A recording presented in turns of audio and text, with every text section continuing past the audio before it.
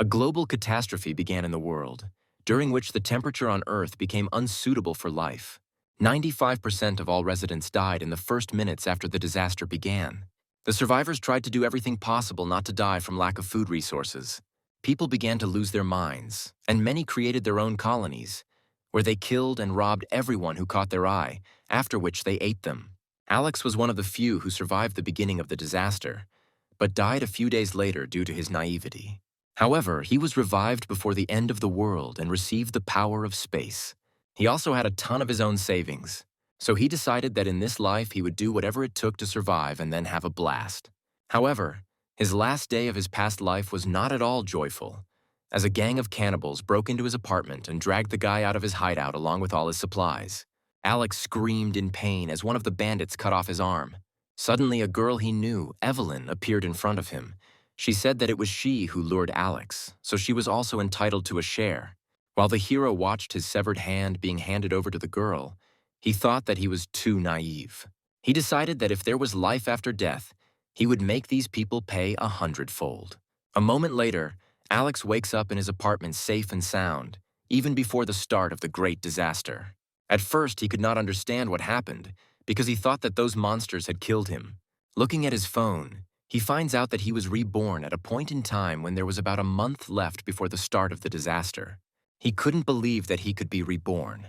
The cause of this global cataclysm was the fall of a meteorite in 2050, due to which the temperature on Earth fluctuated from -60 to -70 degrees Celsius. The snowstorm lasted for more than a month, covering the city with a blanket of snow and ice. Alex cursed, because in his previous life he was able to survive thanks to the supplies that he kept at home, and those freaks simply kidnapped him and put him to waste. Alex decided that he must now ensure his safety and stockpile supplies as quickly as possible, and then take revenge on the bandits who killed him.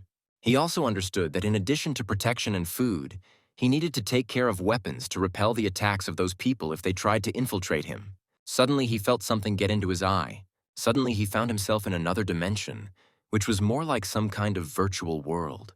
He wanted to equip it as a warehouse with various resources. Alex thought that if he managed to transfer all his supplies to this dimension, then he could easily survive decades in such harsh conditions. After this, Alex decided that during the global apocalypse he would no longer be able to enjoy various delicacies, and the first thing he decided to do was get enough of his favorite food. He went to one of the most elite restaurants in the city, where he ordered a bunch of different food worth several tens of thousands of yuan. Alex greedily devoured everything that was brought to him, thinking about how during the disaster people would pray to try at least some noodles. A few hours later, he left the restaurant and the waiter offered him a VIP customer card, but Alex refused such a gift. Alex's girlfriends were passing by, who happened to notice him and thought that he was not as poor as they imagined. When the girls decided to say hello to Alex, he saw Evelyn, the same girl because of whom he was killed. At first he became gloomy, as it was unpleasant for him to look into the eyes of the person he liked, but who ultimately betrayed him. However, Alex did not dwell on this and told his friends that he was heading to the store to buy a few things. The girls said that they were just about to buy a few things and decided to go to the store together. Entering one of the nearby stores, they were surprised that Alex began to buy almost all the products in the store. Alex said that different things can happen in life, and you need to be prepared for anything, for example, a global catastrophe. The girls did not take Alex's ideas seriously and offered him to treat them to dinner in gratitude for their help, to which Alex offered to arrange a joint dinner next month, since he now had a lot of urgent matters. Evelyn's friend, Kylie, could not contain her emotions and said that Alex went to the store and buys such a large amount of food himself. Evelyn asked Alex not to take her friend's words seriously, and then kicked Kylie in the shoulder. The girl immediately began to apologize to Alex, saying that he was a very good person. Alex looked at the girls slyly and said that everything was fine. A couple of hours later, Alex and his friends were about to leave the store with carts filled to the brim with various products. They arrived at the apartment complex where the hero lived.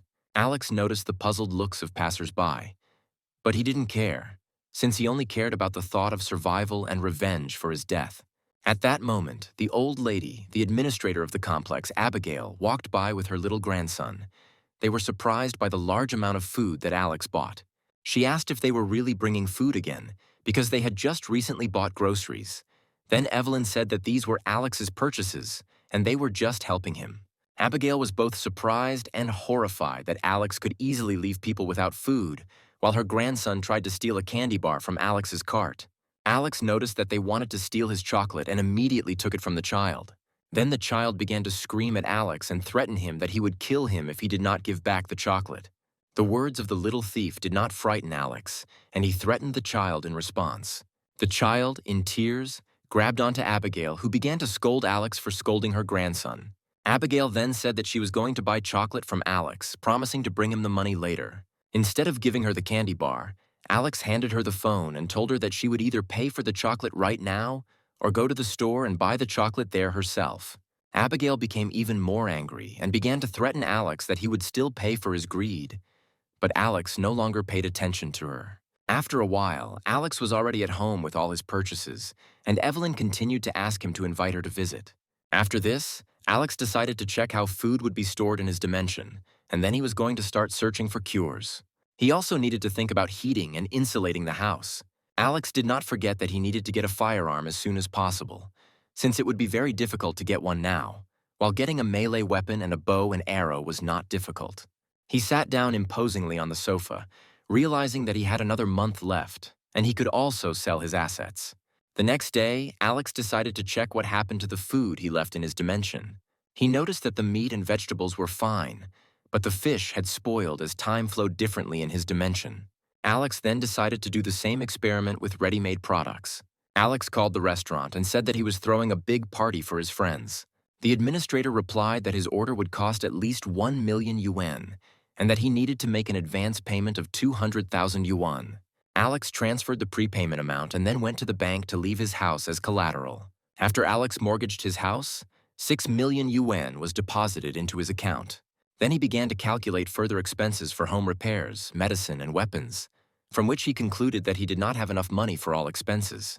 At that moment, Alex was approached by a man who wanted to offer him the services of the company for which he works. Alex was glad that he had found a way to quickly get a large sum of money so quickly, so he agreed. After some time, this man brought Alex to his boss to discuss all the conditions for issuing the money. The director began to find out from Alex what amount and for how long he would like to receive. Alex said that he needed as much money as possible as quickly as possible, and that he would return all the money within 3 months, regardless of the interest rate. Before signing the contract, the director asked Alex to provide something as collateral. Alex offered to mortgage his house and expensive car, which together cost more than 5 million yuan.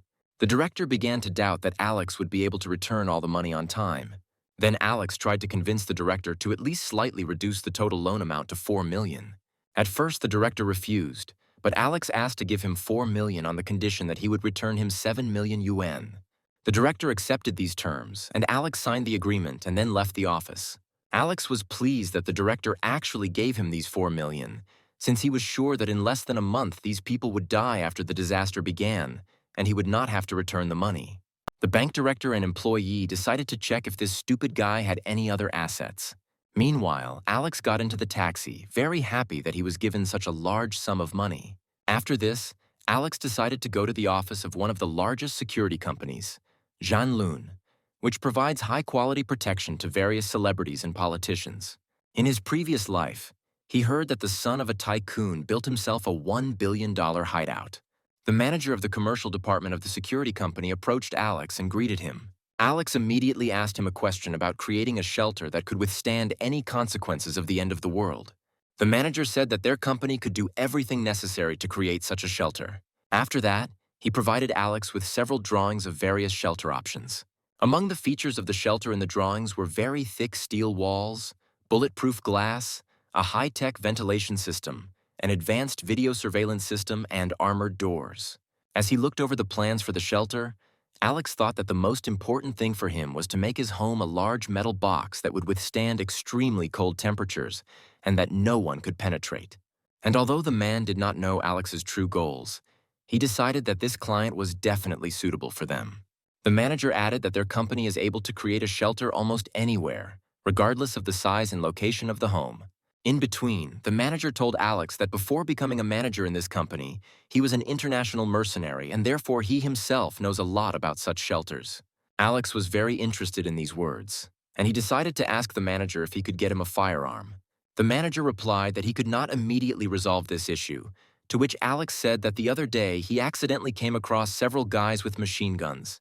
The manager thought he had contacts with people who could provide guns, but he was also concerned that he couldn't just hand the gun over to a stranger. The man told Alex that the construction of the shelter should take up to 2 weeks, and during this time he would try to resolve the issue of obtaining weapons for Alex, for which he was very grateful. Alex then decided to start purchasing melee weapons such as axes and clubs. After some time, Alex went to a hunting store to buy a crossbow and arrows for it. He promised that he would use his purchases wisely. Fortunately for Alex, he had a hunter's license, thanks to which he could be calm in case someone suddenly discovered a crossbow on him. About an hour later, Alex returned home, where several food trucks and an astonished crowd of residents had already gathered. Alex approached Uncle Aaron, who met the courier, and told him that he was the one who ordered such a large delivery and that the trucks could move on. Meanwhile, the neighbors were discussing how much Alex could spend on such a large order. Among the neighbors was Evelyn, who was also shocked. She thought that Alex really had so much money and that she shouldn't embarrass herself in front of him. The hero asked the couriers to take everything to the warehouse first, and he would take care of the goods himself. Alex noticed Evelyn among the crowd, but pretended not to notice her, and thought that at the first opportunity he would send her to the next world. A few minutes later, Alex stood in front of a pile of boxes containing various culinary delicacies from the hotel. Looking at these boxes, Alex could not stop thinking that all these goodies now belonged to him and that he could enjoy them for the rest of his life. Then he immediately began to transfer these boxes to his dimension. He was very happy, anticipating his future carefree life. The next day, construction workers and engineers from a security company came to Alex's home to turn his apartment into a shelter. Meanwhile, Alex's neighbors began to suspect that he had become somehow abnormal, as he began to buy large quantities of food and turn his house into a fortress. At this point, the manager wrote to Alex to inform him that one of his contacts would provide Alex with a firearm within 3 days. Alex then informed the security company that he would be moving into a hotel room during construction. Walking along the corridor, he thought that soon he would definitely prove to everyone that he was not as stupid as they thought of him. Alex later went to the warehouse where he worked, and then went to see the man who was the warehouse manager. He wanted to take the entire contents of the warehouse for double the price, and also take a short vacation. Having received approval, Alex said that he would immediately transfer the money to him. He then headed down the stairs to get his goods. Once at the warehouse, Alex realized that he would have enough of those products, tools, and other things that would be useful to him during the disaster. He decided to wear a cap so that if something happened, no one would realize that it was him. At the warehouse, Alex noticed that Carl, one of the warehouse workers, was planning to invite Evelyn to a concert over the weekend. However, she replied that she already had a date planned for this weekend. At that moment, Carl noticed Alex and began blaming him for the fact that their trip to the store yesterday caused Evelyn's back to hurt so much.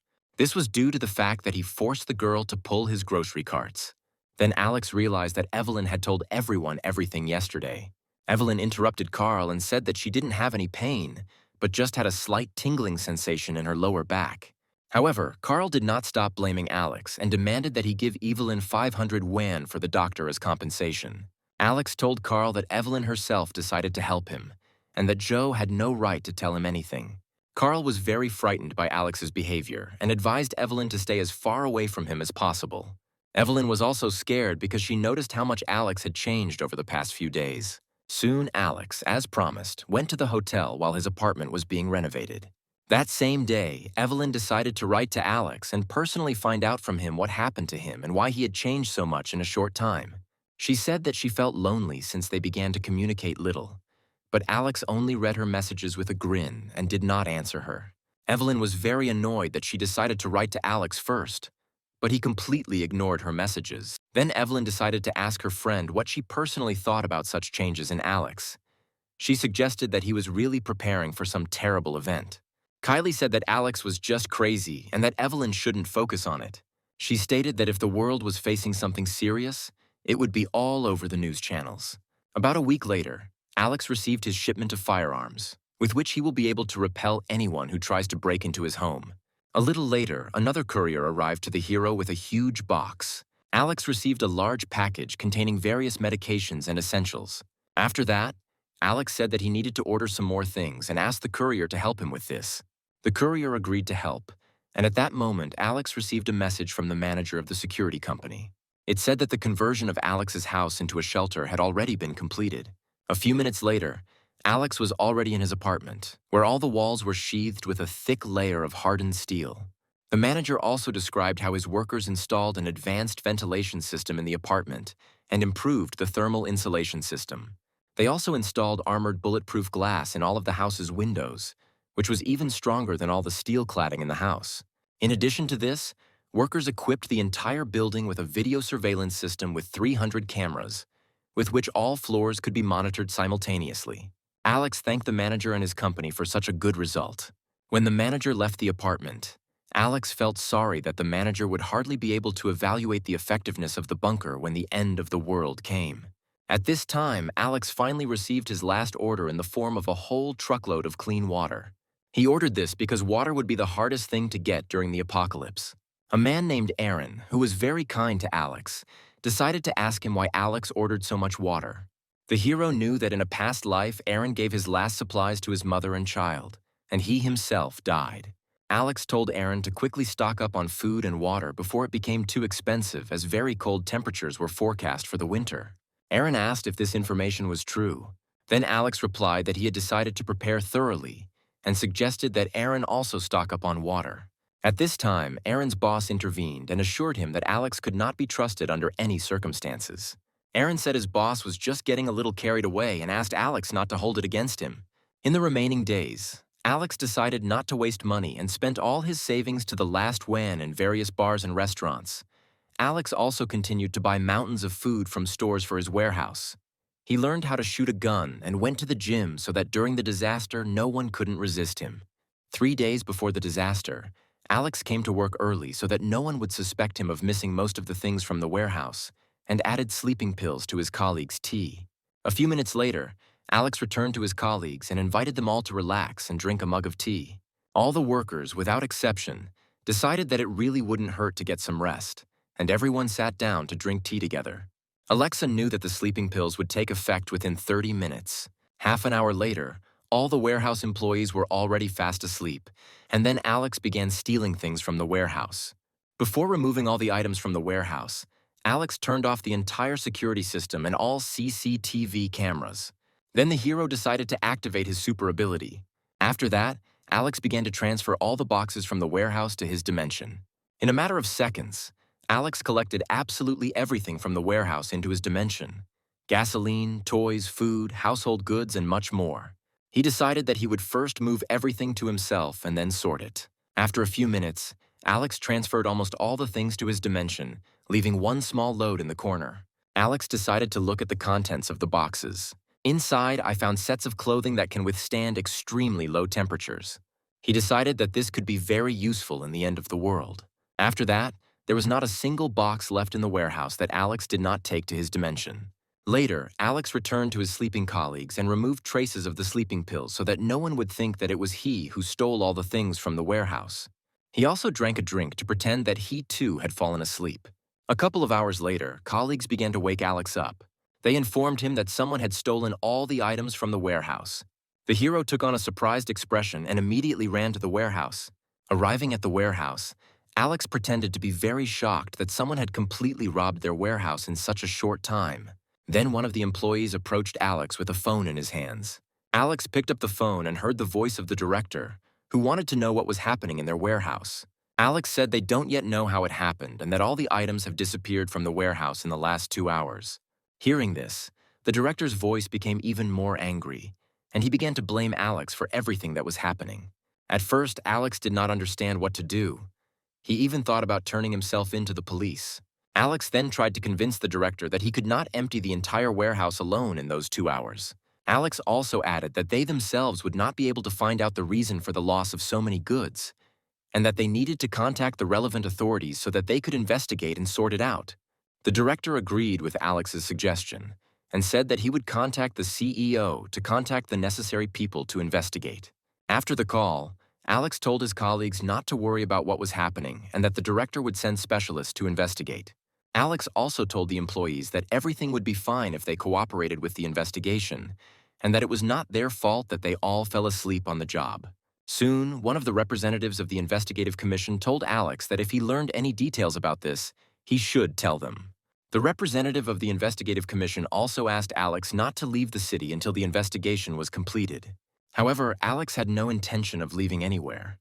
While Alex was walking down the street towards his house, he saw on the building's large screen news about the theft of a large batch of goods from one of the city's warehouses. He understood that there were only 2 days left before the global ice age. However, there was already a sharp drop in temperature outside, and it even began to snow. People on the street began to panic and urgently return home so as not to freeze. They didn't understand why the winter was so cold this year. Alex also did not stay on the street for too long and decided to return home, still thinking that in a couple of days the world known to everyone would cease to exist. 2 days later, due to the explosion of the star, the temperature on Earth began to drop sharply, which caused a real ice age. People were in panic, and no one wanted to leave their homes so as not to freeze to death on the street. Alex watched everything that was happening on the street and realized that the time had come for the great extinction of humanity. That same day, Alex was sitting at home, reading messages from friends who continued to be surprised by the weather. However, the main character already knew that this was just the beginning. Alex understood that it would snow continuously for at least 3 months, which would lead to an even greater drop in temperature. The very next morning, there was so much snow outside that people could not leave their houses. The fact is that the snow completely blocked the doors. Even while in their homes, people continued to freeze. No one knew what to do about it, since most did not have warm clothes. Meanwhile, Alex slept peacefully in his bed, and the problem of global cooling did not worry him at all. Suddenly, someone decided to call Alex in the middle of the night. It turned out to be Evelyn. She wanted to ask Alex if he knew in advance about the beginning of a global cataclysm. Alex replied that he accidentally heard about it from a friend one day. The girl screamed, saying that she now understood why he bought food. Then Evelyn decided to ask why Alex didn't warn her about the beginning of the disaster. In response to this, the hero only chuckled, saying that he had nothing to answer her. Alex interrupted the conversation and hung up, which scared Evelyn very much. She felt that Alex was going crazy and that she urgently needed to do something. The hero decided that he had miscalculated, because he did not think that the girl would come to him with questions. Alex decided to ignore Evelyn and planned to watch the news over breakfast. He ate steak, washed it down with wine, and watched the news about global cooling. The news strongly recommended not to leave the house unless absolutely necessary, to dress warmly, and in no case to believe rumors about shortages or sharp increases in prices for goods. Of course, Alex did not believe that the snowfall would end soon, since everything happened the same as last time. During this time, Evelyn wrote to Alex, asking him to share the food with her, promising that she would cover all expenses. Alex just grinned at Evelyn's naivety, thinking that he would just give her part of his supplies. Instead, he decided to tease Evelyn and sent her a photo of his steak and wine. He knew that in this life he would not give her an iota of help. At first, the girl was glad that the guy answered her. But then, when she saw the contents of the message, she became angry. Evelyn was shocked that while she was starving, Alex had the conscience to send her such a photo. Out of anger, Evelyn wanted to send Alex an insulting message. But at some point, I thought that I couldn't allow him to completely stop communicating with her. After texting Evelyn, Alex threw his phone aside. He decided to look at the video surveillance system to find out what the current situation in the building was. Through the cameras, he saw Abigail trying to convince residents not to leave the building until the snowfall stopped. Abigail reassured people that the snowfall would end in 2 to 3 days, and that they did not need to go to stores for supplies.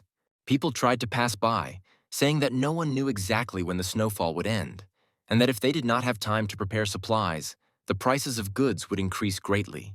Abigail continued to discourage people from going to stores, fearing shortages and rising prices. He said that she would inform where to go if she saw that someone was trying to stock up on food. At that moment, Alex emerged from the crowd and addressed the manager and residents. He warned Abigail that if the snow continued to fall continuously and people began to die of hunger, then only she would be responsible for it. People supported Alex's words and tried to find out from Abigail what the plan would be if everyone started running out of supplies.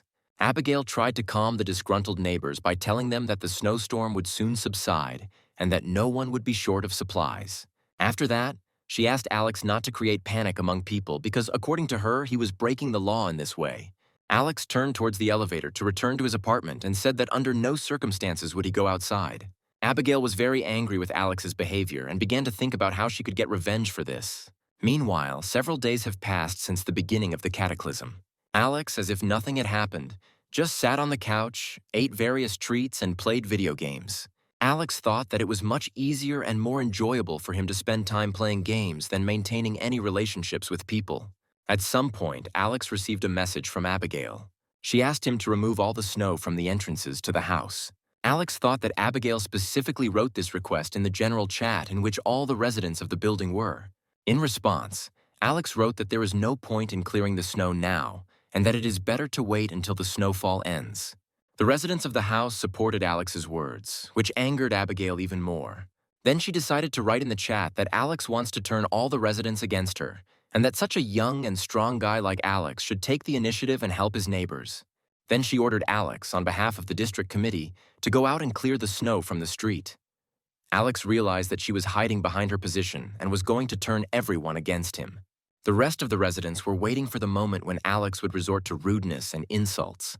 Then Alex wrote that among the list of people she chose to clear the snow, there was not a single rich person, hinting that she was simply afraid to tell them something. People again supported Alex, noting that when everyone is in danger, Abigail only sends middle-class people to do hard work. In the same house lived Otto and Mateo, two influential people who had certain connections and strong influence. Alex suggested that Abigail ask these people to help her clear the snow. The hero remembered that it was Otto who broke down the door to Alex's apartment with an axe, and Mateo was the first to plunge the knife into Alex, which is why he died in his previous life. Alex was serious about dealing with these people once and for all. Abigail was very annoyed by Alex's stubbornness and thought that he deliberately used Otto and Mateo as an example so as not to go out himself. Abigail also began to worry that if she cut Alex some slack, she would no longer be taken seriously. Later, Otto noticed a message in the general chat. In it, Abigail asked him and Mateo to go out and clear the snow outside. Otto was outraged by this decision and decided to tell her in the most aggressive manner what he thought about all this. Mateo later told Abigail that he wasn't going to go outside in such cold weather and that he would rather spend the day in bed. Lying in bed with the girl, he swore, saying that he was paying Abigail money, and she imagined herself to be a queen. However, he was not concerned about the lives of the poor. In addition to this, Mateo decided to send a video message to the general chat, in which he informed the residents of the house that others should go clear the snow. Abigail became even more angry at Alex for turning such powerful people against her. While Alex was preparing lunch, Abigail called him. She said that he was trying in every possible way to complicate her life and relationships with her neighbors. Alex replied that the whole point of her life was for someone to scold her. Alex also threatened Abigail that if she didn't leave him alone, she would greatly regret it. Aunt Abigail was extremely unhappy with what was happening and really wanted to teach Alex a lesson for his disobedience. Meanwhile, Otto tried to break into Alex's house, wanting to talk to him about those messages. He said they would discuss it while Otto was killing him. Alex stood up from the couch, picked up a loaded crossbow, and prepared to finish off Otto. Alex was ready to shoot if Otto managed to break through the door into the apartment. He aimed at the door where the man was standing. However, Alex thought that simply killing Otto would be too boring. He decided to mock him by aiming at his leg. Seconds later, Alex shot Otto in the leg through one of the holes in the door. From incredible pain, Otto fell to the floor, blood flowing continuously from the wound. The hero watched the man's torment through the peephole of his door. Alex was sure that with such a low temperature and a deep wound, Otto would not last long. Meanwhile, Otto struggled to get to his apartment to treat his wound. He did not have much chance of survival, since in the absence of emergency care, infection should have occurred quite quickly. Finally, frightened and seriously injured, Otto made it to the elevator. He couldn't believe that this kid was actually going to kill him. When the elevator reached the desired floor, Otto tried to call an ambulance so that doctors could help him with his wound. However, due to severe weather, no one responded to his call, and he had to administer first aid himself. Returning home, Otto began looking for a first aid kit. He also decided to try to pull the arrow out of his leg himself. At some point, Otto thought that if his leg was still frozen, he could simply pull the arrow out with his hands. Soon, Otto finally pulled out the bloody arrow. When the threat to life was over, he decided to write to Alex in the general chat that he would personally deal with him, to which Alex replied that if Otto tried to break into his apartment again, then next time he would simply kill him. Everyone was shocked that Alex not only fought off Otto, but also injured him. After that, Otto called his people and said that they had to get rid of one guy who wounded him in the leg. A few minutes later, a group of men with weapons arrived at their boss.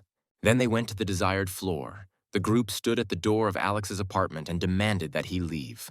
Without waiting for an answer, one of the bandits tried to break through the door with a huge cleaver. However, despite the powerful blow, the door was not damaged, and the cleaver flew back, almost killing one of the bandits. The group of bandits were surprised that such a simple guy had such a strong door. At this time, Alex was playing video games and watched as a group of bandits unsuccessfully tried to break into his apartment. He laughed at them, saying that they had not eaten well enough and therefore could not knock down his door. At first, Alex decided to use firearms against them. However, then he changed his mind and decided to pour cold water on the bandits. Alex connected the hose to one of the holes in the door and began spraying the bandits with cold water. From such an attack, all the bandits got wet to the skin, fell to the floor, and gradually began to become covered with a thin layer of ice. They screamed and called for help, but no one could help them since they were all hurt. After the water attack, Alex returned to the couch and continued to watch the bandits through the cameras. At this time, several bandits were sitting in Otto's apartment and trying to warm up after Alex doused them with water. The man absolutely did not understand how a whole gang of his people could not get into the apartment. They explained to Otto that Alex's door was too strong to be easily broken through. Despite the unsuccessful attempt to deal with Alex, Otto did not despair, as he was sure that sooner or later Alex would leave the apartment. Then Otto ordered his men to watch Alex around the clock and kill him as soon as he opened the door of his apartment. At this time, several neighbors went outside and began removing snow. But despite their best efforts, the snow was falling much faster than they could clear it, and without a snowblower, it was almost impossible to remove such a thick layer of snow. Alex looked at all this and thought that these people simply did not understand the full scale of the disaster. With such efforts, they will not be able to avoid the cataclysm. Later, Alex sat down to watch the news, which reported on the numerous victims of the disaster, the number of which reached from 10 to 20 million people around the world. Alex looked at all this and realized that the number of victims of such a cataclysm would only grow rapidly. At this time, Aunt Abigail continued to assert that the snowfall would soon end and that there was no need to go to the shops and stock up on food. A little later, Alex texted Evelyn to see if he was okay, but Alex knew she would ask him for supplies again. Then Alex decided to tease Evelyn again and sent her a photo of the lobster he had just eaten. Evelyn and her friend were shocked that instead of helping them, Alex only mocked them. Then Evelyn's friend wrote to Alex that his actions greatly upset Evelyn. Alex, in turn, wrote that Evelyn's mood is constantly changing and that this does not bother him at all. Kylie tried to push for pity and make Alex feel ashamed for sending such photos while they were both starving. She also added that he treats Evelyn extremely lightly, but these words did not affect Alex in any way. Alex confirmed Kylie's words that he was completely indifferent to Evelyn, which only angered her more. Evelyn asked Kylie not to talk to her about Alex anymore. After such an unpleasant correspondence with Alex, Evelyn's friend decided to find out if she had anyone else to whom she could turn for help. Evelyn then remembered Carl and immediately called him to ask for help. A couple of hours later, Carl was already at the door of Evelyn's apartment with groceries from the store. When he left the apartment, the friends looked at each other. Evelyn was a little scared that Carl loved her so much that he left the house in such a cold weather and even went to the store to buy supplies for them. 3 days later, the electricity suddenly went out in all apartments. Alex understood that the main fun was just beginning. The residents of the house began to panic. Many people ran out of supplies and began to think that they urgently needed to prepare supplies. Women couldn't even prepare formula for their children. People understood that without heaters, they would have a very bad time. They also did not understand why no one from the management company had yet come to save them. At this time, Alex thought that in such a situation, the management company would no longer be able to help them. After a few minutes, Alex pulled out a couple of generators and turned them on so he would at least have some source of electricity. Thus, light appeared in his apartment again. Meanwhile, Aunt Abigail, sitting under the blanket with her grandson, could not stop thinking that just a few days ago everything was in order in their world. Abigail noticed in the general chat that people were starting to talk about the need for supplies, and decided that she needed to stock up on everything she needed before panic began among the residents. She told her grandson that she would be back soon. The woman firmly decided that she must protect herself and the boy. Abigail then wrote in the general chat that the problems were temporary and that everyone should cooperate with the management company, otherwise the residents would be referred to the police. People did not pay attention to the appeal of some old woman, since this did not change their difficult situation in any way. Meanwhile, Otto read all the messages and did not understand how this old woman could command them in such a situation. Otto's henchmen only complained that they had run out of medicine and that they couldn't get out of here, to which Otto only yelled at his subordinates, calling them useless trash. Meanwhile, Alex continued to play games. At some point, Aunt Abigail wrote to him, stating that since all the residents were in such an unpleasant situation, everyone, including him, should send all their supplies to the management company, which, in turn, would divide them equally among all residents. The hero realized that the situation was repeating what happened in a past life. Before Alex could finish reading the messages, he almost immediately received a couple of new private messages from Abigail. In these messages, Aunt Abigail asked Alex to share the supplies that he had recently bought by the basketful. Alex remembered how last time he was also asked to help with supplies, and then he shared what led to his death. He told her that she should share the supplies too. He did this since she was one of the reasons for his death. This only made Aunt Abigail even more angry. She was furious that someone like Alex in charge of the warehouse couldn't share the supplies. However, she understood that she couldn't give up and decided to come up with something else. She then threatened Alex that in such a situation he was going against the orders of the management company. Alex responded that he was indeed short on supplies right now and that Abigail could share her supplies with him first if she decided to take the lead in distributing the shared supplies. Such statements angered Aunt Abigail even more, and she said that if Alex refused to cooperate with the management company, then he would be punished. Alex, in turn, told her that she was just an employee of the district committee and could not pose any serious threat to him. Abigail hung up and started cursing Alex. Furious, she began to think about how she could influence him. She wanted to turn her neighbors against Alex, but then she thought that this would make people realize that they didn't have to give away their supplies to everyone.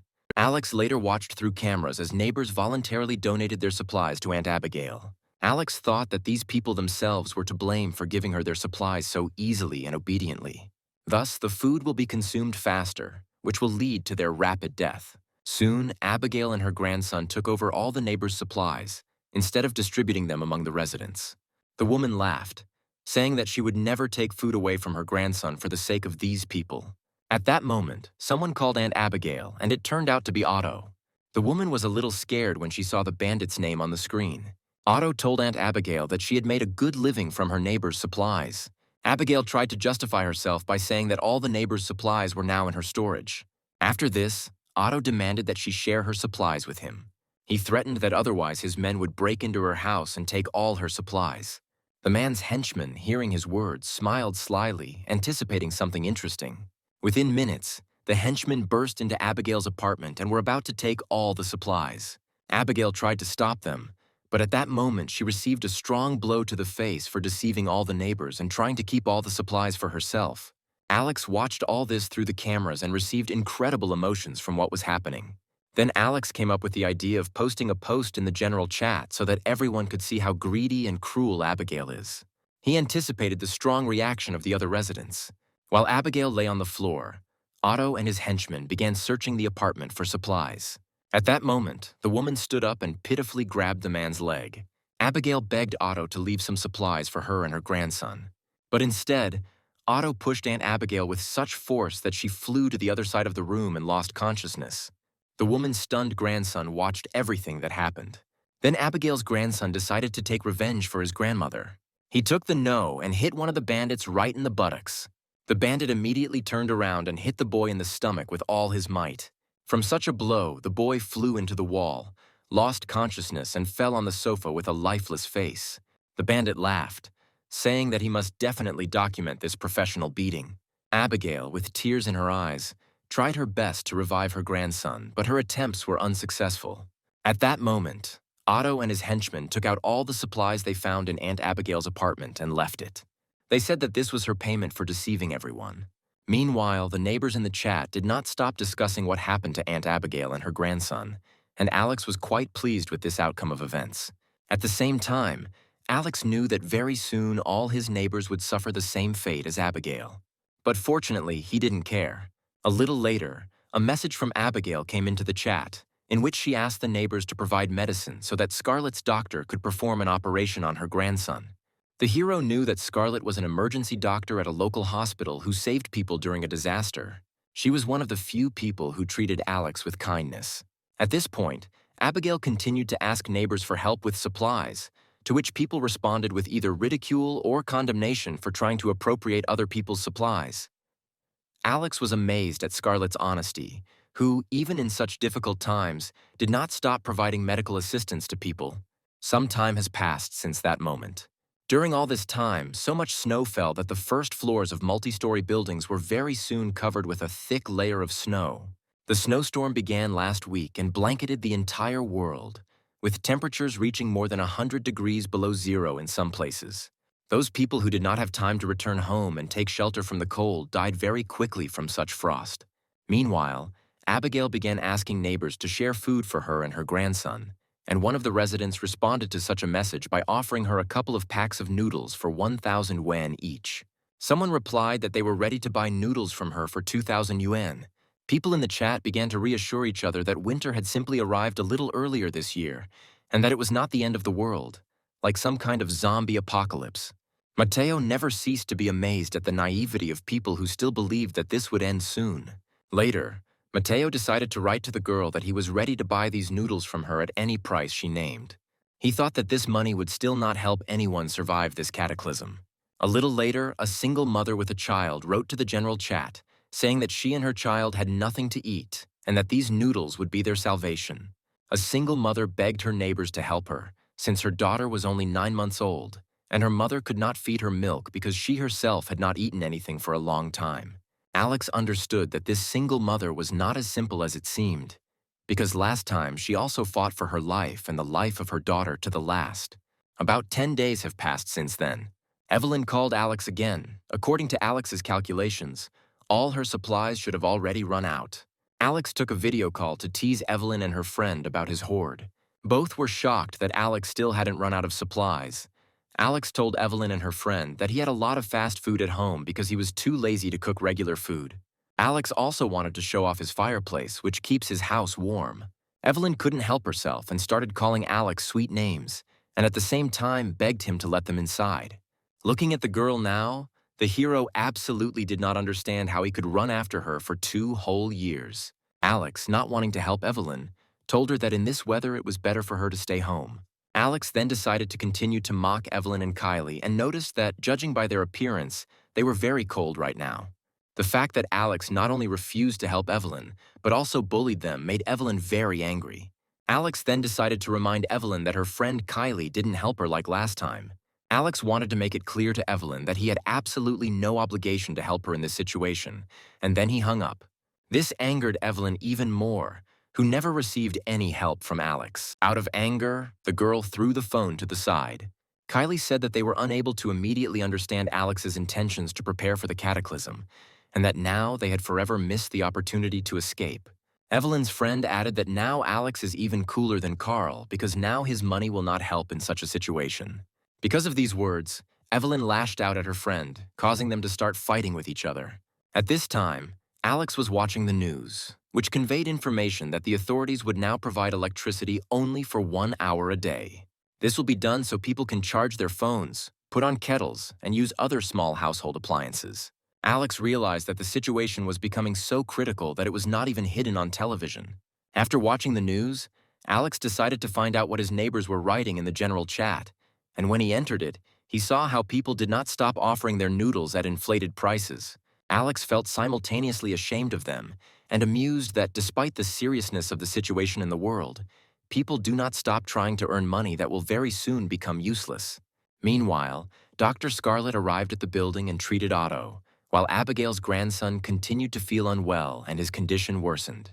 After the fight, Evelyn and Kylie began to think about who else they could turn to for help. Then Evelyn decided to get into Alex's apartment by any means and asked Carl for help. An hour later, Carl was already at Evelyn's apartment, where she told him that Alex deliberately humiliated her and teased her with his supplies. Carl said that he would do everything possible to make Alex deeply regret bullying Evelyn like that. Evelyn told Carl that if they could get rid of Alex, they could move into his apartment, which had plenty of supplies. Then Carl, Evelyn, and Kylie went to Alex's apartment to kill him. A few minutes later, they took out a club with a pair of knives and prepared to wait for the moment when Alex left the apartment. Alex noticed that Carl came to him and realized that he clearly came with bad intentions. Taking a closer look, Alex noticed that Carl had come with Evelyn and her friend with weapons to kill him and take his supplies. When the hero realized their true intentions, he became furious. Then Alex decided to pour cold water on them, like those bandits who had recently come to him. However, he remembered that he had a whole bucket of waste, which he decided to use against the uninvited guests. Meanwhile, Carl was telling Alex that he was running low on supplies at home and decided to ask for some supplies. At this time, Alex was pushing the hose into the doorway. Carl believed that now Alex would open the door and they would have a chance to finish him off. But contrary to Carl's expectations, Alex did not come out, and instead a pile of rotten waste flew towards them. The girls began to scream in horror when they saw a pile of waste and mucus on their hands and hair. Carl then began to threaten Alex that he would kill him, while the girls felt sick from the waste and retreated to a corner where they vomited. Alex then said that these were the supplies he wanted to give them, and that they should be grateful to him for such a favor. Then Carl decided to break into Alex's apartment on his own. He touched the handle of his door, but received a very strong electric shock to his hand. From such pain, Carl immediately fell to the floor, which made Alex laugh very much. After that, Alex leaned back on the couch with the thought that he might never leave his apartment again in his life, and that he could just watch what was happening without any fear. The next morning, Alex was awakened by very loud noises. They sounded like gunshots, and he decided to find out what was happening in the house. Alex decided to look through the security cameras to find out what exactly happened in the house. When Alex picked up the tablet, he saw Otto's henchmen collecting snow from the street to melt it and use it as water. Alex lay in bed and thought that the residents on the third floor were doomed. Most of them had already run out of supplies and also had no way to protect themselves. Meanwhile, Otto sent several photos to the general chat, one of which showed the bodies of a young couple whom he killed in their own apartment. The man wrote that from now on, House 25 is under his control. Alex was somewhat surprised by Otto's determination, which again proved that he could afford a good life even in such conditions. However, Alex also realized that Otto had a very limited amount of ammunition and would not be able to shoot all the villagers. At that moment, a new chat appeared on Alex's phone, in which all the neighbors discussed the plan to resist Otto. At some point, Aaron wrote his proposal in the chat, which greatly interested Alex. He said that if they did not unite against Otto, he would simply kill all the neighbors, and offered to take all the supplies from Otto. Aaron offered to take the lead and lead a squad of volunteers to help him defeat Otto. Many supported Aaron's idea and began to offer him various assistance in the form of providing weapons and developing a further plan of action. Then Aaron wrote that he would also need several people since he could not cope alone. But despite such a noble attempt to get rid of Otto, there were those who considered this idea another deception. They recorded voice messages, recalling the recent case of fraud with supplies from Abigail. A major quarrel broke out in the chat, where everyone began to indiscriminately blame each other for everything. Meanwhile, Alex read all these messages and realized that he should not have expected a different reaction from the residents. While eating, Alex kept thinking that all the people accusing each other in this chat without good reason deserved to die. Meanwhile, Otto and his bandits continued to kill their neighbors in order to take all their supplies. During the robbery, one of Otto's subordinates complained of extreme fatigue and offered to have a snack with some of the obtained supplies. Then Otto pointed a gun at him and threatened him with serious punishment if he continued to whine. The subordinate stopped complaining and continued to dump the corpses of his neighbors in one pile. When everything was ready, Otto praised his henchmen, saying that their efforts would not be in vain. At that moment, Otto wondered what they would have done to him if he had no weapons, and if they would have listened to him at all. Alex watched Otto's actions and realized that he was deliberately leaving all the corpses in one place in case there were no supplies left, and then he would have to eat these corpses. Alex also thought that if Otto decided to poke his head into his apartment this time, he would simply kill him and all his bandits. The next day, one of the residents tried to call neighbors for help to help her deal with Otto. However, despite all her attempts, Otto's men were still able to break through the apartment's internal barricade and break into it. One of the subordinates grabbed the girl by the legs and dragged her out of the apartment, while her neighbors continued to discuss that this girl fully deserved such a fate. Meanwhile, Evelyn and Kylie thought that if Otto's people began to rob and kill women, they would soon get to them. Then Evelyn decided to tell some people that Alex had supplies so that they would try to break into his apartment with her. A little later, Alex was again added to a new chat created by Evelyn, in which she asked Alex for help. Alex immediately realized that Evelyn had already blabbed everything, but at the same time forgot to clarify that it was he who was able to injure Otto. Alex sent a message to the chat, saying that he was fine alone and that if he got bored, he would definitely let him know.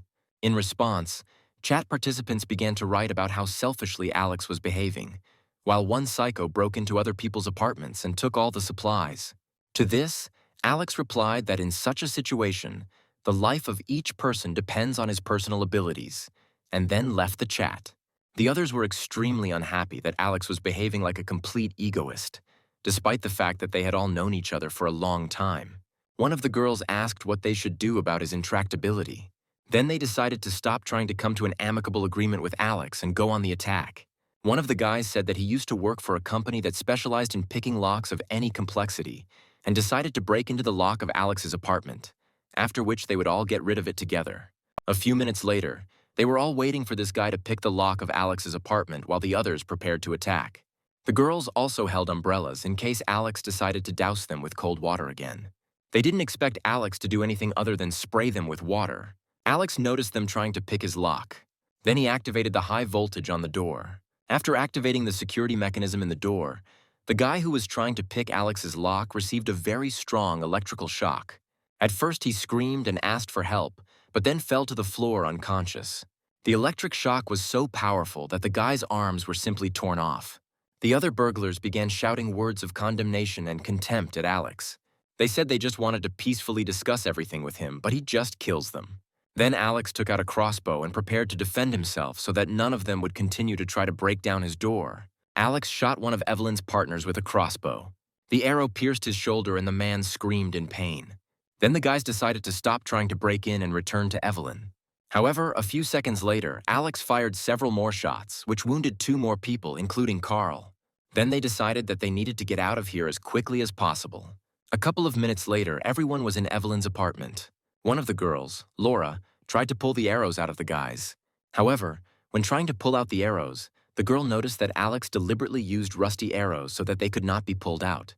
The boys thought that without medication, the rusty arrows could cause an infection that could kill them.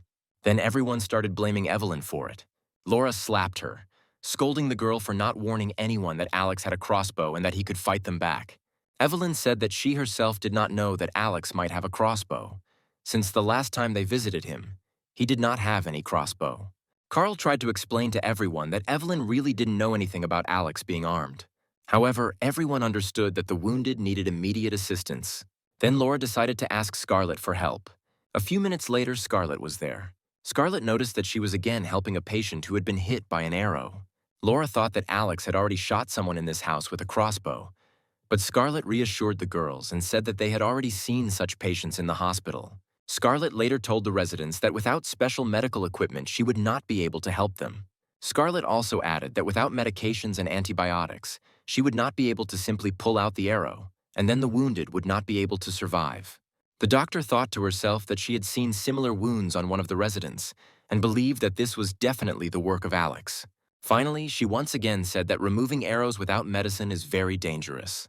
Evelyn interrupted Scarlett and said that she herself saw how, before the cataclysm, Alex received a very large batch of medicines that could help them. Evelyn told how, a month before the cataclysm, Alex bought various supplies almost every day, such as food, water, medicine, and other useful things. Scarlett assumed that Alex knew about the impending danger and should have plenty of supplies, which probably included antibiotics. Then the wounded decided to turn to Alex for help as soon as possible, completely forgetting that it was he who almost killed them with these arrows. At first, everyone doubted the reliability of such a plan, but Evelyn said that they would not try to harm Alex and were even ready to share their supplies with him. Evelyn added that this time they will try to approach Alex with kindness so that he understands that they are not his enemies and he has nothing to fear. Then everyone suggested that Evelyn herself turn to Alex for help, since it was because of her that they found themselves in this difficult situation, and it was with her that Alex most often communicated. Carl said that he had been unfair to Evelyn, and added that they could only live in safety if everyone tried. Hearing this, the girl timidly agreed to the conditions. Evelyn decided to try calling Alex. She wanted to convince him to lend them some medicine. When Evelyn reached him, she said that one of her friends was already dead and the rest were struggling to survive.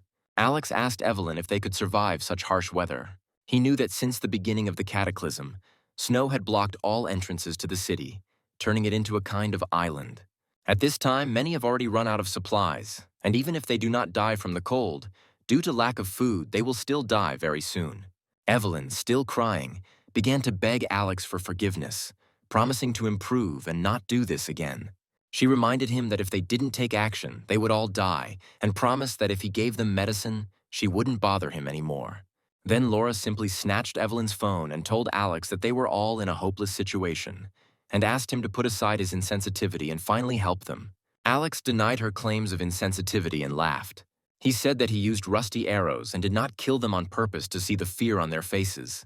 Such statements frightened Laura very much, and she screamed that Alex had gone completely crazy. After that, Alex allowed Evelyn to come to him for everything she needed, provided that she came alone. Evelyn was very happy that for the first time in all this time, Alex finally allowed her to enter and promised that she would follow all his instructions. After that, the hero once again said that she could come. When Alex allowed Evelyn to come to him, her friend also began to ask him to let her in. However, Alex said that they would not need extra people, and Evelyn promised to do as he wished. Evelyn immediately ran towards Alex's apartment while her friend tried to stop her. Evelyn tried to break away from Kylie, saying that she was tired of living in such conditions.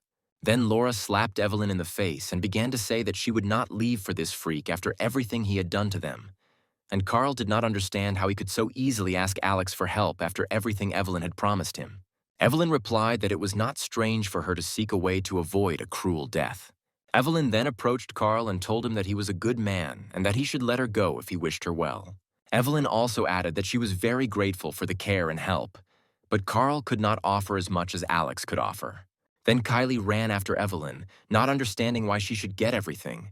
She threw the girl to the floor, preventing her from leaving. The residents then decided to lock Evelyn in the room so that she could not escape and would share their fate with them. Scarlett demanded that the quarrel stop as they first needed to think about how to get the medicine. Suddenly, one of the guys remembered something. He said Alex has a fireplace, fuel, and a variety of supplies. Since they can't handle Alex themselves, they can tell the other neighbors about his supplies, hoping that they will also want to try to get through to Alex, after which they can divide the supplies equally. Evelyn was completely against this plan because she just wanted to live with Alex and not kill him and steal his supplies. Laura wanted to shut Evelyn up and hit her again. However, despite all the words spoken to him earlier, Carl came to her defense. Carl said that if he tried, Evelyn would also love him sooner or later. Laura decided not to argue with Carl and began implementing the previously proposed plan. A few minutes later, the girl posted photos of the food that Alex sent them to the general chat, so that the neighbors realized that he now had a lot of supplies. All the residents, including Otto and his henchmen, saw this. When Otto saw these photos, he decided that it was time to take revenge on Alex for everything he did to him. Meanwhile, residents turned to Alex for help in the general chat, hoping that he would still help them at such a time. Mateo even promised to give him all the shares of his company if Alex would share with him. However, Alex did not forget how in his previous life he shared supplies with everyone, and when he asked everyone to share supplies, they simply killed him and tore him into pieces. He said that the other neighbors were not his friends, so he was not going to help them. After people realized that the plan did not work and Alex was not going to share the supplies, the neighbors began to insult Alex. They berated him for his indifference, calling him a monster and threatening him with retaliatory violence. The neighbors' general outrage towards Alex increased. However, he didn't even pay attention to all the negative reactions directed at him. Alex got up from the sofa, looked out the window, and thought that he was a little tired of sitting at home. Then he remembered that he had a pair of snowmobiles. He decided that he could use them to safely leave the apartment and have fun on the street. At this time, Scarlett wrote to Alex. She reported directly and without further ado that she had run out of food and medicine. Alex remembered that the last time Scarlett died because she was distributing her supplies to those in need. And despite such a stern and cold appearance, during the cataclysm she showed her best qualities, unlike the rest of the inhabitants. Alex first thought about helping her, but then he thought that the smarter a woman is, the easier it is for her to betray someone. However, he did not want to die because of her possible betrayal. The hero thought that although he was confident in the girl, he could not let her inside. Alex wrote to Scarlett that he could give her some of his supplies if she gave him something useful. Scarlett asked Alex for supplies as a down payment since she had nothing left. Alex then invited Scarlett to receive some of his supplies if she complied with his request. The girl was embarrassed by this whole situation because she had never asked a stranger for help before. Alex offered Scarlett two options. He suggested that she betray the inhabitants and become his ally or unite with the crowd and try to destroy him. After some thought, Scarlett decided to join Alex and tell him everything the neighbors were planning to do, which made Alex very happy. He told Scarlett to come and exchange information with him when she had useful data. After that, their conversation ended, and Scarlett decided that she needed to immediately begin fulfilling her part of the deal. During this time, Alex received a message in which one of Evelyn's friends kept asking him to share supplies. In response, Alex simply wrote that even if all the neighbors wanted to burn down his apartment, no one would receive his supplies. After such a rude refusal, the guy created a new group chat in which he was going to discuss with his neighbors the further plan to seize Alex's apartment. Otto said that he was willing to help the neighbors on the condition that they forget all the murders he and his bandits had committed previously, and that he would take half of all the supplies they found in Alex's apartment. Aaron and Scarlett were unhappy with what they read and decided to report everything to Alex. Scarlett reported everything to Alex, but he already knew the situation and prepared to defend his apartment, taking out all his weapons. Alex also warned Scarlett not to come to his place with the rest of the neighbors under any circumstances. He said she better watch the upcoming show. Meanwhile, many neighbors headed to Alex's apartment, taking with them various items such as knives, machetes, steel pipes, and aluminum batons. They were determined to get into the hero's apartment and take away his supplies. Some tried to break down Alex's door with all their might, but their efforts were in vain. Alex watched as residents tried to break down his door and decided to shock the door with an electric charge. At that moment, one man swung a hammer at Alex's door. A moment later, he was electrocuted and screamed in pain. After one of the blows, an electric current struck not only the one who hit the door, but also the people standing nearby. Soon the unharmed people saw those who had just been electrocuted die, their bodies covered in burns. Such a sight greatly frightened the other residents, and no one understood how they could break through such a door. Neighbors told Otto that an electric current had been sent to the door. When the man saw that one of the neighbors wanted to run away, he put a gun to his head, asking where he was going. Then one of the neighbors suggested taking revenge on everyone, because Alex had killed several innocent people. Then people decided to use wooden objects so that no one would get an electric shock during the attack. They decided that they had endured cold and hunger for too long, and now they were obliged to break down this door. Several men took a large log and began to break down the door of Alex's apartment. At this time, Alex was not at all worried that these people would damage his door. Instead of taking any action to stop the neighbors, Alex decided to drink a glass of cognac and listen to loud music. He deliberately turned up the volume so as not to hear the roar from behind the door. The neighbors still couldn't stop trying to break through the door and shouted that Alex would pay for the death of those he electrocuted.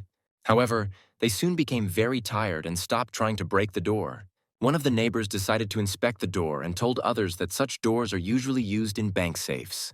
The residents asked him what they should do in this case. Then the man said that such a door could not be broken through even with the help of explosives. And even more so, it could not be broken through with a wooden log. At that moment, Alex, standing right outside the door, was ready to shoot the man with his crossbow. While the tenant continued to talk about breaking the door, the hero opened a small window and pointed a crossbow there. A moment later, an arrow from a crossbow pierced the neighbor's throat. Then the neighbors realized that Alex had a weapon. The residents were very scared and began to run away from Alex's apartment. Alex continued to kill his neighbors with precise shots, which only increased fear among the residents. After several shots were fired, several people remained in the corridor who no longer had a chance of survival. Suddenly, one of the men shouted that he had an idea. He said that this door is made of a special alloy, so it cannot be opened just like that. Then the residents decided that trying to break through the door was useless and decided to try to break through the walls. Several people began hitting the walls as hard as they could, hoping to successfully break into Alex's apartment. They were determined to take revenge on Alex for everything he had done to them during this time.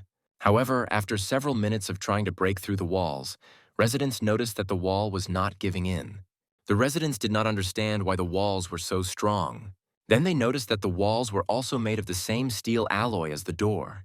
They couldn't understand why anyone would build an apartment made entirely of steel. Despite this, people continued to try to break into Alex's apartment using various tools. Alex soon informed his neighbors that his walls were covered with a super strong alloy 20 centimeters wide, which was impossible to penetrate. Alex looked at what was happening outside and thought that if the neighbors continued to try to break into his apartment, they would soon become exhausted. At this time, the neighbors remembered that a few weeks before the disaster, Alex had completely renovated his apartment. Then one of the neighbors said that Alex knew in advance about the impending snowstorm and specifically decided to protect himself and his apartment without warning the others. The neighbors were furious that Alex had not warned them about the approaching storm and that he had deliberately chosen not to tell anyone so that he could remain the only survivor. They cried and wanted him to pay one day for dooming them all to suffering. Otto then told the neighbors that even if the walls of Alex's apartment were secure, they could try to break through his ceiling and floor. He divided people into groups and sent them to specific apartments to punch through the floor and ceiling, creating a hole through which to enter Alex's apartment. Several people went to the desired apartments and spent several minutes trying to break through the floor and ceiling in order to create a hole on the other side and enter Alex's apartment. Alex heard the neighbors knocking on the ceiling and floor and thought that Otto was a little smarter than he thought, but the neighbors still wouldn't be able to get into his apartment. When neighbors were finally able to break through the floors and ceilings of the apartments, they discovered that behind them was the same heavy-duty alloy that covered the interior walls of Alex's apartment. Neighbors were shocked that Alex's entire apartment was lined with durable alloy, making it look like a large, impenetrable box. While neighbors tried to break into Alex's apartment from different directions, many of them began to lose strength, and their desire to eat increased with each passing moment. They even began to look at each other, seeing their neighbors not as people but as meat. However, they tried to push away these crazy thoughts. People were so tired that, despite the very low temperature, many began to overheat, and only this could warm them up a little. Some people panicked, not knowing what to do with all this.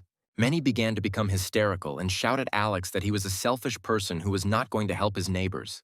Then one of the neighbors suggested that others get into Alex's apartment through the balcony, through which they could easily enter his apartment. The other neighbors then thought that they should have tried to get onto Alex's balcony from the start, since there should no longer be a protective covering there, and then they could easily break into his house. A few minutes later, the neighbors put down a board that led to Alex's balcony, and soon a small group of them took turns moving onto the balcony. Despite the fact that the neighbors were approaching Alex, he did not even get up from the couch and continued to drink his coffee. A few minutes later, an angry crowd was on Alex's balcony and tried to break through the bulletproof glass, but Alex still was not afraid. Every minute, the number of neighbors on Alex's balcony increased, and they tried more and more to get into his apartment. The hero only watched them with a grin, saying that if there was a funeral today, it would definitely not be his. A few minutes later, Alex got up from the couch and headed to the kitchen. He took a bottle of flammable liquid and set it on fire. After that, Alex went to the wall and threw the bottle into a special compartment, through which the bottle with liquid should have ended up on the balcony. Less than a second later, neighbors on the balcony saw the bottle fall on them. In the blink of an eye, the bottle fell on one of the neighbors, and he immediately burst into flames. The others watched in horror as one of their comrades burned to death. While the neighbor was burning, he experienced such severe pain that at some point he simply fell from the balcony. The hero knew that being burned alive was the worst and most painful death of all. Alex did not stop throwing bottles of liquid onto the balcony, and just a few seconds later, all the neighbors on the balcony began to burn alive. Alex watched with pleasure as the neighbors, who just a minute ago wanted to kill him, began to beg him for mercy. Alex still refused to let the neighbors into his house, and they decided to try to return back. But the people who remained in the neighboring apartment were afraid that the burning neighbors would approach them. When the burning people began to approach, one of the neighbors tried to disperse them, and many of the burning people fell from the board several tens of meters down. After a few seconds, the remaining burning people stopped showing signs of life. The people who remained in the neighboring apartment brought several burnt corpses in order to somehow warm up. However, after some time, the corpses stopped burning and turned into pieces of ice. The next group of people then headed to Alex's balcony. Unlike the previous group, this group came to Alex's balcony without weapons and began to beg Alex to give them at least some food. However, such actions did not evoke any pity or compassion in Alex. He continued eating the noodles he had prepared earlier and watching these people. Then people kept begging Alex to share food with them, saying that they would do anything to get something.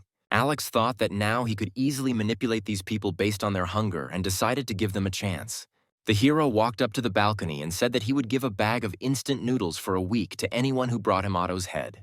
The group of people on Alex's balcony looked at Otto's men, They felt that if they did not want to starve, then they had no choice but to kill Otto. At that moment, Otto realized that they were up to something bad. A group of hungry people headed towards Otto to kill him, but his bandits tried to stop them.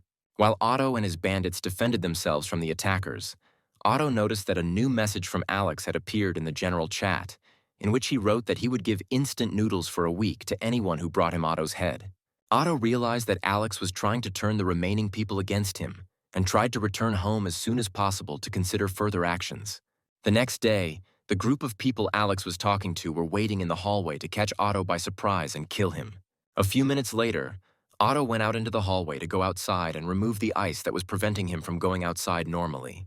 A group of people were waiting for the most opportune moment to attack Otto. After a couple of seconds, they raised their weapons and attacked him from behind. Otto's henchmen heard the sound and turned to look at their boss. They saw two armed men flying towards him from behind. However, Otto managed to react in time and shot at those who tried to attack him. Otto's bandits took the bodies of the traitors, thinking they would do the same to anyone who wanted them dead and tried to kill them and their boss. However, despite the failure of these men to deal with Otto, one of them was still able to leave a serious, deep wound on Otto's back. The wound was very deep and large and was bleeding heavily. One of Otto's bandits took him to one of the apartments while Otto himself called Scarlet to bandage his wound. After some time, Scarlet arrived at Otto's apartment, and after bandaging the wound, she demanded payment for her work. Otto offered to pay Scarlet with meat from the corpses of her neighbors, but Scarlet immediately refused, stating that she would rather die than stoop to cannibalism. Otto said that he didn't want the only doctor in the house to suddenly die, and added that Scarlet shouldn't worry because if he had to sacrifice one of the residents, he would give Scarlet a chance to survive. But Scarlet didn't like Otto's behavior and hit him on the hand. When Scarlet was about to leave, she was suddenly stopped by bandits. Otto pulled out a gun and said he couldn't let the doctor leave until his wound was completely healed. After this, Otto began to discuss further plans of action with the bandits. At some point, Otto suggested leaving this apartment and moving to the next one, waiting for the moment when Alex would leave his apartment. Scarlet decided to tell Alex about this. She told the bandits that she just wanted to go to the toilet. But in fact, she went to the bathroom to text Alex that Otto was going to move as close to him as possible in order to catch the moment when he left his apartment. Alex asked her to continue to monitor the situation and inform him of further actions. After some time, Otto and his bandits broke into the apartment where the young couple lived. When they left the apartment, they weren't very upset. The fact is that they knew that they had a small supply of food, which Otto did not know about. However, a few seconds after they left the apartment, two bandits immediately hit them on the head. They fell in front of Scarlet, which scared her. Otto told Scarlet that he couldn't just let them go. They need to replenish their supply of human meat so as not to starve or freeze. Meanwhile, in the apartment of one of the neighbors wounded by arrows, one of the guys felt ill from unbearable pain in the shoulder area. When he took off his clothes to look at the wound, he saw a huge infection left over from the time Alex hit him with the rusty arrow. Seeing this, the guy began to cry from helplessness. The other guys also had the same large wounds that became infected, and no one knew what to do next. With a sense of inevitability, Carl tried to convince Laura to let Evelyn try to talk to Alex again, to which she, not wanting to talk to him, replied that they should stick together. A few days later, Alex decided to monitor through the cameras what actions Otto and his bandits were taking. Alex saw Otto threatening neighbors and robbing their houses, after which he killed some people. However, despite all his influence in this situation, Otto feared that the number of cartridges in his pistol was decreasing and the supply of human meat was beginning to dry up, and so he had to kill more and more people in order not to starve. Alex watched what was happening to Otto and thought that Otto was just an ordinary coward who intimidates people so that they do not try to resist him. At that moment, Alex received a call from Scarlet. She reported that Otto's bandits began to go crazy, robbing and killing people. Scarlet was especially frightened by the fact that the bandits deliberately hunt other people, kill them and use the flesh of corpses as food, which was extremely disgusting for her. Scarlet also said that she was starving because she hadn't eaten anything for 2 days and wanted to ask Alex for help. Alex felt that he should not let Scarlet die, since in the current situation it is very difficult to find a good doctor. He also believed that he should not miss the opportunity to teach Otto a lesson. Alex told Scarlet that he could help her if she completed one task. At this time, Carl began knocking on Alex's door, who had been trying to attract Alex's attention for a long time. Alex walked to the door and asked Carl how he was doing with such a large wound. The hero said that Carl's wound was too serious, and if infection or other microorganisms entered it, he would die in the next few days. Alex also said that Carl's wound was in such a state that no medicine would help, which scared Carl very much, and he began to shout loudly at Alex, threatening to kill him. Alex then invited Carl to do something that he had previously been hesitant to do, and Carl completely agreed with Alex's demands. While the man was walking down the corridor, he thought that he would soon die, so he had nothing to be afraid of. Carl calmed down and headed towards the apartment where Evelyn was. A minute later, Carl entered Evelyn's apartment and knelt in front of her. The girl covered the guy with her hands, not understanding what he was doing. Then Carl did what he had been afraid of in recent years. He asked Evelyn to marry him, but she refused him. Evelyn was angry with Carl because he, like the last selfish person, offered her this at a time when the world was collapsing and people were dying every minute. Out of anger, Carl took her by the neck and began to talk about how they would go to hell together. She was afraid of this behavior and the unpleasant smell from Carl, so she hit him hard. In response, Carl began to strangle Evelyn while she accused him of being a useless loser. At this time, Scarlett could not stop thinking about the risks that threatened her, despite her promise to Alex to help. At one point, Scarlett noticed one of the bandits preparing human meat soup and told Otto that she would go help with the cooking. Otto was pleasantly surprised that Scarlett finally decided to do it, although she was still disgusted by the thought of cannibalism. Scarlett then told Alex that she just didn't want to die, and that's why she had to do it. After this, Otto decided to leave the girl and his man, and he went to rest. Scarlett pretended to help in the kitchen, preparing firewood. A few minutes later, the bandit who was preparing the soup asked Scarlett to look after the cooking while he left for other matters. At that moment, the girl realized that Otto and his bandits did not see her as a threat and decided to take advantage of this. She took a bottle with some liquid and poured it into the soup. After that, she began to cook the dish, covering her nose from the terrible smell of human flesh. Soon, Scarlett brought Otto and his bandits a cup of human meat soup. Otto laughed, saying that he never thought the doctor would decide to join them. When everyone started eating, Scarlett said that she would go to the other room to eat, but no one paid much attention to her and everyone was happy to eat the soup. After that, Scarlett went into another room and waited for her sleeping pills, which were supposed to work soon, to take effect. She knew that the men would have to sleep for at least half an hour. A couple of minutes after everyone had eaten the soup, Otto and his bandits began to feel sleepy. When the bandits fell asleep, Scarlett was going to ask Alex what to do next. When she asked Alex about the next steps, the hero told her that she should drag everyone she had put to sleep to the balcony. A few minutes later, Scarlett dragged Otto and his bandits onto the balcony, just as Alex had asked. At this time, the hero went out onto his balcony to make sure that the girl completed the assignment. After that, Scarlett wanted to find out from Alex what he was going to do with them. Alex threw Scarlett a rope and told her he wanted her to kill them. He also told Scarlett to find Otto's gun and tie him and his bandits together. The girl said he was too careful and was angry that he didn't even want to help her. However, the hero answered her that for him, safety comes first. Scarlett then tied Otto and his bandits tightly together.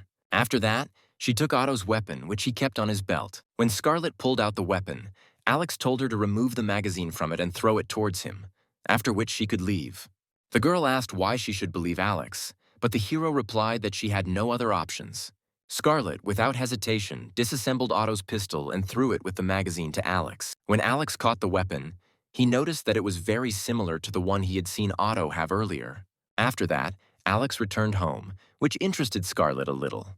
A minute later, Alex returned to the balcony with a long hose from which a strong stream of water flowed.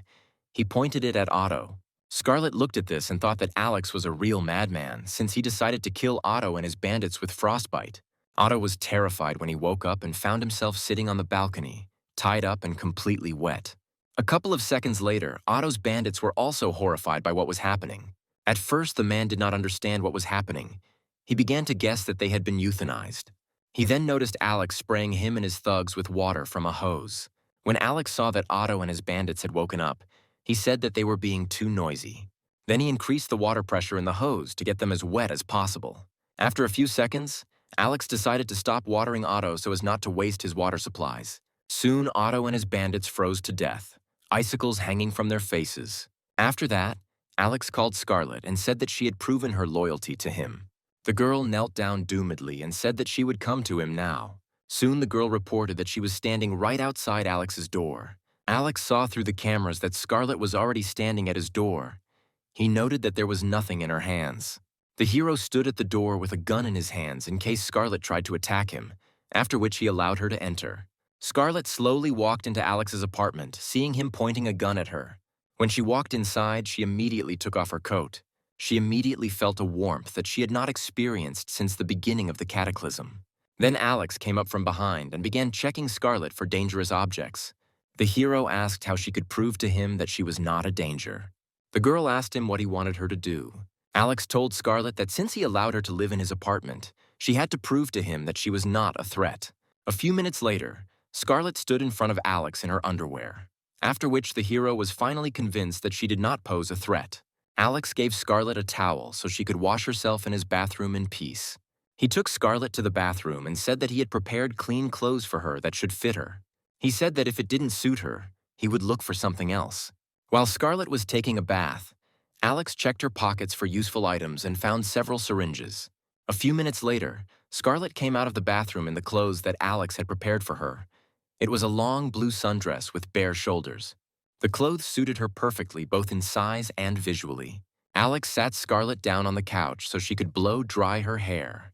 While Alex was drying her hair, he began to list the rules for her living in this house. He warned that if she broke even one rule, he would not spare her. Alex also indicated which room she would live in, and that the house was equipped with CCTV cameras. The walls and doors were made of impenetrable steel, and leaving the apartment was only possible with Alex's permission. Scarlet listened carefully to everything Alex said and replied that she was ready to follow all his instructions. The hero said that the only right choice for the girl would be to cling to him. After that, Alex was going to tell Scarlet his secret, which he had never revealed to anyone. Alex said that keeping secrets is an important step to strengthen their mutual cooperation. He told Scarlet that the first thing he wanted to do was kill those who tried to kill him. Alex explained that the disaster occurred after an unknown cosmic ejection, which caused not only climate changes, but also biological ones, changing the internal structure of some people and giving them incredible superpowers. Alex then took food out of his pocket, demonstrating to Scarlet his ability to store items in his pocket space. He handed the food to Scarlet and said that all the food in the house was only a small part of the supplies in his pocket space, which would disappear if he suddenly died. Scarlet looked at the food and realized that Alex really had superpowers. After that, Alex finally allowed her to eat the food. Scarlet, without hesitation, tore the packaging and began to eat greedily. As Scarlet washed down her meal with water, Alex said that despite such a favor as helping to kill Otto, she still had not gained his full trust. The hero also said that since the sewage system has not been working for a long time, she will now be responsible for cleaning the bathroom. Alex then asked what sacrifices Scarlet would be willing to make to continue living warm and comfortable during the disaster. Scarlet realized what Alex was getting at and began to undress, and soon she and Alex moved into the bedroom to make love. The next day, Alex woke up before Scarlet and had already prepared breakfast for both of them. When breakfast was ready, Alex woke Scarlet. The girl reluctantly got out of bed, got dressed, and went to the living room to eat. During the meal, Alex slowly ate his food while Scarlet quickly and greedily devoured the entire breakfast. After breakfast, the hero asked Scarlet if she was full, to which she replied that she was not full and could have eaten much more, but decided to stop due to the risk of causing gastroenteritis. After breakfast, Alex gave the girl her coat so she could put it on and go outside. The girl asked the hero what they were going to do. Alex then took a baseball bat, went out onto the balcony with Scarlet, and told her that they would now go get ice. Alex handed the bat to the girl and ordered her to break the frozen corpses of Otto and his bandits. Alex said that even in this state he was disgusted to look at these corpses and he wanted to get rid of them. When Scarlet went outside, Alex said that she had to show the rest of the neighbors that dealing with him was dangerous. Scarlet had no choice but to follow all of Alex's orders in order to continue living with him in warmth and comfort. The girl moved to the next balcony, where the frozen corpses of Otto and his bandits were located. She then swung the bat and started smashing them. While Scarlet broke the frozen bodies, Alex filmed what was happening on video. At first, the girl was not happy that Alex started filming her, but he said that this was necessary to show the neighbors that Otto and his bandits were dead. After that, Scarlet stopped arguing with Alex and continued breaking corpses. When she finished, the hero immediately uploaded the video to the neighbors' general chat. The neighbors watched the video and were incredibly happy that Alex had finally dealt with Otto and his bandits once and for all. After that, Alex sent a voice message to the general chat, in which he said that now, after the death of Otto and his bandits, the entire house was under his complete control. Alex read the chat messages and saw how neighbors began to praise him for freeing them from Otto's ruthless tyranny, and those who had run out of supplies kept begging Alex to share food. While the hero was reading all these messages, Evelyn called him. Alex was a little surprised that she was still alive and answered the call. Evelyn asked if she could come live with him now that he had dealt with Otto. Alex asked Evelyn how she was still alive, and Evelyn thought Alex was worried about her and stopped texting her, thinking she was already dead. Evelyn tearfully asked Alex to kick Scarlett out and let her move in with him with the pretext that they would definitely be happy together. Evelyn was so engrossed in conversation that she didn't see the furious Kylie and Laura approaching her from behind. Alex heard her neighbors attacking her, saying she deserved to die, and then the call was disconnected. Scarlett snuggled up to Alex and said that she was not as selfish as Evelyn. From such a tender scene, the hero's face turned a little red. Then Alex thought that if he sent Evelyn a photo of himself with Scarlett, Evelyn would just go crazy. While Evelyn was quarreling with her former friends, a new message from Alex arrived on her phone. Evelyn immediately ran away from the girls and grabbed the phone. However, all she saw was a message with a photo of Alex and Scarlett sitting together and hugging. Evelyn immediately became hysterical and wanted to convince Alex that he couldn't do this to her. However, Alex said that he and Scarlett were happy together and had no intention of leaving her for Evelyn, and that there was no point in him staying in touch with her. Evelyn was very upset because Alex used to chase her for 2 years, and now he lives happily with another girl. Evelyn began to blame Scarlett, and instead of words of encouragement, Kylie and Laura began to laugh at her, saying that she more than deserved this ending. After this, Alex decided that there was no point in continuing to communicate with Evelyn and blocked her. Then the hero decided to ask Scarlett if she considers him a cruel person after this act. However, Scarlett replied that she did not consider him cruel and thought that Alex probably had his own reasons for such actions. Alex was pleased that Scarlett understood his motives. After some time, Scarlett prepared dinner and invited Alex to the table. However, Alex decided to snack on an ordinary apple because he read messages in the general chat in which Aunt Abigail wrote that if the neighbors did not listen to her, she would turn her relatives to the police, and after the storm ended, the police would shoot everyone. Scarlett thought that Alex was afraid that she wanted to poison him. But at that moment, Alex was thinking about how Abigail survived Otto's attack on her and her grandson. Scarlett said that when she came to check on Abigail's grandson, she felt sorry for them both and gave them some of her supplies. At first, the hero did not understand what she meant. The girl began to make excuses, saying that then everything was just beginning, and she could not predict how the circumstances would develop. However, the hero said that this was not the problem. Alex said that most likely, Aunt Abigail and her grandson had long ago eaten all the supplies they received, and he did not understand how they were still alive.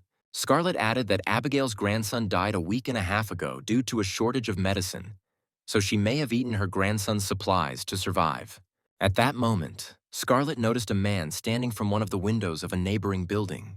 This was a man.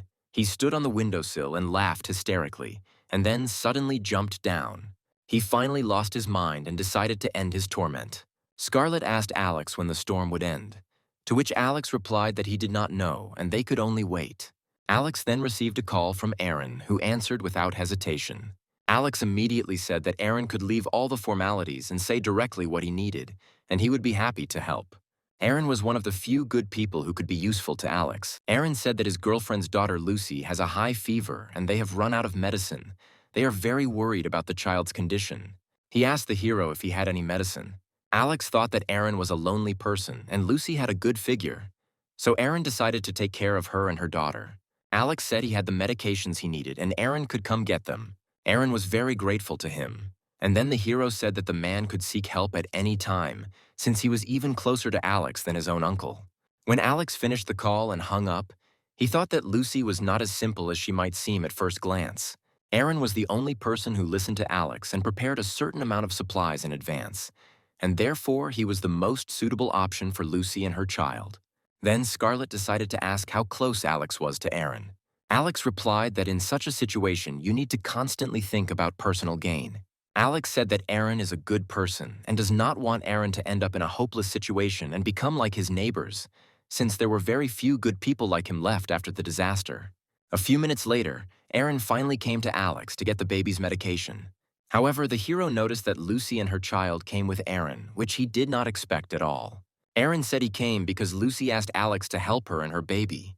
After a couple of seconds, Alex walked to the door, threw the baby's medicine into the hallway, and asked the man and Lucy to come home. Aaron thanked Alex for his help and prepared to leave. However, Lucy suddenly jumped to the door and asked Alex if she could leave the baby with him for a while, since it was too cold in their apartment. Alex thought that Lucy had gone too far, because he thought that if he took the baby, the mother would start asking him to let her in too. The hero said that he could not take the child because he had almost run out of fuel to heat the house, and the temperature in the house was the same as the temperature outside. Aaron told Lucy that Alex had already done everything he could for them and suggested they return home as soon as possible. Then Lucy began to cry and said that the man was unlikely to understand her concern for the child, and then continued to beg Alex to take the child at least for a short time. The hero asked why he should agree to this, being in conditions of the end of the world. Alex said that most people in this building would want him dead, so he couldn't risk his life like that.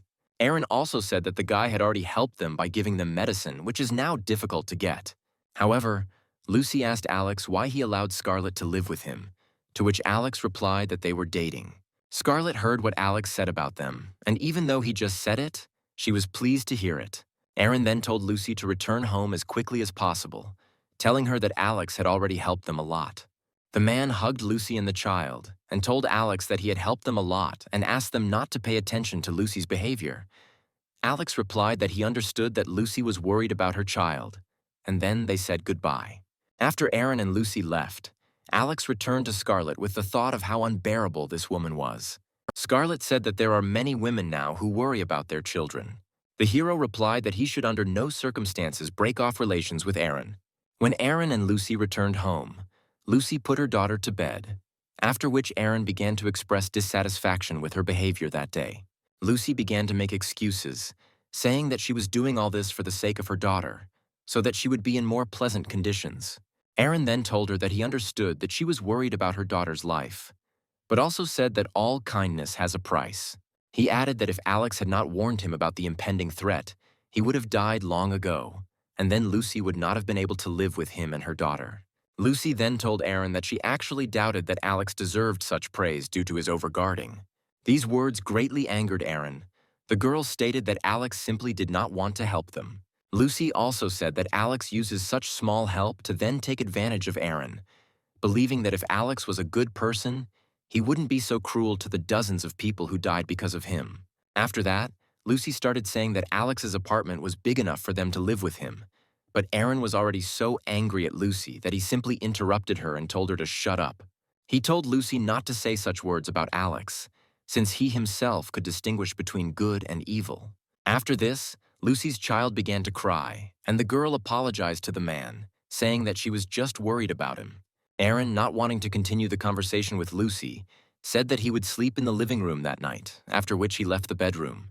Lucy thought that she could not allow herself and her daughter to continue living in such conditions. She promised her daughter that they would definitely live in Alex's apartment.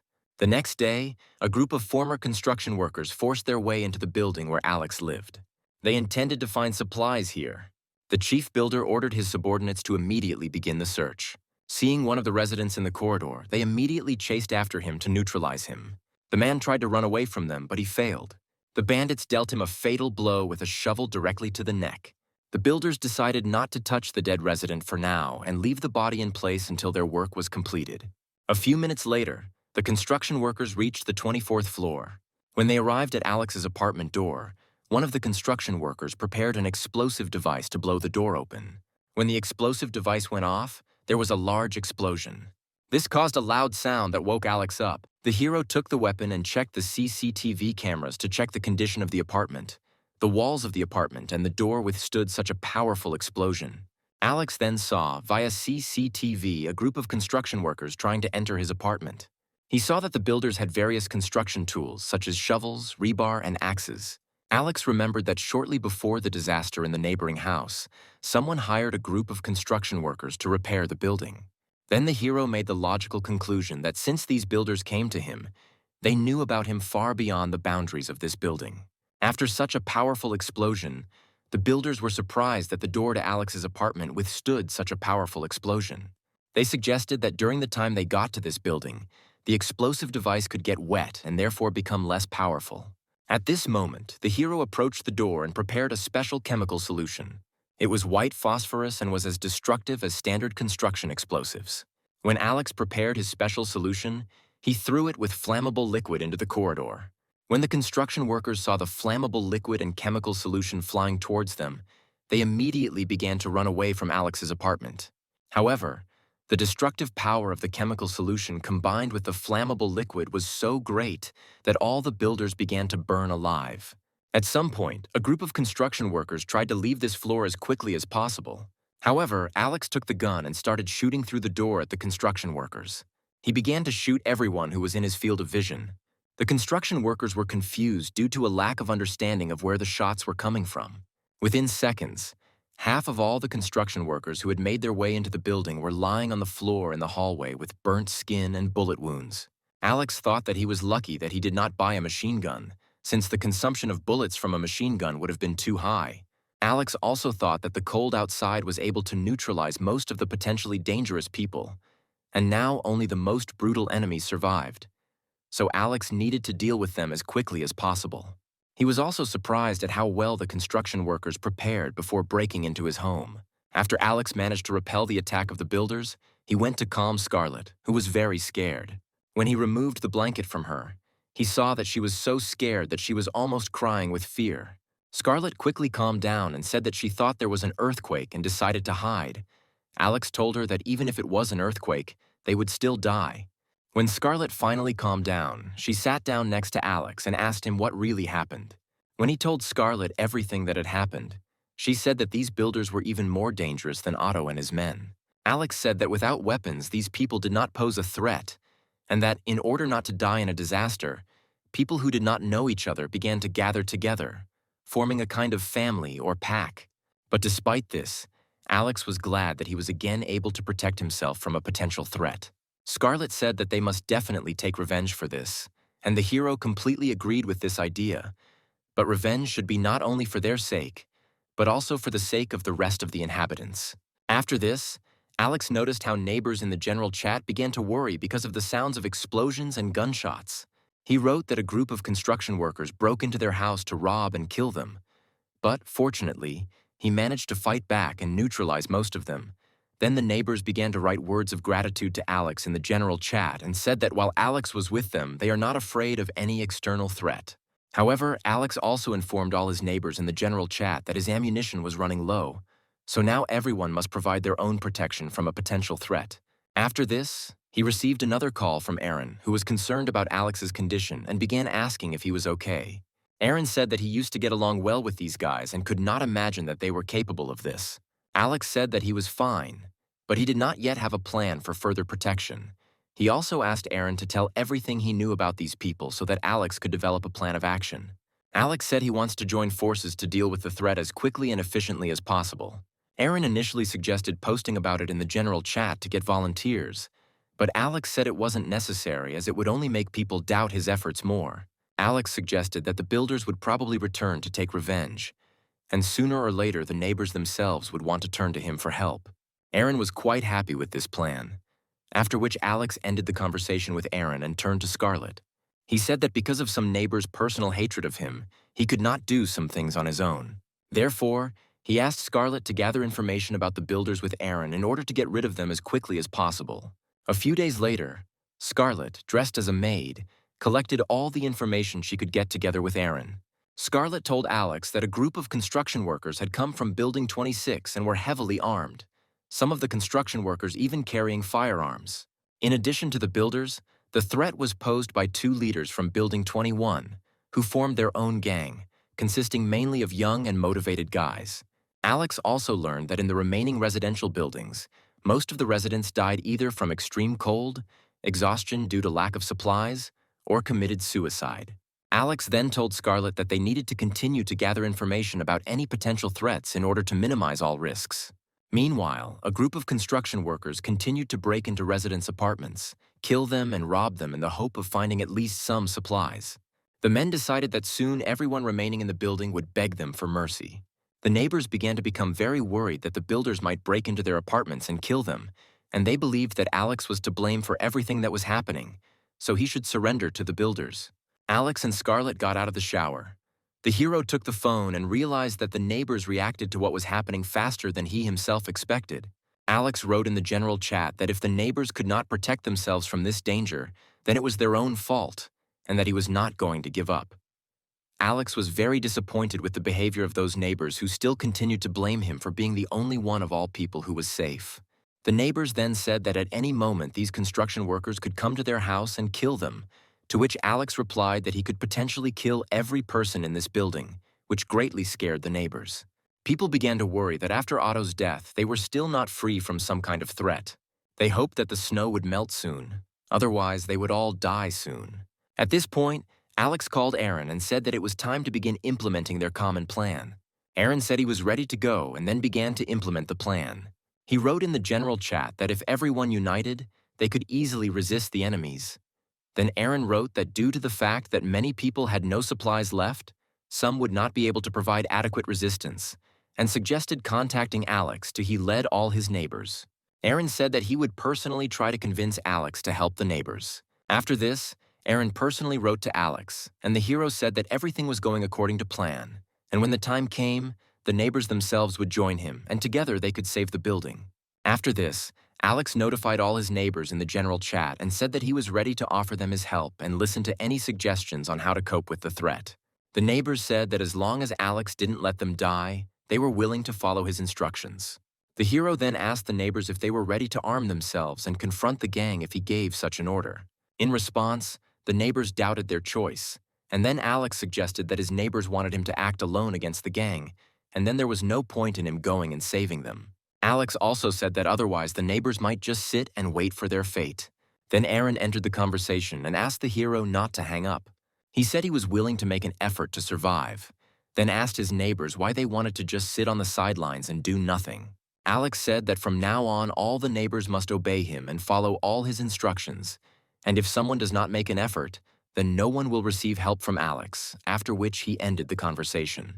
After that, in the general chat, neighbors began to write that they were ready to listen to Alex's instructions and carry them out. Alex also wrote that he would give away part of his supplies to those who would still join him and follow his instructions. In the meantime, he felt that he definitely needed to make sure who was capable of fighting, and so he needed to go out to get supplies and weapons. Alex decided that the best option for free movement on the snowy street would be to use the snowmobile that he had. The hero thought that thanks to the snowmobile, he could easily cover long distances along a snowy street in a minimum amount of time. Meanwhile, the neighbors wanted to know from Alex if he could really go out and get the necessary amount of supplies to provide for all the residents of the building. Alex wrote in the general chat that he worked in a warehouse for several years, and therefore knows several places where supplies are stored. At this time, Abigail was thinking that because of her position as a manager, she would sooner or later be forced to be responsible for every resident. After this, most of the neighbors said that they would definitely do their best to survive. Scarlett was very glad that the neighbors sided with Alex, but Alex himself said that for him, all these neighbors were just meat and cannon fodder that would sooner or later be spent.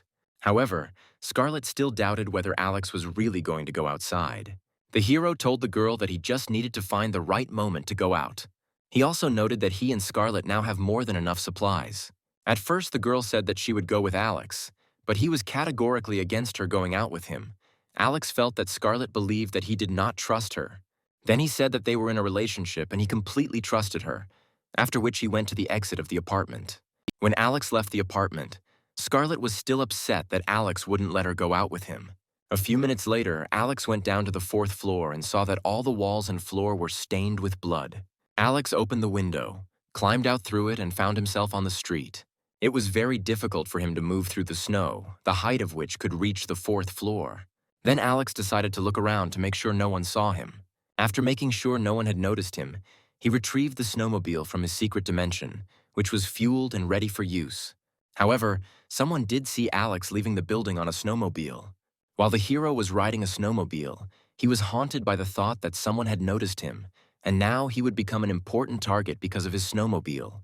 Alex thought about how long it had been since he had been outside, and how now was a great opportunity for him to ride a snowmobile. After some time, Alex was able to get to the Tianhai police station. Alex didn't hesitate to break one of the windows of the police station. After that, he went inside and found himself in an empty lobby. Inside, he saw several police officers frozen to death in one of the corners. Alex suggested that when the cataclysm began, these police officers remained on night duty and waited for their death. After that, Alex covered the bodies of the police with a towel, expressing his respect for those who defended this city before the cataclysm began. While he was covering the policemen's bodies with towels, he noticed something shiny on one of them. This shiny thing turned out to be a bunch of keys, among which were probably the keys to the armory. Alex began to look among these keys for those that should open the doors of the arsenal. After a couple of minutes, Alex was able to find the armory and open it to find as many useful weapons as possible.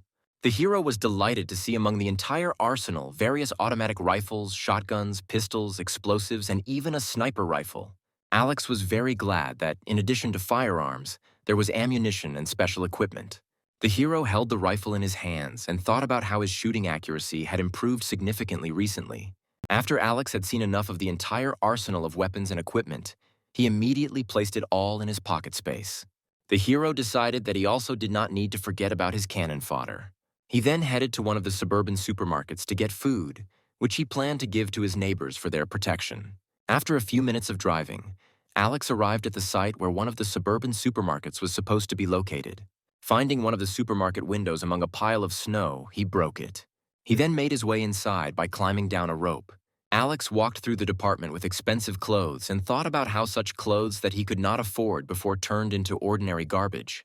However, Alex still moved all the clothes into his pocket space. He then went down to the floor below, where one of the grocery stores was located. Most of the products in the store have already become unfit for consumption. But Alex wasn't worried about how spoiled the food he was going to pass on to his neighbors was, and started collecting all the food that caught his eye. He decided that this would be quite enough for his neighbors. A couple of hours later, Alex returned to the building with supplies of weapons and food, which he planned to give to his neighbors. Several of the construction gang noticed Alex coming home on a snowmobile and thought that if they could get the snowmobile, they could easily get around town. Then several people from the gang of construction workers began to develop a plan to get rid of Alex. The hero raised his eyes to examine the building and saw that people were leaning against the windows and carefully looking at him and his snowmobile. Meanwhile, Aaron came down to meet Alex and said that he was really well prepared for this cataclysm. Alex entered the building through a window and told Aaron that it would be extremely difficult to find any supplies in these conditions, and he found nothing. He then took out several bags of supplies and told all the assembled neighbors that he had spent a lot of time and effort getting supplies for them. Scarlett then took one of the bags and emptied the contents to show the neighbors how much food Alex was able to get. People saw how much food Alex was able to get for them and began to praise him for his help. They began to praise him, saying that he had become closer to them than their siblings. Alex told his neighbors that although he got all this food for them, he clarified that he was not going to feed those who did nothing. At this time, armed construction workers began to head towards the building to take away all the food that Alex had obtained. Then the hero pointed out to his neighbors a group of builders and said that the more builders they could defeat, the more food they would get. When the residents heard this, they immediately started drooling. The neighbors immediately rushed to attack the builders, hoping to get as much food as possible. The builders were very scared by how the residents boldly attacked them. A few seconds later, a fierce battle ensued between the residents of the house and the builders. Alex and Scarlett watched as their hungry neighbors brutally killed construction workers. Meanwhile, the number of neighbors participating in the battle against the builders was increasing. The builders could not fight, since they were clearly outnumbered, despite the presence of weapons. After a couple of minutes of such a brutal and unequal battle, the gang of builders decided to retreat and escape. All the neighbors were very glad that this time they managed to repel the attack of a gang of builders on their own. Meanwhile, Scarlett looked at the bodies of her wounded neighbors and wanted to do everything she could to help them get back on their feet. However, Scarlett was confident that Alex would not allow her to waste her medical supplies on these people. A few minutes later, Alex gathered all the neighbors in the hallway on the first floor to inform them of the successful defense of the building. He told his neighbors that it was thanks to their courage and efforts that they not only survived, but were able to repel the enemy on their own.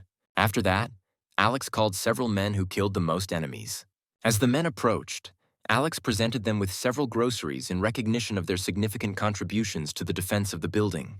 The men were incredibly happy to receive their groceries and said they would now make even more efforts to ensure the safety of the entire home. Then Alex looked at the crowd of neighbors and thought that it was the feeling of hunger that made these people stand up for protection. He realized that this was exactly what he needed. He then called the rest of his neighbors who had participated in the battle and gave them as much food as they deserved for their participation in the battle. The neighbors lined up, and Alex gave everyone as much food as they deserved for their work. Now every resident of the house received food if he worked hard, and if someone did not make an effort, he was left without food. Alex wanted to give food to another neighbor, but one of the residents started screaming, asking where his food was. Then Alex looked at this man and threw something at his feet. As it turned out, it was an ordinary candy. The man began to be indignant that Alex gave him only one pathetic candy. Then the hero said that he personally saw how this man stood and hid behind other neighbors who participated in the battle. Alex also told the man that he only gave him this candy because he was being kind today, thus shaming him in front of the rest of the neighbors. After this man began to make excuses, saying that the other neighbors dealt with the builders too quickly, and therefore he did not have time to defeat anyone. But Alex replied that the result of the battle was important to him, and not its process. Then this resident was indignant and said that Alex was too biased towards him. Alex then invited this villager to discuss how fairly he was treating him, and then called several young guys who also participated in the battle. The two young men threw the disgruntled neighbor to the floor, and Alex told him that he gives orders to everyone, and everyone must follow those orders, otherwise he will punish those who do not follow. He pointed a gun at a disgruntled resident and said that anyone who did not follow his orders would get what they deserved. Alex also pointed to the door and said that anyone who was not going to listen to him could safely leave the house. After that, he watched contentedly as his ungrateful neighbor was beaten by his subordinates. That disgruntled resident then called Alex a liar. In response to this, the hero kicked him in the palm, causing the candy to fall to the floor. Alex took the candy from the disgruntled tenant and said that he expected him to be more obedient next time. Alex then dismissed the disgruntled resident and told the rest of the neighbors that he didn't want anyone to behave that way. When the hero distributed the food among all the neighbors, he decided to put the remaining food into storage. However, women's voices were heard from the crowd shouting that they had received nothing. It was Evelyn and Kylie asking Alex to share food with them. Alex leaned over to the girls and said that he remembered them. He said he couldn't do without them. At first, the girls didn't like that Alex singled them out from everyone else. Naive Evelyn then tearfully decided to remind Alex that he used to say that he loved her more than anything in the world. Then Alex hit Evelyn in the face with a weapon and told her that he used to love her, but she never took his feelings seriously. He also said that Evelyn used him as an errand boy and added that he already had a girlfriend. Scarlett snuggled up to Alex, and he said that Scarlett was 1,000 times better, so he asked Evelyn not to disturb them anymore. Evelyn started crying and screaming even more about how Alex used to ask her to live with him, while the rest of the neighbors started calling her a shameless girl. Alex then asked the disgruntled resident from whom he had taken the candy what the neighbors called Evelyn. The man replied that all the neighbors called her words such as universal jack, bus, and Russian roulette. Then the neighbors started laughing at Evelyn, which made her cry even more. Unable to withstand the strong pressure from the neighbors, Evelyn simply ran out of the corridor. Then Alex again gave the disgruntled resident candy, and this time he thanked Alex for his kindness, saying that now he will try his best for the good of the house. Kylie also left the hallway without receiving any food. After Alex got rid of Evelyn and her friend, he began to develop a plan to strengthen the entire building. Alex counted all the neighbors and found out that among everyone, excluding children, there were 47 people left in the building. The hero suggested creating several groups of 7 people, and each group would be on duty at a specific time and place, while he, Scarlett, Aaron, and Lucy would perform other duties. Alex also ordered to knock on the staircase railings in case any group discovered enemies approaching the house. He clarified that he will now give food to those residents who can neutralize 5 or more enemies, and that during duty, each group will eat only what it has. Alex then assigned Aaron to manage each group, and Aaron said he would take on that responsibility. A couple of hours later, Alex and Scarlett were already sitting in their apartment. Scarlett asked Alex what the situation was on the street. The hero looked through his weapons and said that the cataclysm completely covered houses with a small number of floors in snow. Alex also noted that even if the snowfall stops, it will take at least 2 weeks for all the snow to melt. However, he said that large amounts of snow are not a problem for them. After that, he took out from his pocket space the entire arsenal of weapons that he had obtained from the police station. Alex told Scarlett that despite all the dangers, they were not in any real danger. He picked up a sniper rifle from the floor and noted that at the moment the biggest threat to them was the people they might encounter sooner or later. He then went out onto the balcony to check the functionality of his sniper rifle. Through the scope, he saw that someone was on the street. After waiting a little, Alex saw that the man was heading towards the garage, where his snowmobile was supposed to be located. Alex thought that his bait had worked, and when this man was inside the garage, he would be in for an unpleasant surprise. At that moment, the hero received a call from Aaron. He wanted to thank him for providing the noodles and apologize for Lucy's words, justifying it by saying that she had a boneless tongue. Then Alex decided to ask Aaron why he was ready to raise someone else's child in such conditions. Aaron replied that it didn't matter anymore and that he could find a good girl like Lucy. In response to this, Alex said that he had completely underestimated himself and his capabilities, calling him a real treasure. Alex also noted that it was good that his fate was such that he would not have to worry about wedding expenses and other problems that young couples face. Aaron said that they had enough to worry about with Lucy's child, after which he again thanked Alex for his help. In conclusion, Alex said that he respected both him and Lucy and hoped that they would be happy together. On this pleasant note, the conversation between Alex and Aaron ended. After the call, the hero told Scarlett that such matters should never be rushed, with which she completely agreed. After this, the couple kissed. A few hours later, a group of construction workers broke into the building again, trying to rob residents. They went straight to the stairs. While a group of construction workers was walking along the stairwell, a brick fell on one of the construction workers, but the construction worker managed to avoid the brick and survive. One of the residents continued to throw bricks at the uninvited guests and call on other neighbors for help. A group of builders were surprised by how thoroughly the inhabitants had prepared for their arrival and decided to kill everyone who caught their eye. Less than a minute later, a fierce battle began between the residents and the construction workers in the stairwell. But this time, the group of construction workers suffered serious losses, unable to withstand the full defensive power of the residents of this building. The construction team commander ordered everyone to leave the building as quickly as possible to avoid further casualties. When a group of construction workers left the building, one of the residents offered to catch up with them, but everyone decided that it was better to stay in the building since it was too dangerous outside. Meanwhile, Alex looked from the balcony at the group of retreating construction workers and thought about how a group of hungry grown men attacked them again and were defeated again. At one point, he wondered if he could hit at least one of them with a sniper rifle. Alex then pulled out a sniper rifle from his space. He loaded it with cartridges and prepared to fire several accurate shots. Meanwhile, a group of construction workers managed to run away from the building at a fairly large distance. But despite this, Alex, using a very powerful sight, noticed them and aimed as accurately as possible.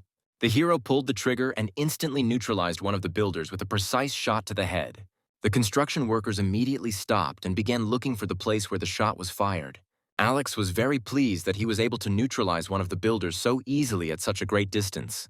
He then decided to fire a few more shots and kill a few more construction workers. This time, he again managed to kill one builder with a precise shot to the head. With each shot, the number of corpses of construction workers from Alex's shots became more and more. He soon decided to stop shooting, since he had already neutralized a significant number of enemies, at which point Alex thought that now he would not even have to go outside to get rid of the invaders and keep the building safe. Some neighbors were frightened by the sound of gunfire and immediately realized that it was Alex, and were very surprised at how he was able to get rid of several construction workers at once with such ease. Alex wondered how much the sounds of his shooting had frightened the neighbors, and he believed that now many of them would not be able to sleep peacefully that night. The next morning, Scarlett prepared breakfast and asked Alex not to criticize her cooking skills too harshly, since she's not a very good cook. The hero told Scarlett that she had enough time to practice cooking a little, because if they eat the same thing, they might get tired of it sooner or later. During breakfast, Scarlett asked the hero about the shot she heard at night, and Alex frankly answered that he killed 7 construction workers with a sniper rifle who tried to attack and rob the residents the day before. In response, the girl said that Alex was amazing, and the hero asked her if she was interested in learning more. Scarlett replied that it didn't matter as she had full confidence that Alex was doing the right thing. The guy was very pleased that Scarlett never showed too much curiosity. Meanwhile, one of the leaders of the 26th building looked at the corpses of those builders whom Alex was able to kill at night. At this point, One of the residents informed him that most of the people were either dead or missing. The man began to think about how they could take over Alex's snowmobile, since that would be the only way to replenish their supplies. He asked to bring the corpse of one of the men to their house this evening. Meanwhile, Alex was planning to go outside again to look for warehouses or stores that might have some leftover supplies. Now all the residents of this building clearly understood that if they wanted to stay alive, they needed to not only obey Alex's instructions, but also not provoke him. While Alex was riding his snowmobile, he called Aaron and asked him to keep an eye on the entire building while he was away. Meanwhile, a group of bandits from Building 21 noticed Alex leaving the building on a snowmobile. They couldn't help but wonder where he might be hiding his snowmobile.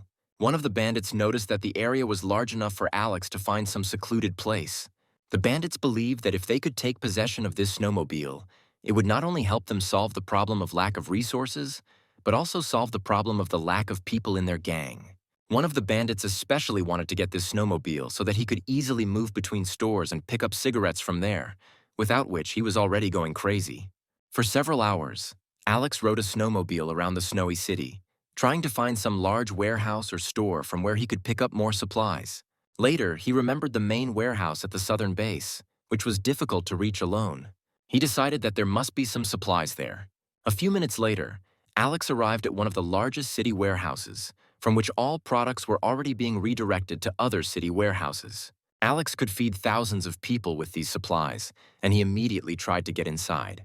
However, he noticed that all the easily accessible goods had already been taken, but still decided to go down to see what was left. Going down, Alex saw in front of him a bunch of expensive business class cars and various sports cars. The hero decided to take all these cars into his pocket space just in case. A few minutes later, Alex took everything that was left in the warehouse and decided to return upstairs, climbing out through the roof of the warehouse onto the street. He assumed that his fuel reserves were already running low, so he started looking around the city for gas stations that might have some fuel left.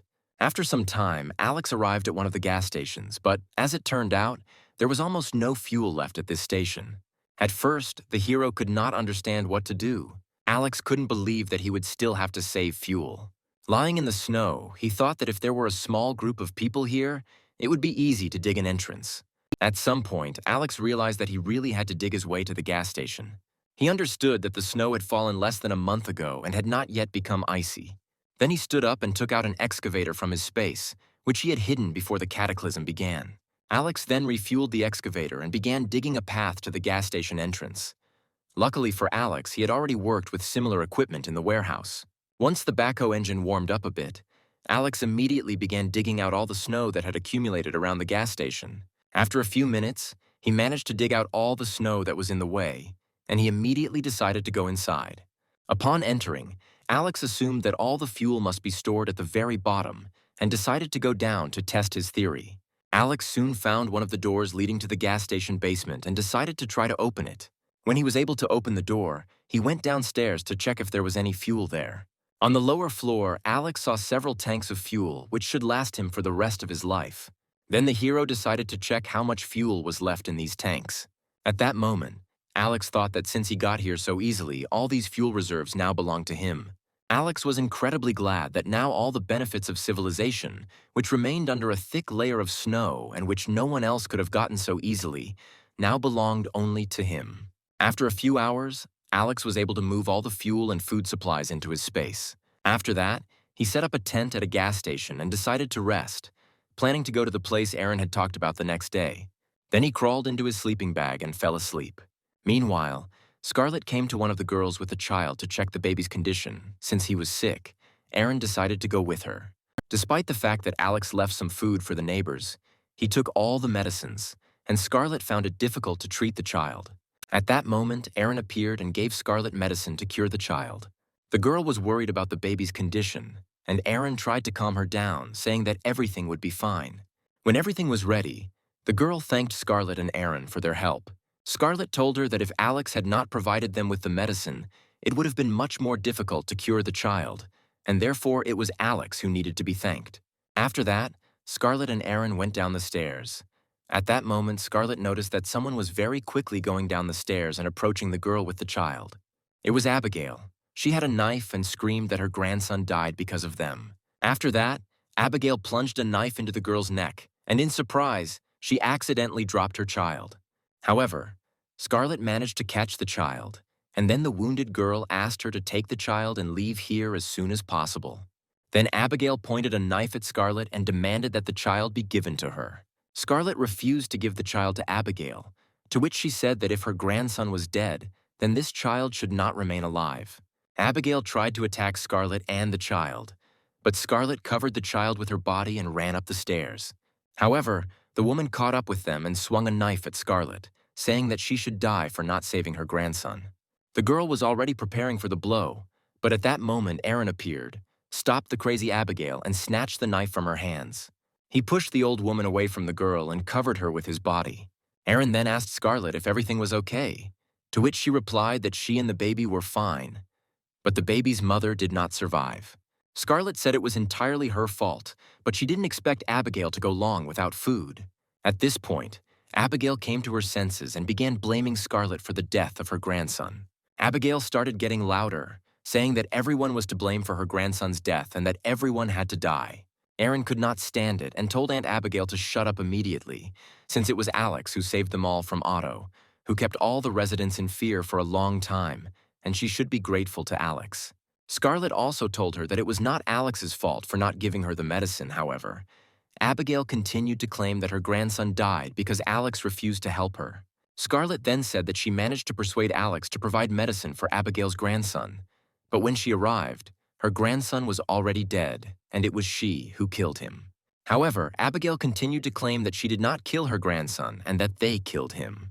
The neighbors, looking at Aunt Abigail, began to loudly condemn her for daring to torture her grandson and eventually killing him. One of the guys added that he was surprised how this old woman remained alive after everything she did during the cataclysm. At that moment, the other guy took a lighter out of his pocket and said that he had not eaten for several days, and Abigail looked quite well fed. The next morning, Alex woke up, climbed out of the tent, and was ready to go to the place Aaron had talked about. The hero left the gas station and headed to the place indicated by Aaron, where there should have been various ammunition. Arriving at this place, Alex noticed that there was also a lot of snow here and decided to use the excavator again. A few minutes later, he was able to break through the entrance, after which he entered the building. When Alex entered the building, he noticed that the place looked very secure and did not understand why no one was here. Having examined all the rooms, Alex did not find a single person, which scared him a little. He suggested that the people who were here might have left earlier. Perhaps they knew about the beginning of the cataclysm in advance. They took all the ammunition and hid somewhere to wait out the storm and then restore the previous order in the new world. After inspecting the building from the inside, Alex returned outside and thought that armed people could be the most serious problem that he would have difficulty dealing with. Then the hero got into the excavator and after a few minutes began to break down one of the walls on the other side of the building. After some time, Alex was able to break through the wall of the building and found himself in one of the rooms that he could not get into from the inside. Having passed through the wall, Alex saw in front of him a room completely filled with various ammunition. The man was very happy about such a big find, because among various pistols, machine guns, shotguns, and cartridges, he found many sniper rifles and even grenades. A couple of minutes later, Alex took all the weapons and ammunition along with explosive devices. After that, he got on his snowmobile and drove home, thinking that if he ran out of ammunition again, he would definitely need places like this. After some time, Alex returned home and told his neighbors that he had carefully examined many places, but could not find anything useful, and next time he would try to look in other places. The neighbors were extremely unhappy that they would have to go hungry again until Alex went outside again. Alex couldn't help but notice the obvious dissatisfaction on the part of the neighbors. He decided to remind them who saved them from certain death. Alex said that so little time has passed, and his neighbors have already become so angry, and when the situation improves, he will stop helping them, and everyone will look for their own food.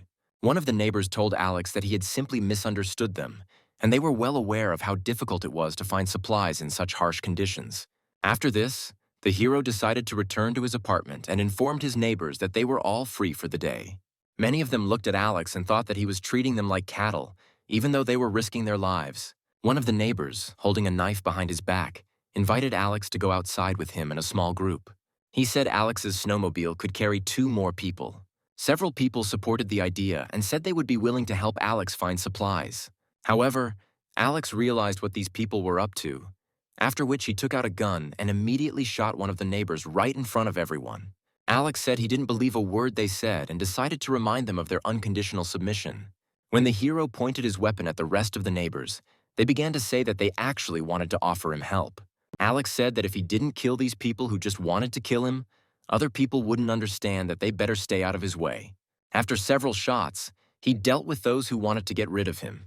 After the shooting, Scarlett and Aaron came to see Alex to see if he was okay. The man said everything was fine and he only got away with a couple of scratches. Alex also said that he has always been a good person and therefore he will simply forgive the other neighbors for their failed attempt at rebellion. Lucy, who passed by him, silently thought that he was not quite as kind as he said. On the way to his apartment, Alex thought he needed to clean up the cannon fodder a bit. When they arrived home, the hero decided to first ask Scarlett what happened in the house during his absence. Scarlett told him about a recent incident where Abigail killed a girl and was killed the next day. Alex said that of all the neighbors, Abigail was the one who deserved to die the most. Scarlett also told Alex about a man from Building 9 who wanted to hold peace talks with him. However, Alex did not quite understand what this man wanted to talk to him about. Then Scarlett said that she did not know all the details and that the man wanted to personally discuss future cooperation with Alex. The hero replied that he did not need anything from this person and that in any case, these people can only wait for their death.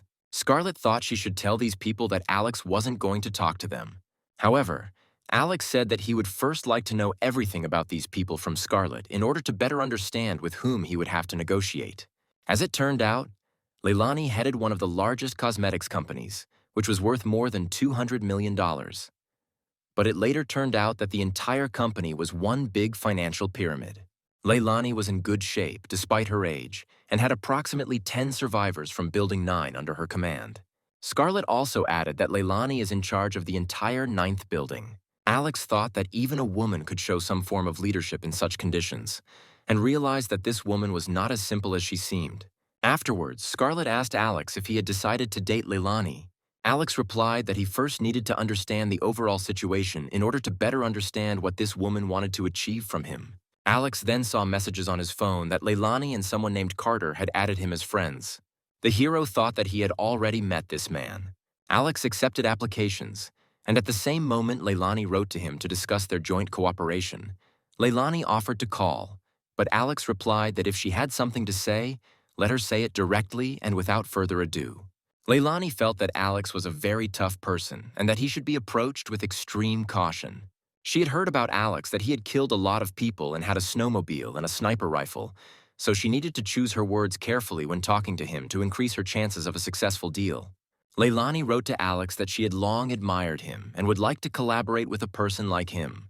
Alex thought Leilani was being very persistent when she wrote that if he and his snowmobile would help her and her people on forays, she would provide him with the manpower later. Leilani reminded Alex that his people were extremely negative against him, and as long as he helped her and her people get supplies, they would remain neutral. Then Alex assumed that Leilani was trying to intimidate him and decided to ask her about it directly. The girl answered him that in this situation, the best solution for both parties is cooperation.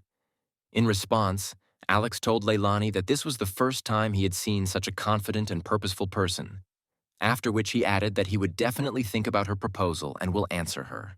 After that, Alex looked out the window at the 9th building and sarcastically thought that if these people and his neighbors really turned on him, he wouldn't be able to do anything about it. He then thought about his chances against these people if they all attacked him. He believed that these people would not be able to destroy the building with their bare hands and due to the lack of fuel and electricity, would not be able to use heavy equipment. Alex tried to understand what consequences could await him if he continued to persist in his opinion. He didn't want to risk killing thousands of innocent people. While Alex was thinking about his next steps, he received a new message from Carter on his phone. The man immediately wrote to Alex that he would like to cooperate with him on mutually beneficial terms. Carter wrote that in the 18th building where he is responsible, there is a well-coordinated team, and he is willing to provide Alex with labor and other resources in exchange for food.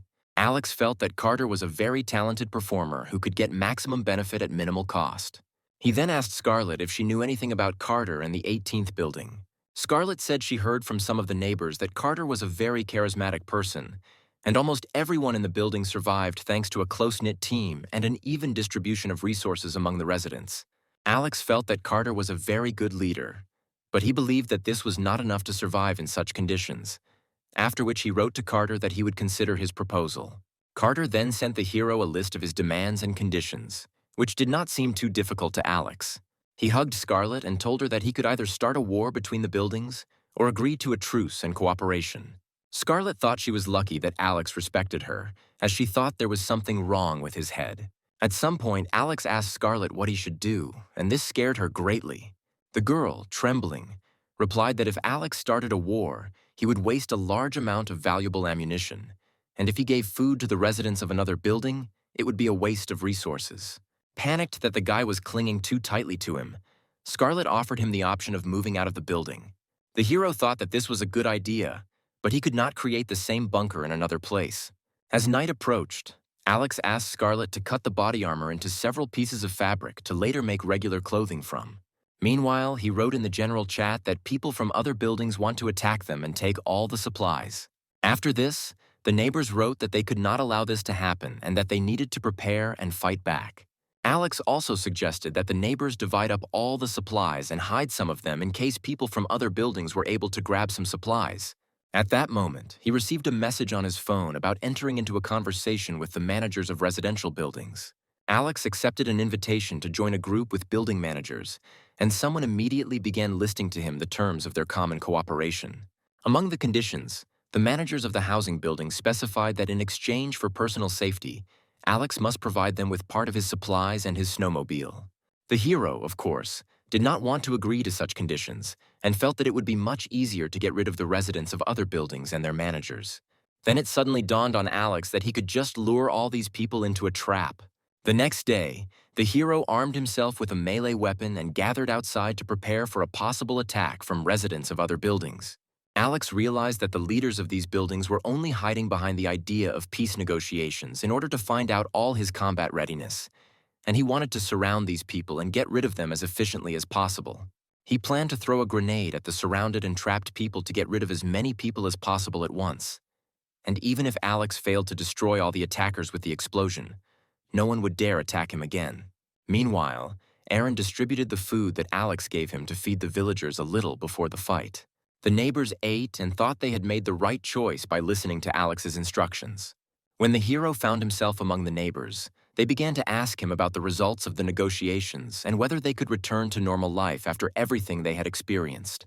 Alex told his neighbors that if the negotiations were successful, the residents would no longer worry about food shortages or constant attacks from residents of other houses. Alex hoped for a bright future and thought that this nightmare would soon end.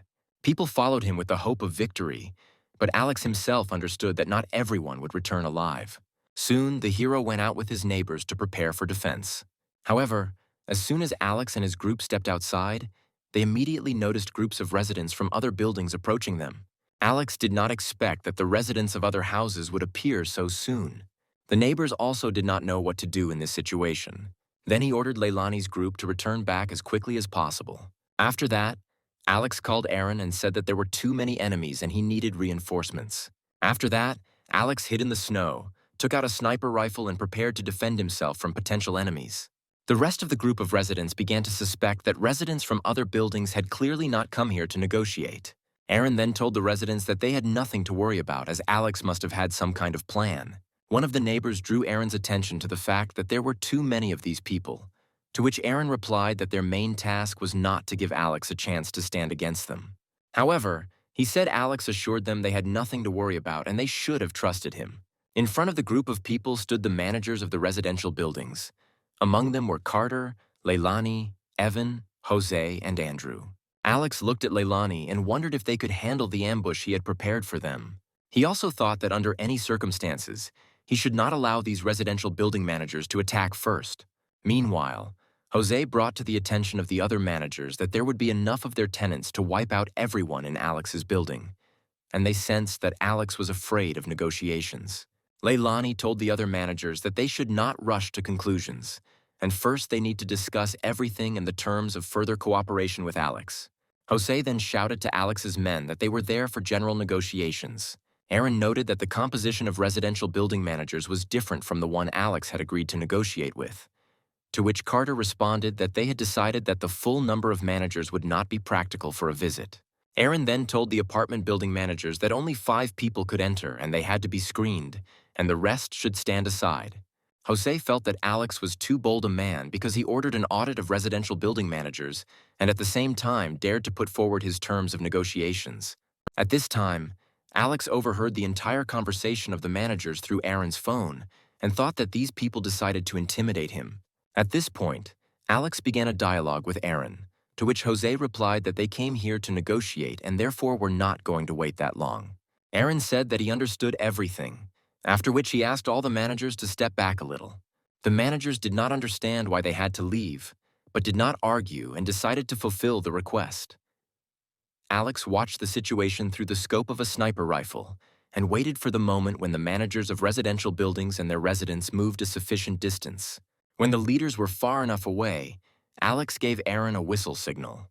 The leaders did not understand what was happening and began to look around. Then the hero said that a little surprise awaited them all. After that, Alex took out a grenade, pulled out the pin and threw it towards the residents of other buildings. After a few seconds, the grenade reached the residents of other buildings and people began to panic. However, despite attempts to escape, no one was able to avoid the explosion, and a second later an explosion occurred. A crater formed at the site of the explosion, next to which lay the bodies of several dozen wounded or dead people. After the explosion, Aaron took out his phone and called Alex. He asked the managers how many people were left. Jose told Alex that they came here solely for mutually beneficial negotiations. Alex then asked the managers of the residential buildings for what purpose they brought their people here. Alex also added that these people would interfere with the negotiations, and therefore he got rid of some of them. At this point, Leilani interrupted him and said that they came here to improve relations between the managers of residential buildings. After this, Alex told the managers that he was expecting them in 5 minutes on the 30th floor in one of the apartments for negotiations. He looked at the remaining people below and thought that he would still have to get rid of them. But it would not be easy to get rid of all of them at once. Alex then prepared the meeting space by placing a table and some chairs in the center of one of the apartments. After 5 minutes, the managers, tired from climbing the stairs, entered the apartment. One of the managers, Carter, introduced himself to Alex and asked him to begin negotiations as soon as possible. Then the hero thought that he would still have to come up with another solution. Having sat down at the negotiating table, the managers of the residential buildings informed Alex that a critical situation had arisen in which there were no longer enough resources and supplies for normal life.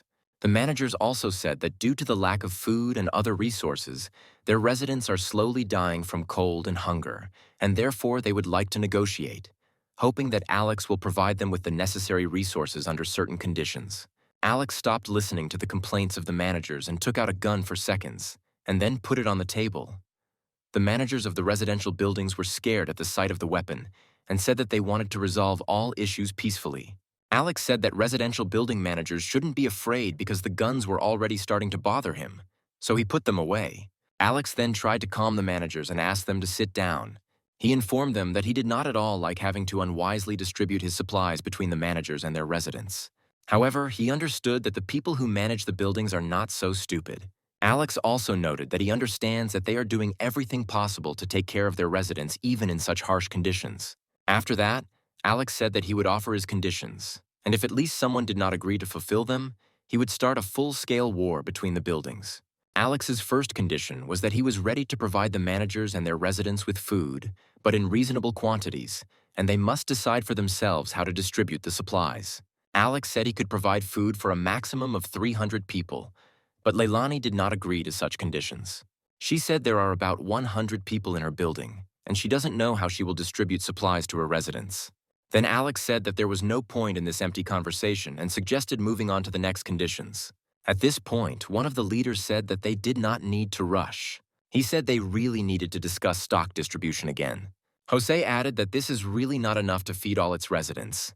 Alex then began loading his gun and asked the managers if it would be easy to provide food for 300 people every day.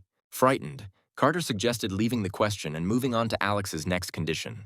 The hero wanted to clarify with the managers what they were willing to do in return for providing supplies. He took a handful of seeds from his pocket and said that if they wanted to survive and provide food for themselves, they would have to grow plant food. However, the managers looked at this handful of seeds and did not understand how they could grow food in such conditions. One of the managers began to complain about the conditions for growing food. Then Alex said that sooner or later, food and fuel supplies could run out, and if they want to survive, they will have to look for alternative solutions to the problem. He also told the managers that if they sent workers every day and it brought results, he would provide them with all the necessary resources.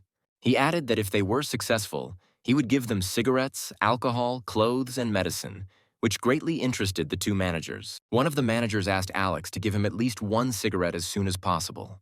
Then Alex took out a pack of cigarettes from his pocket and gave one cigarette each to the two managers. While the managers were slowly and happily finishing their cigarettes, Alex decided to ask them if they agreed to follow all his instructions. Carter wanted to comment on the conditions, but the smoking managers interrupted him and said that they were ready to do anything if they were given cigarettes. The managers then said that they would comply with all the instructions if each of them received 2 packs of cigarettes every day. However, Alex replied that he was willing to give no more than 1 pack a day, and they both agreed. Alex told the other managers that he was glad they were able to reach a compromise, but the managers realized that they could not get the terms they had originally offered from Alex. At this point, Jose shouted at the others, saying they had no time to waste and needed to act. Carter said the conditions were too harsh and unfair for anyone to cooperate. Carter was very annoyed at how quickly the other 2 managers changed their minds, naively believing that this would somehow save them. Evans said that they should not try to solve the current problem so lightly, but Jose reminded that they had agreed in advance to make such decisions together. Meanwhile, Alex went out onto the balcony and noticed that many people were moving towards the building. In a fit of rage, Alex pointed a gun at one of the managers and demanded an explanation as to how they dared to send more people here. Jose told Alex that if they did this, they would be at great risk. Then Alex replied that he wanted to check something before they left the building. At this point, Carter proposed to stop everything, since the risk among ordinary residents was too great. However, Alex became even more angry and ordered everyone to sit down. At that moment, residents of the building burst into the apartment and tied the managers to chairs. When the neighbors brought in and neutralized the leaders, they immediately began to search them. Meanwhile, Alex pulled out a sniper rifle and prepared to shoot at the advancing crowd. Alex took aim at one of the people and fired. The bullet hit the man who was standing in front of everyone right in the head. A second later, Alex shot at one of the people standing next to the leader. People in the crowd panicked, and many of them ran away in hopes of being rescued. But Alex didn't care too much about who was running away and continued to shoot at people with maximum accuracy. With each passing second, the number of lifeless bodies lying in the snow with no signs of life became more and more. The managers could not do anything but sit still and listen to the shots from Alex's sniper rifle and the louder screams of their inhabitants with each shot. After a few minutes, Alex stopped shooting and again asked the managers if they were ready to accept his terms. Jose and Andrew said they fully agreed to Alex's terms. Without further conversation, Leilani and Evan raised their hands to show their agreement to Alex's terms. Carter also raised his hand and said that he too was ready to follow all of Alex's instructions. Alex then informed the managers that they would start working from today, and tomorrow he would tell them when and where they could pick up their supplies. The hero walked past Carter and told him that he would keep an eye on him, hoping that he would not make such mistakes again. The managers went outside, where residents of other buildings were already waiting for them, eager to find out how the negotiations went. Alex surprised his neighbors by revealing that he had reached a compromise with other building managers. The neighbors asked how he managed to convince the managers to agree to his terms, to which Alex replied that he simply intimidated them a little. He said that from that day on, he would provide 300 additional people from other residential buildings, and in return, they would grow plant-based food. Some residents were a little afraid that if Alex started providing supplies to more people, his neighbors would receive less. Then Alex said that if he did not agree to provide supplies to the residents of other buildings, then sooner or later his residents would fight to the death with the rest of the residents. Alex also noted that although he would survive in any case, he was still not sure that his neighbors would cope on their own. Alex then reassured the neighbors by telling them not to worry, as he would do everything he could to find food for his neighbors and prevent them from starving. The neighbors were very touched that Alex was willing to help them and continued to receive food from him. Many people shouted that Alex's desire to help his neighbors deserved respect. And in this way, Alex once again strengthened the trust and loyalty of his neighbors. As the neighbors went about their business, Alex noticed a strange expression on Aaron's face, which made him think that Aaron was unhappy about something. However, Aaron said that today was just an unusual day that somehow didn't fit Alex's style. He said that he made the right decision to cooperate with other managers of residential buildings. Alex also told Aaron that he initially planned to get rid of all managers at once in order to create chaos among their residents, and then easily deal with everyone. However, contrary to Alex's expectations, only 5 managers showed up, so he decided to find a compromise and wait until he could get rid of all the managers at once. Aaron said that he didn't fully understand Alex's entire plan, but he had full confidence that Alex was doing the right thing. The hero explained to Aaron that since food supplies were very limited, it would be difficult to distribute food to the residents of other residential buildings. Aaron realized that the inhabitants themselves would destroy each other if there was not enough food for everyone, and said that this was just a great plan. Alex went out onto the balcony and told Aaron that he was absolutely confident of his victory, since he had enough ammunition to face the managers and their residents. Looking at the corpses of the murdered residents of other buildings, Alex thought that he was vastly superior to them in firepower, and they would not be able to resist him while they were experiencing a lack of food. Alex also noted that he could even beat a world champion if he didn't eat for 30 days. He said that he could not be defeated by an army of people who had not received nutrients for a long time. Alex believed that these people were not as stupid as they might seem. They probably understand his plan, but they weren't the only ones interested in such payment. The hero also thought that if these people really wanted to survive under such conditions, they would definitely not do anything provocative or radical. However, Aaron did not fully understand how one could farm in such conditions, to which Alex replied that he was only doing it in order to wear them down as much as possible. Aaron said he now fully understood Alex's plan and would do his best. Then Alex only asked him to keep the plan a secret and just follow it. Returning home, the hero thought that there might be enemies not only outside, but also among his neighbors, who still want him dead. When Alex returned home, he saw Scarlett doing yoga. Scarlett, doing the splits, saw Alex and said that she was glad that she had finally come home. She hugged Alex and asked how his negotiations with the managers went. The hero, seeing Scarlett, picked her up and pulled her towards the bed. He laid Scarlett on the bed and told her that she should not leave the apartment for several days. Alex told her that if everything went according to his plan, then soon all their problems would be solved. The next day, residents from other residential buildings came out to begin work. A huge crowd had gathered in the street, and every person in the crowd was armed with shovels and other farming tools. Many were glad to have gathered in such a large group to work for the common good. While other residents worked, Jose and Andrew smoked cigarettes and watched their neighbors work hard. Alex soon left the building to check on the work of residents from other buildings and conduct reconnaissance for supplies. Jose and Andrew saw Alex and began to offer help in searching for supplies, hoping to find out where Alex was hiding his snowmobile. However, the hero reminded them that he had a snowmobile and would be able to bring the supplies he found himself. Alex then shouted to the residents of the other buildings, saying that when he returned, he would be sure to check their work according to his instructions. They began to work even harder, hoping that Alex would give them many different supplies for their work. Jose then told Andrew that he had searched every possible place where Alex could have hidden the snowmobile. But Andrew still thought that they were not looking for a snowmobile, but a sled. After some time, Alex arrived at one of the local stores. He broke into it to find various supplies. Once inside, Alex found an abandoned pharmacy.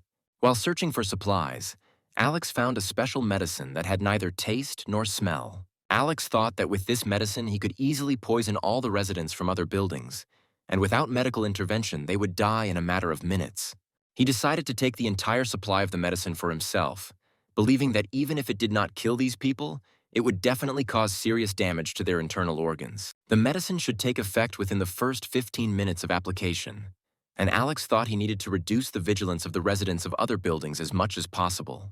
He decided that it would be better to soak all the food for the residents of the other buildings with this medicine, so that they would all be poisoned as quickly as possible. The hero assumed that right now people were probably gripped by despair, since after such a difficult day the food still had not arrived. After some time, residents of other buildings saw Alex approaching them with several large bags of food. The residents were very surprised that Alex was able to get so much food, to which he himself replied that this time he had to go a little further than usual. Residents noted that such outings are more risky, but thanks to Alex and his snowmobile, they will all remain well fed. Alex thought that he did everything secretly enough so that no one would suspect him of anything wrong. He pulled some food out of the bag and told the villagers to line up for food. Alex then threw a bag of food into the crowd, and many people began to form a huge line in front of Alex. As the villagers continued to crowd, Alex pulled out a gun and said that soon the relationship between everyone would be so strong that guns would no longer be needed.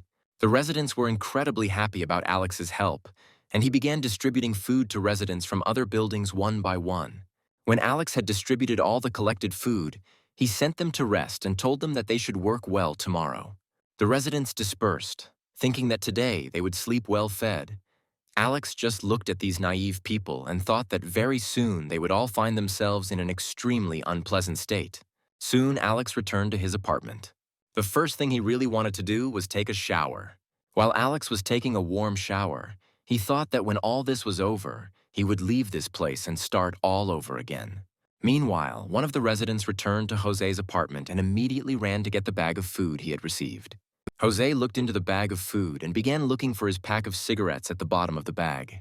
Soon, Jose found a pack of cigarettes and thought that Alex had kept his promise after all. However, at that moment, several other people were smoking in the apartment, and they also wanted to smoke.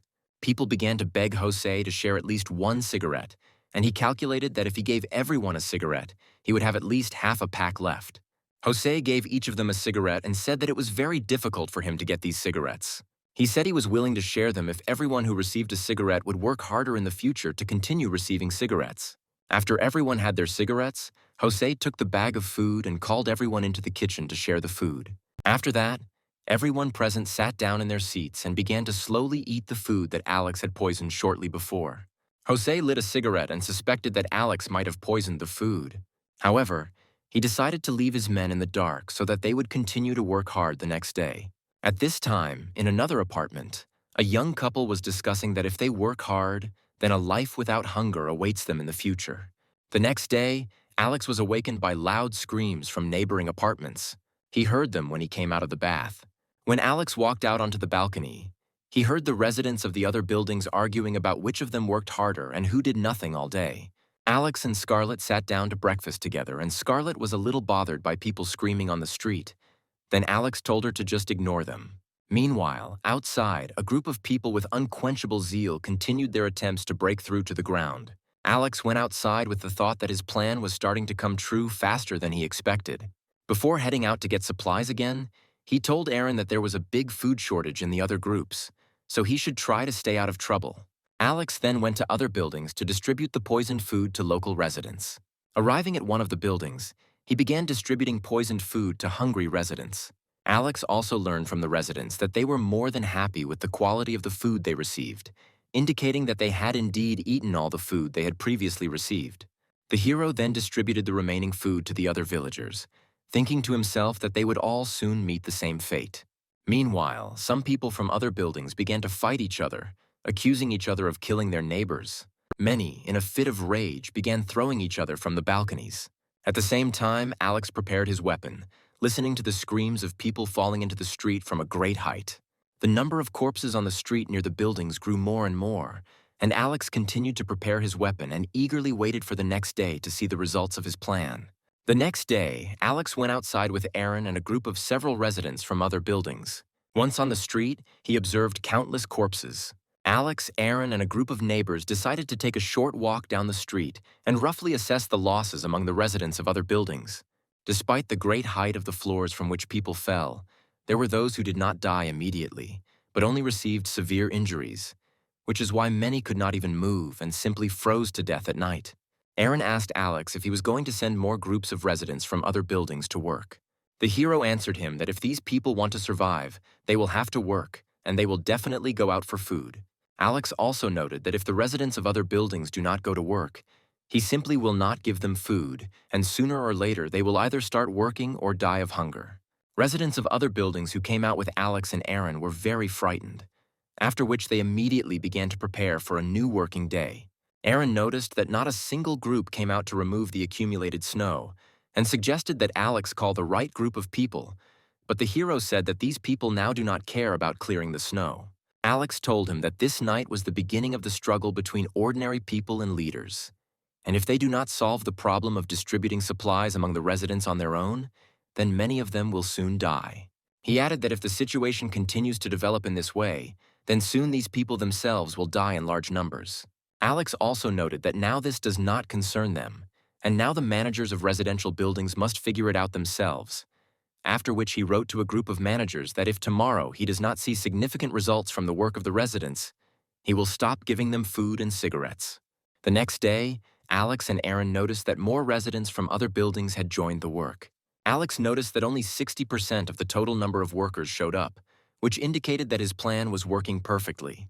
At some point, Aaron wondered why many people, not knowing about the opportunity to get food, do not begin to show proper resistance and fight for their lives. Alex replied that it was not a matter of distributing supplies.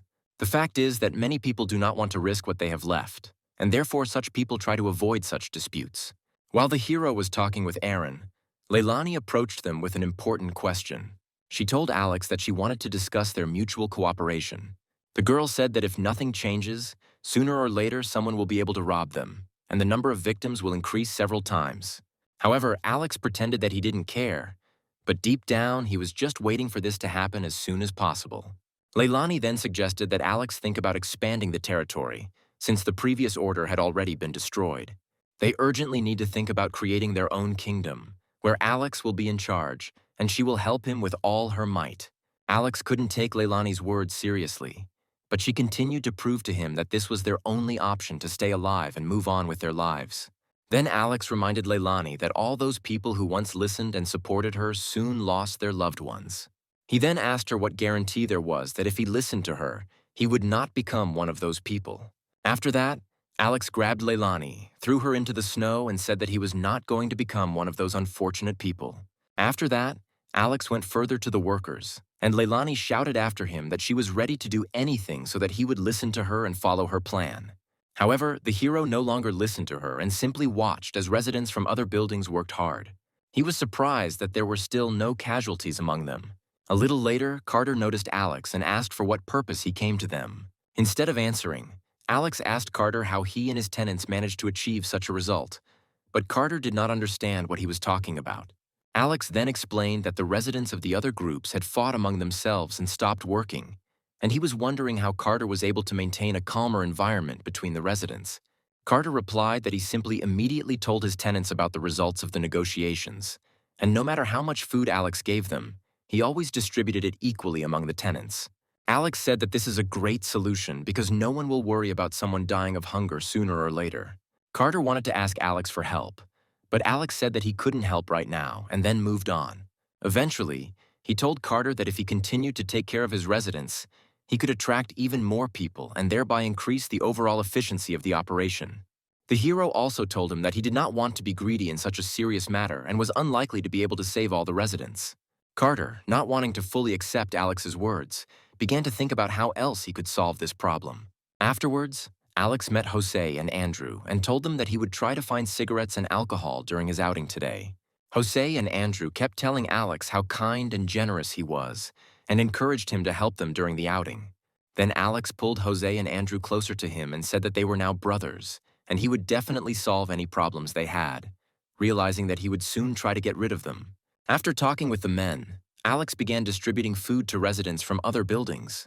While he was distributing food, one of the residents approached him and quietly asked if he could have cigarettes. At this point, other people in the crowd told Alex that they too would like to have cigarettes. Then Alex calmed the people in the crowd and said that he would try to provide cigarettes for everyone starting tomorrow. Hearing this, the people stopped screaming, calmed down, and returned to their buildings. After which, two of Alex's neighbors asked him why he was so kind to these strangers, since providing food to these people was already a significant help. Alex replied that such demands were not that difficult to satisfy. After which Alex returned home, told everyone that work was finished for the day and everyone could go home. However, Alex's neighbors did not understand how he could fulfill all the privileges for strangers, while his neighbors worked day and night so as not to die of hunger. Soon Alex returned home, lay down on the sofa, and thought that he had little time left to implement his plan. The total number of victims of internal conflict in other buildings exceeded 400 people, and Alex could not afford to wait until these people's guard was relaxed enough for his plan to be carried out. Alex decided that there was no point in waiting any longer and was going to take action the very next day. That same night, he went to one of the stores to pick up as many different delicious products as possible. Alex was sure that nothing would lower the vigilance of these people more than a variety of delicious food.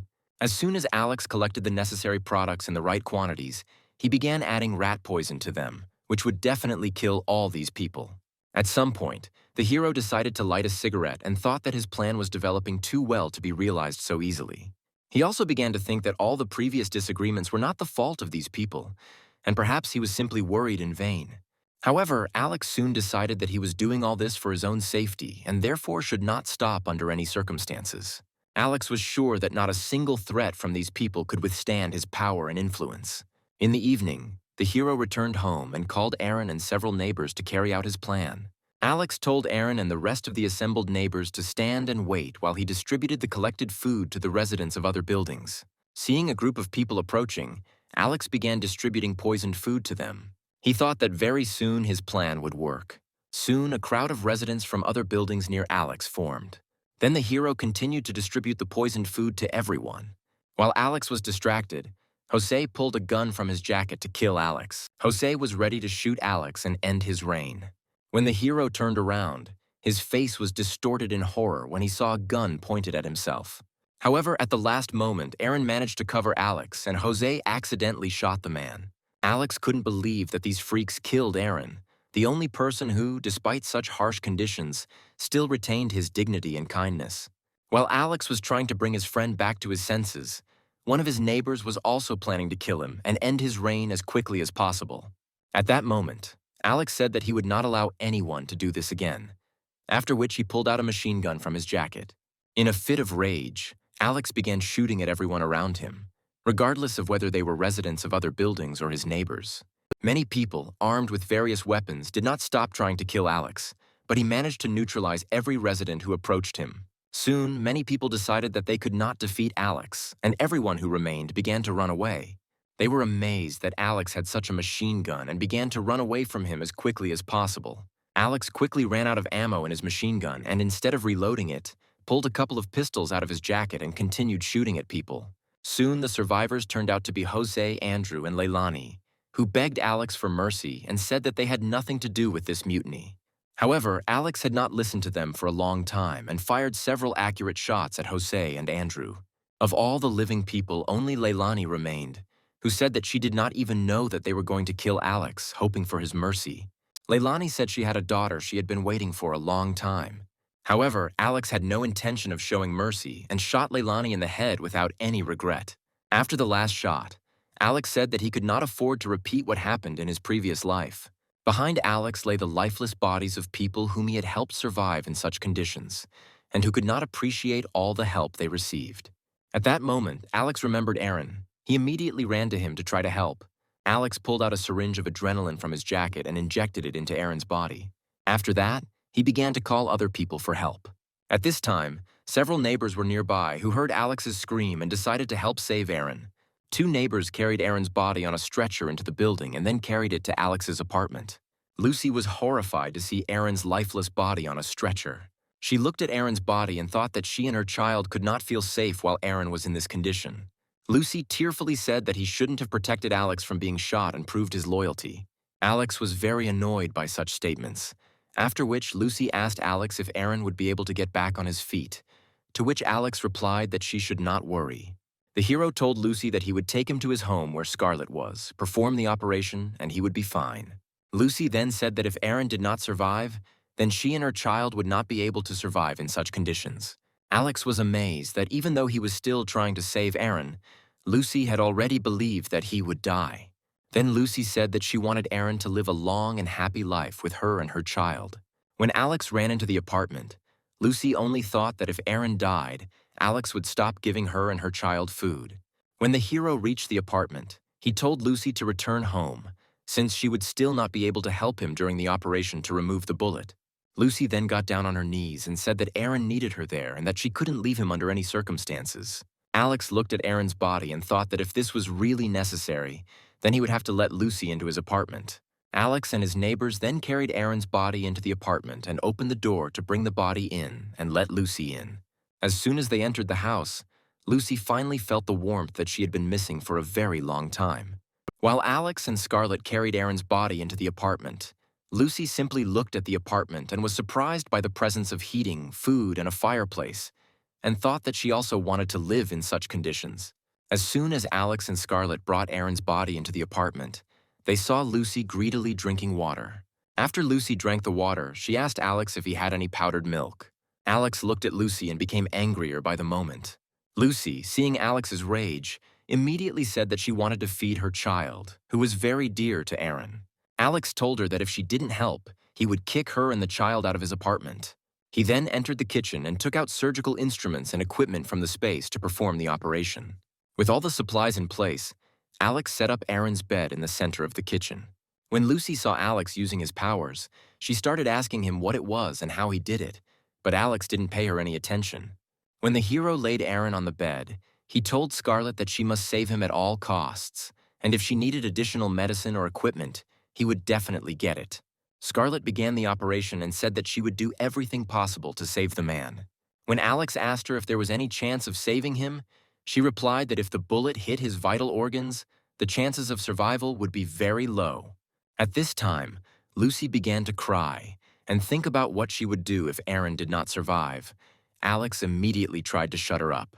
He also told Lucia that if Aaron did not survive, all responsibility would fall on her. The girl replied that if she could not help Aaron, she would return home. She said that she did not know how to treat diseases or perform operations, and that if she stayed here, it would only be a waste of time. However, Alex grabbed Lucy and said that Aaron's life depended on this operation, and so she must stay here to care for him. After that, he pulled the gun out of his pocket and told her that even if she didn't know how to do anything, the best thing she could do in such a situation was to stay close to Aaron. The hero told Lucy to stay in the apartment while he was away. When Alex went out into the corridor, he saw neighbors who kept insisting that they had nothing to do with this attack. Alex told the neighbors that because of people from other apartment buildings, Aaron was now in serious condition, and these people should be punished for what they did to him. The neighbors were very scared when Alex told them that they would attack today. Alex's neighbors did not understand how they could attack these people. The thing is, they didn't know what they might be up to. Then Alex said that he would attack these people himself, and at this time the neighbors would have to watch the building. He also pointed out the fuel barrels to the neighbors and told them to kill anyone who tried to jump from the roof of the building. After some time, Alex and a small group of neighbors reached one of the buildings, and he ordered his neighbors to surround the entire perimeter of the building. Residents took to their balconies to assess the situation. Many of them were afraid of Alex's arrival, as they did not know how he would behave this time. However, most of the residents of this building were not afraid of Alex since he came into their territory, and they thought that even if he entered the building, they would quickly defeat him. As Alex's men surrounded the building, Alex told them to watch the windows so that none of the occupants could escape through the windows. While some of Alex's people were watching the windows of the building, one of the neighbors saw the hero climbing through one of the windows. When Alex was inside the building, he looked around and made sure that no one was nearby. He then pulled out a lot of firewood and bags of fuel from the space, placed the firewood all over the floor, and placed the bags of fuel next to the firewood.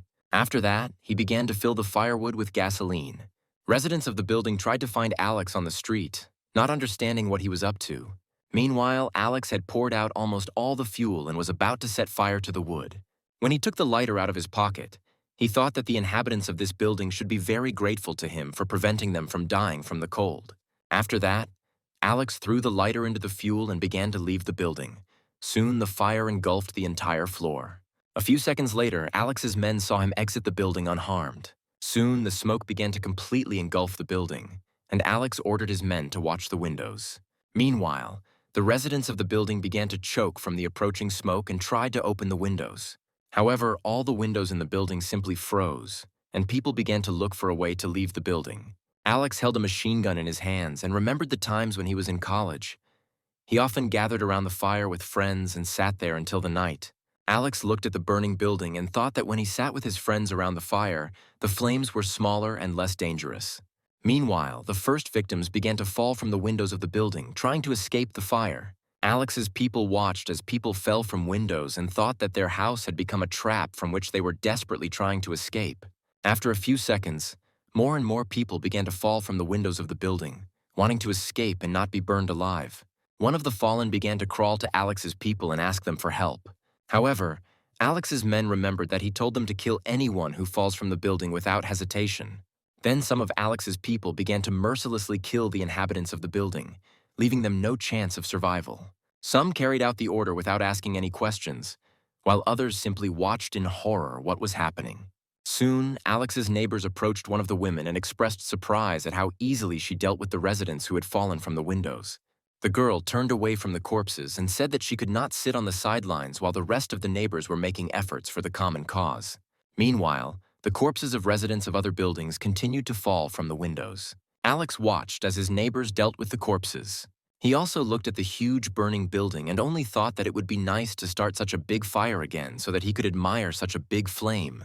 Residents of the neighboring buildings were shocked that Alex was able to plunge such a large residential building into flames in a few minutes, and most of them believed that Alex would soon reach their building. One of the neighbors suggested trying to fight Alex, but the rest of the neighbors thought that if Jose couldn't handle Alex, then they definitely couldn't do anything. The villagers then realized that they had no choice but to hope that Alex would not harm them. When most of the residents of the burning building jumped out of their apartments onto the street and died, Alex headed to the next building. When the hero and his group reached the next building, the locals begged him to spare them, claiming that they had nothing to do with the recent assassination attempt on Alex. Alex then told the villagers that he was not going to kill good people, and added that since they had survived up to this point, they probably had several lives left. But in fact, the hero planned to kill all the inhabitants of the neighboring buildings, regardless of whether they were his loyal partners or traitors. After this, Alex proceeded to set fire to another building, most of whose inhabitants died in the first few hours. Carter was very scared that Alex had so quickly dealt with the buildings whose inhabitants were trying to attack him, and was afraid that he would soon come to his building. Meanwhile, Alex thought that he would not be able to get rid of all the inhabitants of the neighboring buildings and decided to try to lower their vigilance. He took out a loudspeaker and told the residents of a nearby building that he just wanted revenge on those who tried to kill him, and said that if they were positive towards him, they had nothing to fear. The residents of the neighboring building were incredibly relieved that Alex was not going to kill them. Then the hero ordered his partners to return, but first they wanted to warm up a little by the fire of the burning building. Alex's companions said that when they returned home, they would be very cold again, and they wanted to warm up a little before returning. They picked up the bodies of residents of burnt buildings and threw them into the fire. Meanwhile, Alex approached several corpses. He wanted to know why these people decided to get rid of him. He began to search in the remaining dead bodies of local residents for at least some clue to their plans, and found a phone that survived the fall of one of the corpses. When Alex opened a private chat on the phone of one of the victims, he realized what really happened. After storming nearby buildings, Alex returned home to check on Aaron. When Alex looked at him lying on the machine, he thought that he would be okay. He then approached Scarlett and thanked her for the efforts she made to save Aaron. At this point, Lucy told Alex that she and her baby had not eaten anything for 24 hours and asked Alex to give them some food. Alex looked at Lucy's face and was again convinced that she was crossing the line. However, the hero decided to take pity on the girl and gave her one package of noodles straight from space, which at first scared Lucy very much. After that, Alex hugged Scarlett and went to the bedroom, while Lucy wanted to ask Alex if he had any other food for her and the baby. Alex got really angry when Lucy said she saw chicken bones in the trash can and eggs in the refrigerator. Then the hero could not stand it and told Lucy that he only had noodles, and if she did not want to eat, she could return the package of noodles to him. Lucy then told Alex that she just wanted to know about his food supplies and thanked him for providing the food. After that, Alex and Scarlett went to the bedroom. When they entered the bedroom, the girl told him that they needed to get a good rest, since lately they were increasingly faced with difficult problems. As Alex began to remove Scarlett's shoes, he decided to find out how bad Aaron's condition was now.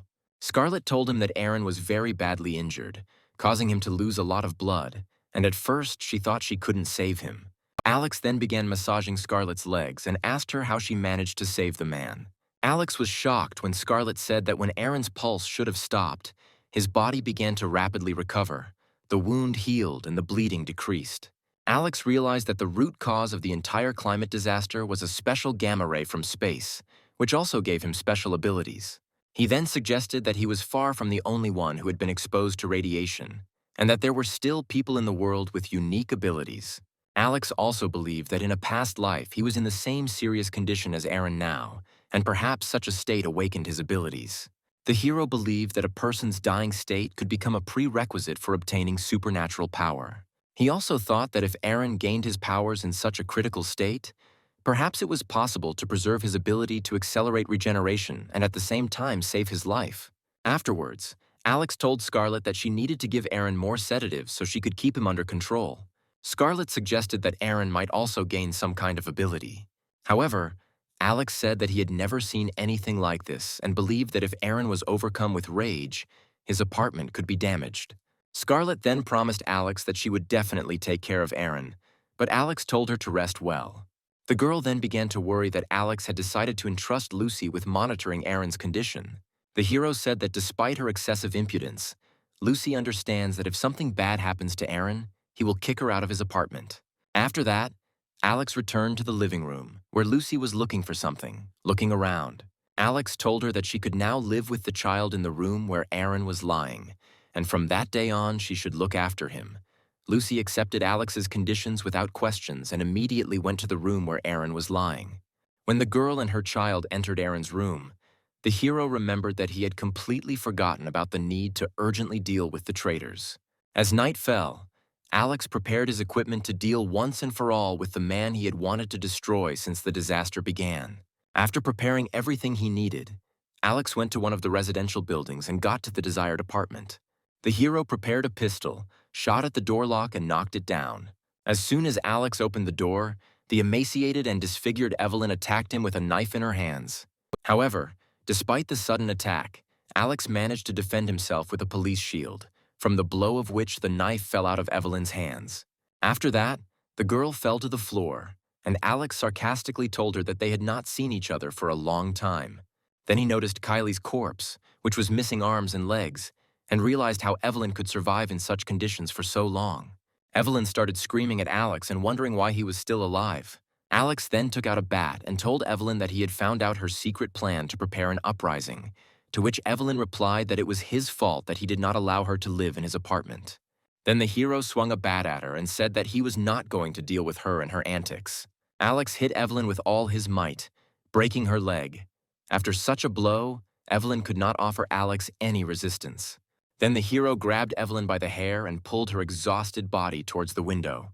Evelyn begged Alex for mercy, but Alex had already opened the apartment window, stuck Evelyn's body out and told her that she deserved the fate that awaited her. Then, without any regret, he let go of Evelyn's head and she immediately fell down. A few seconds later, Evelyn's body with a broken leg landed in a snowdrift, and Evelyn stopped showing signs of life. Alex looked down with a smile on his face and said that Evelyn should be grateful to him for choosing such an easy death for her, after which he left the building and returned home. The next morning, Alex returned home, by which time Aaron had finally regained consciousness faster than Scarlett expected. After hearing the good news, Alex asked Scarlett to closely monitor Aaron's condition. Then Scarlett gave Aaron a sedative, and after several procedures, she completed her work.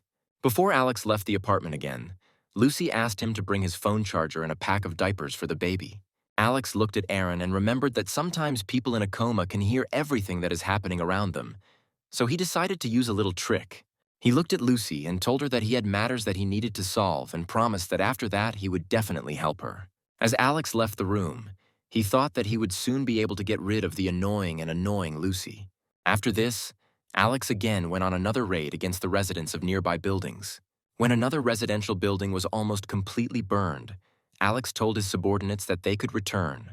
At this moment, one of his subordinates, Mateo, approached Alex. Apparently, he wanted to tell him something very important. Alex chuckled, wondering what could have happened that was so interesting. Then the man told him about the hideout of Charles, the son of the richest man in the city, on the construction of which his father spent more than 1 billion yuan. Alex thought that the man would now tell him where the shelter was.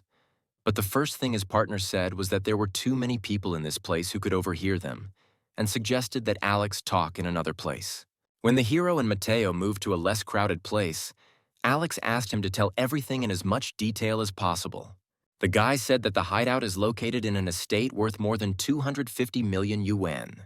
Alex then asked his partner why he decided to tell him about this hideout. The man replied that he wanted to prove his loyalty to Alex and that he wanted to destroy this shelter and take everything he needed from there. The hero immediately said that he did not believe his words, and even if he wanted to rob and destroy the shelter, he may not have enough strength and resources for such a dangerous task. However, Mateo told Alex that he knew where this hideout was, and that its owner himself found out about Alex and decided to contact him. He also said that Charles suggested that he lure Alex into a trap to steal his supplies and snowmobile. Mateo immediately said that he had given up on the idea and now wanted to warn Alex about it. However, Alex pointed a gun at the man and asked how he could prove that he was not deceiving him. Mateo was very scared and begged Alex to spare him and let him live. As soon as he fell silent, Alex immediately fired in his direction. However, he missed on purpose to scare him a little. Mateo decided that next time Alex would shoot him, he again began to beg him to let him live. Alex demanded an explanation from his partner as to why he should believe him. The man said that he understood perfectly well that Alex could easily get rid of him, and even if he wanted to go over to the side of that man, he could not live long in his hideout. He then told Alex how before the disaster he served Charles, and at that time he had a very hard time holding back all the negative emotions towards him. Mateo also said that in the past he often had to play the role of a pimp who had to find the best girls in the city for Charles. Moreover, he said that during his entire service with him, he became a real laughingstock for the local oligarchs and wanted to take revenge on Charles, even if Alex did not want to help him. After hearing his partner's story, Alex decided to ask him how exactly he was going to help. Mateo said that he could pretend that Charles had deceived Alex, after which they would get into a hideout and Alex could easily destroy him. Alex then asked him how advanced the security system was in this hideout and how many weapons there were. In response to this, Mateo only said that he would tell Alex everything only if he agreed to cooperate with him and then provide him with food and clothing. In response to such an impudent demand, Alex again pointed the gun at Mateo, wondering why he needed such a partner. Then Mateo replied that even so he would not tell Alex anything. He added that Alex only gets rid of those people who mean nothing to him, and information about the shelter is his only chance of survival. After these words, Alex put the gun away and told Mateo that he was much smarter than he thought, and that he was ready to help if Mateo agreed to his terms. The man was glad that Alex not only left him alive, but also decided to help him, and said that he was ready to fulfill any of Alex's demands. The first thing Alex said was that he needed more information about the shelter and its security system. Mateo said that he knew this shelter well, as he had been there many times. Alex also wanted Mateo to help him get rid of one person, to which Mateo only asked why Alex could not kill this person himself with his fighting arsenal. Alex explained that he was extremely difficult to deal with this person, and therefore he wanted Mateo to help him in this matter. Before saying the last condition, Alex asked Mateo to come with him so that he would bring everything he needed. A few minutes later, Alex returned to Mateo with a small suitcase. Mateo thought that the suitcase contained a special device that the agents used. Alex then pretended that this was the case and told Mateo that he wanted to go undercover at first. But since Mateo saw through him, he would have to show one of his cards. While Alex was looking for something in the suitcase, Mateo thought that Alex could be a real retired killer since he kills people very easily. Mateo also suggested that since he was on Alex's side, he could survive this end of the world. A few seconds later, Alex pulled out a syringe with some substance from his suitcase and told Mateo that he had previously used such serums to keep problem prisoners. Mateo was scared when Alex brought the syringe closer to his face and didn't understand what Alex was going to do with it. The hero said that if this substance is introduced into the human body, then without an antidote, the person will definitely die within a week. At that moment, Mateo fell to the floor in fear, and Alex told him that he would only give the antidote after they infiltrated Charles's hideout and destroyed him. He then grabbed Mateo and held him down while he injected the substance from the syringe into his body. When Alex administered the substance, he told Mateo that he was now completely under Alex's control. After that, he tried to calm him down, explaining that after they dealt with the hideout, he would definitely give him an antidote. Mateo told Alex that they had to trust each other, and if he died, then Alex would have to die too. After that, Alex released Mateo, who said that he would definitely contact Charles and let him know that he and Alex would arrive soon. As soon as Mateo returned to his apartment, Alex thought that the man did not realize that he had deceived him. In fact, instead of a lethal substance, the syringe contained a special medicine, which in large doses can cause some side effects, but does not pose a lethal threat. Alex believed that if Mateo still believed there was a dangerous substance in his body, then the risk of him betraying him had become extremely low. Alex then returned home to find Lucy whispering something in Aaron's ear through the CCTV cameras. Alex then entered Aaron's room and was very glad that he had finally regained consciousness. Aaron told his friend that he was very grateful to Alex and Scarlett for rescuing him and wanted to know what the situation was outside, But Alex replied that Aaron shouldn't worry and should focus on getting better. Meanwhile, Lucy told Alex that she was very grateful to him for helping Aaron and that she now owed Alex her life. Suddenly, the hero told his friend that he and Lucy had recently talked about how he was now responsible for their family. Lucy was very glad that Alex himself decided to return to such an important conversation for her and her child. Joyful Lucy handed her baby to Alex and asked him to look after him while she collected her things from her previous apartment. Before leaving, Lucy asked Alex not to lock the apartment door, to which Alex replied that he would never do that. Before leaving the apartment, Lucy thought that since her child was now with Alex, he couldn't help but let her back into his apartment. When the girl left the apartment, the hero sent Mateo a message that the person they needed had left, and now they needed to deal with him. He thought that he wanted to get rid of the child too, but he couldn't come to terms with it. Then he decided that he would simply find a new family for him. Soon, Lucy returned to her apartment. When she opened the door, Mateo stood in front of her with an ominous expression on his face and a kitchen knife in his hands. At the same moment, Mateo plunged the knife straight into Lucy's throat. When the girl fell to the floor with a serious injury, Mateo told her that it was all her fault. After this, Mateo stabbed Lucy several more times, telling her that she should die. When the guy realized that the woman was dead, he smiled triumphantly and stopped beating her. He then texted Alex that he had killed Lucy and was now awaiting his supplies. The hero immediately received the message and smiled, glad that his mission was completed. He then told Aaron that he wanted him to live in his apartment with Lucy and her baby until the baby grew up and Aaron recovered. Aaron categorically objected to this proposal, as he was afraid that if they lived in his apartment, the consumption of food and coal for heating would increase significantly. However, Alex told Aaron that he shouldn't worry about it now and that Aaron should focus on recuperating and getting better. While Alex was talking to Aaron, Lucy's baby suddenly started crying loudly. Alex didn't know how to calm the baby down, and Aaron told him that Lucy usually calmed her baby down easily. After this, the hero ran to Scarlett, and she accepted the child. She said she didn't know how to handle children and soon felt like she needed to change the baby's diapers. Then Alex handed her a whole bag of baby diapers. Alex then asked Aaron if he felt any unusual sensations in his body. Aaron replied that he didn't feel particularly well and that his wounds were very itchy. Then Alex said that this was a normal sensation as Aaron's wounds were starting to heal. When the baby finally calmed down and fell asleep, Alex began to worry that Lucy still hadn't returned home. Aaron thought something might have happened to Lucy and asked Alex to check if she was okay. Alex then told Scarlett to keep an eye on Aaron and the baby while he was away.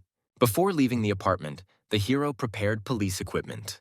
While Alex was preparing, in the general neighborhood chat, one of the residents told his neighbors that they needed to gather in apartment 1301, where he would distribute food on a first-come, first-served basis.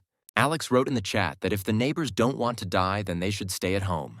After some time, a large number of residents gathered in apartment 1301, discussing that in order to survive, they needed to support Alex and help him in everything. At that moment, Alex approached the apartment and heard conversations of local residents through the walls, making sure that all these people were very afraid of imminent death.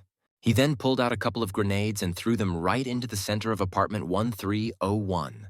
The residents inside did not have time to realize what had happened, and then the grenades exploded. To avoid the shockwave, Alex protected himself with a police shield. When the smoke cleared, Alex entered the apartment to make sure there were no survivors. One of the men lay against the wall without his left arm and legs and did not understand why Alex decided to kill them, despite the fact that they helped him so hard. Then Alex pulled out a gun, pointed it at the surviving neighbor and said that they were only able to help him because he allowed them to survive, and then shot the surviving neighbor. When the hero left apartment 1301, he thought that now he needed to deal with Mateo, since Alex had already dealt with all his enemies from his past life. He realized that there were now only 5 survivors in the building. Thus, now his life is not in danger. Alex then began searching throughout the building for Lucy's body. Having found her corpse, he pulled it into one of the apartments and closed the door, believing that this woman fully deserved to die. After that, Alex returned to his apartment, and the first thing he wanted to do was tell Aaron the bad news. Alex hit the wall, theatrically showing his anger to Aaron, and said that all the neighbors were plotting to get rid of him and take his supplies, and that Alex was only able to eliminate a few people. Suddenly, Aaron began to cry and said that he would definitely take revenge on these people who betrayed him. When Aaron began to blame himself for not being able to help Alex, he hit the bed he was lying on hard. Alex tried to calm him down by telling him that he himself was to blame for this situation, since he could have noticed the dirty trick on the part of the neighbors in time. The hero then looked at the deep dent in the table and was amazed at how quickly Aaron was gaining strength in such a short period of time. He also promised Aaron that he would make all the neighbors greatly regret that they decided to stand in his way. Aaron was disappointed that despite all the help he had given his neighbors in their time of need, they had the decency to do this to him. Alex said that he himself was to blame for what happened, since he did not expect that the neighbors would be able to commit such a betrayal. The hero also promised Aaron that he would find him a new companion, to which Aaron sheepishly replied that he would prefer a mature woman. Then the guy promised Aaron to do everything possible to find him the perfect girlfriend. Suddenly, an alarmed Scarlet ran into Aaron's room with a child in her arms. Meanwhile, the baby was crying loudly, and Scarlet did not know how to calm the child.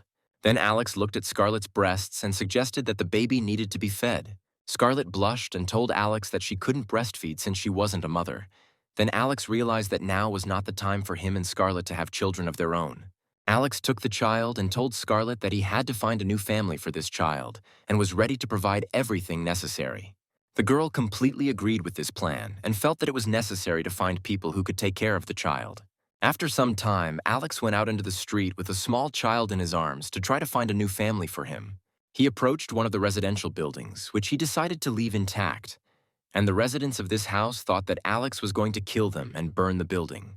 In response, Alex fired a shot into the air and demanded that the residents tell Carter to come outside and talk to him. After a couple of minutes, the man finally left the building to find out what Alex wanted this time. At first, Alex looked at him and asked if he was afraid that Alex could kill him at any time. Carter then told Alex that although he was surrounded by fear, he understood that this would not help him, and also understood that Alex had not come to kill his people. He said that since Alex came alone and with a child in his arms, he would not kill his people and hide behind the small child. Alex said that Carter is a really smart person and offered to give him this child. Then he handed the child to Carter and said that if he and his people took care of the child, then Alex would leave them alone. Alex also gave Carter a large backpack containing diapers, baby milk, and some food for the baby.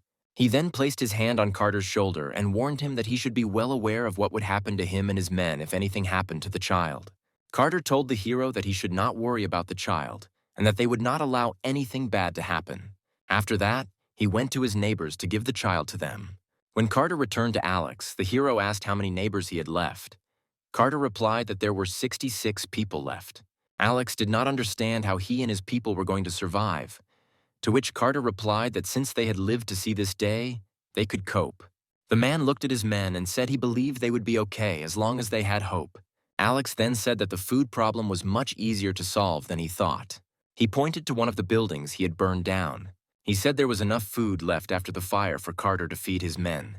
However, Carter told Alex that if they and their people went to this building for food, he was afraid that if they went there, they would face the same cruel fate as the residents who died in this building. Carter also said that even in such difficult conditions, they intend to maintain their humanity, and even if death overtakes them, they will die with dignity. Alex listened to Carter and thought that even when the world was literally falling apart around him and his people, they still remained true to their beliefs and moral values. When Carter finished speaking, Alex said that he was amazed at how Carter and his people were able to remain the same as before the disaster. However, Carter regretted that he could not improve the lives of many people in such conditions, as Alex did. After that, he wanted to ask the hero something, but Alex immediately interrupted him and said that he already knew very well what he was going to ask. Carter did not understand why Alex refused to help him. Although previously, despite having more people, he could still provide them with food. He also told Alex that it was thanks to him that all these people could survive, to which Alex only replied that Carter should stop thinking about it. The hero said that he is not God to help everyone around him and that all people will suffer sooner or later. Most people now only care about food and no one wants to fight. Alex also said that in times like these, everyone should only take care of their own lives while they themselves plan to spend the rest of their lives in warmth and comfort. Before leaving, he asked Carter for several small bags of agricultural seeds as a parting gift. Alex said that he proved to him that even in such difficult times there are always honest and kind people. So he decided to give him and his people a second chance to survive. Alex gave a few more bags of seeds for Carter and his people so that they could grow plants for future nutrition. Finally, He told Carter and his men that if they wanted to survive, they must do whatever it took. At first, the residents thought that they would not be able to grow anything in such harsh climatic conditions. However, one of the residents, who used to work as a professor at an agricultural university, told other residents that they needed to collect the seeds and plant them as soon as possible. Carter asked the professor if they could grow these seeds in such unfavorable conditions for plants. The professor replied that if they have a chance to grow edible plants, they should definitely take advantage of this chance. Then the rest of the residents also quickly began collecting bags of seeds. Alex soon returned home and thought that, having dealt with all the problems, he needed to start thinking about taking over the hideout. He then told Scarlett that he was very tired and hungry. Scarlett immediately went to the kitchen. She tied her hair in a ponytail and asked Alex what he would like to eat. Then Alex hugged Scarlett from behind and said that she was very sweet.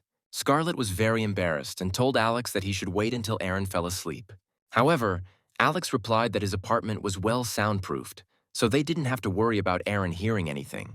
The next day, Alex woke up to messages on his phone, which turned out to be messages from Mateo. Mateo wrote that he was able to talk to Charles's people, and Alex told him to come to his apartment. A few minutes later, Mateo came to Alex's apartment and was incredibly glad that for the first time in all this time, he found himself in a warm and comfortable atmosphere. Then the hero approached Mateo and invited him to sit down to talk. A minute later, he sat down on his knees in front of the hero and wanted to tell all the details of his conversation with Charles as quickly as possible. However, before Mateo could explain everything, Alex asked him for his mobile phone. Mateo immediately panicked, not understanding why Alex needed his phone. Then Alex said that he just wanted to see his correspondence with Charles. Then he once again demanded the man's mobile phone. Mateo slowly and carefully took out his phone. Alex was annoyed that Mateo was taking so long and pointed the gun at his head to force him to hand over the phone faster. Before Mateo gave Alex the phone, he said that he wrote all sorts of nasty things about Alex so that Charles would believe him. Taking Mateo's phone, the hero noticed that he had been communicating with Charles for more than 2 weeks. When Alex opened the correspondence with Charles, he noticed that Mateo had indeed written a lot of nasty things about him, and also indicated that Alex was well armed and had a lot of supplies. When Alex wanted to know from Mateo how he was going to explain this correspondence, Mateo said that he wrote all this solely so that Charles would believe him. Mateo also reminded Alex that he injected a poison into his body that would still result in his death if he suddenly decided to betray Alex, and therefore he had no reason to betray him. Alex thought that from this correspondence, Charles only knew about a large number of weapons, a snowmobile, and the hero's well-protected apartment. Alex felt he should take advantage of this to lower Charles's guard and catch him off guard. Then he returned Mateo's phone and asked him to tell him about Charles's hideout and the security system. He was especially interested in Charles's defenses and weapons. Mateo reported that Charles's shelter was built from durable materials that are used to create spaceships, and even a nuclear explosion could not penetrate such protection. He also suggested that Alex try to sneak into the shelter with the help of a well-armed mob. Mateo added that despite the lack of heavy weapons, Charles had many poisonous gas sprayers in his shelter, and flamethrowers were mounted at the entrance to the shelter, the fire temperature of which exceeded 2,000 degrees. When Alex finished recording, he realized that if Charles needed his supplies, he would probably want to kill him. Alex suggested that in order to successfully invade Charles's hideout, they just need to wait for the right moment. The hero also told Mateo that he was not sure that Charles needed him alive, and therefore, if he was caught, it would be the worst possible outcome. When Alex mentioned that the biggest threat was the trap at the entrance, Mateo said that they needed to pretend he caught Alex so they could get through more easily. Alex also told Mateo that if he pretended that the gas affected him, then it would be possible to minimize the risks from traps in the shelter. The hero promised that as soon as they were inside the shelter, he would do everything possible to finish off Charles. Despite this plan, Alex decided not to tell Mateo that he had a gas mask to protect himself from the poisonous gas. After that, he thought about how to cope with all the difficulties with minimal effort. Suddenly, a brilliant idea popped into his head. In Alex's space, time always stands still, and therefore he can use his abilities in battle, which will give him a huge tactical advantage. Alex thought that if he could use his abilities not only as storage, but also as a weapon, it could greatly help him in the future. He then turned to Mateo and said that he would contact him in a couple of days, but the guy said that the poison in his body would not wait. The hero said that the poison takes a week to take effect, and a couple of days will not solve anything. He then escorted Matteo out of his apartment. When the hero was left alone, he thought that in the future he would have to find time to develop his abilities. Perhaps he had a talent not only for firearms. However, now he had to think about how to use the space in his confrontation with Charles. Alex then built a fire right in the middle of his apartment. He decided to try to absorb the flames that would erupt from the flamethrower using space. He thought that in theory he could do something like this. Since space is in a stable state, while maintaining constant kinetic energy, this can be accomplished. After that, Alex was going to turn this flame against his enemies. The hero decided that this was a great idea. He was glad that the space had so many uses. He then decided to start training to use his opponent's attacks against them. Suddenly, Alex remembered how he experimented with his abilities on live fish and wondered what would happen to a person who found himself in his space. Alex felt that he urgently needed to find people on whom he could conduct experiments with his abilities. After some time, Alex found one person who had been driven out by other neighbors and decided to conduct experiments on him. He threw a stick at the man's feet and told him to attack him. Alex also told the man that if he could hit him at least once, he would give him a piece of bread. At first, the man did not believe his words. However, the promise of giving him food motivated him, and after a second, he grabbed a stick and tried to attack Alex. However, at that moment, Alex reached forward and began to use his abilities, and at that very moment, he was able to pull the stick towards him. When Alex began to pull the man towards him, he tried to run away, but did not have enough strength to break free. After a few seconds, the hero was able to completely pull the man's body into his space. When he moved there, he noticed that the man had become completely motionless. The first thing Alex decided to do was check the person's pulse and breathing, but the person's heart was not beating and the pulse stopped. Alex wondered if the person would be able to return to normal if they were released from the space. After a few seconds, Alex released the man from space into the real world. At first, the concerned man took a breath and told Alex that for a moment he thought he was dead. The hero felt that even now the man was still experiencing some of the effects of his abilities, and told him that he would indeed die soon. Alex approached the man and asked how he was feeling now. The man said that he felt as if he were inside a huge white cloud with a bunch of garbage falling into it. He also told Alex that he felt like he was in this state forever, and then he thought he was just hallucinating. Alex realized that time in his space passed hundreds of times slower than in reality. He thought that the longer a living being stayed in his pocket space, the more likely it was to experience a mental disorder. Alex also became interested in what would happen to a person if they were physically harmed in such a static state. Then he took out a knife and cut off 2 of the man's fingers to test his reaction. The man immediately screamed and clutched his crippled hand. Alex then assumed that if he physically harmed a person in his space, that person would leave his pocket space. Alex then provided the man with bandages for his wounds and said that they would continue the experiments once the wounds were completely healed. After some time, Alex conducted several additional experiments, from which he received quite useful information about his abilities. While Alex was lighting the fire, the man sat not far from him, eating the food Alex had provided and thanking him for his kindness. From his experiments, the hero learned that some objects, such as very large objects or living people, cannot be moved into his space. Alex also realized that with the help of his ability, he could open a certain channel between the worlds, and thanks to this control the flow of his ability. After Alex carried out all the necessary experiments with his abilities, he began to clearly understand how he would cope with Charles when he got to him in his hideout. Alex then approached the man and thanked him for his help in the experiments. He then took out a knife and instantly slit the man's throat. As the man's body fell to the floor, Alex told him that he was now no longer needed for further experiments. At first, the man did not believe that he was finally dying. However, the man looked at Alex and thanked him for finally killing him. He said that he could now leave this cruel world, after which he closed his eyes and died with a smile on his face. After that, Alex headed towards his apartment, thinking that he needed to find more people for further experiments in order to be as prepared as possible for the upcoming attack on Charles's hideout. 3 days later, Alex called Matteo and said that today they were going to take over Charles's hideout. However, Matteo said that his condition was getting worse every day, and Alex was surprised at how strongly Matteo believed that he actually had poison in his system. The hero decided to deceive Matteo a little and told him that he would first inject him with an antidote to alleviate the symptoms of the poison a little. The man immediately extended his hand so that Alex could inject him as quickly as possible.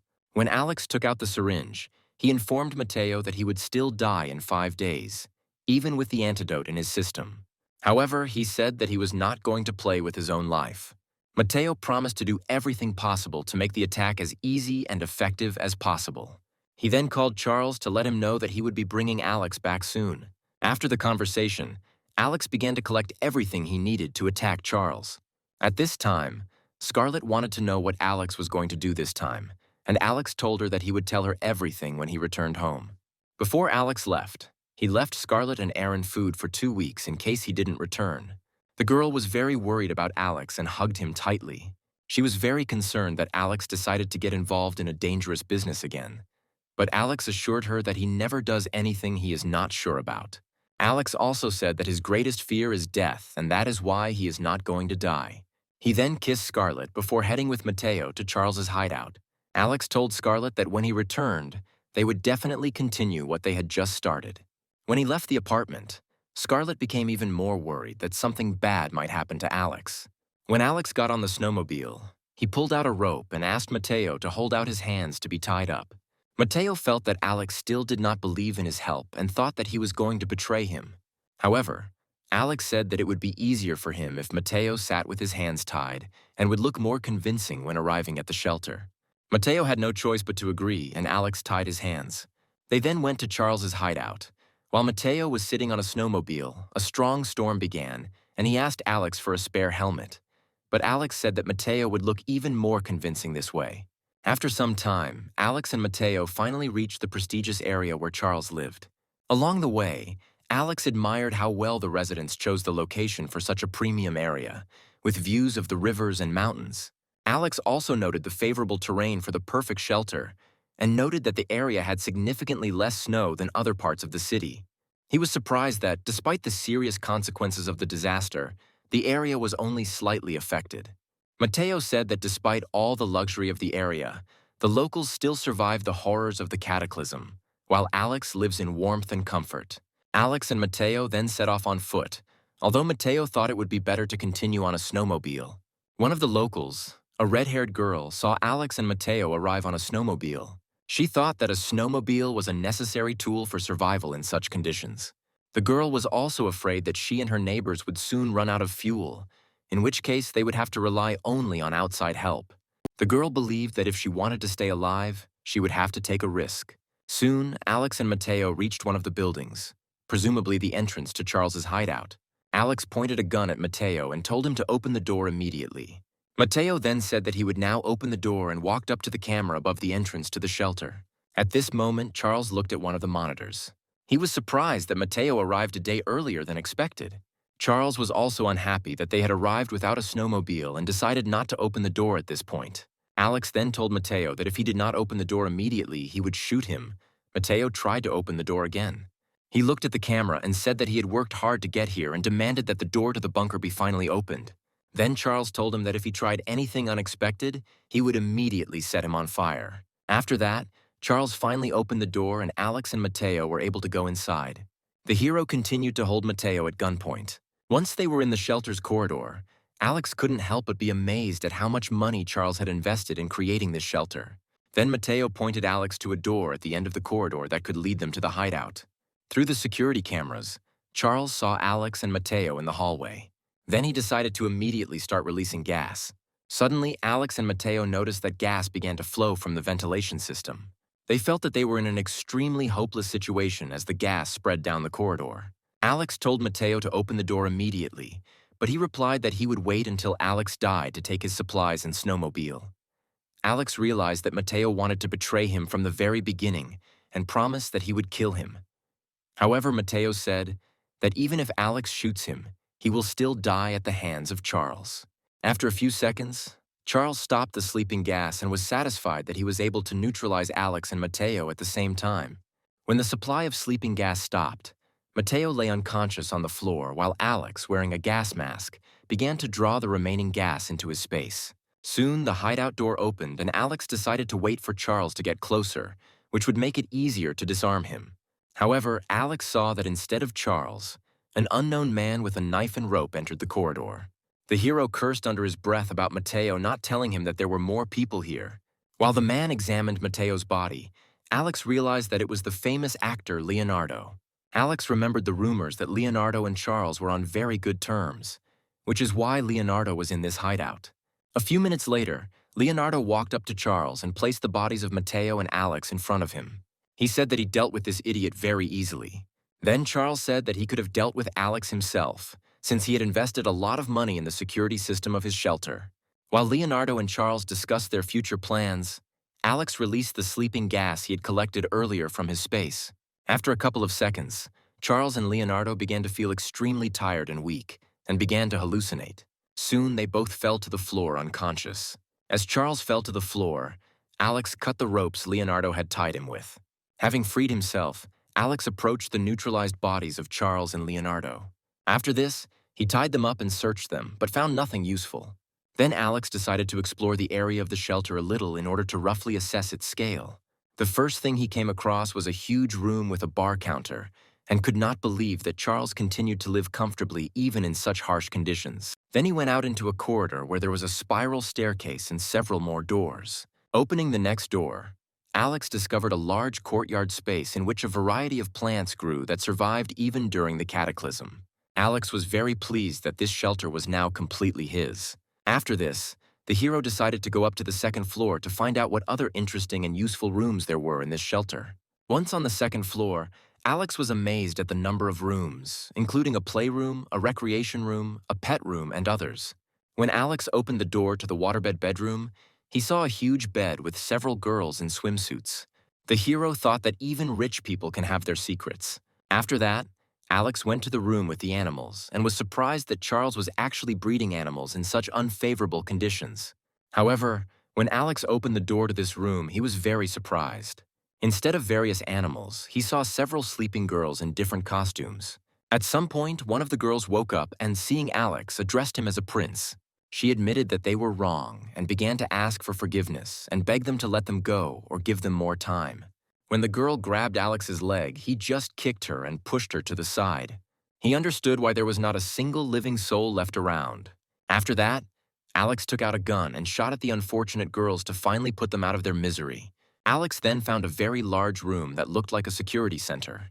Another huge room contained a lot of specialized equipment responsible for many of the processes inside the shelter, such as power supply and other vital elements. Through surveillance cameras, Alex also learned that the hideout had rooms such as a gym and a shooting range where he could train his fighting skills. Alex also wanted to explore a few more rooms, but access to them was closed. Then he realized that in order to fully study all the rooms of the shelter, he would have to turn to Charles. Alex returned to the bound Charles and Leonardo and poured water on both of them to wake them up. When Charles finally woke up, Alex immediately told him that he needed his help. Charles was at a loss, not understanding how Alex managed to free himself and neutralize them. Alex only told Charles that to survive in this harsh world, you need to have a strong trump card in reserve. He then pulled out a gun and told Charles that since he didn't want to talk about it, it was best to change the subject. The hero asked Charles if he was willing to help and cooperate in order to stay alive. The frightened man told Alex that if he left him alive, they could discuss everything they needed. Then Alex decided to immediately tell Charles that his main task was to find a stable place to continue living in such harsh conditions. He reported that it was too dangerous outside, with very little supplies and the temperature too cold. So this shelter was an excellent place to live in such conditions. Charles thought that Alex wanted to kill him and move here forever, but the hero said that he was not going to kill him. Alex also noted that Charles's hideout is large enough for 100 people to live in without any problems, and that he doesn't like killing people without a good reason. The hero added that he hopes to eventually become friends with Charles, which calmed the latter a little. Alex also said that the cataclysm will end sooner or later, and he would like to become a good friend to a person like Charles who can help him in the future. Charles immediately told him that when everything returned to normal, he would definitely help Alex with everything. At that moment, the man thought that Alex was one of those people who hoped for the end of the cataclysm and was afraid to return to the previous calm life that existed before the cataclysm. Then Charles asked him what exactly he needed, and Alex said that since Charles himself had agreed to cooperate, he would not demand much from him. The first thing Alex said was that they would now live together in this shelter, and then demanded instructions from him on how to use the shelter. Charles asked Alex if he would promise to spare his life if he provided information on how to use the shelter. Alex once again reminded Charles that he does not like to kill people without a good reason and hopes to maintain his friendship with him when the cataclysm is over. Charles realized that he had no choice but to provide Alex with all the necessary information about the shelter. Then he agreed to the terms. After this, the men went to the observation center, where Alex received all the necessary data about the shelter from one of the computers. Within minutes, the data was transferred to the shelter management system, and Alex became the new full owner of the shelter. After this, Charles demanded that the hero immediately untie him. Hearing this, Alex grinned and asked Charles to wait a little. Then he suddenly took out a knife and stuck it straight into Charles's throat. Alex ordered him to take a deep breath and relax. He said that at first he would feel a little dizzy, after which the pain would subside and he would die. Charles looked at Alex with a dead gaze, not understanding why he decided to get rid of him after everything he had done for him. Alex explained that he had no need to keep unnecessary trash. When Charles stopped showing signs of life, the hero decided to clean up a little and clear the traces of his crime. After he finished cleaning, he looked at Mateo and realized that since he had dealt with the most difficult task, it would be easy to deal with Mateo. After some time, Mateo finally regained consciousness and tried to understand what happened to him and where he was now. When he fully came to his senses, he was very surprised that Alex was able to cope with Charles. Mateo decided to make sure that Charles was really dead, and Alex said that Charles was just trash and he didn't need to know the details. Mateo was so happy that Charles was finally dead that he began to trample on his body and insult him in every possible way. While the man kicked Charles's body, Alex pointed to the backpack that Mateo had left as a well-deserved reward for his successful cooperation. At first, Mateo was very surprised. When the guy opened the backpack, he saw a large amount of supplies and immediately began to greedily eat everything from the backpack. He told Alex that if he needed help in the future, he could feel free to contact him. Alex then informed Mateo that there were very few supplies left in the shelter, and the energy would only last 5 years, and therefore they would not be able to stay here for long. At first, Mateo didn't fully understand what the guy meant. Then Alex explained that during Charles's stay, most of the supplies in the hideout had been used up, and said that the supply he left with Mateo should be enough for a while. However, Mateo immediately started yelling at Alex, accusing him of wanting to drive him out of hiding and stay here alone. The man also claimed that Alex specifically hid all the supplies in order to get rid of him as soon as possible. Mateo stated that he would not leave the shelter since it was he who told Alex about this place. Alex asked Mateo why he suddenly decided that Alex wanted to get rid of him. But the guy couldn't give a clear answer and only said that he was already used to treating people so carelessly. Mateo also warned that if he is kicked out of his hiding place, he will definitely tell everyone what Alex really is, and that sooner or later there will be someone who will put him in his place. After this, the hero took out a gun and told Mateo that if he really wanted to do this, then he no longer had any reason to leave him alive. Alex then shot him and said that anger does not make a person strong, but only instills a false sense of justice and superiority over others. After that, Alex took the backpack that Mateo gave him and thought that he would like to keep him alive a little longer, but he himself decided to end it earlier. When Alex dealt with Mateo, the first thing he decided to do was relax in his new place of residence. While resting, Alex thought that he urgently needed to return for Scarlet and bring her here. The hero also thought that now that he has a new permanent residence, he can transfer his apartment to Aaron. Alex believed that by giving the apartment to the man, he could repay his kindness, and in addition, Aaron would be able to look after the apartment while Alex lived here with Scarlet. As he walked towards the bar, Alex also remembered that he had promised Aaron that he would find a new woman. But now the hero realized that he had time to find a suitable companion for Aaron, and decided to first rest a little as Charles did. When Alex found the TV remote and turned on the TV, he noticed that the screen was showing foreign channels. Alex was interested in how Charles was able to set up the channels so that they could be watched even in the face of a global cataclysm. At some point, it seemed to him that Charles had access to all the television channels in the world. Then Alex went to one of the rooms, in the wall of which he found a powerful computing server. At first, he couldn't even believe that Charles was able to build his own server in the house. Although he didn't know much about servers, he still understood that there was a very powerful network here with a strong signal.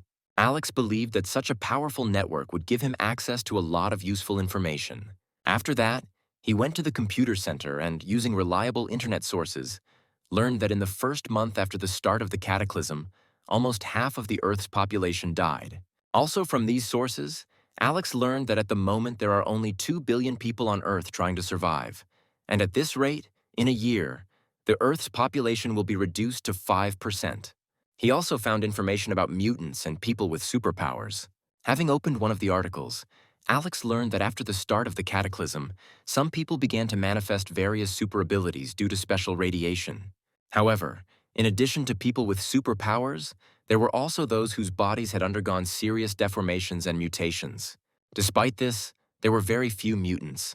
Alex suggested that there could also be people hiding their superpowers.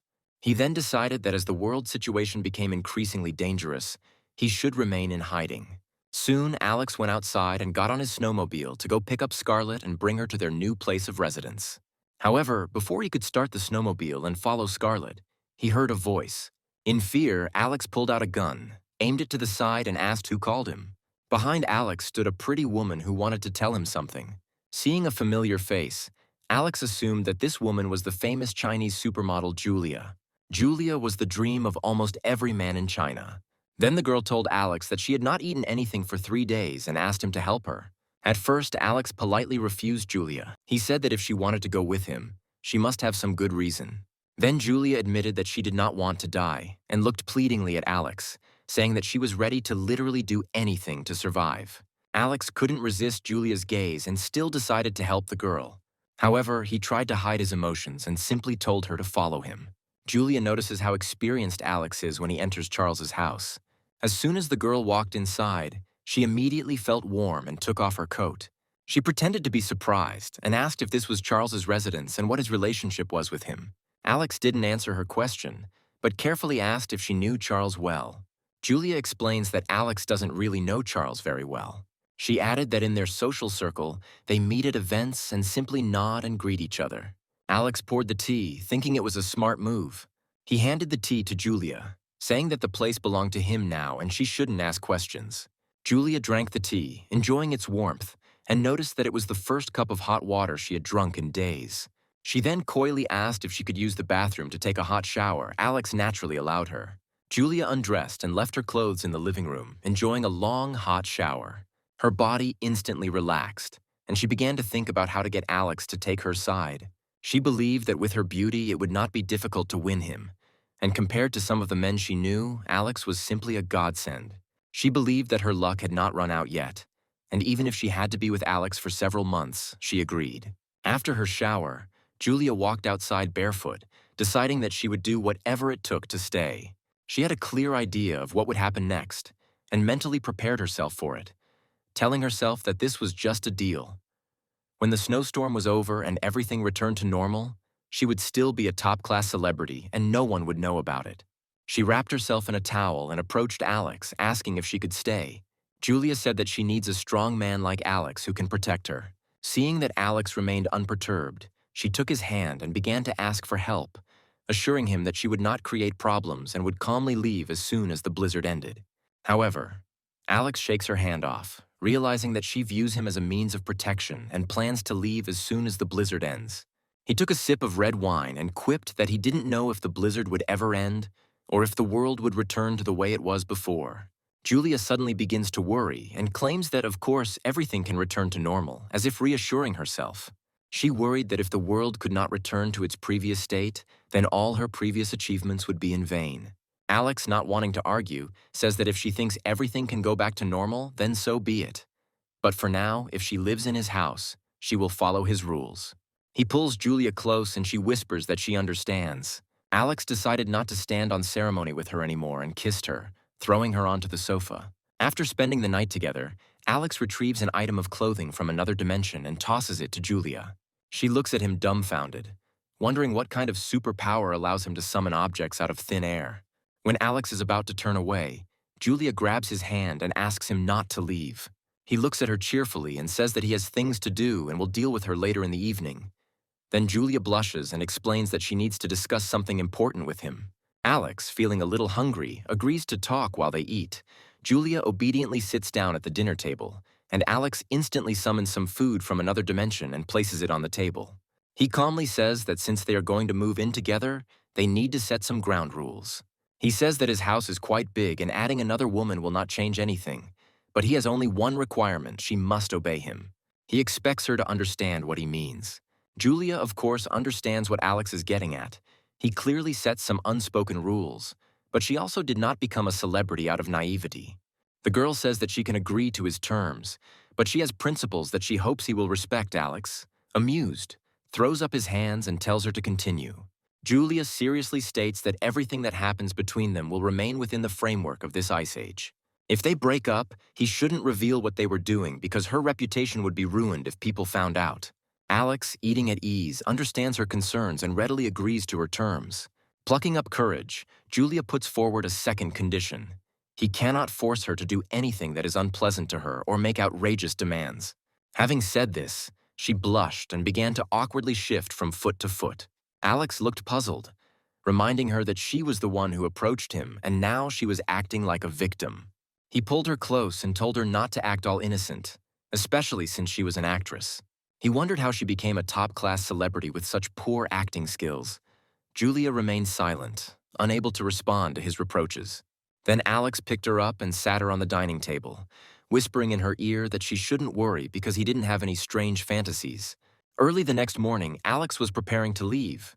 He asked the girl to stay in the room while he was gone. He then suddenly remembered that his friend Aaron was still single and asked Julia if rich women and celebrities lived here. She nodded, confirming that to live here you had to be rich or a high-ranking person. Alex smiled and said that he had a friend who had recently been deceived by a treacherous woman, and he could use some female companionship to heal the wound in his heart. He asked if Julia could help him find the right person in his circle. Hearing this, Julia looked at him in surprise. She explained that only slightly older women remained in the area. Alex said that Aaron prefers mature women, so Julia readily said that this simplifies the matter and said that she would contact one girl, Elsa. Alex's face lit up when he heard this name, because Elsa was a real goddess. When Julia spoke to her on the phone, the hero thought that Elsa is the woman of dreams for many. Soon the girl arrived at their home. Elsa, hungry for several days, thought about the proposal and said she was ready for anything. Without further ado, Alex brought out the food from another dimension, and Elsa immediately began to eat. Alex looked at both women, declaring that from now on he would take care of their nutrition and survival. However, if someone leaks information, he will be obliged to take their life. Meanwhile, the story moves to another village called Shu. Local young people were busy drilling a layer of ice underground. Soon, a huge drill was brought to the drilling site. Several sleighs with sled dogs were tied to it. The sled dogs ran with all their might, while the machine was working at full capacity. Suddenly, she broke the ice with a loud sound. Small fish immediately jumped out of the drilled hole, and the workers went down to the hole to collect the fish. The young man asked his uncle if he thought that the people in the city froze to death in such cold weather. The old man sighed and said that city dwellers don't even know how to farm and usually depend on them for food, so they're probably already starving if they aren't already. He added that fortunately, in the countryside, they had food supplies and the stamina to survive, although the cold scared them. At that moment, a roar was heard in the distance. The uncle became wary, noting that in such cold it is rare to see living people, and wondered if it was the sound of a snowmobile. At that moment, Alex rushed past on a snowmobile and was surprised to see that people in Shu City were fishing by breaking through the ice. He also noticed their sled and was amazed at how quickly people adapted to this icy apocalypse. Elsa, who was riding with the hero, was horrified when she saw the dogs. The villagers noticed Alex's snowmobile and, without saying a word, rushed in pursuit of their sled dogs. Alex quickly increased his speed, speeding away with the girl. With 6 dogs and 3 riders chasing him, Alex realized that if he got caught by this group of people, he would definitely be in trouble. Suddenly, one of the fishermen threw a harpoon towards Alex, but he dodged. Alex turned sharply, and due to inertia, Elsa was thrown to the side. At that moment, the hero realized that strangers with dogs were approaching them. The fisherman caught up and attacked Alex, demanding to leave the woman and the snowmobile, and then he could leave. Alex looked at them coldly and quickly pulled out a gun, pointing it at them. The fisherman suddenly became nervous and offered to talk, saying that there was no need for knives and pistols. They also wondered where this guy got the weapon, to which Alex replied that he inherited it. However, when they saw a beautiful woman and a snowmobile, they did not want to let him go. They said that this was Zhu village territory and he had to pay a toll to pass through. He must leave either the woman or the vehicle of his choice. Alex chuckled and asked what if he didn't want to choose either. The fisherman immediately became serious and said that they had so many people and dogs, but he had a limited amount of ammunition. Alex's eyes became even colder. He realized that he had to end this quickly, otherwise it would be difficult to escape if other fishermen from the village arrived. Taking a deep breath, he muttered that they forced him into this matter. He then took out another weapon and warned them not to blame him. He raised both pistols and shot at the strangers. Several people from the village immediately fell. The male leader was shocked to realize that Alex was serious. He ordered the dogs to rush at Alex, but Alex was already ready. He opened his palm, waiting for the right moment. With one movement, he activated another dimension, drawing in all 8 angry dogs. Taking advantage of the opportunity, Alex lifted Elsa from the ground, started the snowmobile, and rushed away. Looking around at the villagers who arrived one after another, Alex thought that it was very close and he was almost bitten by those mad dogs. But he was smart enough to use another dimension as a weapon. The villagers who woke up seeing corpses on the ground were shocked to realize that they were faced with such a cruel enemy. Looking around, they noticed that the dogs were missing. This seemed extremely strange to them, because the dogs were tamed and did not retreat without orders. They lamented that they had lost 4 lives and 8 snow dogs, and realized that they were in big trouble. The leader noticed that this man not only had a gun and a snowmobile, but he had also killed many people from the Shu family's town, suggesting that he might be unusual or even have superpowers like Joshua from their village. He advised them not to act rashly and to consult the village chief. Returning to the city, the village leader gathered the group and went to see Joshua, who was fast asleep, clutching a pillow with a print of a beautiful girl in his arms. The village leader blushed when he saw the room full of anime figures and posters. He scolded Joshua, asking if he was ashamed of furnishing his room like that as a grown man. Joshua stretched lazily and replied that the village women could not even be called girls. But this was his hobby. In response to this, the man shouted, saying that his village was full of beauties. Then Joshua asked what they wanted from him. The headman said that this morning while fishing, they encountered a young man who killed 4 and took their dogs. Joshua thought that after the fighting with the neighboring villages had just ended, this was now upon them. Then the headman said that that guy was incredibly strong and could have superpowers like Joshua. Perhaps the village is no longer safe. Then Joshua realized that this was clearly no ordinary opponent. He stated that this was quite possible. However, the guy was sure that he was the chosen one, and God sent him here to make him stronger. At this moment, an awkward pause hung in the room. Then the old man said, "All the families in their village belong to the same clan, and therefore they must avenge their sacrifices with blood." He then added that the man was too strong, and so Joshua had to deal with it. The guy said they shouldn't worry and promised to look into it. Meanwhile, Alex dropped Elsa off safely at the base of the apartment complex. On the way, Alex told her that the man she would meet was in this building and asked her to go upstairs with him. Elsa agreed, albeit reluctantly, deciding that in this apocalyptic world, having someone to team up with wasn't the worst choice. Soon, Alex entered the apartment, where he was happily greeted by Scarlett, who quickly helped him take off his coat. When Scarlett noticed the woman standing behind Alex, she felt threatened and immediately began fussing over Alex. She asked if he was tired, if he was thirsty, and if he wanted something to eat. However, Alex ignored Scarlett and asked Elsa to sit down. Scarlett sensed that something had changed in Alex and asked if he now preferred mature women. Alex smiled and told her not to think too much about it, explaining that the woman had come to take care of Aaron, but she was right that he preferred mature women. Scarlett looked stunned, but Alex was more concerned about Aaron's condition. Scarlett replied that Aaron was almost recovered, which was simply a miracle, because it usually takes at least 3 months. She gave him muscle relaxants as prescribed, but they didn't seem to suppress his strength. Alex nodded, suspecting that Aaron had an enhancement-type mutation, and asked about his mental state. After thinking for a while, Scarlett said that he was fine and his mental state was normal. No problems were found. Alex then went into Aaron's room and saw that he was fine, which allayed his concerns. He also told Aaron about how he had captured Charles's hideout the day before. Hearing this, Aaron remarked that rich people know a lot about entertainment. Alex calmly replied that in this sense it was easier for rich and powerful people to survive in this post-apocalyptic world. Aaron lowered his head and expressed his gratitude by saying that if it weren't for Alex, he wouldn't be alive today. Alex then asked if Aaron had noticed any changes in his body over the past few days. Aaron lifted his shirt and explained that his body had changed. Despite severe gunshot wounds that would take months to heal, he recovered in just a few days. Moreover, his strength has increased significantly. To demonstrate this, he lifted the sofa next to him with one hand. Alex looked at Aaron with admiration. Aaron, feeling like some kind of monster, looked puzzled. But Alex calmed him down, telling him that he shouldn't worry so much, because he had just awakened a powerful ability within himself. Alex smiled and said that he, too, had awakened some abilities, and then took out some food from another space. Aaron was completely dumbfounded, understanding why Alex always seemed to have endless resources. Suddenly inspired, Aaron knocked over the bed with a strong push of his hand and fell to the floor. Alex then advised him to get used to his new body before making any moves. Seeing Aaron's condition, Alex was incredibly happy, deciding that the stronger Aaron became, the safer they would be. Meanwhile, Elsa and Scarlett were busy in the living room. Alex got back to business and told Aaron that he had found him a wife.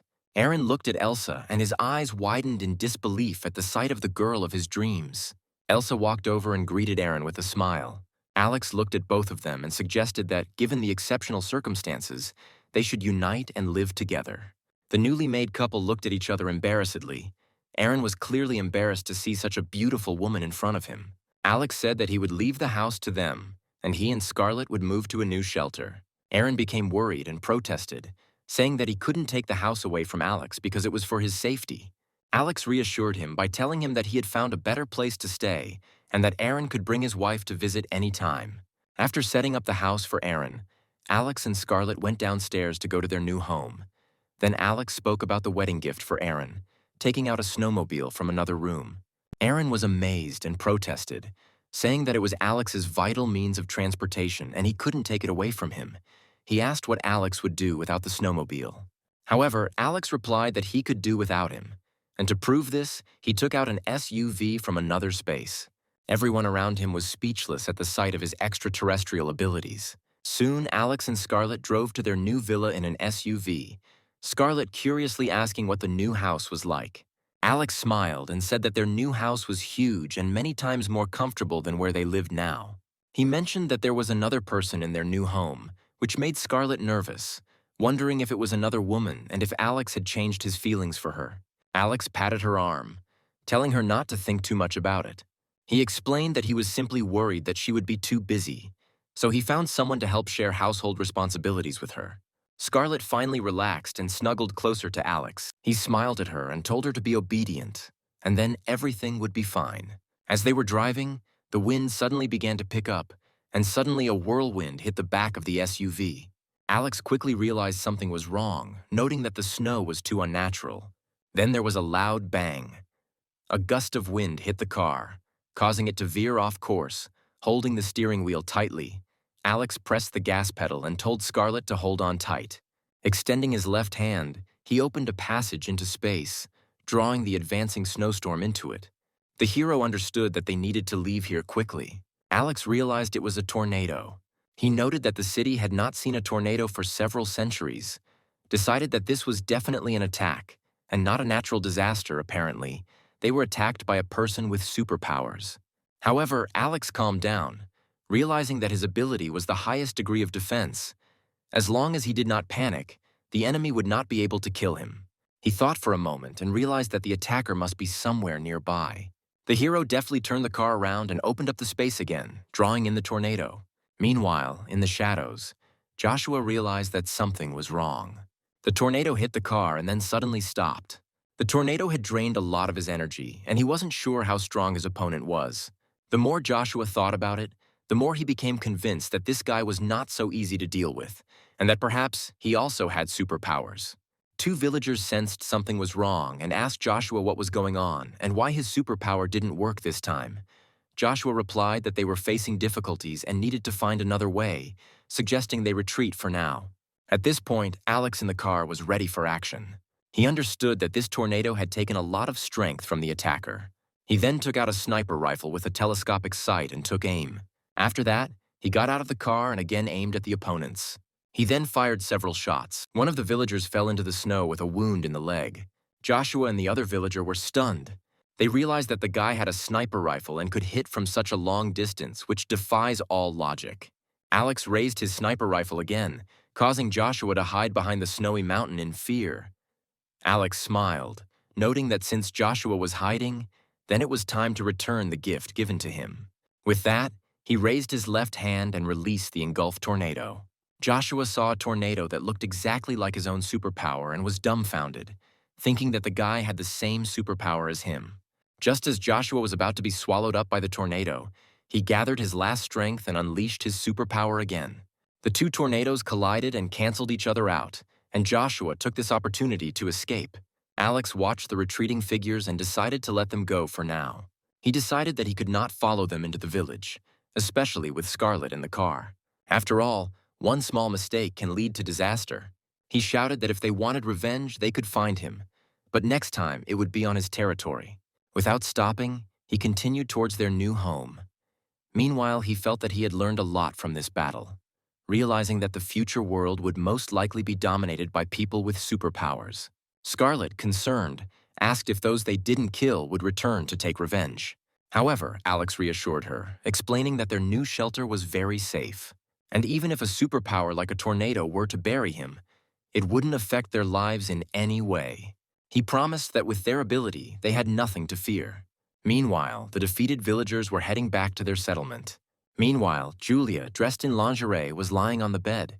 She was not used to being suddenly kept like a bird in a cage and was wondering how to pass the time.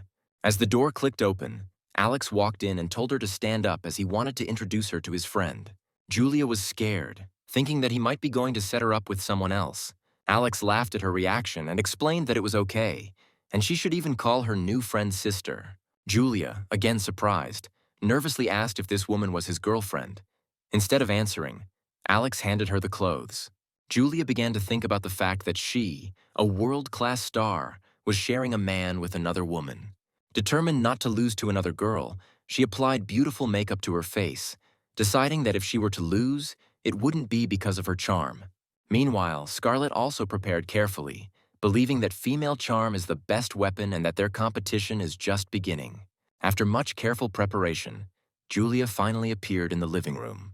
However, the moment the two women made eye contact, both were shocked to realize that they knew each other. Scarlet stepped aside irritably, intending to leave the room. Then Alex asked with a grin if she really knew their new friend. Then Scarlet angrily told Alex that she was her sister. However, relations between the two women seemed strained.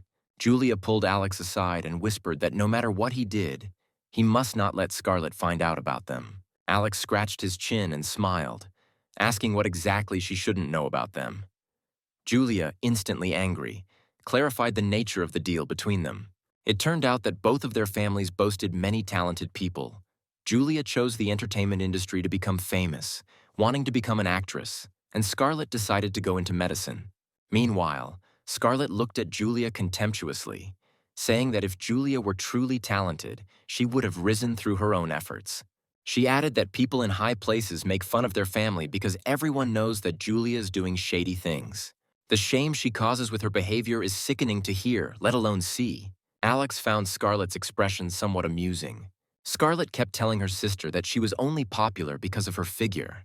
At first, Alex thought that the girl was right, but then he waved his hand, making it clear that he did not care about their past grievances, since there were no more eminent families here. Now they are just neighbors in misfortune. Alex then took them to an underground garden with vegetables and plants, informing them that their daily task, in addition to household chores, was to take care of these plants to ensure their vital functions. Both women nodded happily, glad to have something to do. After that, Alex sent Scarlet upstairs to clean up the bedroom, leaving Julia next to him. She thanked him for keeping their secret. She asked that in future they keep their relationship a secret from Scarlet. However, Alex had other plans, and he understood that there were only 3 people in such a large shelter, and it would not be easy to remain unnoticed. To express her gratitude, Julia offered to cook food for Alex. He was somewhat taken aback, surprised that the star could cook.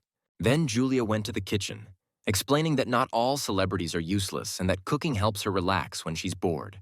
However, to her misfortune, she discovered that there were no ingredients in the kitchen. Julia looked for something but found nothing. Watching Julia walk back and forth, Alex couldn't help but admire her figure. He walked up to her from behind and exhaled in relief.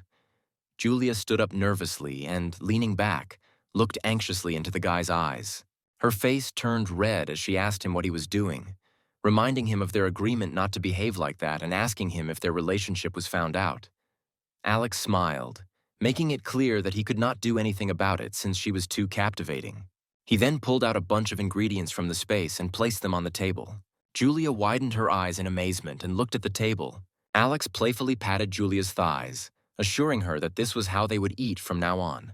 After cooking, Julia called Alex and Scarlett over for dinner. Alex looked with satisfaction at the dishes laid out in front of him.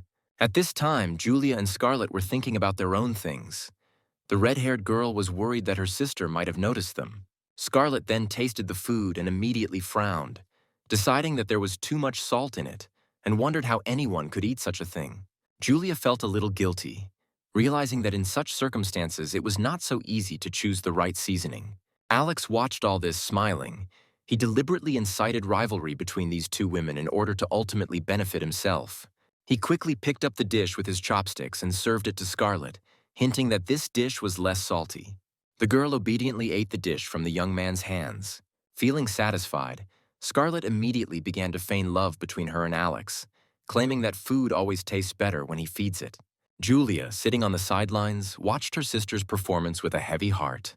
The hero thought to himself that competition is the best way to motivate employees. That evening, Scarlett asked Alex who he thought was better, Julia or her.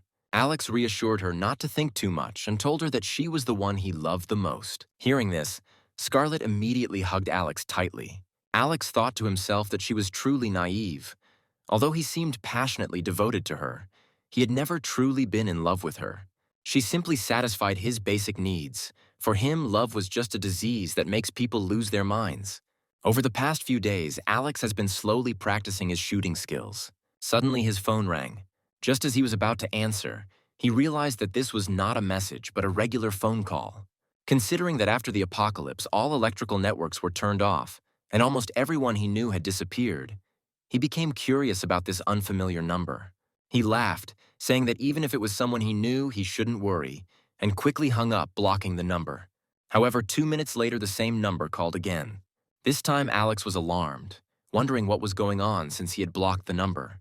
He thought he might not have blocked the number that time and blocked it again. Just then, the phone rang again. This time, Alex was truly panicked, wondering if he was imagining something. While he was going crazy, the phone answered the call itself. The voice on the other end of the line began to question Alex about why he was not answering the calls. Although Alex was panicking, he told himself to remain calm. He knew that this person on the other end of the phone was no small thing compared to the trash he had encountered before. The voice on the other end of the line began listing detailed personal information about Alex, from his date of birth and address to his current place of residence, and even his previous place of employment. At that moment, Alex could no longer hold back and demanded to know who this caller was and how he knew so much about him. The man on the other end of the line grinned and told him not to worry, because he was just his neighbor who lived nearby. He told Alex to just give him the supplies he had and he wouldn't reveal any information about it. Hearing this, Alex laughed. Asking if he thought he could blackmail him based on this information, he challenged the caller, saying he didn't care. Then the stranger asked what would happen if people found out that he had supplies that had gone missing from the South City warehouse. Gritting his teeth, Alex began to play dumb, wondering how anyone could believe he had them. The man calmly told Alex that there was no point in trying to outwit him, and stated that he had been around long enough and seen enough to understand that Alex must have these things stolen from the warehouse. He claimed that he could gather a lot of information about Alex through his phone. Then the hero realized that he was talking to David, the chairman of the country's leading information security company. Internally indignant, Alex decided that this damn blackmailer needed to be dealt with. Then he thought that if he could hack his phone so easily, then he could also hack the shelter's system. However, the hero soon came to the conclusion that the likelihood of this was extremely low, because David was also trapped, and he did not have the conditions for this. Realizing that he could no longer hide the truth, he admitted that he did have some supplies. He lied that there wasn't much left, noting that his space was limited and he had already packed and sold the extra items. But David didn't care how much he had, as long as his needs were met. He threatened to leak information and that people with special abilities would persecute Alex if he did not agree. The consequences of this were obvious to the hero. Alex realized that this time he was facing a difficult opponent. Despite everything, he decided to deal with David once and for all. Agreeing, he said that he could provide some supplies but demanded that the secret be kept. Upon hearing this, David responded happily, assuring Alex not to worry and stating that only they would know about it. He listed the things he needed: food, alcohol, cotton socks, and underwear. He ordered them to be sent to Villa 302, warning Alex not to try to be cunning. Otherwise, information would leak and he would have big problems.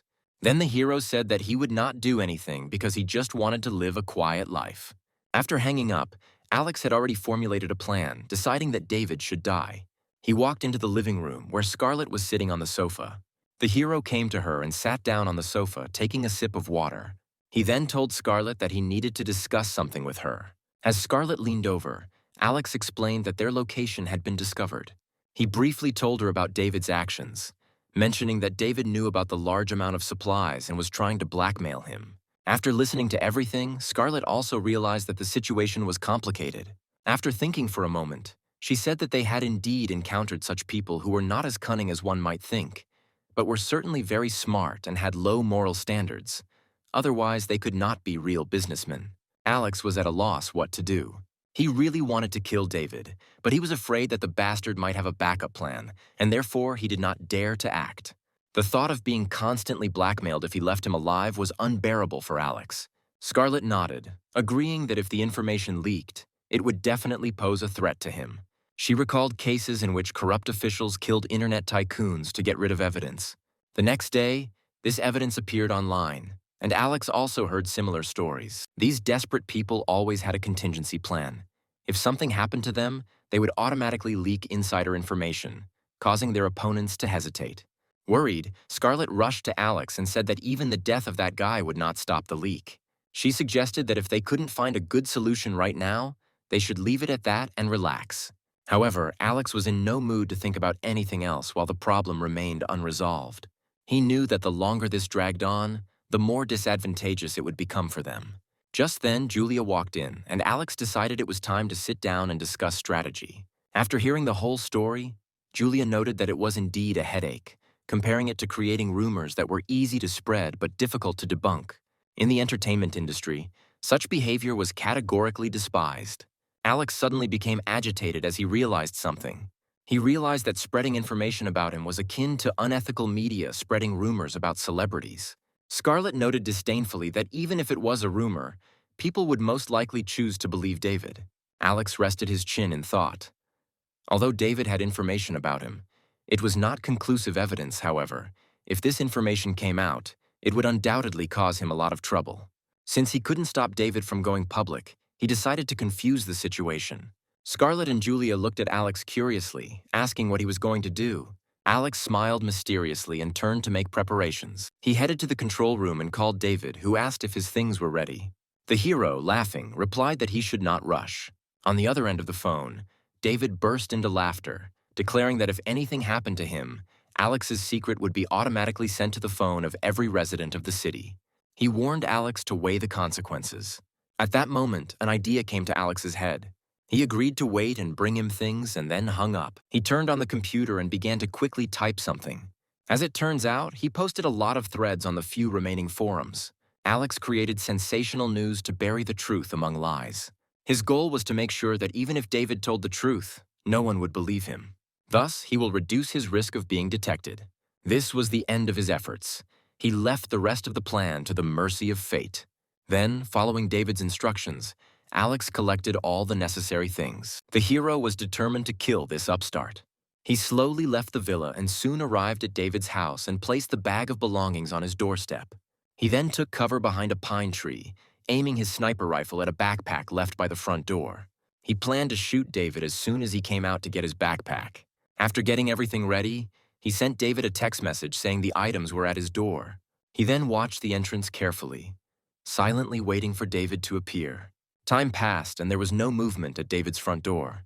Alex sensed something was wrong and wondered if he hadn't received his message. He reached for his phone, intending to make a call, but then hesitated, realizing that doing so would reveal that he knew David hadn't picked up the package and would likely make him suspicious. Alex sighed slowly, deciding to wait a little longer, confident that David would come out despite the risk. After about 15 minutes, the door slowly opened. First, the barrel of a shotgun appeared, Only then, a short old man cautiously stepped out into the street. At this moment, David was jubilant, thinking that he had finally got his supplies and that his carefully laid plans had not been in vain. Just as he was about to pick up his backpack, a loud shot rang out and a bullet pierced David's head. Seeing that his shot hit the target, Alex quickly rushed towards the villa. When he reached David, he aimed at his forehead and fired a few more bullets, muttering to himself that the old bastard thought he could prank him. Alex then went inside and found David's computer. Just about to smash it with a pistol, he hesitated, realizing that the computer probably contained a lot of valuable information. A sudden idea struck him. He decided to store the computer in an alternative dimension, preventing the transfer of information.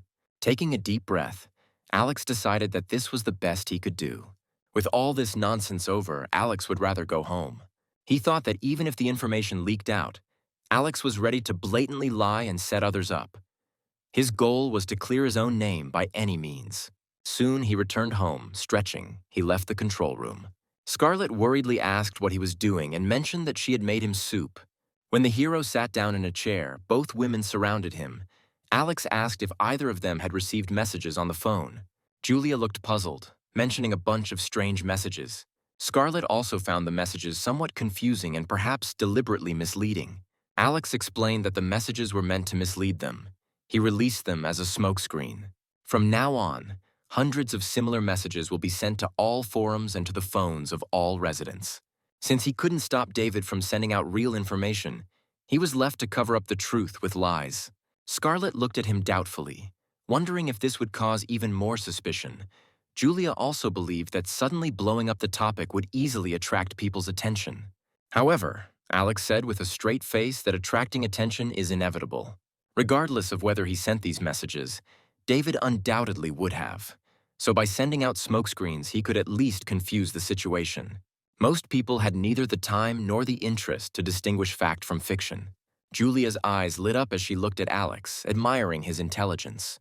She thought that this whole situation was tantamount to scandals in the media sphere. She thought that her judgment was correct. Alex was not only handsome, but also smart. At this point, Scarlett looked at her phone and wondered if sending messages from his computer might allow someone to trace the IP address back to him. Without showing any emotion, Alex continued to eat his soup. Then Scarlett sensed a change in the atmosphere and hastily apologized. Thinking that perhaps she was too worried, she assumed that there were not many people left in the city with enough experience to carry out investigations. She added that his approach is still very effective. Alex noted that unless a snow disaster returns the world to the Stone Age, it will be almost impossible to completely cover their tracks. He had no illusions that he would be able to completely fool everyone. But by doing so, he would at least prevent most people from directly suspecting him. A clash with organizations with powerful cybernetic potential was inevitable in the future, and he was ready for it. If it weren't for David's appearance, this day would have come much later. However, the shelter cost $1 billion and was rumored to be resistant to nuclear attack. With endless supplies of food, he could only truly worry if he encountered top-tier military forces. Alex smiled and looked at Julia, warning her not to be overconfident. Even though he was confident in the security of the shelter, they would not remain idle in the coming days. Hearing this, Julia blushed, and her shy gaze betrayed inappropriate thoughts. Alex was perplexed, not understanding what she was constantly thinking about. Then he snapped his fingers and said he meant something else. He clarified what he said about setting traps. However, Scarlett replied that they did not know how to set traps. Alex then threw up his hands, explaining that while the house had top-notch defenses, it lacked measures against human threats.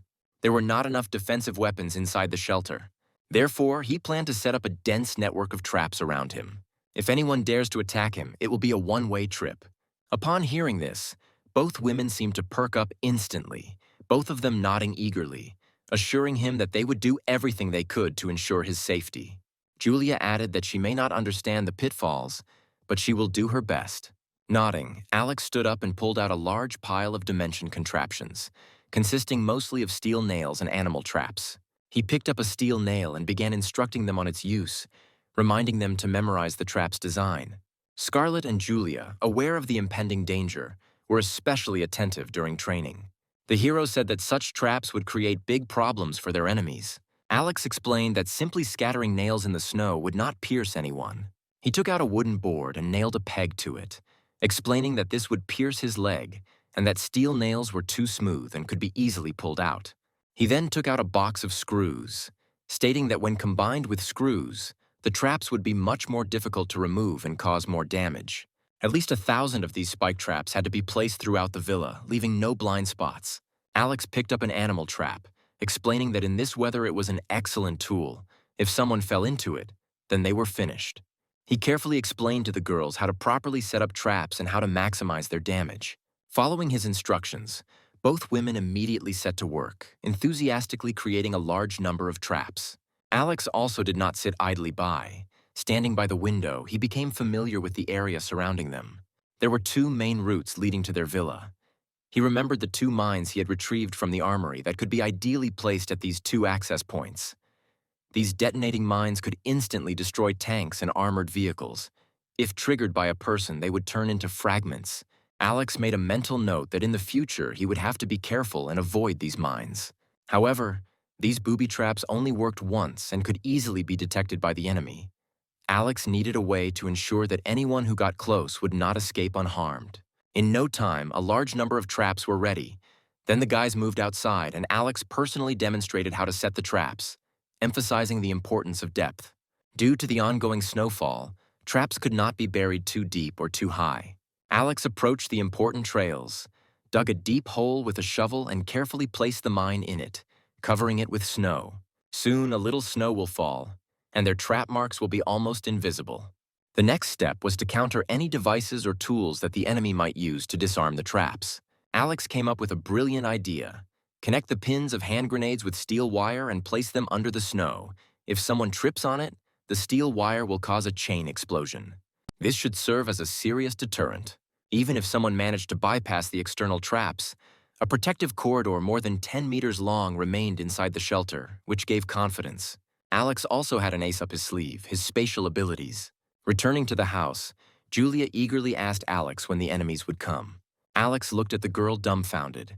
He would have preferred the traps to be just for show, but judging by her enthusiasm, it seemed like she was really hoping that someone would attack them. He didn't think an attack would happen anytime soon, considering how much time had passed since the start of the apocalypse. Anyone who managed to survive on their territory for so long was already considered an achievement. Unless there was an emergency, no one attacked others. Julia put her chin on her hand and began to think. She didn't know whether to hope that someone would fall into their traps or maintain the safety of their current surroundings. She was brought out of her reverie by a piercing noise. She turned and saw Alex, who was using a welding machine to install bolts on the door in the corridor. Curious, she approached him and asked what he was doing. Then the hero said that thick metal doors were no longer reliable enough. The recent incident with David made Alex more careful. As he worked, he explained that all the objects in the villa were controlled by computers. He noted that if someone hacked their system, they could easily open the doors. To be completely safe, he added deadbolts. Finally, he said that even if someone breaks into the corridor, they will not be able to quickly pass through the doors. It is always better to be safe than sorry. Julia looked at Alex with admiration. Although his methods seemed a little excessive to her, she believed that he would undoubtedly outlast most people. Reassured that everything was securely secured, Alex had only one concern: cybersecurity. He muttered that if only they had a computer expert with them, they would be completely safe. Hearing this, Julia's face became thoughtful. She remembered that Aurora was experienced in this field and regretted that she was not here now. Aurora is Julia's cousin. She was always frail. Her legs were paralyzed due to childhood polio, but she was brilliant with computers. By the age of 16, she had won international computer awards and was considered the best hacker. Alex thought that if they managed to find Aurora, then everything would fall into place. Julia shook her head and noted that she had long lost contact with Aurora. Especially after the snow disaster, she feared the worst. Alex noted that perhaps Aurora simply didn't want anything to do with her, suggesting that other than beauty, she had little to offer a genius like her. Julia, puzzled, hit Alex in the chest, exclaiming that he was saying terrible things. Alex felt a tinge of regret, thinking that if Aurora had been alive and able to join their group, it would have been a great outcome. Moreover, she was paralyzed, so she could not pose a threat. Considering the appearance of the two sisters, the younger one would most likely be no less beautiful. Then Julia asked what they should do now. Alex replied that now all they had to do was wait. As expected, after David's death, information about the hero was leaked online. However, Alex had prepared a program in advance. He sent hundreds of fabricated messages, and it was very difficult for ordinary people to determine which of them was true. Meanwhile, Alex continued to practice with his bow and arrows. After nearly half a month of rigorous training, Alex seemed to have expanded his spatial abilities, developing unique abilities. These abilities could be attached to weapons and projectiles, increasing their power and accuracy. With this ability, Alex could hit a target 400 meters away with a single arrow. He thought about applying this ability to melee weapons or even his own body, and found that the results were surprisingly good. He fell in love with these abilities, noting their limitless development potential. Alex then quickly took out 2 candy bars to satisfy his hunger, realizing that his abilities required a lot of food to sustain him. No matter how powerful his abilities were, he couldn't use them without food.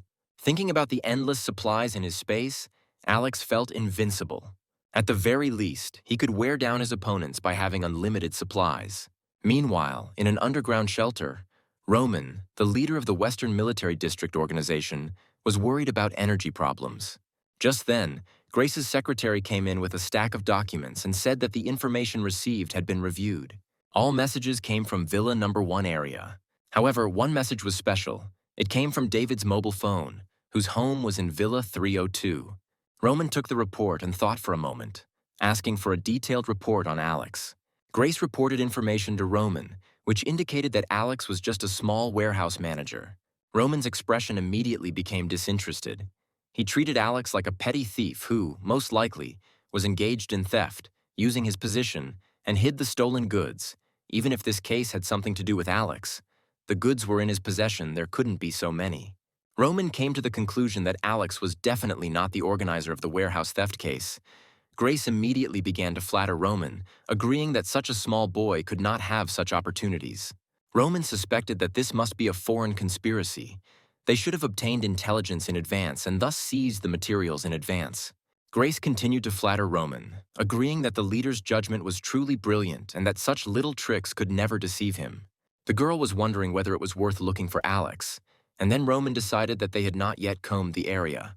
He ordered several people to be sent there, hoping that they would find clues about that batch of materials. After the last battle, Joshua's abilities were questioned by the villagers, which greatly affected him. He believed himself to be the chosen one, possessing abilities of the highest level. However, he never imagined that he would be so vulnerable. One day, while scrolling through his phone out of boredom, Joshua noticed that the sudden influx of fake messages he had received a few days ago looked unusual. He vaguely felt that it might be related to the mysterious person who scared him that day. Since he had some computer skills, Joshua quickly noticed something suspicious in the messages. His attention was drawn to an IP source that connected him to the warehouse manager and the theft case at the Southern Warehouse, which became major news shortly before the apocalypse. Joshua had always believed that the theft was a self-guided farce, but now it seemed his opinion was not unfounded. The thought that Alex could empty the warehouse single-handedly delighted him. Being a person with superpowers, Joshua found everything understandable. He imagined that Alex had awakened the ability to spatial dimension, like a vacuum cleaner with an infinite capacity, capable of absorbing a large number of objects. That day, the snow that Alex controlled disappeared before his eyes, but later reappeared. This indicated that his attack was directed into another space and then released in the opposite direction. Joshua realized that Alex must have spatial skills. Items stolen from a warehouse are most likely located in its alternate space. This revelation left Joshua feeling a huge blow to his self-esteem. He envied Alex's spatial abilities compared to his own ice and snow abilities, which seemed too weak to him. Joshua's mood deteriorated greatly. He felt like a non-entity who was destined to become one of Alex's victims. Realizing that he would not be able to defeat Alex, Joshua decided to join him. He decided that this way he could remain a minor character. Then the guy decided that they definitely needed to make friends with this guy. He jumped out of bed, deciding to urgently warn the villagers not to provoke Alex, considering that there were many fearless fools in the village. Joshua jogged to the house of the village chief, Silas. Previously, the village chief hardly cared about Joshua, but now that Joshua had awakened his ice and snow abilities and became the strongest fighter in the village chief had to show him respect. Joshua immediately shared all the information he had with the headman. He said that they were no match for Alex, advising the villagers to stay away from the estate and not to fish in the area. However, the village chief seemed indifferent to these warnings, more intrigued by the news of the sensational case of theft from a warehouse. Silas looked at Joshua, asking if he was saying that the theft before the apocalypse was committed by Alex and that all these goods worth billions were in his hands. Joshua nodded, confirming that Alex had most likely awakened his spatial abilities and was secretly storing all the goods in his alternate space. Hearing this, Silas's eyes lit up, and he muttered to himself that by seizing these goods, his hometown would never again have to worry about food. Joshua was shocked by this reaction, thinking that they shouldn't think about Alex's products. However, Silas dismissed Joshua with a contemptuous look, considering him too cowardly, saying that there were thousands of people living in their village and they should not be afraid of one boy. He continued, reminding Joshua of past fights over water and land with neighboring villages that always ended in blood. He suggested that even if it cost a few lives, it would be worth it for their hometown. Disappointed, Joshua realized that his good intentions had not come true. Meanwhile, Alex was enjoying dinner with her two sisters. Life in the villa seemed like paradise even to Julia, who always dreamed of leaving after the apocalypse, but was gradually immersed in this bliss. A sudden scream from outside broke their peace. Alex stood up, sensing that something was wrong. He ordered the girls to stay put. He then headed towards the second-floor balcony. Taking out infrared binoculars, Alex examined the surroundings of the villa and saw that a large group of people was approaching it. Their identities were obvious. They must be the people of Shu. Alex pulled out a sniper rifle from his space, preparing to fight back against the attackers who clearly had bad intentions. He was ready to defend his peaceful life, although these ordinary people did not pose much of a threat. The only thing that worried him was if there was a person with superpowers among them, and then he would take the opportunity to destroy him too. Meanwhile, the advance party approached the edge of the traps. They looked at the brightly lit villa in the distance, feeling like they were in a dream. Having survived the frozen apocalypse by stocking up on food and fishing, they could hardly imagine such a luxurious life. One of the villagers, deep in thought, walked forward and suddenly screamed from severe pain piercing his leg. The group quickly discovered that he had stepped on a trap, and thick, sharp nails were embedded in his leg. The team leader urgently ordered the wounded villager to be carried away and warned the others to beware of traps. Hearing the news, the village chief commanding from the rear immediately gave the order to use branches and sticks to probe and move forward slowly. Alex watched from afar, amused by their cleverness.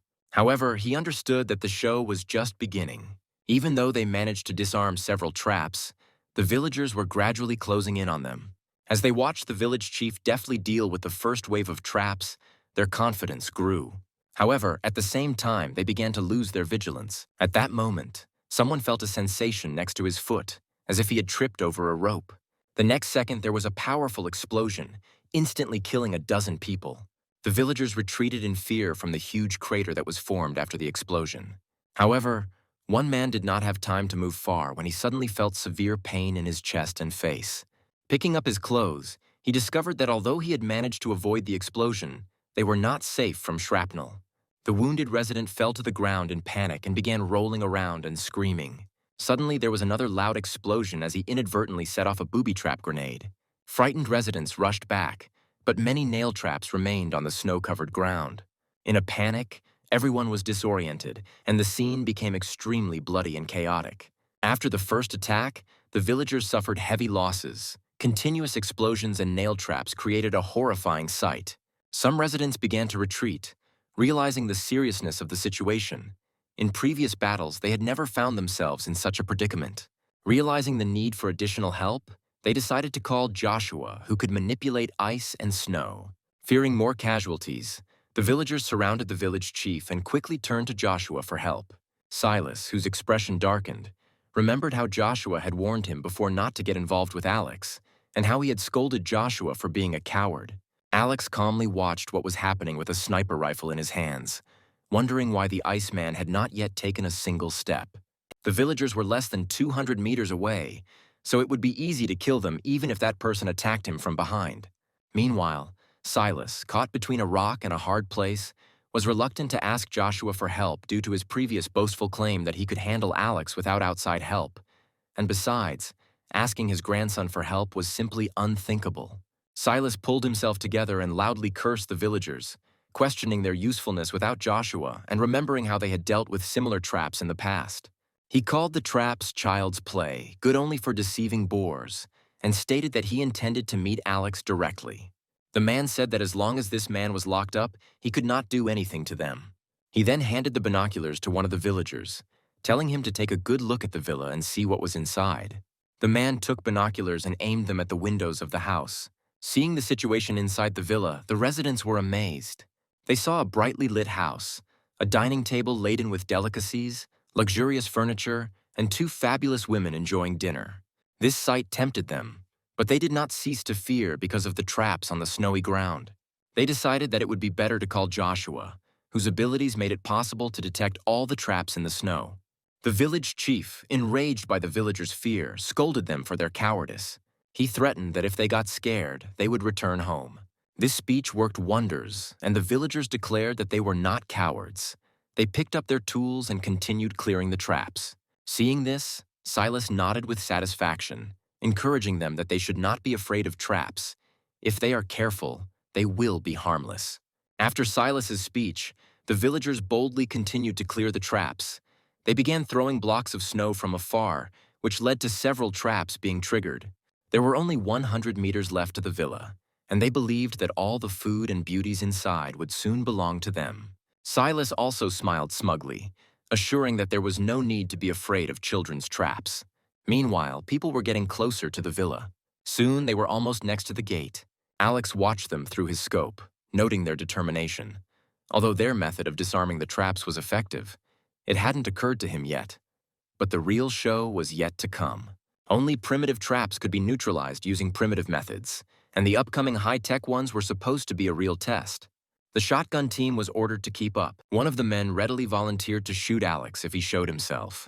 Julia, who had just finished eating, panicked when she saw the situation. She was afraid that if the villagers broke in, they would be doomed. Scarlet, on the other hand, remained calm, ridiculing Julia for her cowardice and wondering how, with such a lack of courage, she would be able to follow Alex in the future. Once the villagers were within Alex's controlled distance, he activated the villa's noise reduction function, causing the noise outside to instantly disappear. Alex then decisively pressed the mine activation button. A powerful roar was heard in the middle of the road, and the explosion illuminated the entire territory of the villa. Although Alex didn't hear the screams outside, he clearly saw the gruesome scene, with body parts and blood scattered everywhere. The hero thought that if he had more explosives, he could save all these people from suffering at once. Julia broke out in a cold sweat. She had never seen such a scene. When she saw the man whose upper body was left, she began to vomit on the table. Even Scarlet, who had seen a lot, turned away, unable to bear this sight. Alex, watching this from the side, did not experience any emotional disturbance. In the end, they brought it on themselves. The elders commanding from the rear were stunned, their minds blank as they tried to accept the grim reality before them. A young man who had lost his mind from the explosion ran up, grabbed the village chief by the leg and began to shake him, stuttering that everyone was dead, their bodies had been blown to pieces and urging him to run away. Shocked by this scene, the village chief collapsed to the ground and asked if Alex was the devil. He lamented that they were only going to rob Alex's property, not expecting hundreds of deaths from their own Shu family. As a leader, he knew that he could not escape responsibility, and, dazed, he fell to his knees in the snow. Not wanting to leave the villagers alive, Alex pulled out a compound bow and ordered the shelter's artificial intelligence system to open the front window. As the large bulletproof glass window slowly rose, Alex lined 3 arrows. After more than 10 days of training and improving his spatial abilities, Alex learned to fire 3 arrows at the same time. Soon the arrows flew, instantly piercing the heads of 3 villagers, the modern compound bow enhanced by his abilities proving even more deadly. Silent arrows claimed lives one after another, the panicked crowd not realizing they were being hunted until someone noticed. The villagers with shotguns hurriedly took aim, but were unable to determine the direction in the darkness. But Alex aimed accurately with his infrared tactical scope. The villagers were puzzled by the bow's range given the strong wind and snow. Silas remembered Joshua's advice with regret and slapped himself in the face with remorse. He realized how arrogant and self-righteous he was, and admitted that Alex deserved to die for failing the Shu family's ancestors. Seeing the man suffering, Alex decided to fulfill his wish and took out his bow, preparing to kill him on the spot. He then pulled back the string, intending to shoot arrows at the man. However, a strong snowstorm suddenly arose, quickly forming a tornado that blocked the path between the villagers and the shelter. Alex put down his bow and arrows, noticing that the Iceman had finally decided to intervene. Switching to a sniper rifle, Alex prepared for a new challenge, realizing that arrows were ineffective in such a storm. Joshua, knowing that there was a power gap between the villagers and Alex, knew that the storm would be a significant advantage. Gathering his courage, Joshua directed all his strength to fight the snow. He screamed at the villagers to run, assuring that Alex wouldn't last long. Seeing an obstacle, Alex stopped shooting, realizing that he was wasting precious ammunition blindly, especially since there were only a few hundred boxes left in the spare space. He thought that maintaining such a large-scale snowstorm must be very tiring, and that man would not be able to hold out for long. Thinking about this, Alex took various protective equipment from his alternate space, and then, fully armed, went downstairs to say goodbye to the two girls, telling them to wait for his return. Meanwhile, Joshua was doing his best to hold off the snowstorm, and when he noticed that the shooting had stopped, he was secretly relieved, thinking that his tactics had worked. However, there was a loud rumble of an engine, signaling the arrival of an SUV from the snow. Alex turned on the autopilot and pulled out an assault rifle. After that, he climbed out the window and started shooting randomly. The villagers screamed in horror as they urged Joshua to use the blizzard to stop Alex. Looking in the direction of the noise, Alex noticed the plump figure of a man. Thinking it was Joshua, Alex fired the bullet. However, she whistled past Joshua's ear, almost hitting him, and Joshua broke out in a cold sweat from horror. Then a man on a sleigh approached him and offered to climb on it. Alex considered this the perfect opportunity to eliminate the reluctant Superman. Having no reason to let Joshua go, Alex started the engine and took off in pursuit. If Alex killed this mutant, the rest of the villagers would become easy prey. Even though Joshua tried to keep the snowstorm around him and block Alex's line of sight, it was only partially effective. The range of the snowstorm was limited, and Alex's shooting accuracy remained almost perfect.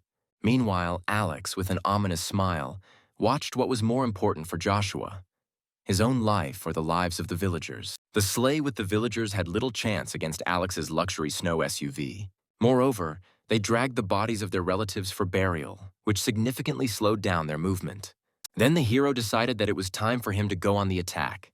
Realizing the problem, Joshua urgently ordered the villagers to throw away the bodies. People did not want to abandon the bodies of their relatives, but they reluctantly complied. Despite the small obstacle in the form of bodies, Alex continued the pursuit. He leaned out of the window and started shooting again. His shots almost always hit their targets, and the military sniper rifle, enhanced by his abilities, was capable of piercing 2 heads with 1 bullet. Seeing the villagers fall, Joshua suffered. Everyone looked at him with prayer and hope. Then the guide turned to Silas again, saying that he warned him, but they did not listen to him. In a moment of despair, Joshua had a flash of inspiration. Suddenly, blue light poured from his eyes and palm. Suddenly, a crack appeared in the ice right in the path of Alex's pursuit. Under Joshua's continued efforts, the crack in the ice widened, forcing Alex to temporarily give up his pursuit. Leaning out of the car window, Alex saw that the crack stretched for tens of meters, actually blocking his path. Standing on the roof of the car, he felt that the strength of a person to break such thick ice was enormous. He took a deep breath, coming to the conclusion that fighting on the ice was not an option. He had to return to the shelter. Despite the traps, the invaders' losses were small. Returning to the shelter, he saw that Julia was still weak after the terrible scene. Scarlett asked with concern whether Alex had dealt with the man.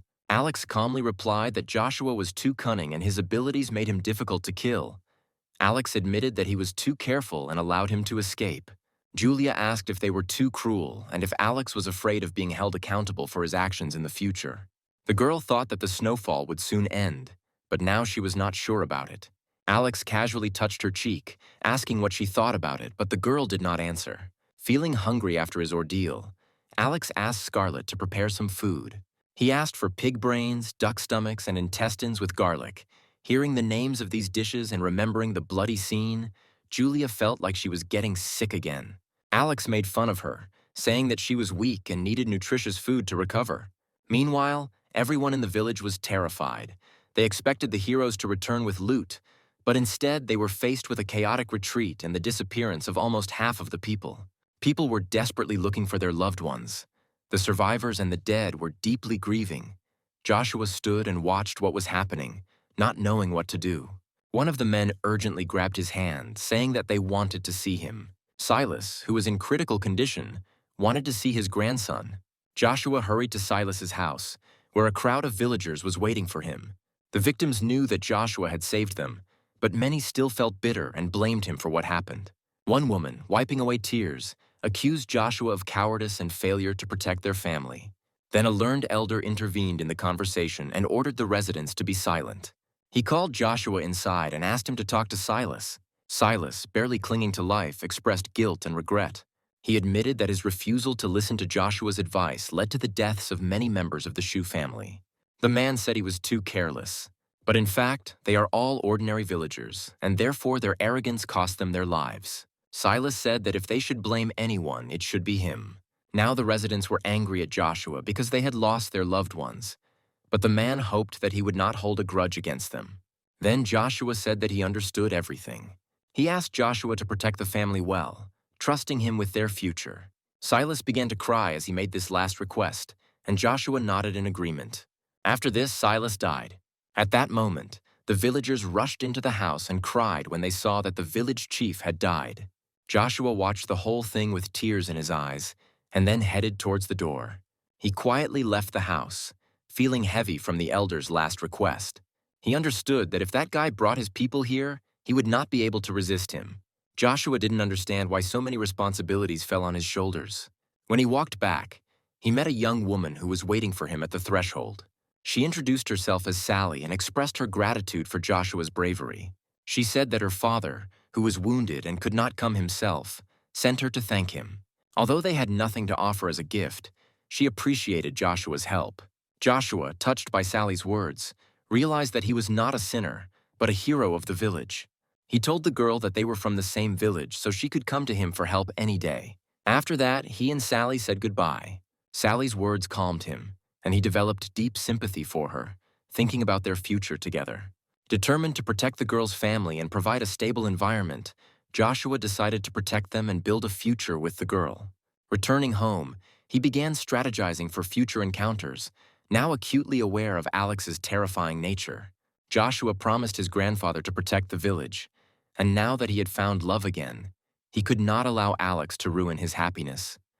But he was afraid that Alex might come and destroy the village in a fit of rage. He contemplated how to handle the situation, knowing that direct confrontation would likely lead to his immediate defeat. After much thought, he came to the conclusion that negotiations were the only way to finally resolve the situation. Inspired by this risky idea, he was willing to risk everything for his family and his beloved Sally. He hoped that she might be secretly in love with him. The next morning, Alex carefully left the house to repair the damaged traps, deciding that the Shu family was unlikely to decide to attack again. Nevertheless, Alex prepared for a possible second wave of enemies. Ordinary people posed almost no threat to his shelter, but Alex was still wary of the awakened superhumans. Thinking about Joshua, Alex still felt some admiration. Noting that their styles were somewhat similar, both were very careful about their lives. However, since Alex could not use him for his own purposes, he would have to eliminate him. After work, the guy went back home. The girls immediately sat down next to him to give him a massage. At that moment, the phone call took Alex by surprise. He couldn't understand who was calling him at this hour. The caller turned out to be Joshua, who wanted to discuss something with him. Alex was wary. After the attack on the village, he did not have good feelings towards him and was wondering when to destroy them. Joshua expressed his desire to make peace and not bother each other in the future. Alex laughed, noting that he never bothered them, but that they always provoked him. Joshua, already frightened, spoke in a trembling and resigned tone. He apologized on behalf of the village, admitting that their actions had caused harm and caused great loss. He offered to fulfill any conditions set by Alex, hoping to spare the inhabitants of their village. Alex found Joshua's overly respectful tone strange and wondered why they had sent such a negotiator. He asked if Joshua had the right to represent the Shu family's city. Joshua then revealed his identity as a superhuman who fought Alex twice. This revelation got Alex thinking. He acknowledged Joshua's right to negotiate, and asked if Joshua could accommodate any of his requests for reconciliation. Joshua, sensing an opportunity, replied that they would try their best to satisfy Alex. Alex then recognized Joshua's ability to work with ice and snow as potentially valuable in a frozen apocalypse. If he could recruit Joshua, he would become a useful assistant. Then Alex said that he only needed one thing from Joshua. Joshua, afraid that Alex wanted something indecent, explained that he was straight. Alex was speechless at first, but then assured Joshua that he simply thought his abilities were unique and that if he truly wanted to make peace, he should come in person. The hero emphasized that otherwise, if he was in a bad mood, he could simply destroy the village. He added that Joshua's abilities would be ineffective against him, and destroying the village would be a piece of cake. Joshua stood up from his chair in horror. He argued that destroying the village would not do Alex any good, and that the village and Alex's hideout were interdependent. They could help each other in the fight against external enemies. Alex responded dismissively that Joshua was his main enemy. He noted that if Joshua succeeds, he will deprive, Alex supplies, and if he fails, he will strive for peace. Alex heard Joshua's calculations and insisted that if he wanted peace, then he needed to be sincere. He told Joshua to come to his hideout, emphasizing that only he should be present. He forced him to make a choice, stating that if he did not come, Alex would take the time to destroy the village. Hearing this, Joshua immediately became horrified. Trembling, he agreed to come, after which Alex hung up. Joshua collapsed to the ground, dazed, feeling like he was going to die. His love, his life, and his old beliefs seemed to be under threat. After hanging up, Alex began to plan the meeting. He knew that Joshua's abilities had limitless potential and could pose a huge threat. But if he could become his subordinate, it would be a valuable addition. Alex decided to test Joshua, given that Joshua's abilities posed no real threat to him. Based on the results of this meeting, Alex will decide whether to kill Joshua. After that, he headed to the bedroom to rest, but fell asleep while reading a book. At that moment, Julia entered the room. She said that she wanted to lie with Alex. The guy stretched out and said that he had work to do after lunch, and he didn't have an extra pillow. Then the girl put the guy's head on her feet. At that moment, the hero turned and his face was under Julia's skirt. He asked to wake him up in 2 hours. The girl was very embarrassed, but agreed. Having rested, Alex went out onto the balcony, fully armed, waiting for Joshua with his sniper rifle. He soon spotted Joshua through the scope.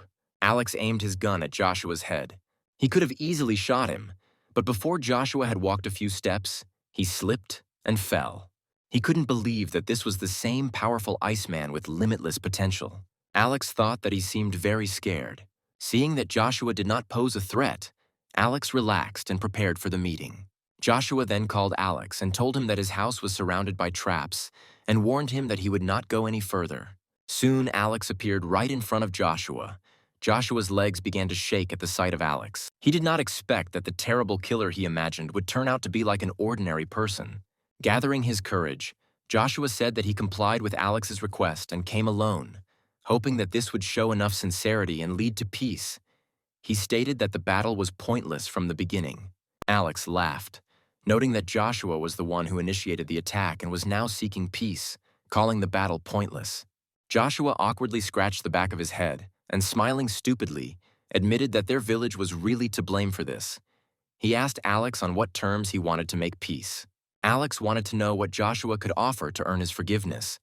Joshua bashfully replied that except for the lives of family members, they could offer anything. Alex, thinking that he had no supplies, demanded that the initiator of the attack be handed over, saying that he must die, otherwise there would be no deal. To his surprise, Joshua was delighted and said that the initiator of the attack was the village chief. Joshua asked if he was okay with this. Alex was speechless. The day before, he killed more than 100 people, and among them were Joshua's relatives. He asked if Joshua wanted to take revenge for them. Joshua said with a hint of sadness that his parents died shortly after the snow disaster. His father, who suffered from heart disease, fell ill on the first day of the snowstorm and died at home due to a lack of ambulances. His mother died a week later. The thing is, Joshua didn't want to talk about it. He stated that such things affect mood and thinking. Alex then asked what about Joshua's other relatives in the village. Joshua said that the others were not his direct relatives and generally looked down on him, so Joshua didn't feel much of a connection with them. He admitted that he holds no grudge against Alex for the deaths of hundreds of Shu family members. He even admires the way Joshua chased them in his car the previous night. Then Alex decided to give Joshua a chance. He agreed to make peace, but stated that the village itself did not interest him. The villagers posed no threat to him, but Joshua was interesting in some way. Joshua was incredibly excited and rushed to hug Alex, considering it an honor to receive recognition from such a powerful person. But Alex waved his hands, ordering Joshua to calm down. He laid out his terms. Joshua would have to follow Alex's orders and comply with any of his requests. Joshua was scared and questioned whether Alex wanted something intimate. Alex was taken aback by his reaction. Seeing Joshua hesitate, Alex pulled out a limited edition figurine from his space and handed it to him. Joshua's eyes lit up at the sight of the rare figurine, which was worth its weight in gold to anime fans. Alex mentioned that he has many more of these figures, and if Joshua remains faithful, he will receive quite a few limited edition figures, pillows, games, and cartridges. Joshua, blissfully hugging the figurine, agreed to everything Alex wanted. Thus, Alex successfully recruited Joshua as his subordinate. Alex then asked Joshua to help him with something. Joshua readily agreed, feeling valued and wanting to prove himself. After that, the hero took out a snowy SUV from an alternative space, which stunned Joshua. Surprised, he began to sincerely flatter Alex, marveling at his abilities. He wondered if his time travel abilities were related to his spatial abilities. Then the hero thought that perhaps he really had abilities that he had not yet revealed. But perhaps over time he will be able to improve his abilities. After driving for some time, they found themselves in front of a large building, which was originally a large gas station. Then Alex tasked Joshua with clearing away all the snow. Wanting to prove himself, Joshua used all his strength, and with a loud explosion, the thick layer of snow split. Huge pieces of ice and snow rose into the air and scattered to the sides. Alex watched Joshua from behind, noting that although he had become a capable subordinate, he should remain cautious. When the deeply buried gas station was cleared, Joshua collapsed to the ground, gasping for breath. Alex secretly rejoiced, knowing that if Joshua became a top-notch resource gatherer, future missions would become much easier. He handed Joshua a piece of chocolate, causing Joshua's eyes to light up. He eagerly tore the wrapper and began crunching it. Meanwhile, Alex quickly moved into the newly cleared snow hole, intending to take all the accumulated oil into his own possession. Joshua flattered Alex again by calling him amazing. Alex felt a little awkward since Joshua had done most of the work. He then asked Joshua if he had to use his abilities to dig up resources before. Joshua replied that he had, but in the extreme cold, they could only dig up nearby resources. Their dogs were not suitable for working in such weather, so they did not risk their lives by going further. Alex looked at Joshua as if he was a valuable asset. He thought that with Joshua's skills, there would be no problem in resolving any issues. He assured Joshua that as long as he remained faithful, Alex would provide him with a good life. Alex then handed Joshua a backpack filled with supplies as a reward for his efforts that day. Joshua, holding a heavy backpack, was overjoyed. He promised to follow Alex's orders and complete any tasks.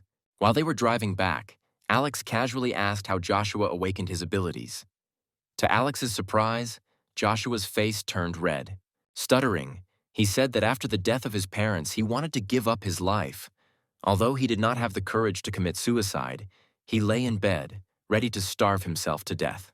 When Alex asked if his powers had awakened during this time, Joshua's face turned even redder. Joshua went on to talk about how he overindulged himself before his abilities manifested.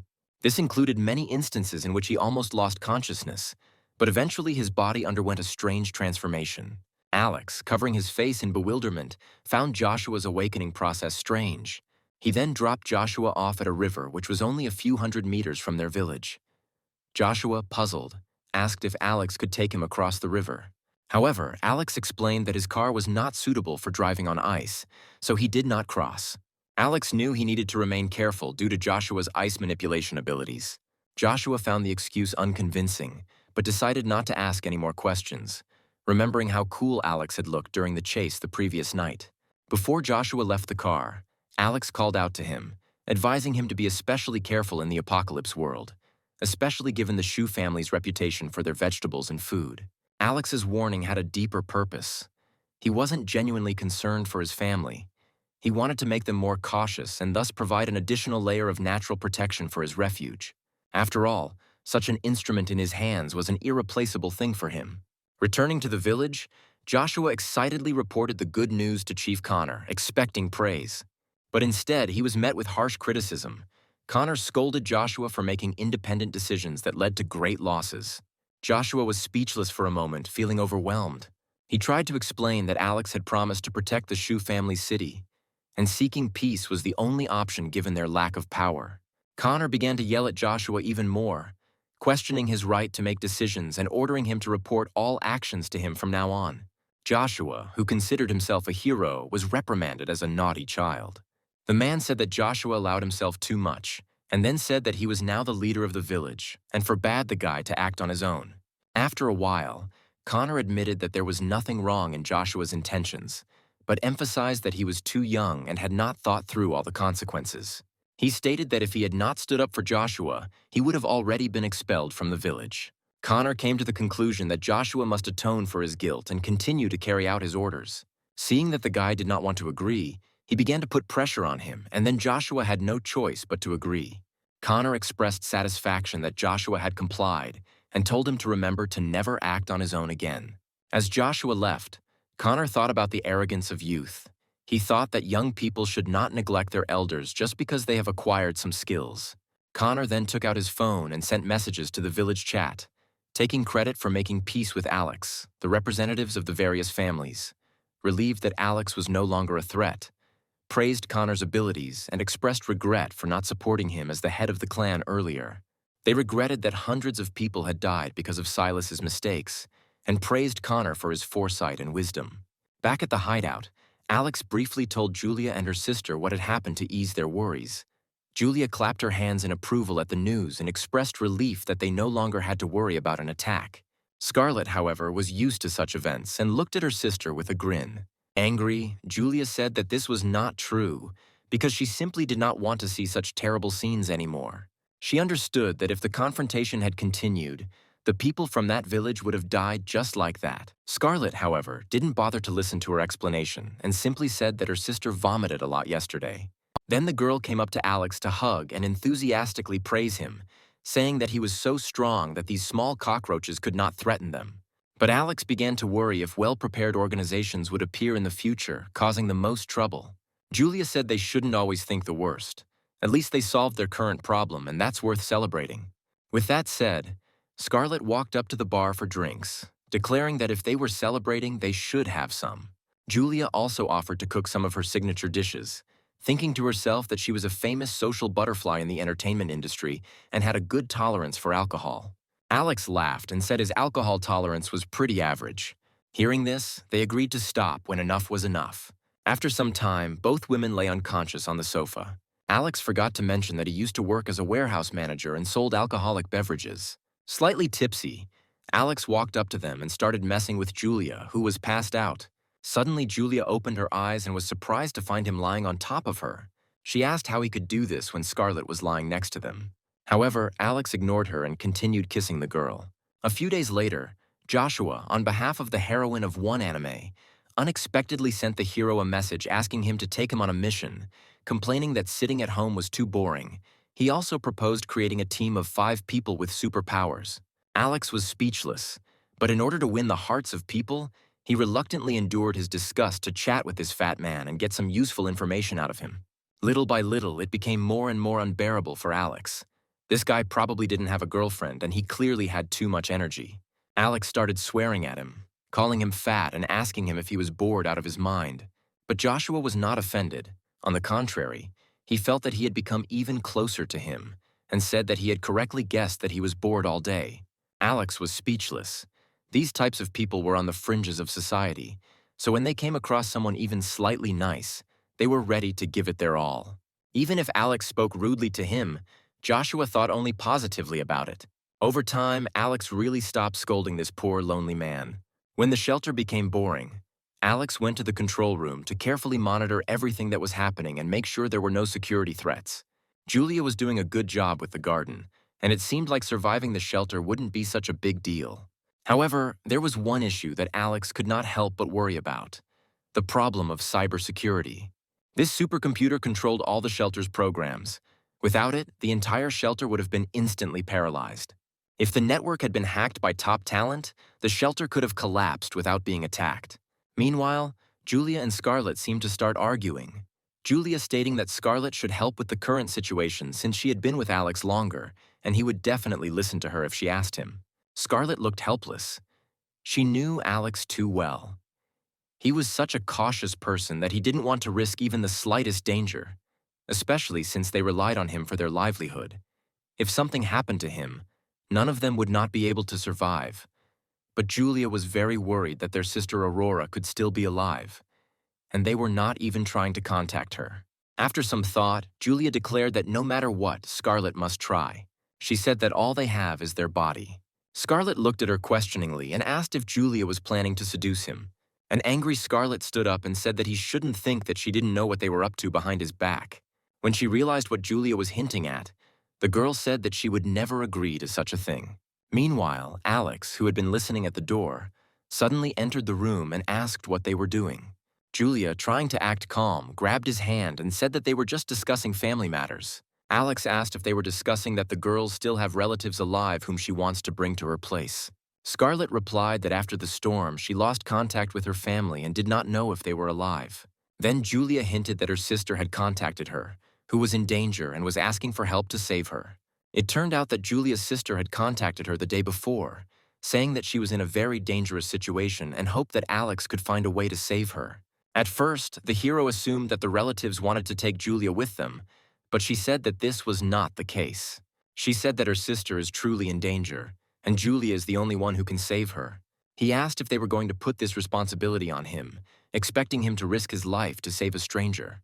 Then Julia dropped all pretense and clung to Alex, saying that she might be his only surviving relative and he couldn't just watch her die. Since she was Julia's sister then, naturally, Scarlett was her relative. So Scarlett also moved closer to the guy and said that if her sister died because they did not save her, then they would feel guilty until the end of their lives. Days. Alex looked at his sisters helplessly. He noted that they both knew about the situation outside and that his information was no longer a secret. He explained that he didn't know how many people were keeping an eye on his supplies at the hideout, and that asking him to take such a big risk for a stranger didn't make sense. Seeing his refusal, the sisters panicked and began to cry, clinging to his legs. They begged, saying that if he agreed to save her, they would unconditionally fulfill any of his requests. Scarlett whispered in his ear, asking if he had ever tried sleeping with two girls at once. Hearing this, Alex's eyes lit up with interest. The sisters looked at him hopefully, waiting for his answer. Alex took a deep breath, about to refuse, but Julia continued, explaining that her sister, Aurora, was physically disabled and had survived this long thanks to a miracle. She was desperate for help. Julia described her sister so pathetically that it was difficult not to feel sympathy for her. Alex hesitated and then asked if they were talking about the genius hacker Aurora, who he had already heard about. Alex thought that the 18-year-old genius hacker would be an ideal network engineer. Since she was the sister of these two women, her loyalty could not be doubted. Then Alex took both women by the hands and looked at them tenderly, saying that since she was their sister, he would not stand aside. Hearing his words, both sisters were overjoyed. Scarlett even thought that Alex must be in love with her to help them. Julia was also touched, saying that she did not know how to repay his kindness. Alex looked at them proudly, claiming that he is not as heartless as they think. He claimed that he looks cold on the outside, but is warm on the inside, and truly values the people who surround him. The women blushed and admired this reaction from the guy. Julia seemed to fall even more in love with him. After a whole night of tense discussions, Alex agreed to save their sister Aurora. Then Alex asked both women to discuss the rescue plan with him and tell him about the situation with their sister. Julia spoke seriously, explaining that Aurora was now trapped in the academy. According to her, the academy was an aristocratic school of the highest level, offering comprehensive education from kindergarten to university. It usually educated only the children of the elite, but also admitted several geniuses. Its graduates usually became pillars in both political and business circles. Alex couldn't help but wonder how the paralyzed girl survived such extreme conditions. Julia continued to say that such high-level aristocratic schools have special food supply channels, and quite a lot of food is stored in their warehouses. Aurora managed to hide in the cafeteria at the very beginning of the snow disaster, so she did not die of hunger. Alex still had doubts. He asked why she still waited to contact them. In a crisis situation, a person seeks help from all possible people. But she decided to contact her sister almost 2 months after the start of the apocalypse. Julia was also surprised and did not know why she did this. She suggested calling Aurora right now. However, she could not get through. Julia said she was hoping she could get in touch with her. Scarlett mockingly suggested that perhaps Aurora thought they were already dead and therefore did not take them seriously. Alex asked Julia how far the academy was from them. Seeing Julia's puzzled expression, Alex took out his phone and opened the map. Alex discovered that the academy was located in the Western Mountains region, about 23 kilometers from the villa. With the current interruptions in long-distance communications, getting through was simply a miracle. However, it is possible that Aurora considered them dead, and therefore did not think about contacting them. Alex told the girls to go with him to the control room. After dialing Aurora's number, a sharp electronic noise was heard, indicating that the signal was extremely unstable and seemed to be subject to severe interference. However, after a few seconds, the call connected successfully, and the sisters immediately became worried. The girls asked Aurora to quickly tell them about her situation and assured that her sister would find a way to save her. The voice on the other end was intermittent and heavily distorted. They could make out that Aurora was in the school cafeteria and seemed to be in a very dangerous situation. Alex urgently asked for details about the danger she was in, but heard only fragments of phrases and alarming sounds. Among the chaotic electronic noise, a chilling and terrifying sound was heard, something inhuman, similar to the roar of a giant monster. The call ended abruptly, leaving only the alarming echo of a busy signal. At first, Alex thought it was a simple task, picking someone up from school. However, a terrifying noise of a monster was heard in the receiver, the sound of limbs and bones being torn to pieces. He had heard this only in films about zombies. A beep echoed through the control room, suggesting that there might be monsters in the academy. Alex wondered if the animals had mutated too. Seeing the hesitant expression on Alex's face, Julia pressed herself against him again, begging him to save their sister. Alex smiled slightly and assured her that he would save her sister and that everything would be fine. He admitted that the situation had become somewhat confusing and mentioned that he would have to call on 2 mutant allies for help. He decided that this was a perfect plan and quickly called Joshua. Joshua was eager to get out and begin the task, and Aaron also readily agreed. Alex guessed that the creepy noise could be coming from a mutated human or some other mutant creature, although it sounded scary. But considering that the paralyzed girl had been dealing with it for over a month, it shouldn't be too difficult for them. 3 superhumans. Early the next morning, the sisters prepared a full table of delicious food. Alex did not indulge himself, as this could affect his mobility, but he needed to replenish his physical energy. Food was prepared in his space to ensure timely replenishment of supplies, and all weapons and equipment were fully loaded and ready. Soon, Joshua called Alex, saying that he was already at the river and asked him to hurry up. Alex assured him that he would arrive soon. After hanging up, Alex told the women that to ensure their safety, they would have to stay in the basement for a while. Julia, not understanding, asked why they needed to go to the basement if the house was safe. Scarlett immediately understood everything and tugged at Julia's clothes, urging her to follow the instructions and not ask unnecessary questions. Scarlett knew about Alex's intentions. After all, the person being rescued was their sister. He feared that it might be a trap they had come up with together. Alex usually did just that. Alex locked both women in alloy rooms so that no one but him could open them. Alex promised that if his sister was alive when they arrived, he would definitely return her safe and sound. As he left the basement, Alex sighed. He admitted to himself that he did not want to be so careful in everything and constantly fear even the people closest to him. However, in this post-apocalyptic world, one could not afford the slightest carelessness. Meanwhile, Joshua had already come to the riverbank to wait for his partner. Seeing Alex approaching, Joshua waved to him.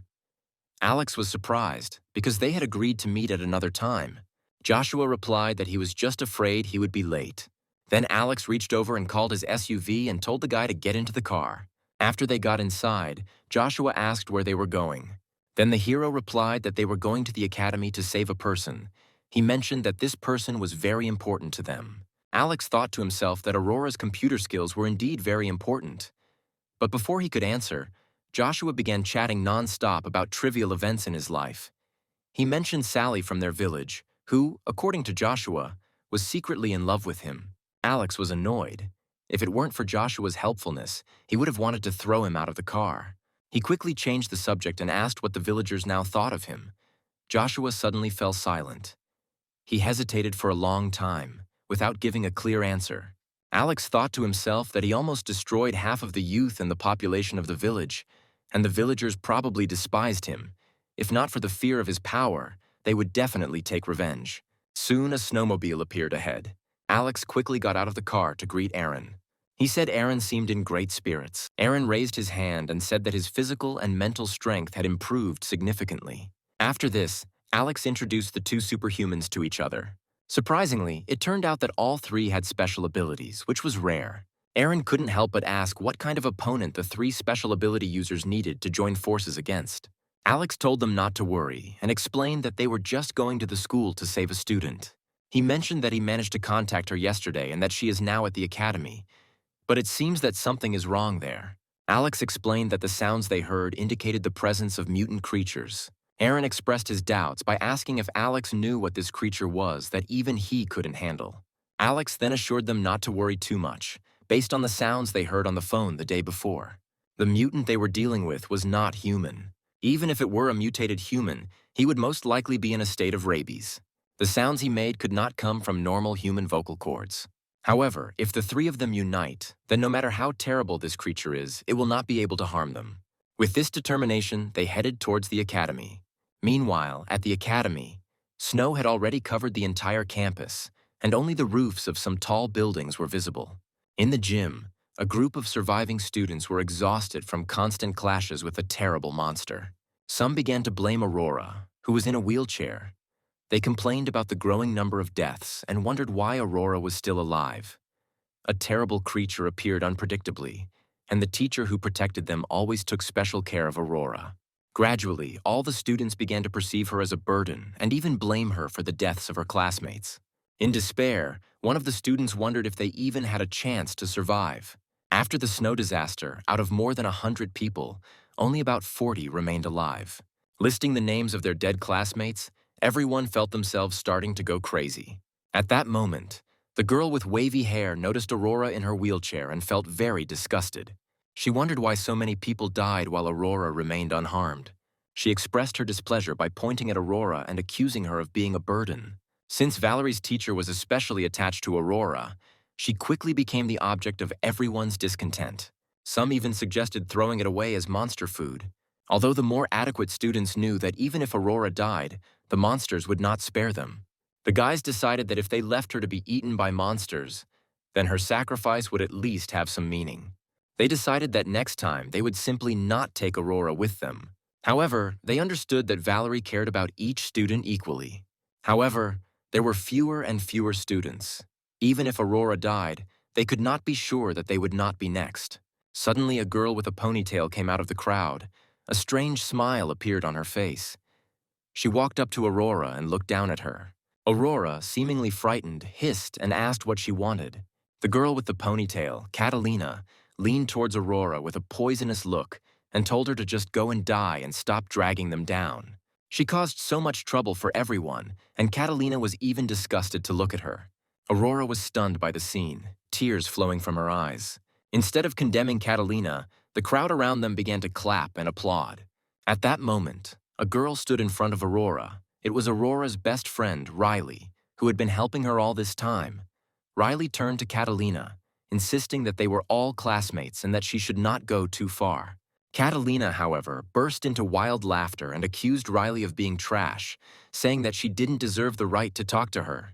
Catalina stated that Riley only got into the academy through connections.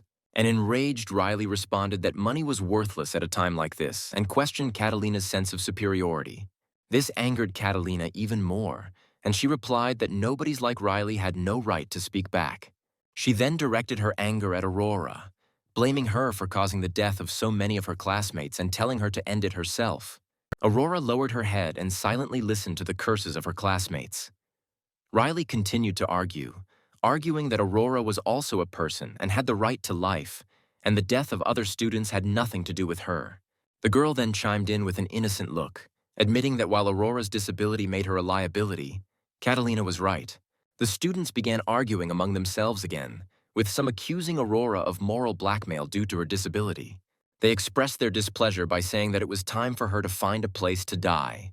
Riley angrily retorted that she had been taking care of Aurora all this time, and none of the others had done anything for her. She questioned their right to blame Aurora.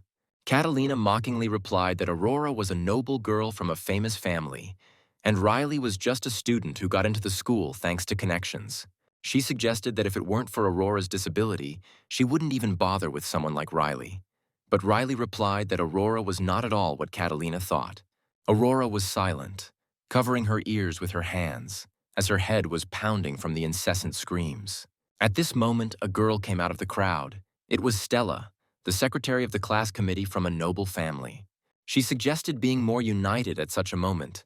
She stated that although Aurora was indeed causing trouble, they would not abandon her. Stella hoped that Aurora would not hold a grudge against everyone and sincerely extended her hand to her. Suddenly there was a loud ringing sound and the metal window was broken from above. Soon a monstrous hand several meters long stuck through it. A clawed paw grabbed the student's head and easily lifted him up. The students burst into screams of horror and desperately ran away. Before the student had time to call for help, he was quickly pulled out of the window. The creature, which looked like a huge cat, licked its tongue and then put the student into its mouth.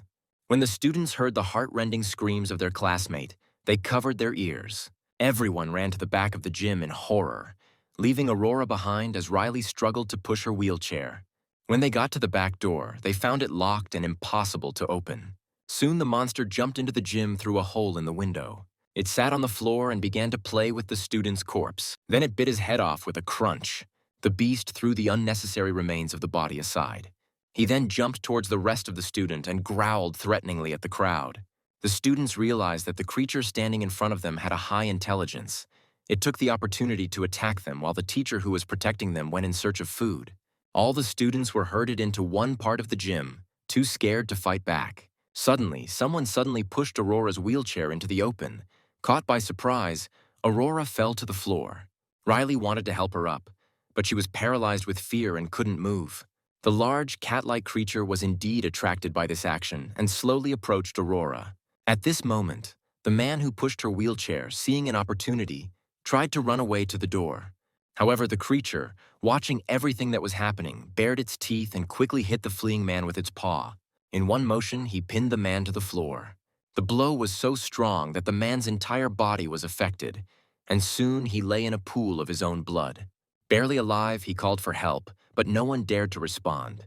At this moment, all the students scattered. Plucking up her courage, Riley went to help Aurora up. The others realized that if the student tried to escape and was killed, and Aurora, who lay motionless, survived the attack. The monster seemed to primarily target moving objects. However, the guys realized that it was unsafe, and the creature was just mocking them. Realizing they couldn't just play dead, the students decided they had to warn Teacher Valerie, or else they would all die. While the creature was fiddling with the dying student like a toy, Vincent ordered everyone to scatter. However, just as they were about to take the opportunity to escape, the dying student screamed in despair, accusing everyone of trying to abandon him. He was horrified when he realized that they were not going to save him. Even his best friend Vincent just decided to run past him. With an angry roar, he shouted that if he died, they would all go down with him. A sudden cry attracted the cat's attention. She quickly turned around and knocked down 2 more boys. The student, who had blood in his mouth, burst into a terrible laugh, declaring that if he had to die, they would all die together and become his funeral companions. While the big cat was distracted by the 2 groups, Vincent and 2 others ran out of the gym, their faces showing relief that they had almost escaped death. The 2 guys accompanying Vincent praised him, noting that his smart strategy of letting others distract the creature gave them a chance to escape. As he ran, he explained that the creature seemed to be a mutated cat. Cats play with prey before eating, and unless they are very hungry, they are not interested in dead prey. Seeing Vincent running away, the other students also tried to escape, but the big cat's tail hit one of them hard, and the blow was fatal. Several girls fell, having an emotional breakdown, screaming in horror. At this moment, an angry cry was heard. As it turns out, Teacher Valerie has finally returned to the academy. She fearlessly rushed at the big cat with a sword. The cat let out a high-pitched squeal as it dodged her attack. Seeing the bodies of the students, Valerie's eyes were filled with immense sorrow. Despite this, she decided to lure the creature out to avoid further victims. Teacher Valerie was a highly skilled swordswoman. The big cat seemed to understand Valerie's intentions and, grabbing the student's body in its mouth, quickly disappeared outside the hall. Holding the sword in both hands, Valerie carefully walked towards the door, knowing full well that the big cat was smart and should not be underestimated. When she went outside, she discovered that the creature had disappeared, leaving behind only chaotic traces of massive paws. It seemed to be gone, and Valerie couldn't help but breathe a sigh of relief. Although a wave of exhaustion washed over her, in the 2 months that had passed since the start of the apocalypse, more than half of the students had died. If it weren't for her accidentally awakened special abilities, she would have long ago lost this deadly game of cat and mouse, and everyone, including herself, would have been dead. Then Valerie laid out the hard-earned food in front of the students and told the head boy, Vincent, to divide it among everyone. She then found a corner to sit down as she was extremely tired. At this point, Catalina lashed out at Aurora again, asking why she was still alive and calling her the most useless person present. She asked why she couldn't just die. Riley stood up for her again, indignantly replying that the monster attack had nothing to do with Aurora.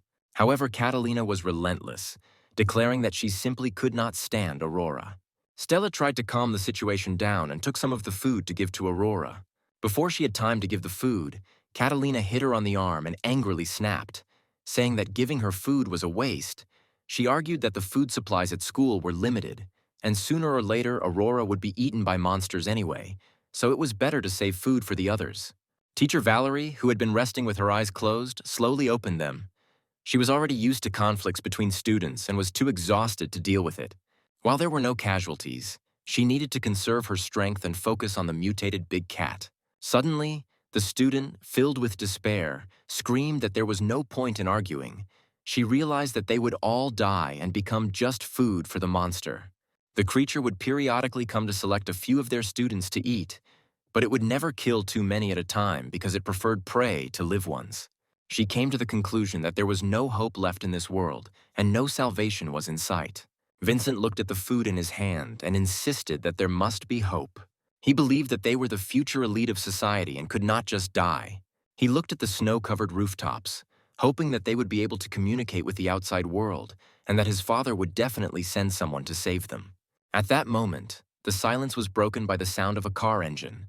3 men, following the navigator, arrived at the academy an hour later, getting out of the car. Alex took out a pistol and reminded the others to be on their guard. With the snowy campus as a backdrop, Aaron said it was impossible to determine where the person they were supposed to rescue was.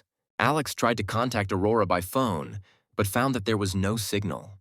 Then Alex told the others that, according to the map, the school area was 3,000 acres and high-rise buildings should be visible above the snow. He suggested getting back into the car and slowly going in search. Then Aaron suggested splitting up for efficiency and speed of search. However, Alex shook his head, noting that Aurora had already survived for 2 months, so she could wait a little longer. He thought it was safer for them to stay together. They then continued to scour the area by car and soon discovered a visible spire, probably the school's observatory, at some distance from the cafeteria and dormitories. Joshua guessed that they were most likely hiding in a lecture hall or gymnasium. It was more spacious and there was enough oxygen for everyone. In addition, there was a risk of roofs collapsing from the snow. Alex thought about the situation, remembering that the gym and cafeteria had been mentioned during the call. But since there were several cafeterias and gyms on campus, the search could be quite difficult. While Alex was thinking, Joshua shouted excitedly that they might be able to get inside. He used his powers to clear the roof of the observatory and then climbed inside. Joshua invited Aaron to enter through the window, and they continued on their way. At that moment, Alex felt a sudden coldness behind him, as if an animal was watching him. He immediately raised his pistol, preparing to fight. A giant creature over 10 meters tall appeared in the snowy field. Its eyes were fixed on him, and it seemed ready to pounce on him at any moment. For several seconds, they stood opposite each other in silence. However, Alex did not feel any desire to kill from the creature. In the midst of his thoughts, Joshua and Aaron appeared. Seeing the monstrous creature, Joshua instinctively activated his ice abilities. Countless ice spikes rushed towards the creature. The attack was fast and it was too late for Alex to stop it. The ice spikes slammed into the creature, causing it to let out a painful scream. Enraged, the creature rushed at Joshua with incredible speed. Alex immediately activated his abilities, covering his body with a protective layer and increasing his speed. He jumped into the air and fired 3 shots from his pistol at the creature's head. Surprisingly, even armor-piercing bullets did almost no harm to the monster, only bouncing off its skin. As the creature approached Joshua, Aaron stepped forward, his body emitting a golden aura as his muscles expanded, turning him into a huge pile of muscle. Then he tensed up and rushed straight towards the monster. He delivered a powerful blow to the creature's head, causing the ice beneath him to crack. The beast backed away, emitting a painful meow. Realizing that they were dealing with a mutated giant cat, Alex switched to a sniper rifle. The creature's defense was unusually strong. Its skin resembled a steel shell, which made the light machine gun ineffective. Having received a blow from Aaron, the beast turned and rushed at him. Then Alex raised his sniper rifle and fired. This time, the creature was unable to quickly dodge, and the bullet hit it squarely in the cheek. Now the creature had a murderous fervor, and it slowly approached Alex. Suddenly, the creature curled up into a huge ball and rolled towards Alex at high speed. As the mutated cat rushed towards him with incredible speed, Alex quickly opened a dimensional portal intending to trap it. However, Alex underestimated the creature. It sensed the threat and dodged his attack with a swift leap, and then rushed towards the snow pile. The hero cursed quietly to himself, realizing that he had missed such a good chance to catch the monster. Meanwhile, the cat hid in one of the snowdrifts. Joshua and Aaron hurried to their partner and asked if everything was okay with Alex. Alex, without taking his eyes off the cat, warned them that the creature was cunning and advised them to be careful. Suddenly, the cat let out a shrill cry that sounded like swearing. Aaron, slightly puzzled, noticed that the beast seemed to be cursing them. Then they saw the big cat turn around and disappear right into the snow. Aaron wondered aloud how the creature had disappeared so suddenly. And Joshua, equally astonished, suggested that it might have spatial abilities. Alex lowered his sniper rifle thoughtfully and considered it unlikely that the creature had abilities, noting that if it had them, it would have used them sooner. He also noted that he was very sensitive to spatial fluctuations and decided that the cat had simply run away. Approaching the place where the cat had disappeared, they realized that it had buried itself in the ground. Joshua said with a serious look that it looked like the person they were trying to save had encountered this creature that was strong and seemed to be intelligent. He wondered how ordinary people still survived. Joshua's analysis deepened Alex's thoughts. Given the creature's enormous size and the amount of food it required, it was unlikely that it could have survived that long by feeding only on the people at the school. But there was one mysterious detail. The creature did not show hostility at first and was only provoked by Joshua's ice attack. It seems that its intelligence has developed to a level comparable to that of a human. They looked at the large holes and theorized that perhaps these tunnels allowed air to circulate underground, allowing survivors to avoid suffocation. Thinking about this, Alex stood up and suggested they go down and check. Joshua, alarmed, protested that this was the creature's territory. Alex then looked at him and noticed that snow was Joshua's element, and if the cat dared to attack, he could use his powers to bury it alive. Joshua, embarrassed, replied that he had already forgotten about his abilities. They then descended into the cave, discovering an extensive network of tunnels beneath the snow. This allowed them to assume that the creature had indeed lived here for a long time. The complex network of tunnels made Joshua afraid of getting lost. Then Alex took out a box of colored pencils to mark their path. At that moment, Aaron smelled a faint smell of blood and determined that it was coming from the creature. Joshua, having doubts, suggested looking for places where this smell was less noticeable. Alex told Joshua that if he was scared, he could go back. There were 3 of them, and if they encountered the creature, it would most likely run away. Alex then pulled out a shiny gold pistol, the Golden Deagle, one of the most powerful pistols in the world, and loaded it with ammunition. Then Alex told Aaron, whose tracking skills were very strong, to follow the scent of blood. If the creature was hunting, it had to be near living people, which should lead them to the survivors. Joshua, still gripped by fear, looked at Alex warily. Then Alex, with a contemptuous look, told Joshua to stand behind him and not be afraid.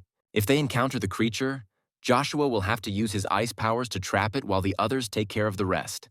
Alex's words seemed to calm Joshua down. Meanwhile, in the academy's gym, Valerie vigilantly guarded the students for 3 days and nights. However, She was aware of the constant threat from the giant cat. After 3 days without food, she realized that hunger was a greater threat than the creature itself.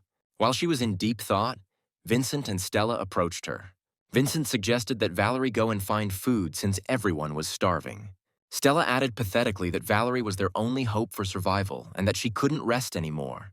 Valerie, trying to control her emotions and reminding herself that a teacher should not lose her temper, took a deep breath and, despite her fatigue, struggled to her feet. She wondered what would happen if the creature attacked while she was gone. Then Stella urged her to act quickly and return as soon as possible. Vincent, speaking calmly, assured her that they would do everything they could to protect the other students. Despite his disdain for Valerie's selfless attitude, Vincent admitted that having someone like her around was helpful. Otherwise, without her, they would have died long ago. Stella, with a desperate look, begged Valerie to save them, because without food, they would die of hunger. Valerie, leaning on her long sword, decided to go outside and warn them to be careful. However, Vincent had his own plans. Over the past month, he had been observing the creature's behavior and noticed that it usually only took 2 or 3 students at a time.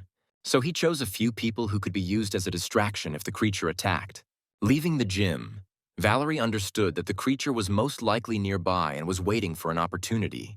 Determined to face him in battle to the death, she was willing to sacrifice herself if necessary. Meanwhile, Riley continued to tend to Aurora, asking if her arm hurt. Aurora, looking gratefully at her only friend, replied that in the current weather she felt almost no pain.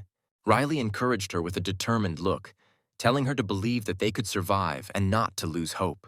At this moment, another peal of mocking laughter was heard from behind. Catalina expressed disdain for Aurora's continued survival and suggested that if she were in her place, she would have ended it all already. The rest of the students joined in the ridicule, calling Aurora a burden and predicting that the next time a monster appeared, it would be the end of her. Aurora remained silent, unable to argue. Then Riley, unable to bear the ridicule, wanted to stand up for Aurora, but as soon as she raised her eyes, she saw a huge shadow outside the window. She stood up, pushed Aurora's chair, and shouted for everyone to run quickly. At the same time, a huge paw crawled through the window and reached inside with a wild cry. Vincent and the others, although they were scared, had already foreseen this scenario.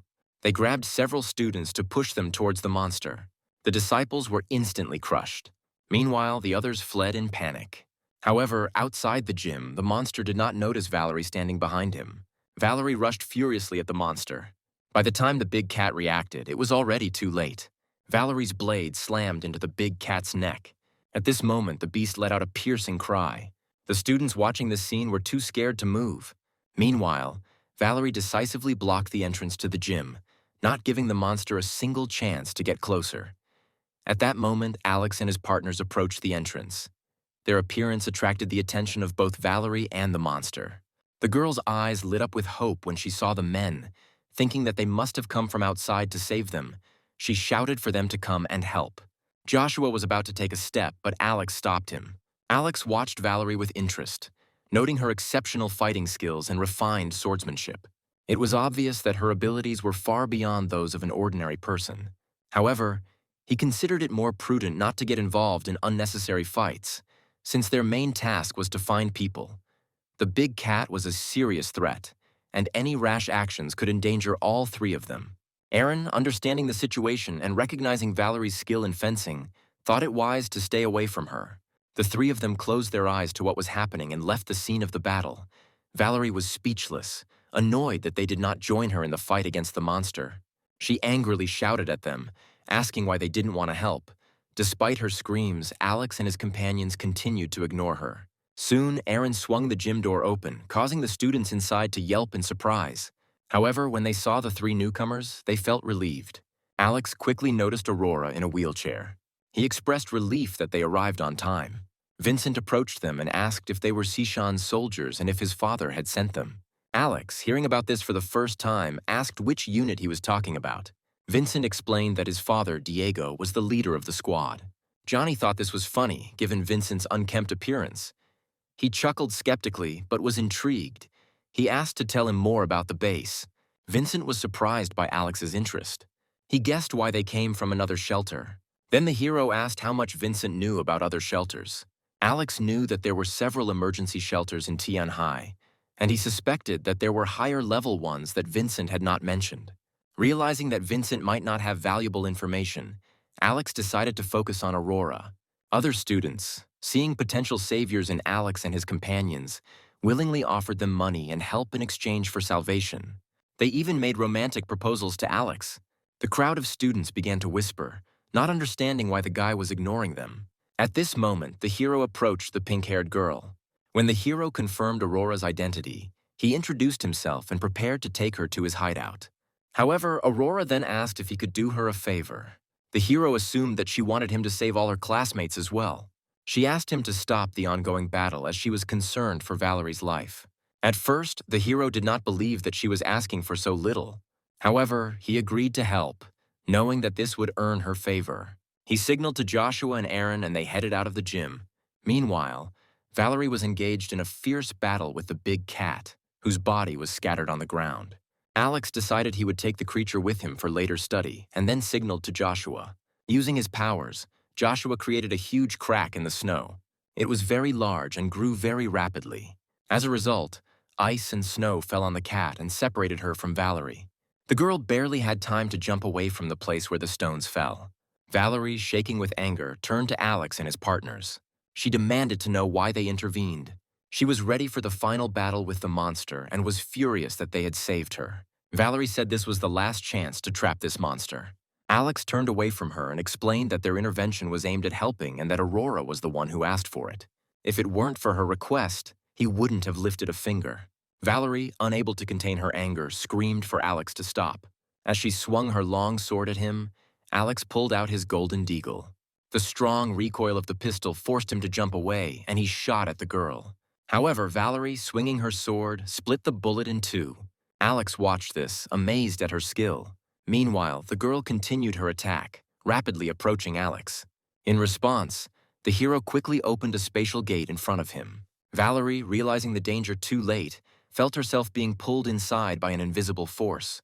Joshua and Aaron rushed to help, but Alex motioned for them to keep their distance. After Valerie had been in the alternate space for about 2 seconds, Alex quickly opened the gate to let her out. Valerie lay on the ground, weakened, as time had almost stopped in the alternate space, and staying there for long could be deadly. Alex stated that he tried to help out of goodwill, but received only ingratitude. He picked up Valerie's longsword and jokingly remarked that he should keep it to avoid further trouble. He noted that the sword was an unusual weapon, capable of splitting bullets, and thought it might be useful in the shelter.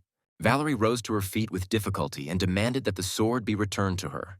Alex then turned to the crowd and asked if a few people could help Valerie rest. Valerie, now weak and powerless, was taken to a corner, continuing to ask who Alex was and what he was doing here. The hero explained that his friend's sister, Aurora, was the one Alex came to save.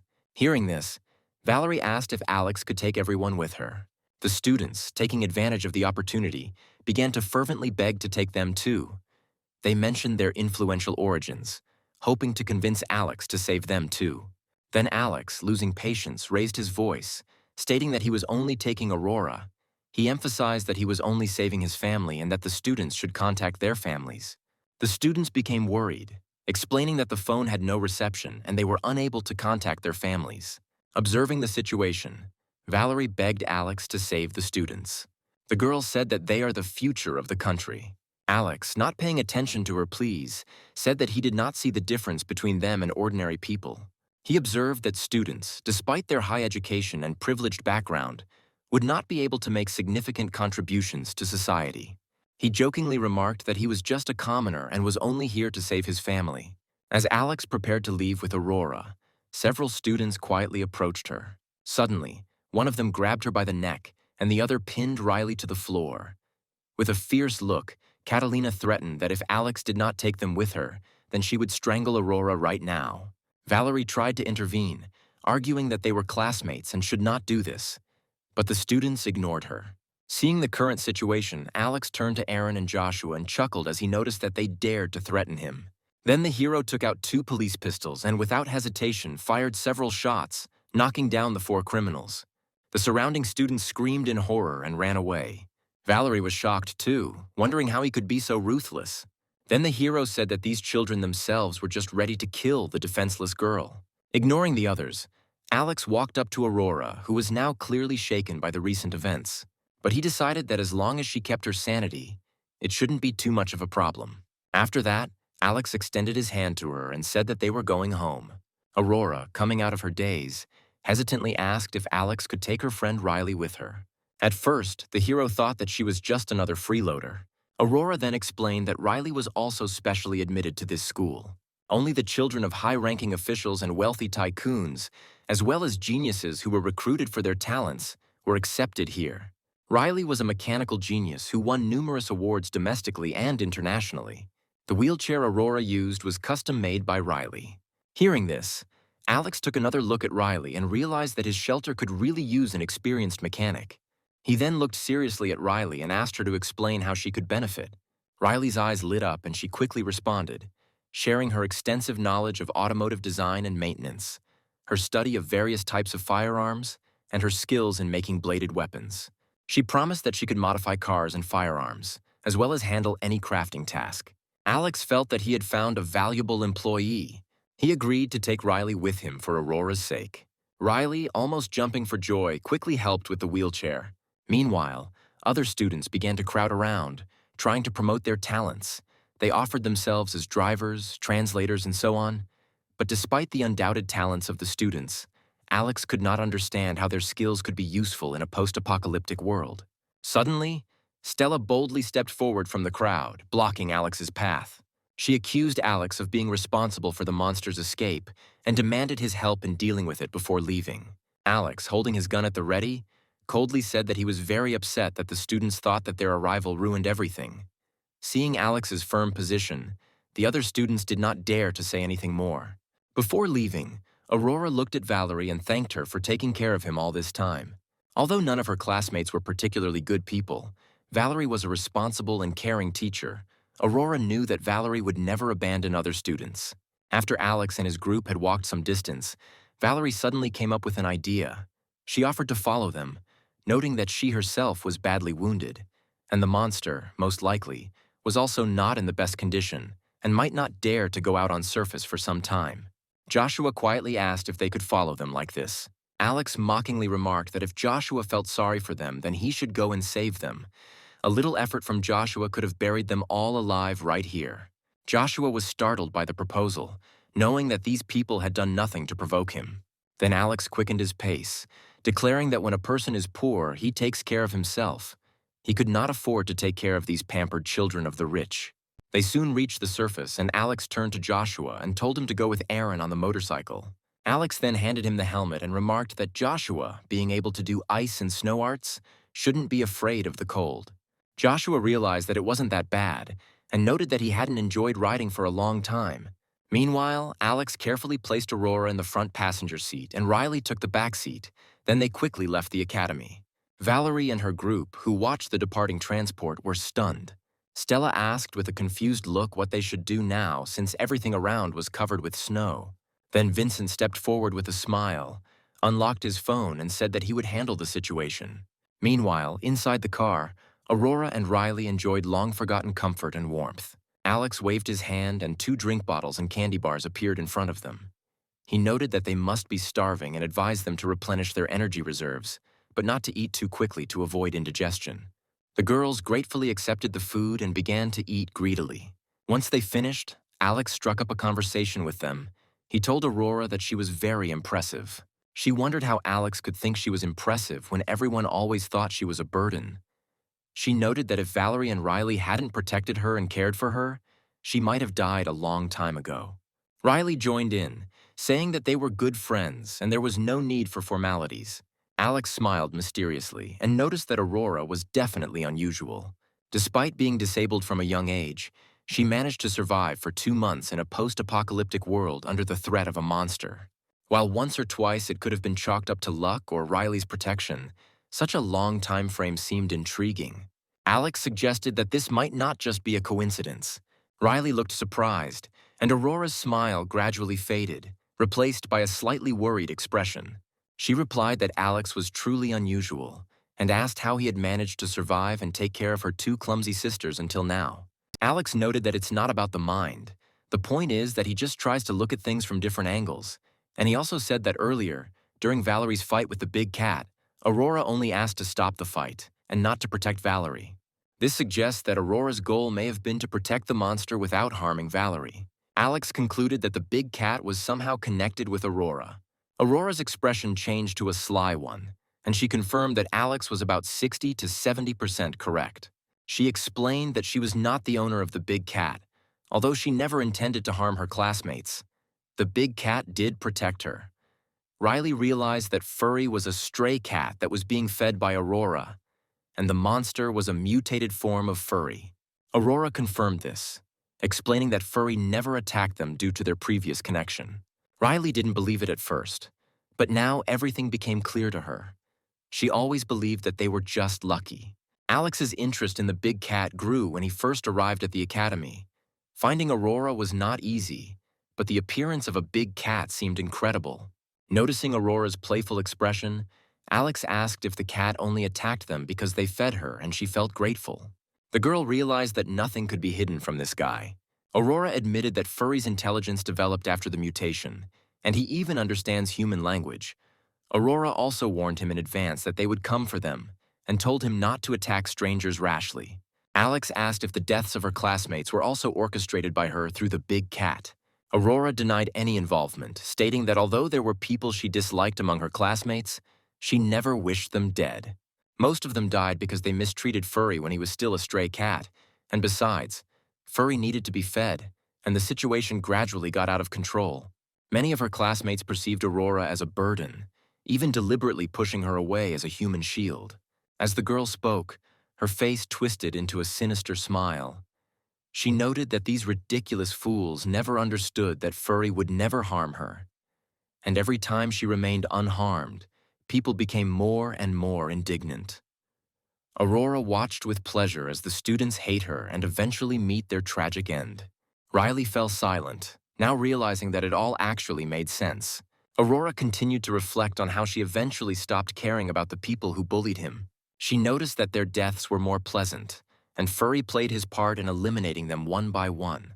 Suddenly, Aurora looked at Alex expectantly and asked if he thought Alex's actions were cruel. Alex stared at her for a moment and then remarked that if it were up to him, he would be much more ruthless. He chuckled and explained that he only came to save her because her sisters begged him, and because of her computer skills, other matters did not concern him. Aurora found his reasoning acceptable, recognizing that in a post-apocalyptic world, those who are of no value inevitably end up thrown out. Alex then turned the conversation to practical issues. He assured Aurora that as long as she followed his instructions and demonstrated her value to the team, Alex would take care of her. The girls, clearly impressed, continued to admire enthusiastically. Alex then thought about another question. He asked Aurora why she waited until now to contact the outside world and how she solved the signal problem. Aurora smiled slyly and said that she was one of the best hackers in the world. Solving the problem with the signal was a mere trifle for her, especially with the help of Furry. She added that she never expected her sisters to contact her, and Alex was her goal from the very beginning. The revelation made Alex feel deceived and realized that the rescue he was thinking about was a trap set by the genius girl, because there was no connection between them. With a hint of pride, she explained that her half-sister, whom she had long thought dead, was only fit for the entertainment industry. She didn't even hope that she would save her. Then Aurora took out a mobile phone from her pocket. The phone had a unique design, suggesting that it was a custom device with powerful signal reception capabilities. Aurora said that do not underestimate the performance of the phone, which was comparable to a supercomputer, just one click of a finger. And all the secrets Alex's are revealed. Aurora suddenly took on a loving expression on her face, declaring that despite the fact that he is just a warehouse manager, Alex is like an idol to her. Then the hero, panicking, asked what she knew. Aurora confidently replied that she knew everything, from the theft of the warehouse to the bank transfer records, from the construction of the shelter to the almost murder of the entire area and the subsequent application of the Shu family to the shelter. Her face turned red with excitement as she stated that Alex was beautiful when he killed so many people. Alex, speechless, thought that Aurora was a real yandere. He sighed sharply and asked if she had used her sisters to contact him and ask for help. Aurora nodded sweetly and said that she was sure that Alex would definitely come, judging by all their actions. Aurora noted that Alex seemed like a cautious person, and while she wasn't sure he would come, she was glad he did. Hearing this, Alex felt that he had always believed that he was in control of the situation, but now he had fallen into someone else's trap. Aurora's treachery terrified him, but he decided that having such a person as an ally was better than as an enemy. Smiling, Alex asked whether the mutated cat furry completely obeyed her orders. Aurora shook her head and explained that cats can only be friends if they are treated well. It is almost impossible to be their owner, especially if we are talking about a stray cat. At that moment, a huge figure appeared in the rearview mirror. It was a mutated cat. Alex muttered to himself that the cat seemed to be very attached to Aurora. Alex couldn't help but feel delighted. The big cat actually followed them. Combined with his relationship with Aurora, he still had a chance to get the cat to side with him. Seeing Furry chasing the car, Aurora opened the window. Riley, who was initially scared of this creature, suddenly found the cat cute. Although Alex knew that stray cats were very difficult to tame and did not trust humans very much, he had a warehouse full of high-quality cat food and dried fish. So he pressed the gas pedal and drove towards the house. Soon the group returned to the shelter. Alex decided to thank his partners. He gave Joshua a pillow, which made him happy like a child. For Aaron, Alex brought 2 large barrels of fuel, just what he needed. Both Aaron and Joshua left happy, promising to help in the future when needed. Alex then led the 2 girls into the house. As soon as they entered, Riley exclaimed how wonderful Alex was, saying that this place was like heaven, and it was hard to imagine such a happy place existing in a post-apocalyptic world. Alex, patting Riley on the shoulder, said that if they behave well and help solve problems, then there will always be a place for them in the house. Suddenly, Aurora blushed and asked what kind of things were included in the help. Alex was speechless, deciding that the girl was very brave, but Riley did not understand the subtext. Then Alex knelt down, gently pinching Aurora's cheek, and said that for her age, she was quite knowledgeable. However, its main task is to maintain cybersecurity at home. Alex, realizing his capabilities, admitted that, despite the attractiveness of the girl, he is not one of those who falls in love with everyone he meets. Hearing Alex's words, Aurora felt an unpleasant feeling. She looked at her crippled legs and wondered if Alex was rejecting her because of her disability. At this point, Julia ran down the stairs excitedly, shouting that Alex had indeed saved Aurora and expressing her relief that she was alive. Julia grabbed Aurora's hand and scolded her for not contacting Alex sooner, mentioning how worried she was. However, Aurora abruptly pulled Julia's hand away, replying that it would be pointless to contact her earlier, since Julia was just an actress who achieved fame by exploiting the fantasies of men. She said that if she hadn't found out she was with Alex, she wouldn't have gotten involved with someone like her. Julia looked visibly embarrassed, and Alex watched disinterestedly on the couch, noting that things seemed rather strained between these cousins. He understood why Aurora, a highly intelligent computer genius, would look down on a celebrity like Julia, who became famous for her looks. At that moment, Scarlett entered the room. She asked when their sister Aurora managed to change so much. After meeting, it turned out that Riley is from a highly educated family. Both of her parents are university professors. Julia complimented the girls, praising the strong genes and beauty of their family. Alex then stood up and patted Julia, instructing her to prepare food to welcome the new arrivals. He also asked Scarlett to prepare rooms for Aurora and Riley. The girls went to take a bath, and soon the food was ready. During the meal, Alex began to assign responsibilities. He told Aurora that she would be involved in the cybersecurity of the shelter, which, in his opinion, would not be difficult for her. Aurora confidently assured him that she had everything under control. Alex then turned to Riley, who immediately tensed and sat up straight with her hands on her knees. He noted that, being an expert in mechanics, creating weapons and ammunition should not be difficult for her. Riley timidly replied that it was not difficult for her, but she required special equipment and materials for ammunition. However, making edged weapons with the right metal and forging equipment was as easy as shelling pears. Alex smiled weakly and told her not to worry. After that, he asked the girl to go with him. He led Riley into a spacious room on the underground level, where he revealed to her a variety of heavy machinery taken from his space. Riley was delighted by the appearance of the advanced equipment and noted that these were not ordinary machines. Most of them are high-end imported equipment costing millions. She assured Alex that this equipment was more than enough and that there were several machines that might not be useful, but could be dismantled for parts.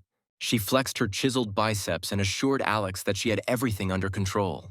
Seeing her enthusiasm, Alex felt sincere satisfaction. He then took out the longsword he had taken from Valerie and asked her to test it for special properties, wondering if it could be some kind of ancient divine weapon. Riley's face lit up with excitement and examined the sword. She explained that it was a masterpiece of modern edged weapons, personally forged by the greatest swordmaster Yuan Lin. While not an ancient divine weapon, it was the pinnacle of modern technology. It was made from adamantium alloy, a metal developed only 10 years ago and the hardest material known today. If it was made by a master, he could easily cut iron and even split diamonds. The sword was given to Valerie's teacher as a high reward for bravery while serving as a bodyguard, so it had great meaning to her, almost more than her life.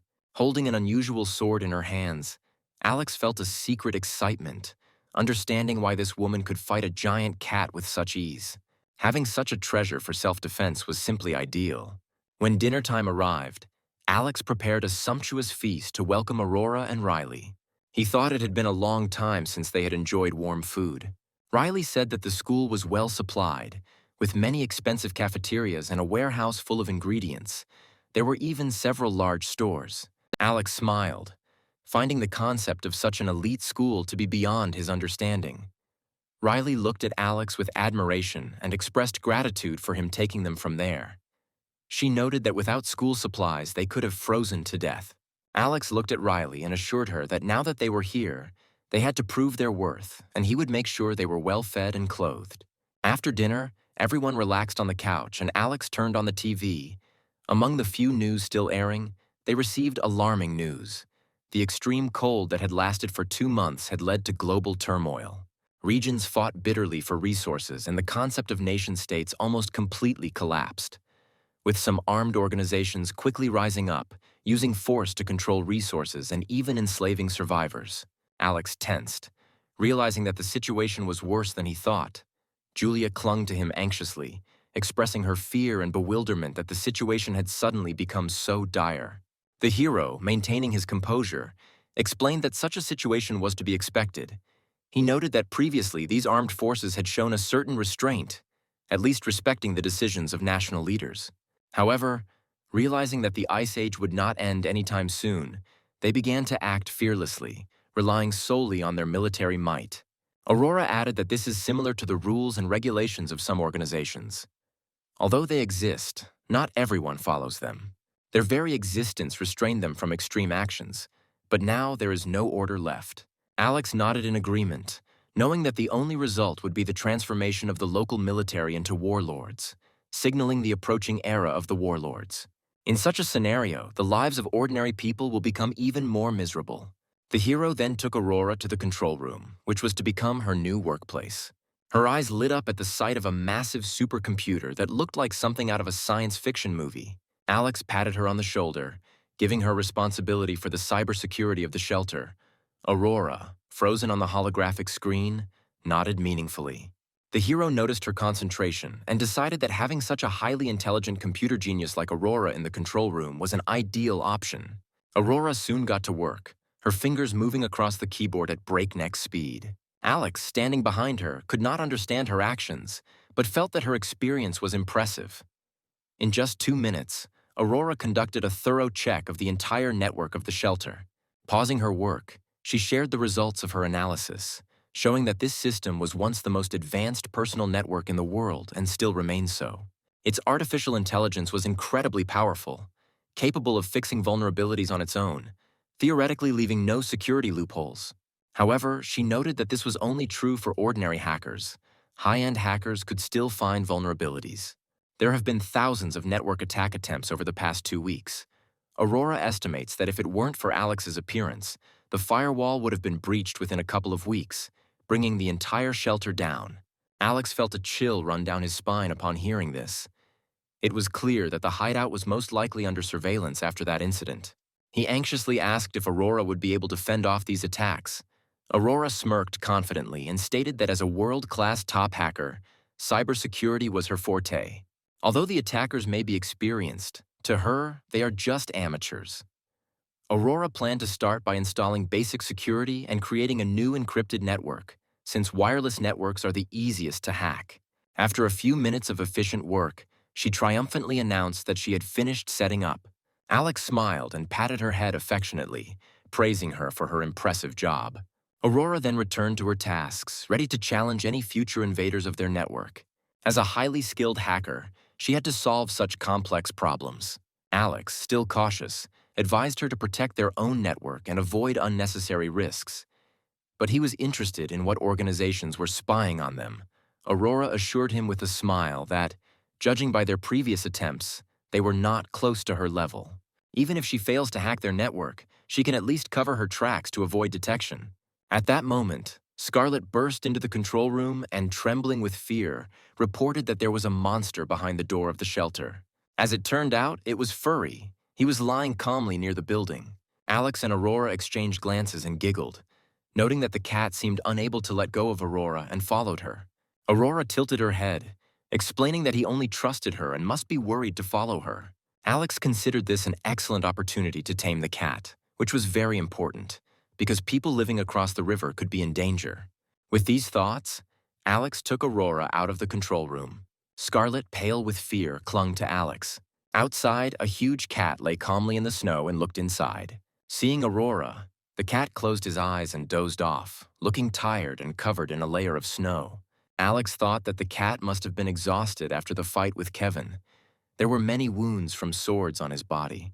Now he is tired, hungry, and in pain, which means it's time to tame him. Having decided so, Alex prepared to take Aurora outside, intending to feed the big cat. When Aurora appeared, the cat was delighted, but when she saw Alex behind her, she carefully stepped back. Noticing the cat's fatigue, Alex opened a portal to another dimension. Soon, piles of cat food and dried fish tumbled out. He picked up a bag of food and began to tease the big cat, inviting it to become his pet. The cat stared intently at the food. Alex was delighted, thinking that the cat would be easy to deal with as long as there was food, but he was quickly proven wrong when the big cat suddenly stood up, her eyes wary. Aurora, sitting in a wheelchair, smiled, noting that stray cats are much more careful than domestic cats.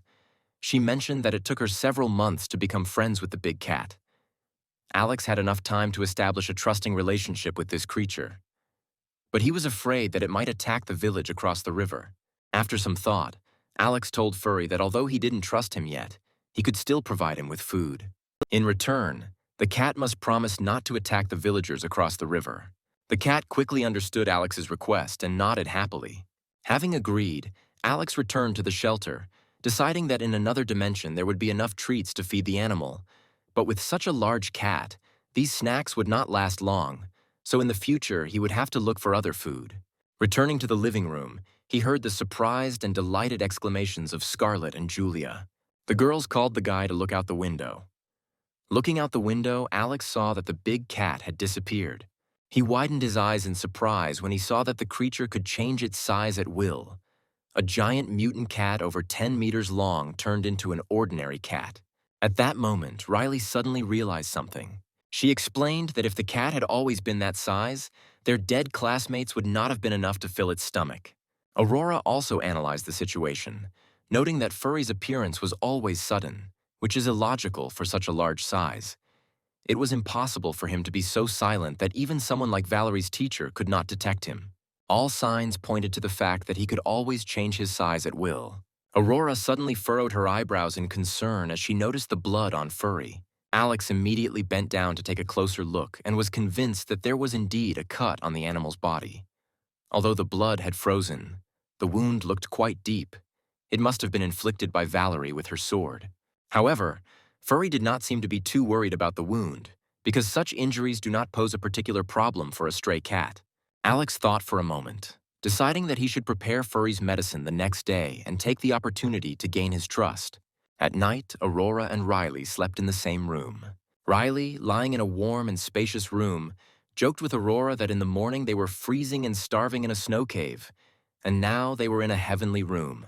Aurora smiled softly, saying that they owed their current comfort to Alex. Riley clenched her fists with determination, feeling that they had to prove their worth in the future and not disappoint Alex. Curious, Aurora asked what Riley was doing that day. Riley responded with excitement that Alex had familiarized himself with the equipment and might need to make a weapon. However, he appears to have no shortage of conventional firearms, so Riley will focus on studying ammunition and explosives.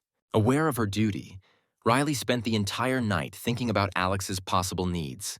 She decided that tomorrow she would definitely find out what he needed. Early the next morning, Riley shared her ideas with Alex, which coincided with his own thoughts. Alex believed that the traps outside were too primitive.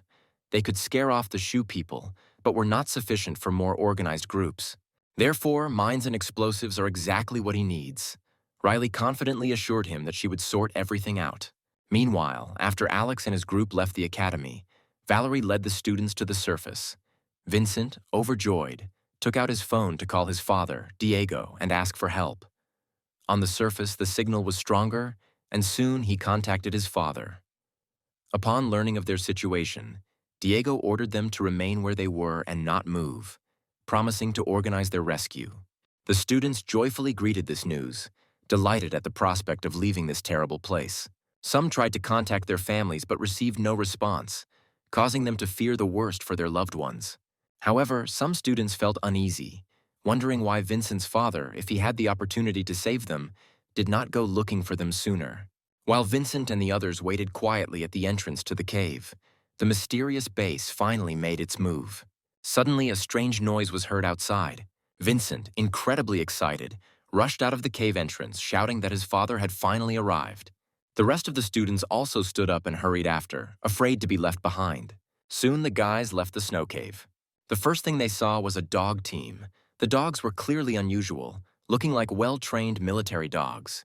At that moment, Valerie noticed that soldiers dressed in special uniforms came out of the sleigh. Instead of approaching them directly, the soldiers were talking among themselves, looking at the group of students as if examining animals. An agitated Vincent approached and asked if his father had sent for him. Then one of the soldiers lifted his helmet, revealing a somewhat gaunt face, and happily confirmed that he was indeed Vincent's father. Vincent didn't believe it at first, and only after a few seconds he vaguely recognized his father. His father, a high-ranking official, usually looked quite well-fed, but this man in front of him had become almost unrecognizably thin. Embarrassed, Vincent hugged his father, but then expressed his displeasure at the delay in his rescue. He angrily shouted that his father should have come for him earlier and complained that he almost died there.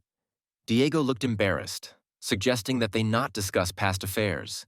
He emphasized that the main thing was their safety and suggested that they go home with him first. At that moment, a soldier approached them and in a condescending tone asked what was in the school warehouse. He insisted that the supplies needed to be taken to the base. Only then Valerie realized that something was wrong. The soldiers did not seem to be going to save them. They were more interested in supplies. Vincent, without showing much zeal, said that there were indeed a lot of supplies under the snow, but there was also a mutated big cat there, which they could not compare with. The soldiers consulted among themselves a little, and the captain said that dealing with the monster would not be difficult. They assured them that they had experience fighting mutated creatures, and instructed Vincent to lead the way, and they would handle the rest themselves. Panicking, Vincent said that he did not want to return to the dangerous snow cave, confident that these soldiers would not be able to keep him safe. So he pointed to Valerie and explained that she had found all the supplies for the students. Valerie knew their location better. Valerie took a deep breath and took the lead, saying she would lead them there. The soldiers then followed her to the cave entrance.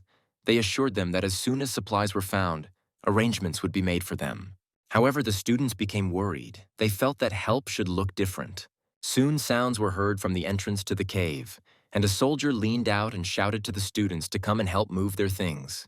Having no choice, the guys obeyed. The soldiers ordered the students to load all the things they found onto the sled. Some students began to complain in whispers, asking why they were being used as labor instead of being rescued. They wondered why they were doing hard work if Vincent's father was supposedly the leader. Vincent, no less embarrassed, had always boasted that his father was the main man at the West Mountain base. But the current situation suggested that his father's position was not as high as he claimed. He calmly explained that in the icy apocalypse, the labor shortage meant there would be no extra hands. He assured everyone that they would be able to rest once they reached the base. Soon, all the packed supplies were carried onto the sled and the soldiers quickly set off, leaving 2 soldiers behind. The students were stunned as they watched the sled disappear into the distance. They wondered if another sled had not been prepared for them and they would have to walk to the base. Accustomed to comfort and luxury, the students found the prospect of walking 10 kilometers on foot daunting. After listening to the students' protests, 2 soldiers ordered them to shut up. One of the soldiers screamed and ordered them to follow him if they wanted to survive, or crawl back into the cave. Another soldier coldly added that, regardless of their previous status, in the apocalypse their value is negligible and they must submit in order to survive. Throwing down the bag of energy bars, he turned and walked away. Some of the students were devastated and clearly unable to come to terms with this harsh reality. Then Valerie picked up the energy bars and called on everyone to gather their courage and follow the soldiers. She stressed that the school food had been taken away and that staying there meant certain death. Thanks to the moral support of the teacher, a flame of hope was lit in the hearts of the students. 2 hours later, they finally reached the entrance to the base. The giant iron door slowly opened and, followed by the 2 soldiers, the students hurried inside. They went down the stairs and walked for some time. The soldiers then ordered them to go further down the stairs. Soon the students found themselves in a spacious room, where it was much warmer than outside. Excited and at the same time scared, they wondered what to do next. Valerie reassured them by telling them that they had not come all this way to be harmed. At that moment, the door opened and a group of people in protective suits with devices resembling spray guns came out. After that, they began to spray the students with an unknown liquid. Following them, a buxom middle-aged woman stepped forward and loudly ordered everyone to line up for disinfection as a precaution. She announced that a full body search would follow for the safety of everyone on base and demanded full cooperation. Soon, 2 medical workers arrived in the hall. By order of the woman, blood samples were taken from everyone for analysis. Then, under the leadership of the soldiers, the students were led into a room. Valerie and the students found themselves in a spacious room. Soon, a man in protective clothing brought in a large bowl of food, and the students exchanged wary glances, wondering what the white, viscous liquid was inside the cup. It smelled decent, and therefore, driven by hunger, the students grabbed spoons and began to eat greedily. The food tasted a little like yogurt, but it was definitely not yogurt. They barely had time to regain their strength when the door suddenly swung open and Diego entered the room, accompanied by a woman. Vincent, seeing his father, called out to him excitedly. The woman looked at Vincent. An ominous smile appeared on her face. Then she told Diego that his son looked strong. Diego responded obediently, confirming that it was indeed his son. Then the woman, with her hands behind her back, loudly announced that the results of blood tests showed that everyone was healthy and did not have infectious diseases or suspicious viruses. She noted that college students have good resistance, but stressed that they still need thorough cleaning. She then ordered everyone to line up, at which point the director pointed at Vincent and told him to come with her. Vincent's eyes lit up and he began to brag to his classmates that Alex had told him that his father was in an important position there and would take care of him. Unlike the others, his classmates looked at him with envy. Diego then whispered in Vincent's ear, reminding him that these were unusual times and he had to follow the rules. He stressed that Vincent could not refuse what the leaders were asking him to do. Vincent nodded, somewhat puzzled, thinking that he might be appointed to an important job title. The director then put her arm around Vincent's shoulders and asked him to come with her. Everyone watched Vincent get special attention and envied him. Vincent then followed the director through the shelter, marveling at the vastness of the base. Soon, the director led Vincent into the room and told him to take a shower. Vincent, who had not bathed for 2 months, was delighted at the prospect of a hot shower. He hurried to the bathroom and spent 15 minutes there.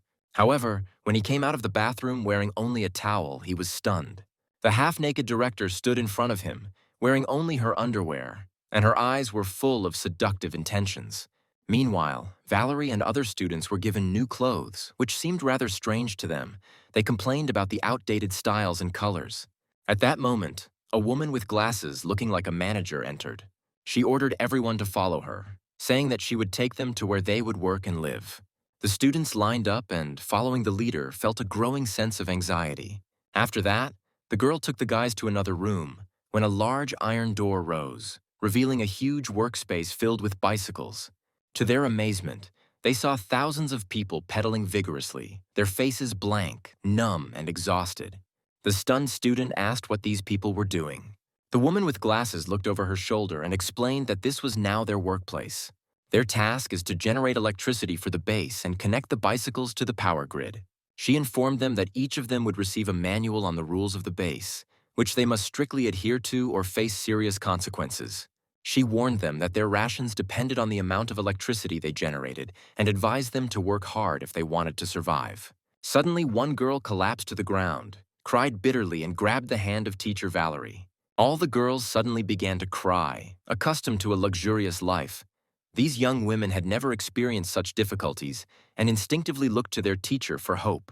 They remembered the best times at the academy, when teacher Valerie took care of everything, protected them, and found food. But now the situation was reminiscent of the workshops of the lowest words of societies. However, the female leader remained indifferent to their crying, advising them to save their strength to generate energy. She warned that otherwise they would not even have the strength to cry. Valerie consoled the students by telling them that they should focus on their work. Valerie then realized that this place was no longer a so-called official refuge. It had become a tool of some powerful organization. It seemed that her previous thoughts were too naive. The director, seemingly satisfied, got dressed and left the room. Diego waited outside all this time. When the director came out, he approached her with a bow. The director clapped her hands and noted that Diego's son had definitely inherited his talents from Diego. Diego responded with a goofy smile and said that those days were a thing of the past. The director then told Diego to put away the napkins and other items. She informed him that she would arrange for additional supplies to be given to him. Diego was overjoyed and expressed deep gratitude. Thanking the director for her generosity, he told her to contact her at any time, and he will bring his son to serve her. After the director closed the door and left, Diego ran into the room, concerned about his son's condition. Vincent lay on the bed, exhausted. Diego looked at his son with a pained expression on his face and asked if he was okay. He then took a deep breath and explained that the rules of the game had changed. According to him, in order to survive, Vincent must be ready to accept everything, and over time he will get used to it. Vincent, with tears in his eyes, looked at his father and asked how everything could turn out this way. He was interested in why Diego did not tell him about the situation earlier, because he expected to continue living as a privileged official. Diego explained in a heavy voice that after the apocalypse, all the rules changed. The so-called position of chief became useless. He began to talk about what happened after the apocalypse. Initially, people with high status came to the base. They respected each other, and the researchers assumed that the snow disaster would soon end, and everyone would be able to return to their previous places and restore their previous status and cooperation. However, scientists soon discovered that the consequences of the supernova explosion exceeded all expectations. An ice age began on Earth, which could last decades or even centuries, which means that previous statuses and personalities will cease to exist. At this point, a group of people with powerful special abilities awakened, widening the class gap. Those who controlled the military rebelled and seized control of the base, eventually establishing a hierarchy. Diego continued, explaining that wherever there are people, there is a hierarchy. What happened to Vincent was the first lesson in the life and death struggle that was to come. Now they found themselves at the very bottom and had to unquestioningly obey the rulers in order to survive. Meanwhile, Valerie and her students had their first day of work, and they were finally able to get some rest, only then beginning to realize the gravity of their situation. After a whole day of spinning a bicycle, the students were rewarded with only a bowl of some kind of protein paste. Accustomed to a luxurious life, they had difficulty adapting to the hard work and depressing environment. They gathered around the teacher Valerie, complaining about their situation. They complained about sore backs and wondered when this ordeal would end. Some said that they would rather die than continue to work in such conditions. Seeing the students suffering so much, Valerie felt deep pain, but did not know what to do. She thought that just being alive was already quite difficult. She noted that even those who traveled with them were once people of status, and a world where everyone would be happy and enjoy life simply no longer existed. However, she urged them not to be too pessimistic, because at least they are alive and can fend for themselves. One of the students, filled with indignation, said that they were the elite of society and asked why they had to work like slaves. Teacher Valerie realized that the students were still unable to grasp the new reality. She expressed her disappointment by saying that, being just a teacher, there was little she could do. At that moment, the door suddenly opened and Vincent entered the room looking dejected. Everyone quickly surrounded him, asking if his father, being the leader at the base, could look after them.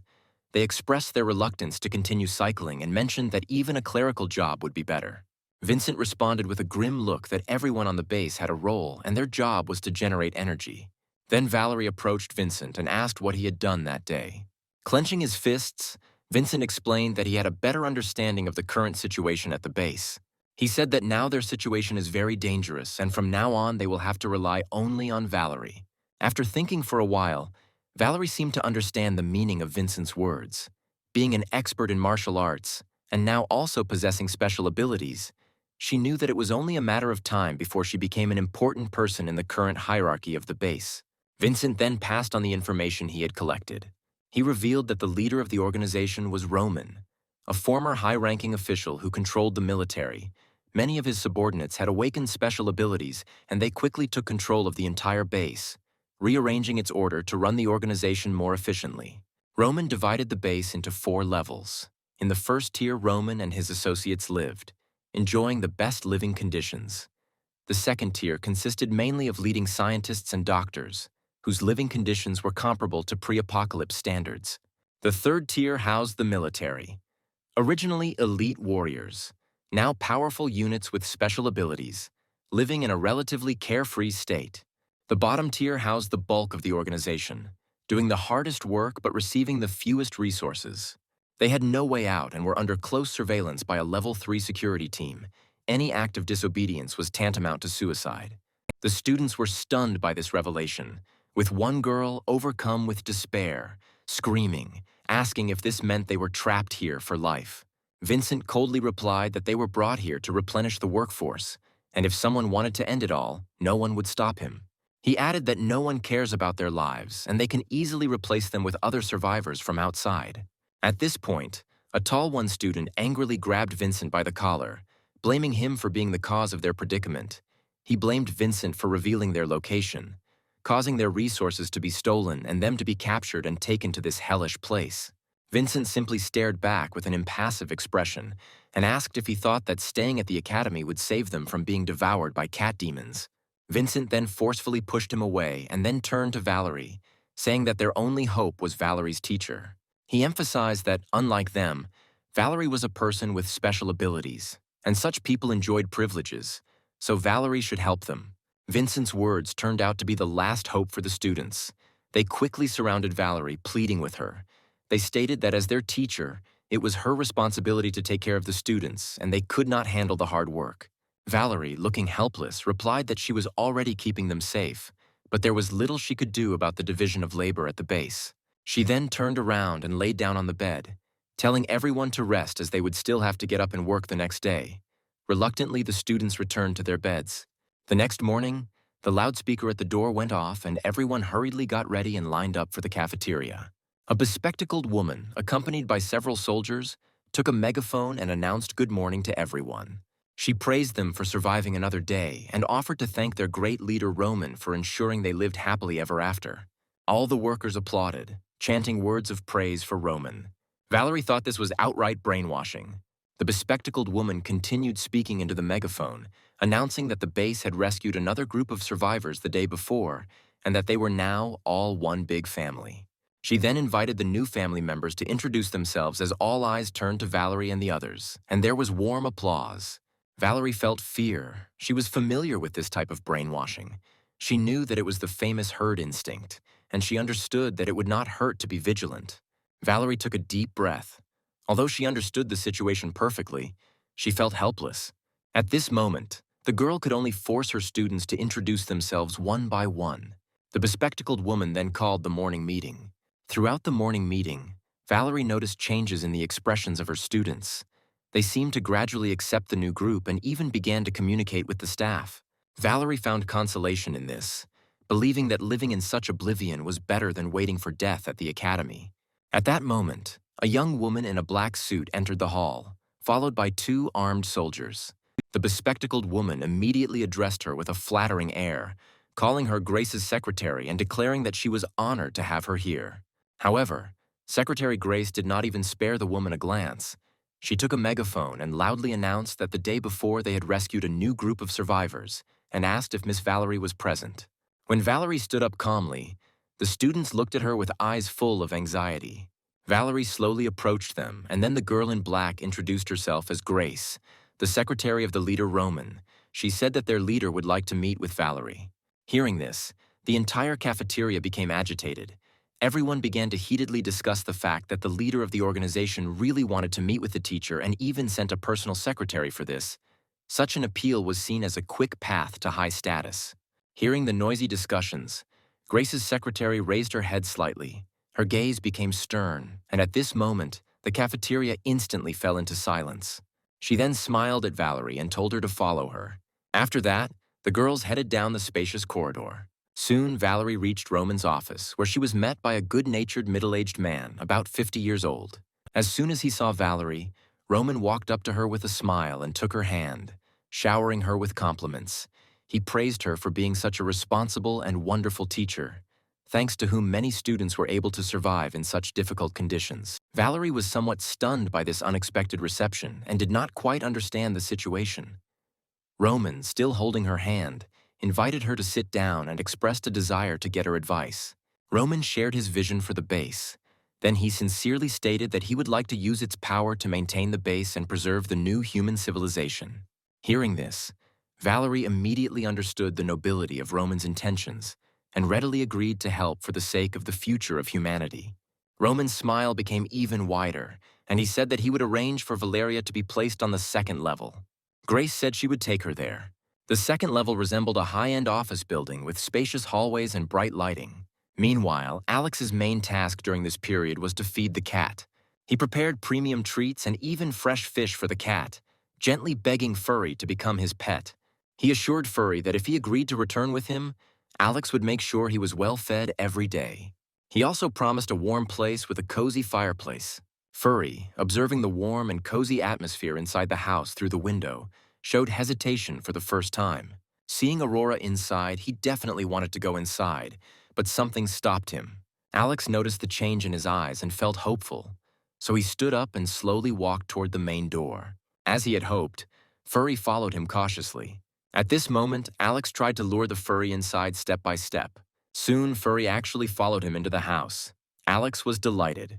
As soon as Furry entered the house, he began to create chaos unchecked, jumping and scratching everything, even the expensive sofa. Despite the chaos, Alex watched on with a smile, encouraging Furry to feel at home. Scarlet noted with envy that it was good that the cat could not turn into a woman. Otherwise, she would have no place at all in this house. The Furry was full of curiosity and jumped all over the house. Only when Furry, tired from playing, curled up on a chair to rest, did Alex finally breathe a sigh of relief. He knew that in dealing with cats, it was very important to establish an initial trust, and that if this process failed, it would be difficult to catch up later. He tried to reach out to pet Furry, but before he could touch him, Furry turned around and hissed. They awkwardly stared into each other's eyes for a while before Furry finally let his guard down and calmed down. Alex took another deep breath and petted Furry contentedly. Furry let out a satisfied purr, finally acknowledging Alex as his master. Alex felt completely relieved, thinking that he had never been so tired. After Furry became a member of a large family, the girls began to spend all their time with him. Julia and Scarlet even took him to the shower with them. Aurora and Riley allowed him to sleep between them. During the daytime, Aurora monitored the cybersecurity of the shelter. Having discovered the important information, Aurora immediately informed Alex and proudly told him that the person who was trying to infiltrate their network had been found. She showed him a map. Their own location was clearly marked, and another flashing red dot was likely indicating the location of the invader, who appeared to be on the southwestern border, a little over 30 kilometers from Alex's estate.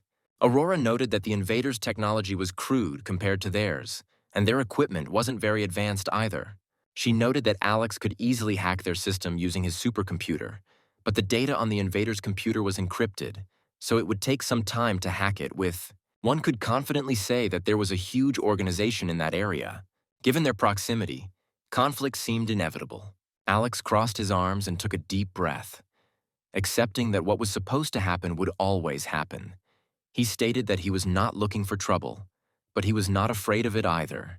He assured that if anyone dared to attack him, whoever he is will make sure that he pays dearly. Before leaving, Alex told Aurora to continue gathering information, emphasizing that the more information they gathered, the better. He then said he was going to check on Riley and headed to the machine shop. Riley greeted him with a smile.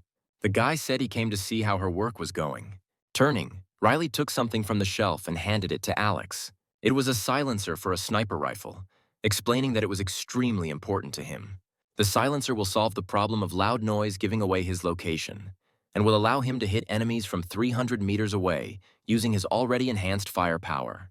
Alex was delighted and complimented Riley, saying that she knew him really well, flattered and blushing. Riley shyly replied that he should try it and see if it worked well. She added that Alex can adjust and change it at his own discretion. In the midst of their conversation, Alex suddenly put his arm around Riley's shoulders and asked in a serious tone if she knew how to make mines, grenades, and other similar items. Her heart pounded at his warm hand on her shoulder. At first, the hero thought that it would be too difficult for the girl. However, she noted that, being an expert in mechanics, she considered such technologies less advanced than the new energy battery, and doubted that Alex was underestimating her. Feeling a little awkward, Alex realized that even geniuses need recognition. Riley then explained that, in fact, these items were outdated and were combat equipment from hundreds of years ago, which were unlikely to be useful now. They're basically just gunpowder, and with the right materials, they can be made by an average high school student. She then turned serious, noting that times had changed. After the arrival of the extreme cold tide, modern high-tech weapons became useless, and aircraft carriers and aircraft were practically reduced to scrap metal. Alex mentioned that their hideout was attacked, although they did not yet know what kind of enemy it was. Most likely it was a powerful armed organization, so they needed to carefully prepare in advance and set up reliable traps around the hideout. Hearing this, Riley also became serious. Alex smiled and stroked her hair, reassuring her so that she would not worry. He promised that he would take care of everything else and would protect her as long as he was around. He gently pinched Riley's cheek and she was shocked by the gesture, instantly bursting into tears. Alex continued by saying that he had always felt a special connection with her since the first time he saw her. He noted that she looked like his sister, and he felt a desire to protect her. At this moment, Riley felt disappointed, thinking that she was just a sister to him. Before she had time to think about it, Alex continued his affectionate gestures, gently stroking her cheek. He told her to help him with his work and leave everything else to him, assuring her that as long as he was around, no harm would come to her. Seeing Alex's determined look, Riley's heart trembled.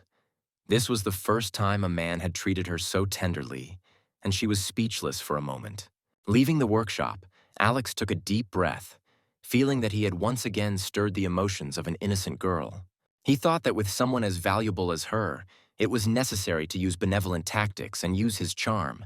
In the end, he could not cope with this situation without a person who would supply weapons for him. Alex then sent an urgent message to Joshua and Aaron. He said that they had discovered an unknown force that may have powerful military capabilities and was only 30 kilometers away from them. He warned them to be very careful in their actions, reminding them that the country has collapsed, and anyone who claims to represent the state is a fraud. The most important thing is that they should never reveal their special abilities. Aaron and Joshua quickly responded, showing gratitude for the concern for their safety. Meanwhile, Alex was thinking that it was not yet clear what information the other party had, so Alex did not dare to rashly leave the shelter. As long as Alex remained in place, no matter how strong the opponents were, they could not do anything to him. Considering Joshua's position across the river, Alex knew that if those forces were truly after his refuge, then the city of Shu would be right in their path. With this in mind, he quickly sent Joshua a private message, telling him that if his village faced a danger it couldn't handle, he should urgently call Alex. In an icy apocalypse, Alex understood how valuable a user of ice abilities was, and how important it was to keep such a loyal and capable ally safe. Meanwhile, Joshua looked a little worried after reading Alex's warning. He muttered to himself that Alex was indeed something, noting that the large villa was right across from his poor village, and wondered why anyone would be interested in it. About 30 kilometers west of the city, in what was once a development zone with many buildings under construction, a tall, strong man and a girl wearing glasses emerged from one of the houses. The man complained about the incessant snowfall. He asked himself if it would ever stop, fearing that if this continued, the whole earth would be covered with snow. The girl, Sarah, smiled faintly and replied that Jordan should stop worrying unnecessarily. She explained that they needed to focus on completing their mission, and noted that after 2 months of heavy snowfall, the moisture in the air had almost condensed. Sarah caught a snowflake in her hand and noticed that even in the equatorial regions it is now 20 degrees below zero.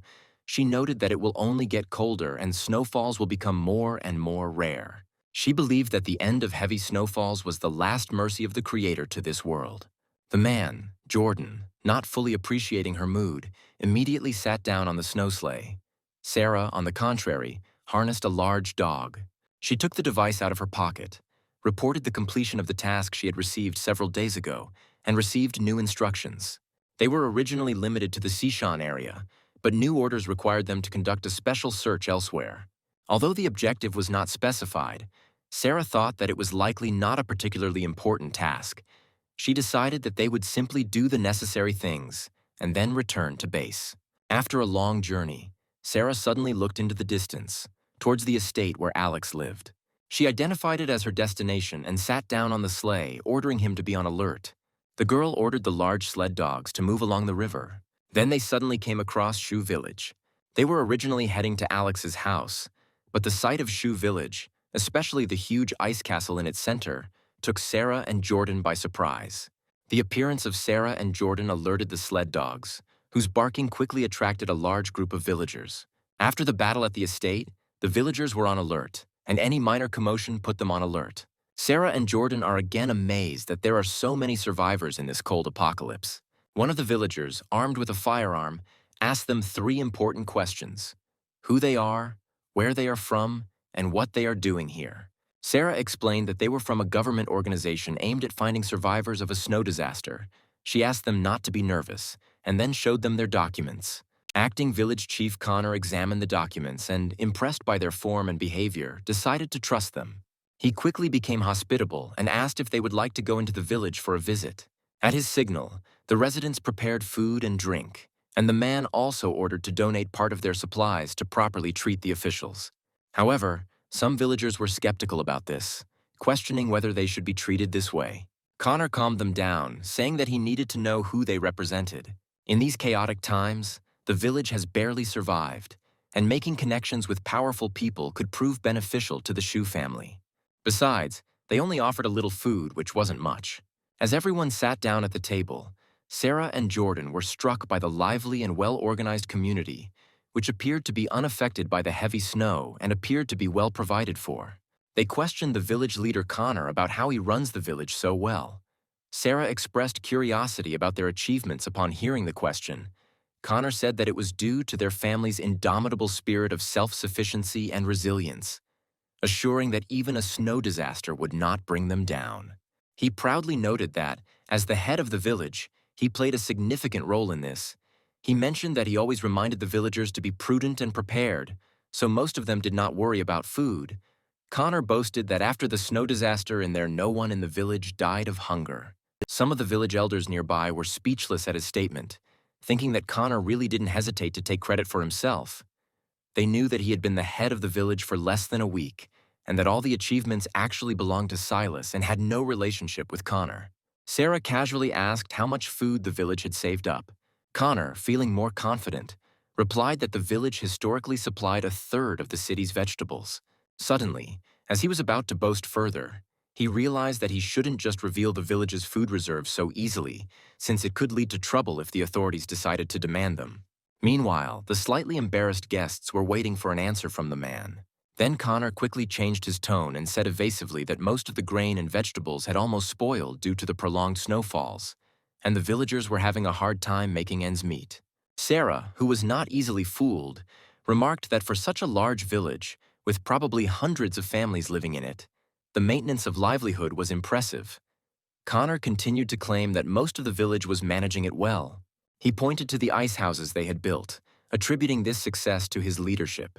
He claimed that these houses perfectly solved their housing problem, unlike other villages where houses were buried under snow, resulting in many freezing to death due to the lack of forethought of the village heads.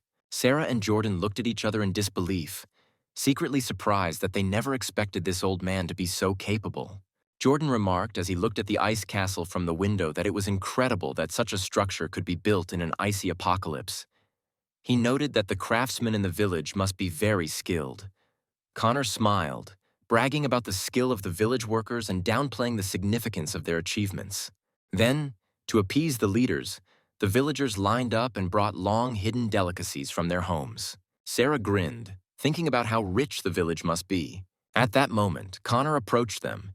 He asked when the government planned to take action in connection with the snow disaster. Sarah and Jordan continued to eat and drink in silence until Sarah said indifferently that they had already made plans to help the victims and that they should be implemented soon. Hearing this, Connor and the villagers looked at the guests with hope because they were going through difficult times. He asked if any of the experts knew when the snow disaster would end. Sarah calmly replied that it should happen soon and that the experts said the snow would stop soon, noting that the amount had decreased significantly recently. Jordan realized that with her calm and confident demeanor, the old man would be convinced by her words. Suddenly, Sarah asked if anyone in the village had observed strange changes after the snow disaster. Connor and the villagers were stunned for a moment, realizing that she meant Joshua.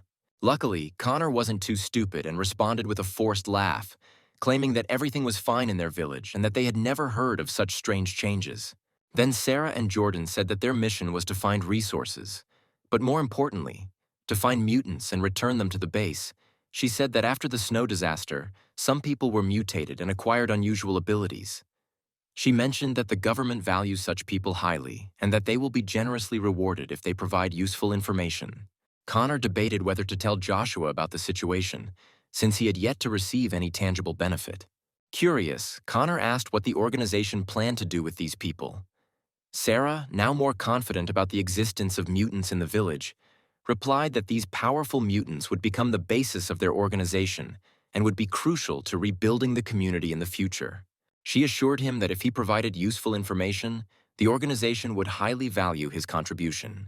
Connor thought promises were easier to make than to keep. He believed that Joshua was the treasure of the village, and that without him, after the snow disaster, their village would be doomed. He thought that Anya could give him away so easily. Connor then pulled out his phone and offered to provide his contact information, saying that if they found anything unusual, he would report to the leaders immediately. At that moment, Sarah's expression suddenly changed. She stared at Connor and asked if there was something he wasn't telling them. The sudden change in Sarah's behavior startled Connor. His Connor froze in midair as he mentioned that they were all law-abiding citizens and assured her that there was no falsehood in their words. Sarah tapped her finger on the table and demanded that he make sure there were no mutants in the village, urging him to think carefully before answering. She warned that the organization was taking the matter very seriously and ensured that he would not get away with withholding information. Realizing that his lie had been figured out, Connor was embarrassed, but quickly thought of a way out of the situation. He whispered to Sarah that they really knew about the strange man, but he was not from their village. He said that this man lives in a villa opposite their village and his name is Alex. Hearing this, Sarah's eyes lit up. The name coincided with the purpose specified in her special assignment, and she was incredibly happy about this coincidence. Jordan also realized that this was a great opportunity to gather more information. Then Connor told everything he knew. He described Alex as a ruthless devil, whose house is surrounded by traps. A few days ago, they tried to borrow some resources from him, and he, without saying a word, killed hundreds of their people. The villagers, fueled by indignation, spoke up, claiming that Alex was definitely not normal and that his methods were extremely cruel. Watching the unbridled anger of the residents, Sarah thought that this did not look like an act. Jordan asked if they knew anything about his abilities. However, Connor replied that they did not understand abilities or mutations. They only thought that his abilities were beyond the capabilities of an ordinary person. He mentioned that Alex's house was surrounded by traps, that he has a snowmobile and a sniper rifle. Hearing this, Sarah closed her eyes in disappointment. Understanding the mutant's abilities was extremely important to fight him, and without this information they had nothing to do. Soon, Sarah and Jordan finished their meal and prepared to leave. Connor walked them to the entrance of the village. He reminded them not to forget about their village. Sarah promised that for such good management of the village, Connor would definitely be rewarded after the disaster. As they boarded the sled, Sarah quickly pulled out her device to report the city of Shu to the base. She reported finding a large village with an estimated 2,000 survivors, which she estimated contained significant food supplies, and traces of mutants had been found there wasn't. Jordan, puzzled, asked why they were misleading residents with false promises of restoration and relief plans, and wondered if it was all nonsense. Sarah looked at Jordan with contempt and explained that if they hadn't tricked them, they wouldn't have treated them so well. Without a little intimidation, they wouldn't have provided accurate information. Jordan chuckled, noting that the villagers seemed so simple and honest. He wondered if it was too cruel to deceive them in this way. Sarah replied that she told them what they wanted to hear, and as long as they were grateful to her, she didn't care about the rest. Jordan was still not convinced and asked what would happen if the villagers found out that everything they said was a lie. Sarah then confidently replied that they were representing the government and whatever they said would be taken as legal.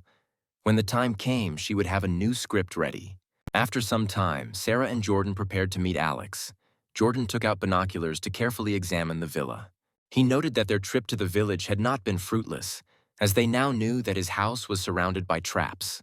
Sarah couldn't help but admire the luxurious villa, noting that living in such luxury during the apocalypse was simply enviable. Jordan mockingly noted that in such God-forsaken weather there was nothing to envy.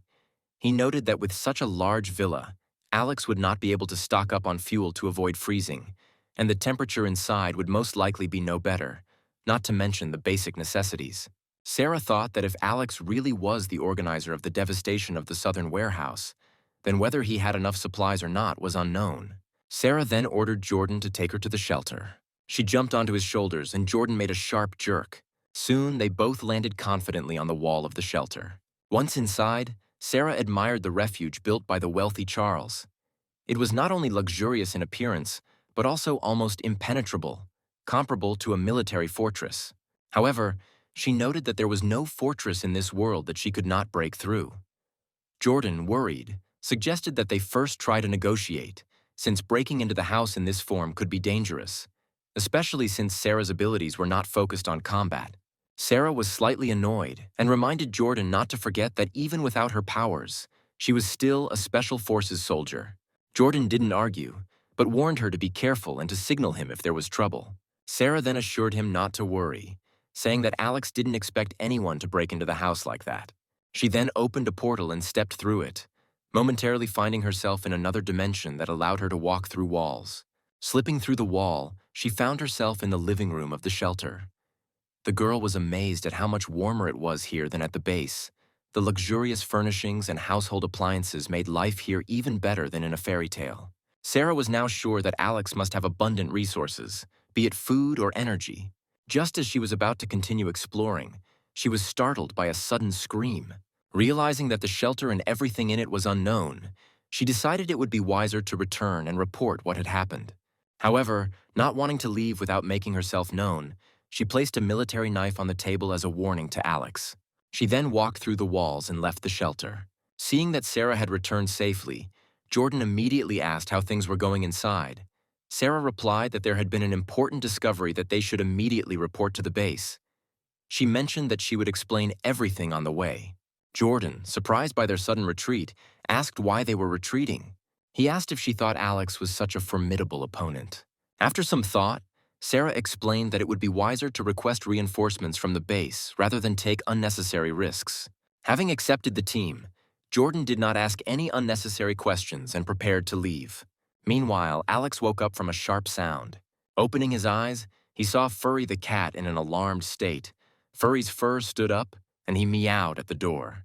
Seeing the cat's unusual excitement, Alex pulled out a gun. He then petted the cat and asked soothingly what was wrong. Although Furry understood human speech, he could not answer. He only meowed anxiously and looked around. Then Alex checked his phone for surveillance, but found nothing unusual.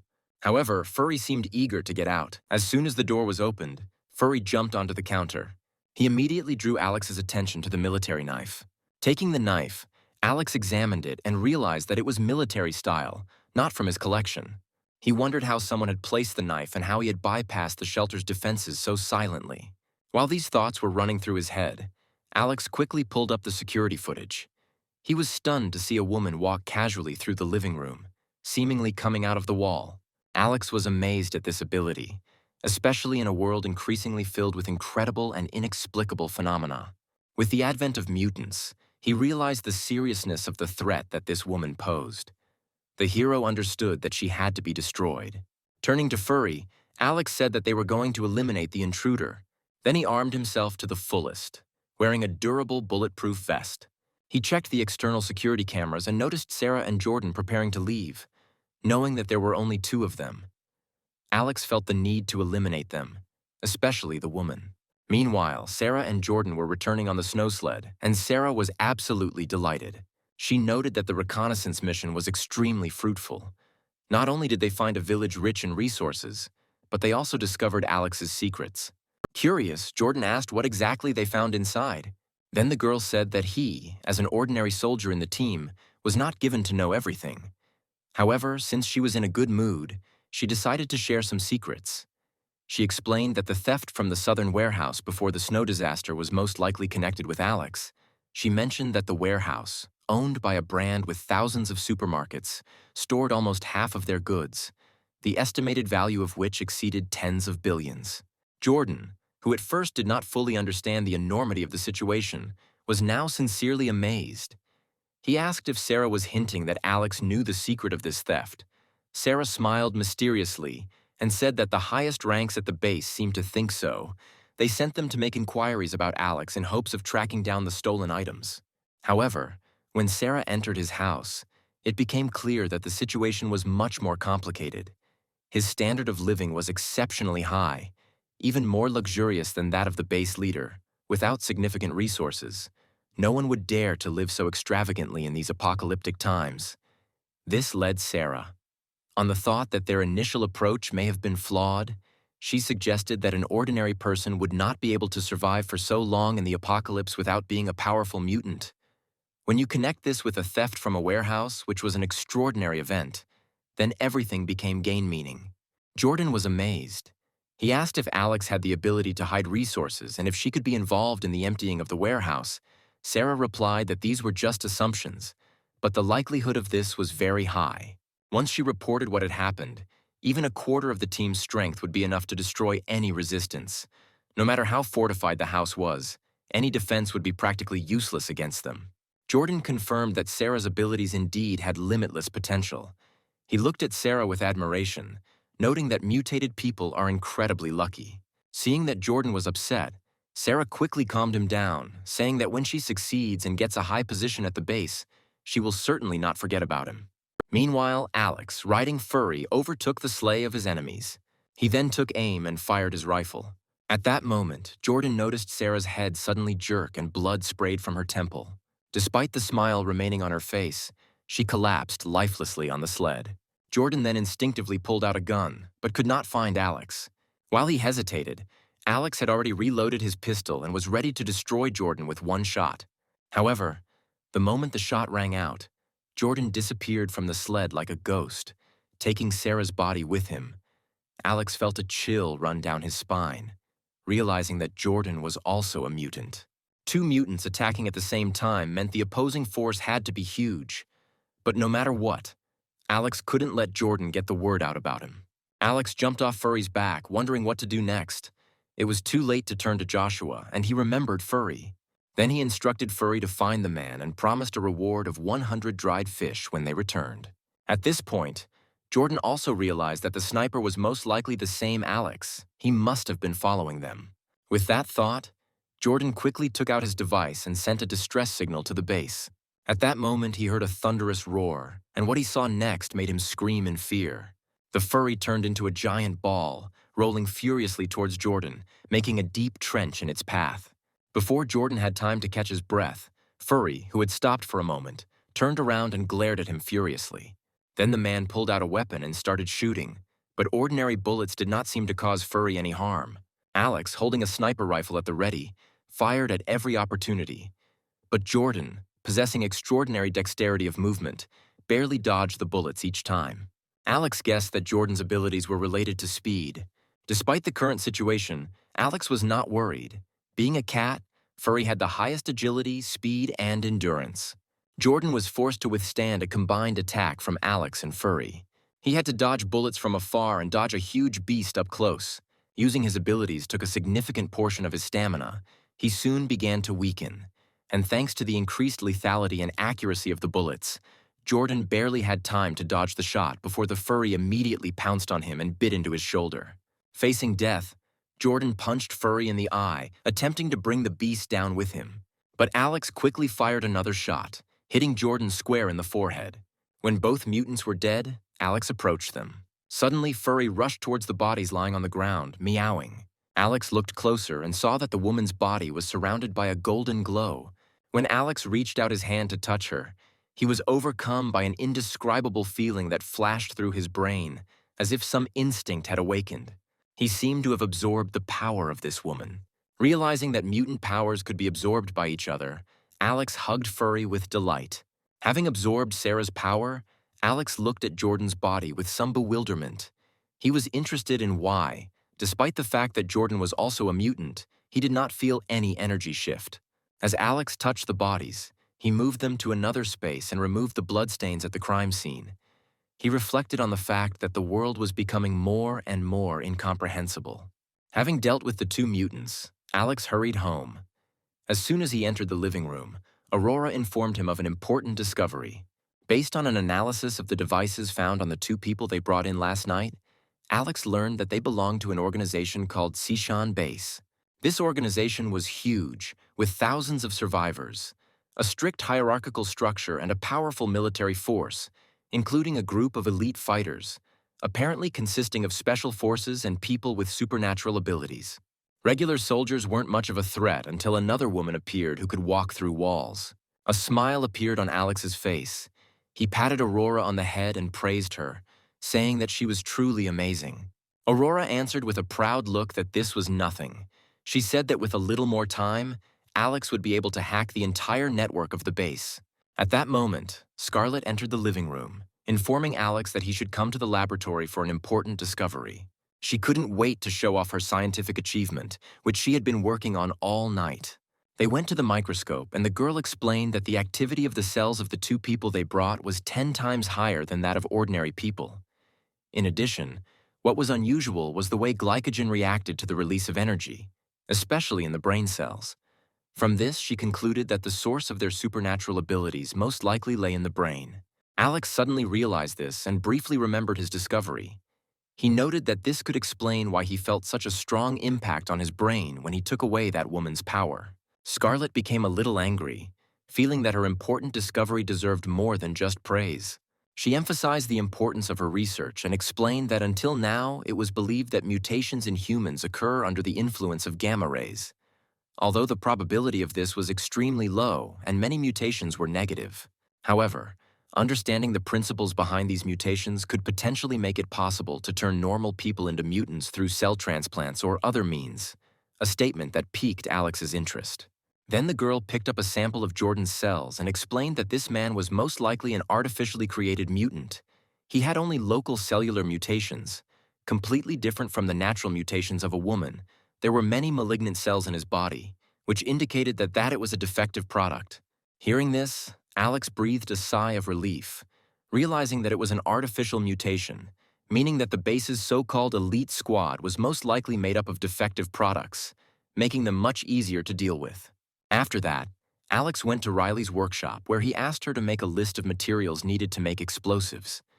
After looking at the list, he came to the conclusion that getting these items would not be difficult.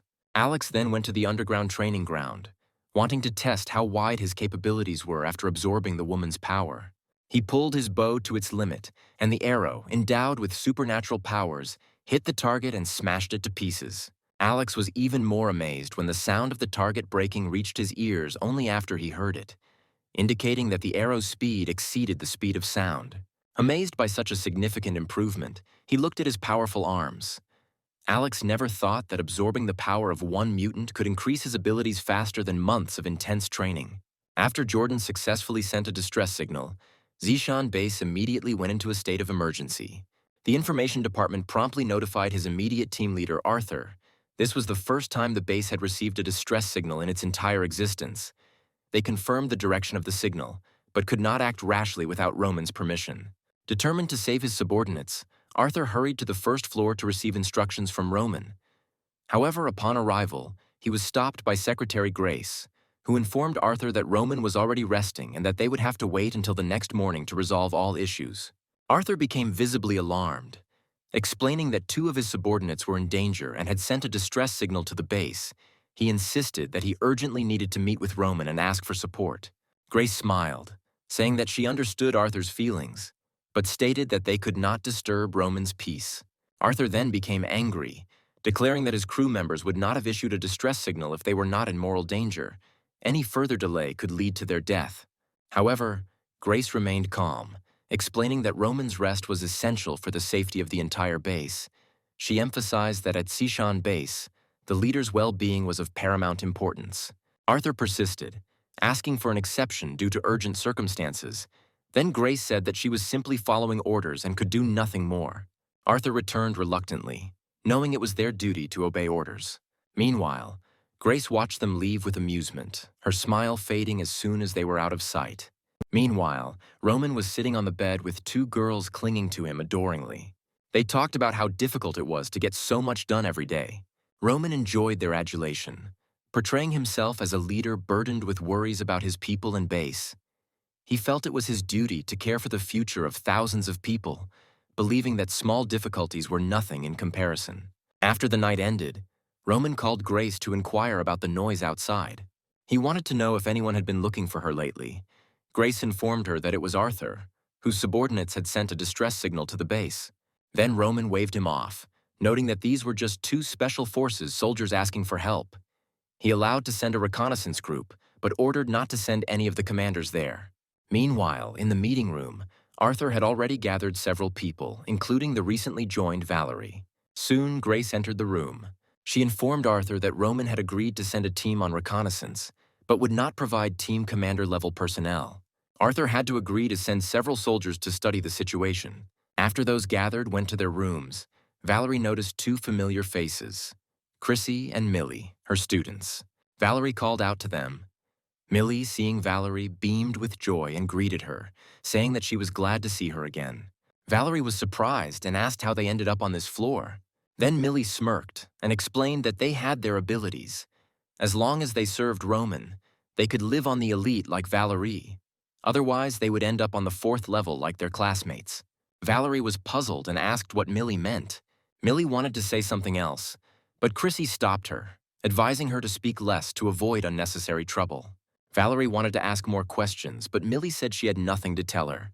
Millie mentioned that since Valerie abandoned them, many of their classmates were taken away one by one. With tears in her eyes, Chrissy said neither returned. Having said this, she quickly turned around and left, apparently afraid of being involved. Valerie was left confused. She did not understand why the students mysteriously disappeared after she was transferred to another floor. The girl assumed that they were assigned to new positions. While Valerie was heading to her room, Vincent suddenly turned to her. Vincent said that if Valerie wants to find out where her classmates disappeared, then she should go with him. Following Vincent into the corridor, Valerie learned that recently, due to special work, he was periodically called to the 2nd level. On one of these occasions, Alex accidentally saw two people in protective suits carrying a long bag across the territory. This bag most likely contained one of the missing students. Deciding to get to the bottom of the truth, Valerie told Vincent to first return to the hostel, while she secretly followed the man. Taking advantage of the moment when someone was changing clothes, Valerie knocked out the employee and quickly put on his suit. Mixed with the workers, she headed into the room behind the other workers. At the entrance, there were two people with weapons in their hands. The worker leader laughed and noted that this was the 8th failure recently, noting that the bodies were still difficult to adapt. Valerie was filled with confusion and fear, wondering what they were trying to adapt to. While she watched, the man's body was placed in the instrument chamber. Seeing this, Valerie was horrified but tried to remain calm. They then untied the bag and placed another dead body in the next cell. They then activated the control panel. Soon, the sound of a body being burned was heard from the car. After this, a white viscous liquid slowly flowed out of the pipe. Valerie felt nauseous as she realized that the substance was the same thing they had eaten on the first day. They were actually making food from corpses for the people on level 4. She heard one person playfully say that they were out of banana flavoring. Picking up a cup of white liquid, he noticed that it was rich in protein and nutritious. He added that if you didn't know what it was made of, it was quite effective in replenishing energy. Having learned the secret of the white liquid, Valerie could not resist and rushed to the bathroom where she vomited. Now she realized that the missing students must have been disposed of in the same way. At first, she believed that they could feed themselves on the base, leading a hard but safe life. But now it seemed that this place was a real hell. Overwhelmed by despair, Valerie decided that she could no longer stay here. She needed to find a way to take the children and leave. But at the moment, she felt completely powerless. Meanwhile, the base, under Arthur's leadership, dispatched a 30-man Special Forces unit. Following the tracks, the team quickly found Alex's hideout. By order of Commander Arthur, the group formed a tactical line and carefully followed in Alex's footsteps. Suddenly, one of the soldiers felt a strange sensation near his leg. Before he could react, a powerful explosion occurred. Arthur only had time to shout out the soldier's name before he was blown to pieces. In the post-apocalyptic world, all comrades were like brothers. Therefore, the death of his brother right before his eyes filled Arthur with rage. He immediately ordered his soldiers to open fire on Alex's shelter, but their bullets did not leave any marks on the walls. Not even a scratch was left on the glass. The commotion outside alerted Alex, and he quickly rose from the basement. Realizing that the Zishan base had sent a command, he immediately activated the protection device. At the end of the voice command, a protective screen instantly enveloped the entire shelter. From the inside, Alex could see what was happening outside, but nothing could be seen from the outside. Watching the fully armed team outside, Alex muttered that a worthy opponent had finally appeared. He considered it beneficial to use against such an enemy a shelter designed for confrontation with professional military personnel. Soon, Arthur ordered the senseless shooting to stop and decided to first disarm the ground traps. After some time, one of the soldiers discovered a strange device buried in the snow. At this moment, Aleka decisively pressed the remote fuse button. The power of the anti-tank bomb was amazing. It instantly killed the soldiers closest to her. Arthur's eyes were bloodshot with rage, wondering who this enemy was and why he had something that only elite troops had. This scene caused many to think about retreat. The second-in-command hurriedly stepped forward to urge Arthur to return to base and receive instructions to avoid further casualties. Second-in-command Jace was still sensible and already felt that this enemy was not someone they could handle. However, Arthur vehemently rejected the offer, stating that they were a rescue team sent to the site. If they had to return for backup, it would ruin their mission. Arthur insisted on continuing the attack, arguing that the shelter must have weak points and that they must gather more important intelligence about the villa. Meanwhile, Julia watched what was happening with a worried expression on her face. It seemed to her that they looked so professional that they might not find a single flaw. Alex, however, did not panic at all. He was very confident in the shelter, which he checked every day. There were no external vulnerabilities. Julia was still worried and suggested that they might have to take the initiative and attack to stop the search. Alex replied that it was actually quite easy to attack them. He just wanted to know what other methods they could use. After conducting an investigation, the fighters came to the conclusion that the villa is a formidable iron fortress made of the most modern materials. Its only drawback was that it could not lead the offensive. They looked helplessly at the villa, noting that such a structure was not surprising to see in a wealthy area. They explained this by the rich people's fear of death, which led to the creation of this iron turtle. Having cleared the traps around the house, they decided to wait for the attack. At that moment, Arthur had a sudden inspiration. He suggested concentrating explosives to blow up the corner of the house and then rush inside and finish them off. The deputy commander estimated how much explosives would be needed. Arthur chuckled, saying that on the battlefield, even the most fortified bunkers could be blown up with enough explosives. He doubted that a villa could be more fortified than a military bunker. If they concentrated all their forces, they would definitely be able to do it. Soon, each fighter placed his explosives in the weakest place, in his opinion, and prepared for detonation. Seeing this, Alex immediately rose from his chair and promised to teach them a good lesson. Having placed all the explosive devices together, the leader decisively pressed the detonation button. This was followed by an explosion, and everyone thought that if it did not level the building, it would at least create a gap. Everyone eagerly moved forward to view the aftermath of the explosion, but when the dust settled, everyone was stunned. There was a deep hole in the ground, but the main building looked completely undamaged. Under the wall, everything was covered with black material, meaning the villa was an alloy fortress. Team leader Arthur was stunned. It looked like they really needed to go back and ask for backup because the weapons they had weren't enough. They needed to call in a demolition team with more explosives. At that moment, Deputy Commander Jace's men brought the box. Opening it, Arthur saw a heavy sniper rifle capable of destroying a tank with one shot. Jace took aim confidently at the glass of the shelter, declaring that even if it was bulletproof, it was unlikely to withstand his shot. Just as Alex reached the second floor with his sniper rifle, a loud shot rang out, startling him. A creaking sound of friction could be heard from the outer glass. Alex walked closer and saw a small scratch on the glass. This was serious. If they fired millions of rounds, the glass might crack. Meanwhile, Jace, holding a heavy sniper rifle in his hands, suddenly fell silent. After 2 seconds of silence, he burst into tears, stating that he had used this cannon to break into bunkers before and wondered why it couldn't penetrate this villa. Arthur went over to console him, admitting that the villa's defensive strength might be even more formidable than that of their base. They decided that they should return and report to their superiors as they were almost out of weapons. Then Arthur immediately ordered a retreat. Alex, watching from the second floor, saw that the team was preparing to retreat. He immediately ordered the windows to be opened. Then he mounted the sniper rifle and took aim. When the retreating soldiers noticed an open window, one of them reported to Captain Arthur that a window on the second floor of the villa appeared to be open. Without hesitation, the soldiers began to shoot. However, their bullets disappeared before reaching Alex. The hero grinned, noting that this sniper rifle should definitely be in his arsenal. As they opened fire, Alex pulled the trigger as well, aiming for the soldier carrying the box. Now that Alex opened the window himself, Arthur ordered everyone to open fire on him. In the blink of an eye, the warriors raised their weapons and opened fire wildly. However, Alex, holding a spatial shield with one hand and calmly aiming and shooting with the other, accurately hit each soldier in the head. Several soldiers fell before they realized why their bullets couldn't hit him. Then Arthur suspected that Alex might be a mutant. Jace next to him also wondered if Alex's ability was immune to all attacks. Arthur immediately ordered a retreat, realizing that if Alex was truly a mutant, then they would not be able to defeat him with just one command. All the soldiers turned and ran.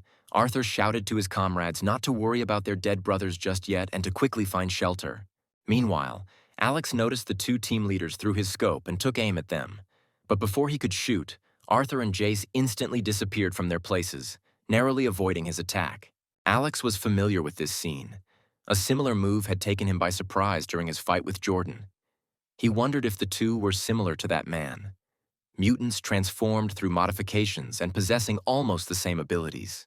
He realized that only 2 people seemed to have special powers. Then Alex developed a plan and fired another shot, this time aiming not at the head, but at the legs of the soldiers.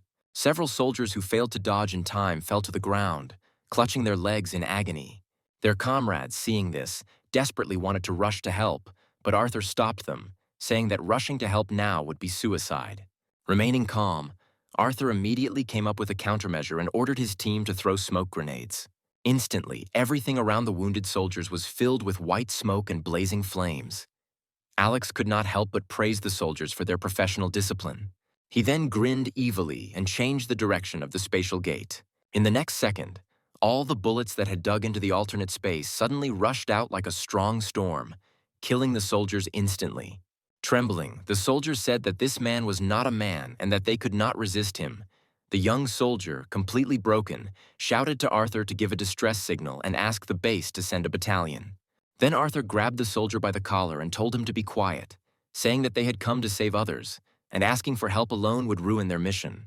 The soldiers looked at their captain in complete despair with frightened eyes. They believed that Alex was an invincible opponent, and they felt powerless to resist him. The SWAT team found themselves in a difficult situation, but Second-in-Chief Jace tried to calm everyone down, saying that the fact that Alex was hiding inside and not coming out showed that he was still afraid of their power. He urged them not to lose heart. Arthur, looking worried, seriously pointed out that Alex's marksmanship was as good as theirs, and that they could get shot at any moment. They couldn't just keep hiding. Then Jace drew a plan in the snow, explaining his strategy. He noted that the villa had blind spots. If they could break through the few houses in front of them and move through them, then as long as they were out of Alex's sight, even the best aim would not help him. Alex, standing on the balcony, guessed their escape plan.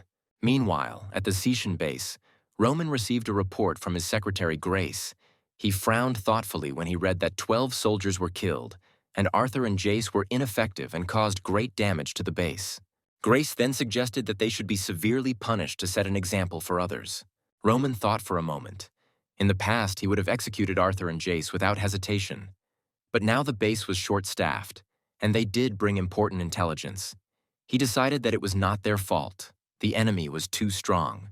However, he was interested in the origin of this shelter. Since he had not heard of it before, he asked if there was any information on this matter. Then Grace handed Roman a tablet with a map of the city, on which several important places were marked.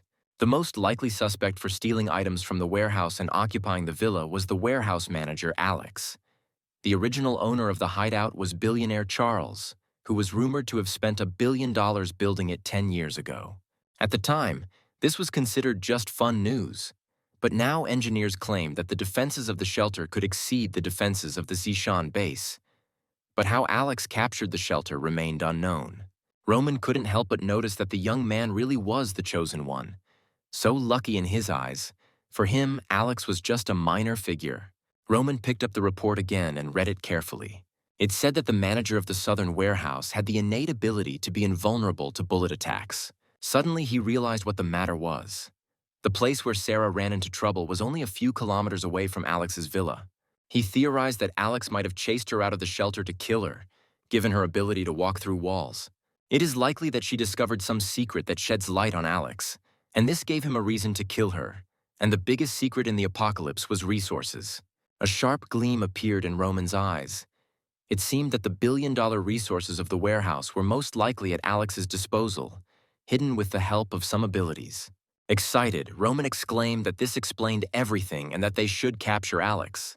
Grace, slightly taken aback by this discovery, did not forget to flatter Roman by congratulating him for finding a huge amount of resources for the base. Roman nodded in satisfaction, clearly intending to take credit for the potential discovery of the resources. He began to fantasize about the prosperous life ahead, as if the resources were already in his hands. He thought that if they obtained these resources, they would be able to feed the base for decades. Throwing the folder on the table, he ordered that Valerie be brought to him as soon as possible. Meanwhile, Roman gave instructions to Arthur and Jace's teams, ordering them to temporarily travel to the village across the river. Joshua hurriedly called Alex and told him that something terrible had happened. Alex immediately guessed that the soldiers might have gone to the village. He advised Joshua not to panic and to remember that these people are not the so-called government. They are rampaging through the city, collecting resources without any regard for morality or law. He told Joshua to be careful to keep his resources well hidden, and even more careful about his own safety. Joshua was very worried, but he assured Alex that if he wanted to run, no one would catch him. Alex advised Joshua to take care of himself and those around him. Suddenly, the hero's tone turned icy. He reminded Joshua that he had always treated him like a brother, and assured that if he ever decided to betray him, then he should remember the consequences. Joshua quickly assured Alex that he could count on him.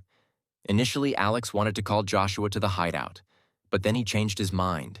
He needed more information about the base, and he asked Joshua to try to find out as much as possible about the movements of the soldiers. However, Joshua did not want to agree, noting that undercover work is not his strong point, and the soldiers scare him. Then Alex assured him that he was asking not to fight them, but just to reconnoiter the situation a little if he manages to get important information. For this, he relies reward. Joshua's face immediately lit up at the promise of a reward, and he assured Alex that he would handle it just fine. Meanwhile, the village chief attended to the soldiers, arranged for them to spend the night, and asked all the families to provide food and drink for them. When Joshua approached the headman from behind and called out to him, the headman turned around and scolded him. He asked why Joshua did not hide at home as he had ordered.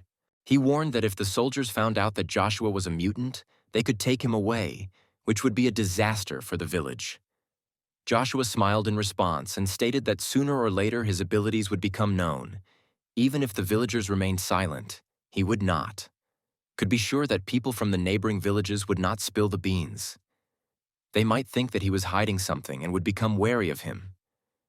He decided that it was better to admit it now and use the opportunity to get closer to the soldiers. After some thought, the village chief found Joshua's proposal reasonable. He brought Joshua to Arthur and the others, introducing him as his grandson, Joshua, who is a mutant. Hearing that Joshua is a mutant, everyone looked at him in surprise. Arthur approached and asked what Joshua could do. In response, the guy pointed to the snow houses and explained that Alex built them himself. He then demonstrated his ability by lifting a sheet of snow into the air with a slight gesture. Arthur, excited, grabbed Joshua by the shoulders and exclaimed that he was simply amazing. He noted that he had no idea that such a talent could live in such a small village. Overcome with joy, he turned to the village chief and said that he should prepare more food and drink for the soldiers, since Arthur wanted to have a good time with Joshua during the feast. Thus, Joshua gathered important information and immediately called Alex to inform him that a group of terrifyingly powerful mutant soldiers had gathered at the base, ready to attack the hideout at any moment. With a hint of guile, Alex also asked Joshua if he had ever considered joining Sishan base, suggesting that following him might not be the best route. Joshua smiled and replied that he trusted his instincts and sensed the ill intentions of the soldiers, especially from the way they looked at the villagers like they were livestock. He couldn't imagine himself being part of such a group. Alex then firmly assured Joshua that he would never regret his choice that day. He told Joshua to monitor their movements and report any news to him. Meanwhile, Alex, thinking about countermeasures, reflected on the complexity of working with explosives. He noted that the main problem is organizing the explosion. The base's explosive reserves were enough for 10 shelters like his. But in order to plant the explosives, one had to get close to the shelter first. But Alex wasn't too worried about that. After all, this was his home territory. Gathering all his women in one room, he informed them of the situation and ordered them to move underground. The women were understandably nervous, but Alex reassured them not to worry. He had already assessed the base's forces and decided that they could not threaten their safety. Having handed out the tasks, Alex went to the control room to check on Aurora. He asked how the task assigned to him was going. Aurora looked somewhat dejected and explained that she had been trying to hack into the base's network for the past few days, but had been unsuccessful. It was not a lack of skill, but the fact that their internal network was local, making it impossible to intrude without direct access. Alex was not surprised by this outcome and consoled Aurora, saying that he did not blame her as long as they ensured their own safety and prevented intrusions. That was enough. If they manage to resist penetration, that will be great, but if not, no big deal. Alex then visited Riley's workshop. Despite the large amount of work, the girl was very happy to see him. The hero then asked her what she would do with the shelter if she were a demolition expert at the Zishan base. Riley answered without hesitation that it was customary to use TNT explosives with detonators for buildings, especially for older buildings.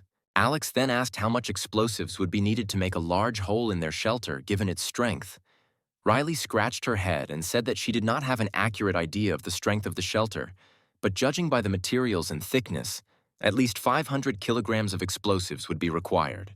Alex thought about this number, noting that when transporting such a large volume would be a very visible target. He wondered if he could blow them up prematurely with a sniper rifle. However, Riley shook her head, explaining that TNT is very stable and cannot be detonated by bullets or direct combustion. It must be detonated using a detonator. Alex thought for a moment and came to the conclusion that he would have to implement the second plan. He then asked Riley how the task he gave her last time went. Riley then showed a bomb with a detonator, noting that it was not difficult for her. The most difficult thing was to create a set of combat equipment from the latest technological materials. It was so durable that it could withstand most sniper rifle bullets. The hero thanked the girl for such invaluable help. However, she wondered why Alex asked to make a costume in the style of the Sishan base soldier's uniform. Alex replied that this detail is very important, and that the girl will understand everything when the time comes. Meanwhile, a top-level team was quickly assembled at the Sishan base and went to the Shu family's city.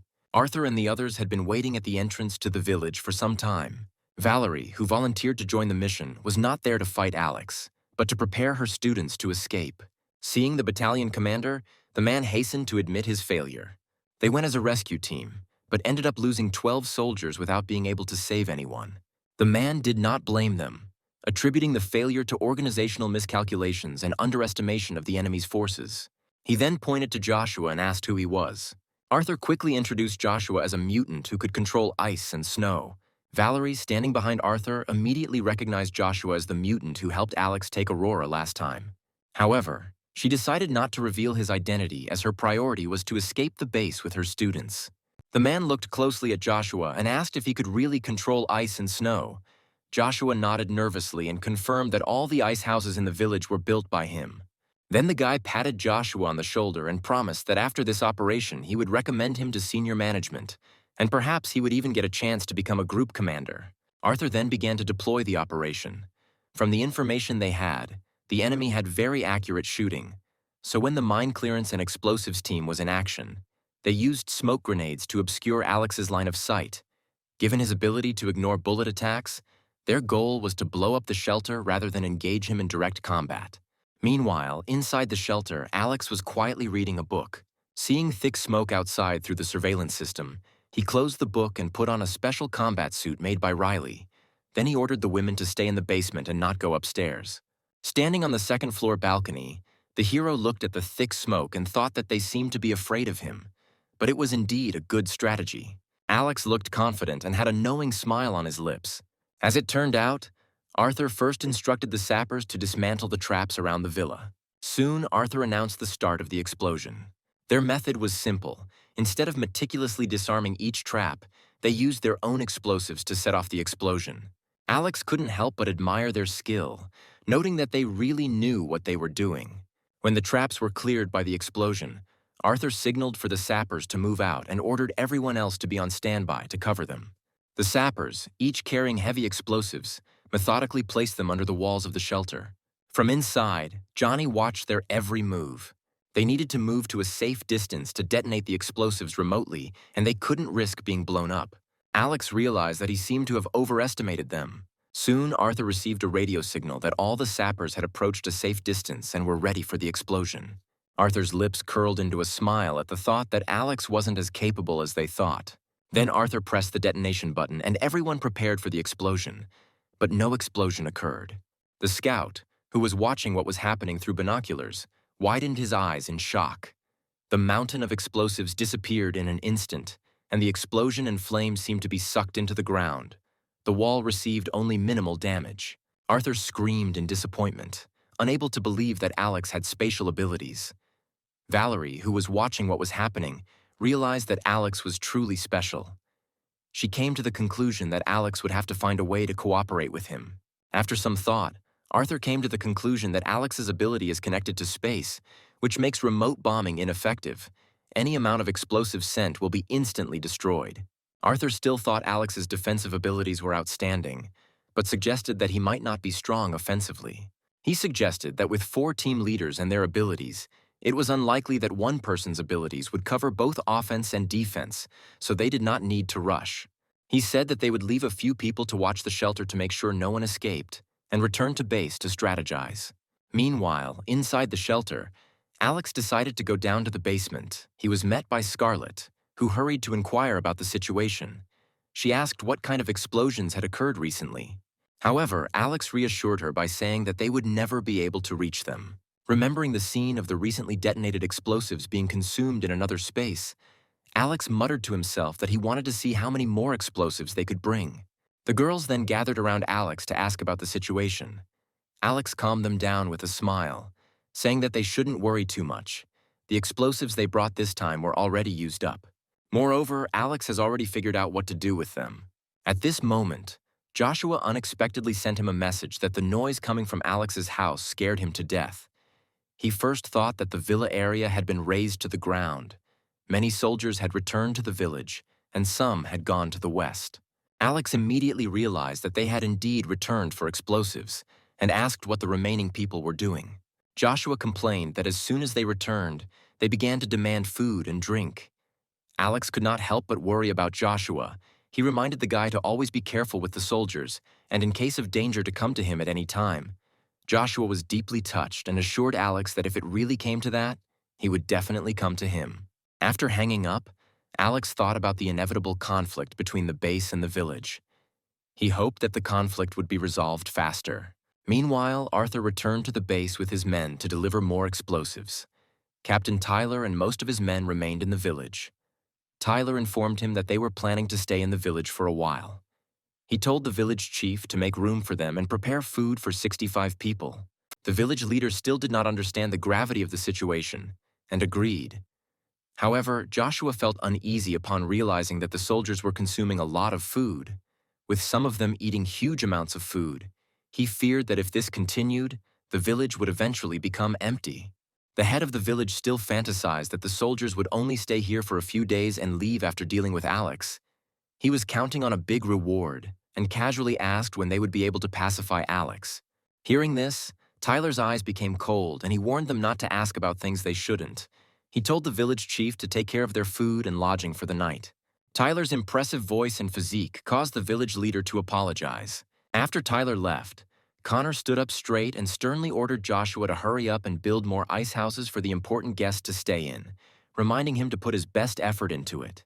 Joshua remained silent in response to the village chief's order, knowing full well that in the eyes of the villagers, no matter how strong he was considered a useless idiot. The next day, Arthur brought a large amount of explosives. Tyler, who had turned into a giant ape, along with many soldiers, arrived on the reverse slope. Soon, Arthur and Tyler threw a huge bunch of explosives towards the shelter. Watching the flying explosives, Alex suddenly opened the spatial gate.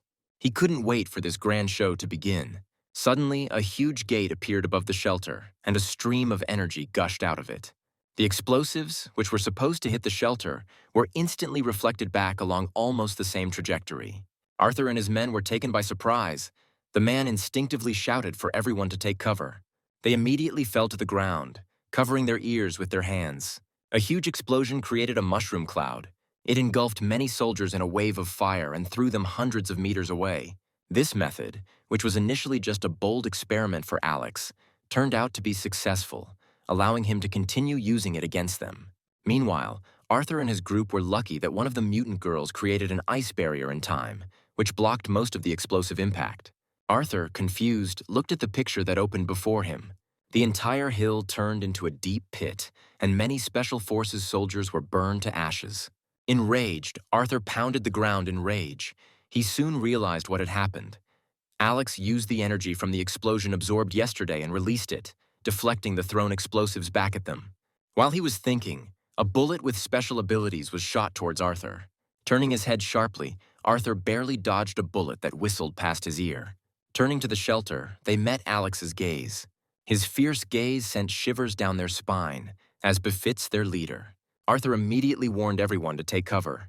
However, Tyler, not being an agile mutant, was shot in the forehead, but did not die. Instead, he simply removed the bullet from his forehead with his bare hands, cursing and looking in Alex's direction. This shocked the hero, who noted that Tyler's defense was comparable to a tank. Just as Alex was about to take aim again, several snipers disappeared from his field of vision, and at the same time, 2 well-aimed bullets flew towards him. Alex quickly opened the dimensional gate, absorbing the bullets. He scoffed at the sneaky attempt to attack him with a sniper shot. He then immediately changed the direction of the bullets and sent them back along their original path. 2 snipers from the base were soon killed by bullets that were fired by them.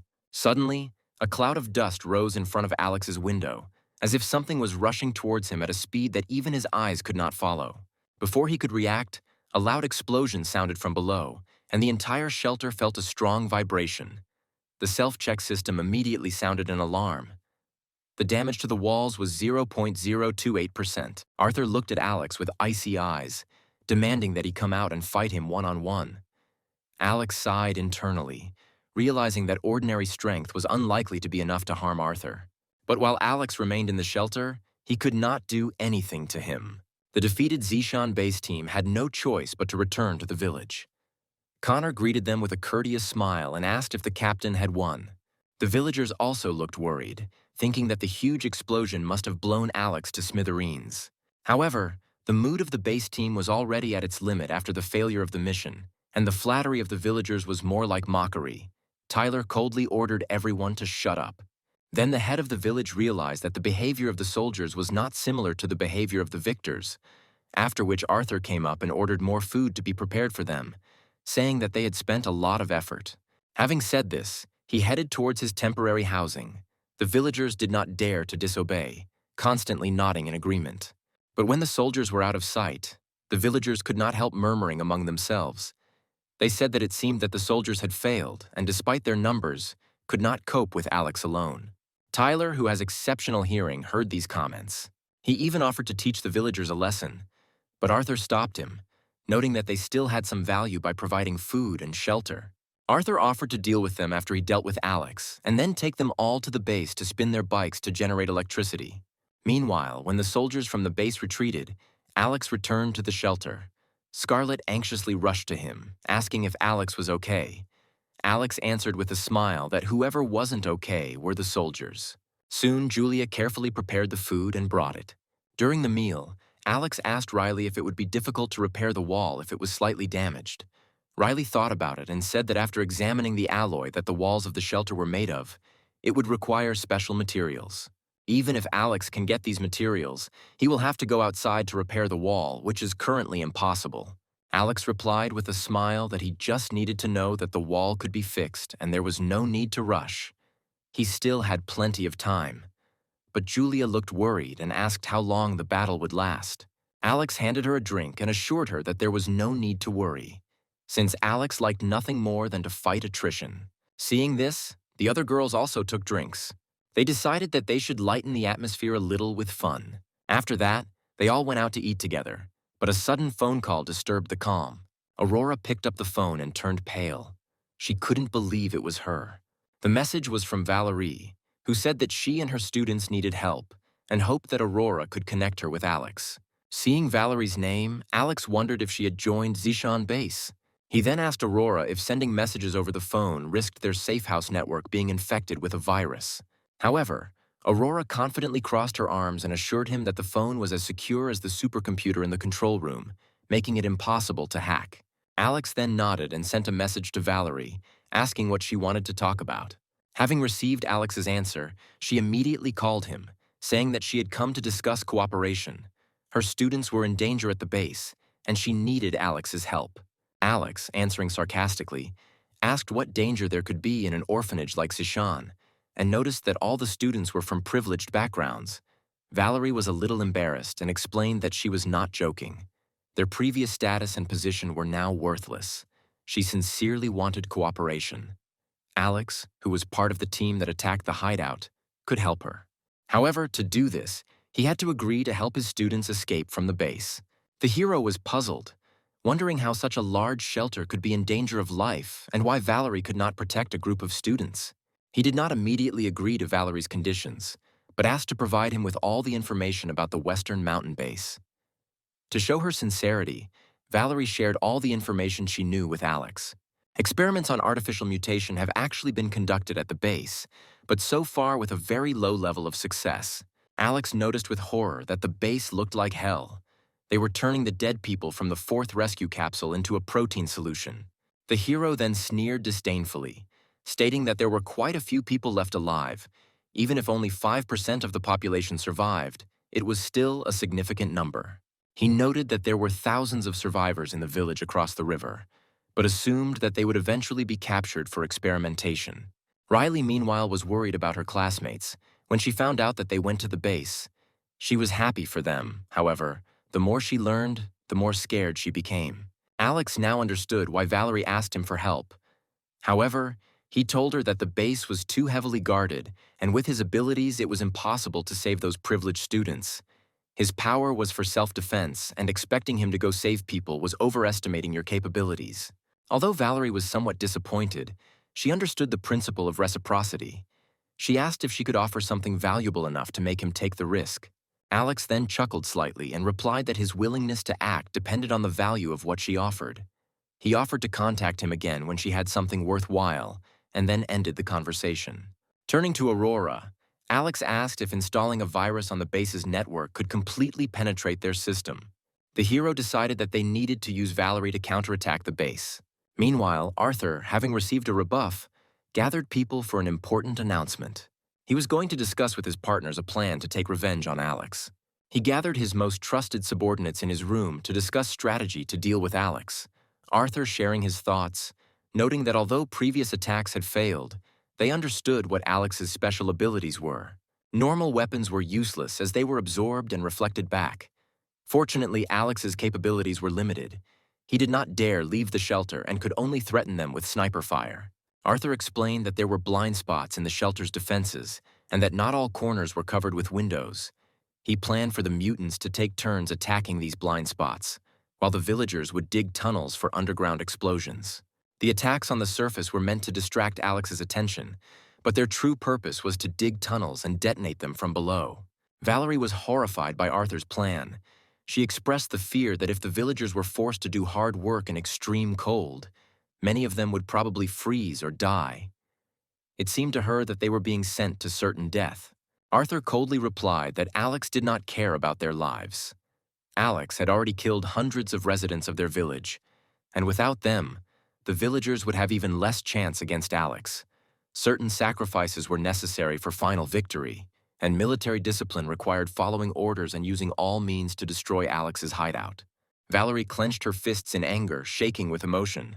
She protested that they were innocent villagers and that she was not a soldier. Sensing the tense atmosphere, Shelley quickly intervened, explaining that this was a desperate measure.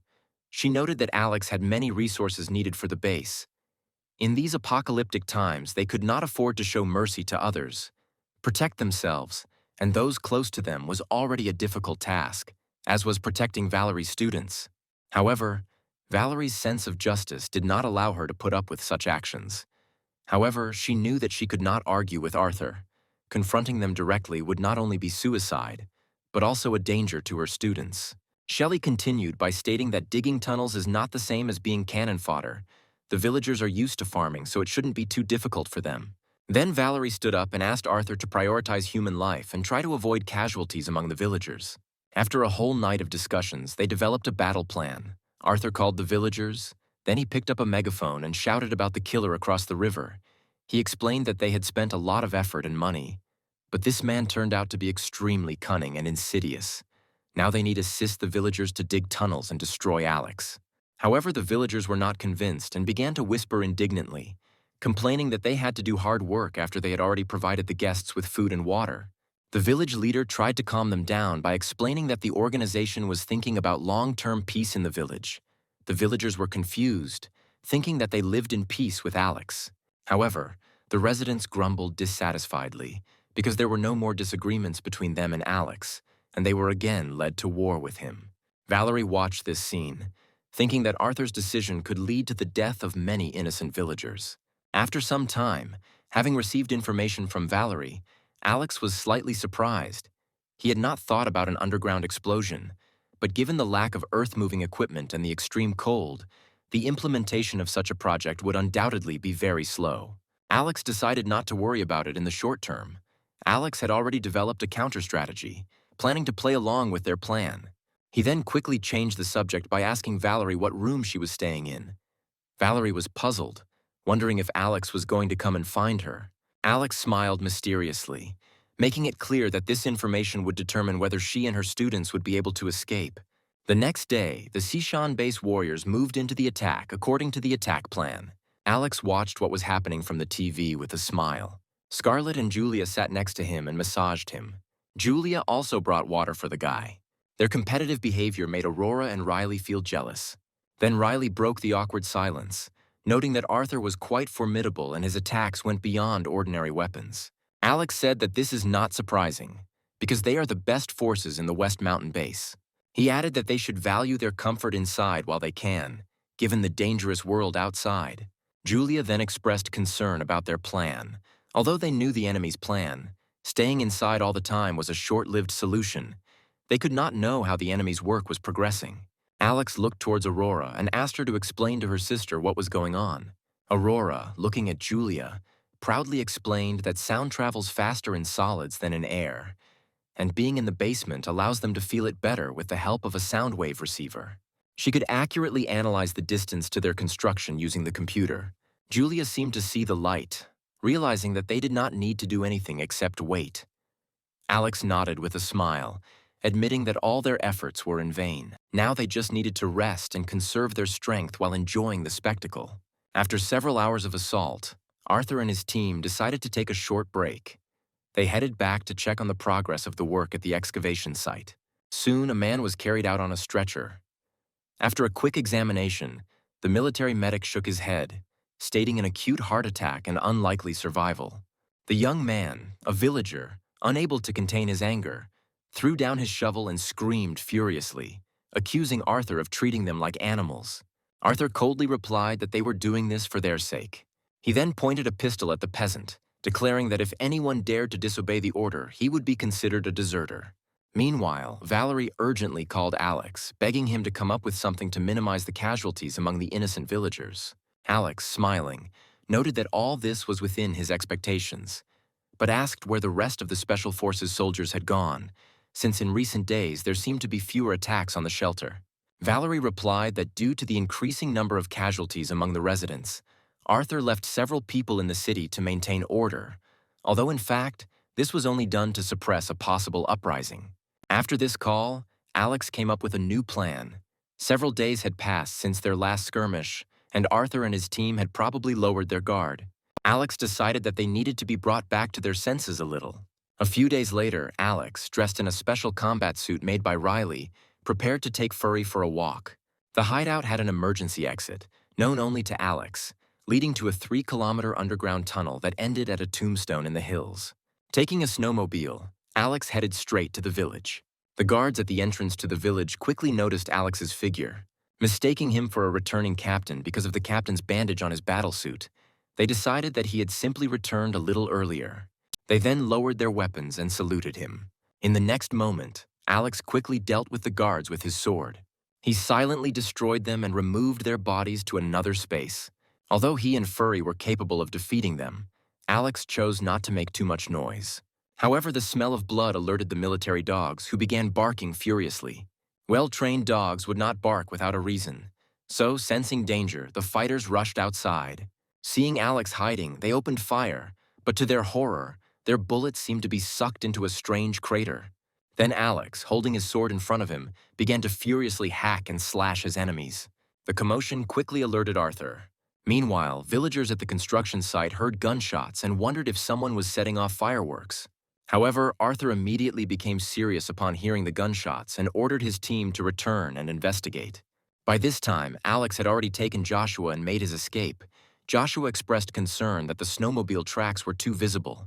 However, Alex, not at all embarrassed, confidently sent the snowmobile into his space and noted that anyone with a brain would eventually find this place.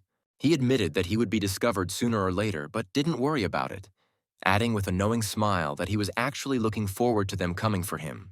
Returning to the village, Arthur, seeing the bodies of his Special Forces soldiers scattered everywhere, became furious. He thought his strategy was foolproof, but instead his base was infiltrated. He realized that there must be a traitor in his ranks.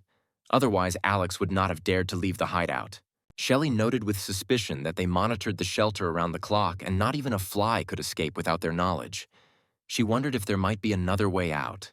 Tyler slammed his fist together and suggested that there must be another escape route. He assumed it was an inside job, someone spilling the beans about the timing of the operation, allowing Alex to attack their base. Arthur's eyes lit up as he realized that their plan to dig tunnels had to be compromised. There was no point in continuing the excavation. At that moment, a soldier hurried to them to report that during a head count of the villagers, they discovered that the local mutant Joshua had disappeared, and there was no trace of his body. In addition, Captain Valerie had not returned to the squad. Hearing this, Arthur became even more furious. Gritting his teeth, he said that it seemed that they had more than one traitor, and decided to immediately follow the tracks of the snowmobile. The village leader lamented the loss of so many lives while digging the tunnel, wondering how he would explain this to everyone. Meanwhile, upon entering the shelter, Joshua was almost stunned by the sight before him. Alex prepared a room full of anime-themed figurines, tapes, and pillows. He told Joshua that from now on he would live there. Joshua, overjoyed, jumped onto the bed and hugged the pillow tightly, expressing his readiness to go through fire and water for Alex, not retreating even in the face of death. Alex then went to the control room with the information provided by Valerie. Using the equipment at hand, Aurora quickly hacked into the base's network. She confidently informed Alex that she could paralyze the base's network at any time and interrupt communication between the dispatched troops and their base. Alex then patted Aurora on the head, praising her for her good job. He said that once they dealt with the leading forces of the base, the threat they faced would be greatly reduced. He then turned to Valerie, declaring that if she would benefit him, he would naturally fulfill his promise to her. At that moment, the image of Arthur and his team, who had found an emergency exit, appeared on the monitor. Alex smiled slyly, realizing that the show was about to begin. Meanwhile, Arthur and his team followed the tracks of a snowmobile, which eventually led them to a cemetery and then disappeared. Tyler was furious after the deaths of many of his comrades and vowed to tear Alex apart when they caught him. Suddenly, one of the soldiers pointed into the distance, shouting that Alex was there. Without thinking, Tyler rushed forward, screaming that he would tear him to pieces. Then Shelley tried to stop him, persuading him not to be impulsive and to return. However, by this time, Tyler had turned into a monkey and vowed that he would make Alex pay in blood. Alex, however, did not feel the slightest panic. He raised his sniper rifle and fired several shots. At this distance, Alex would never have missed, but he took aim specifically to lure Tyler closer to the trap he had set. Just as Tyler was about to reach him, Alex quickly stepped on the detonator he had buried earlier. A snowstorm several tens of meters high instantly arose, blocking their view. Shelley froze in horror, watching her comrade being covered by an avalanche. Tyler watched as a wave of snow flew at him, not understanding what to do. At that moment, Shelley, Arthur, and others ran to his aid. At that moment, Valerie appeared in front of them, and Furry next to her. Arthur angrily accused Valerie of betrayal. But Valerie, not wanting to waste words, shouted that their paths were diverging and that they could not make joint plans, and then swung at Arthur with your sword. The furry standing behind her suddenly pounced on Shelley. Shelley knew how to mostly defend herself, and she was about to block the furry's attack with an ice wall, but she clearly underestimated the power of the furry's claws. In an instant, she was killed. While Arthur deftly dodged Valerie's attacks, a powerful explosion suddenly thundered behind him. When the dust settled, he saw Tyler, impaled by spikes, lying on the ground, unable to fight. Tyler looked at Arthur helplessly, but it was too late. Meanwhile, Alex, holding a sniper rifle in his hands, fired another shot, destroying any chance of Tyler getting back up, then shouted to Joshua that it was his turn. Joshua appeared behind them as if out of nowhere. Raising both hands, he instantly blocked the retreat path for the remaining Special Forces soldiers. At this point, Valerie did not linger in the fight with Arthur. She jumped on Furry and took the opportunity to flee the scene, simultaneously dragging Joshua with her and running away at high speed. Arthur was annoyed that he was unable to kill the traitor. Meanwhile, Alex stood at the top of the hill and looked down at the Special Forces soldiers stuck in the ice and snow. Arthur, with a contemptuous look, told Alex that he would not be able to lure him into a trap. Alex laughed coldly, noting that the real show was just beginning. He said that they had already fallen into the most primitive trap. He then instantly activated the dimensional gate, releasing all the TNT he had previously stored in another dimension. At the moment of the explosion, Arthur ordered everyone to dive into the snow, and this actually saved them from severe injuries. After the explosion, Arthur and his team climbed out of the snow. Before they had time to come to their senses, one of the soldiers suddenly shouted to the captain to look up. When Arthur looked up, he saw that a powerful avalanche had fallen on them. All the soldiers were instantly buried under the snow. Alex soon returned to the control room, thanking Aurora and the others for their help. Thanks to their experience, Alex was able to deal with the enemy so easily. Aurora used computer modeling to accurately calculate the location of the avalanche.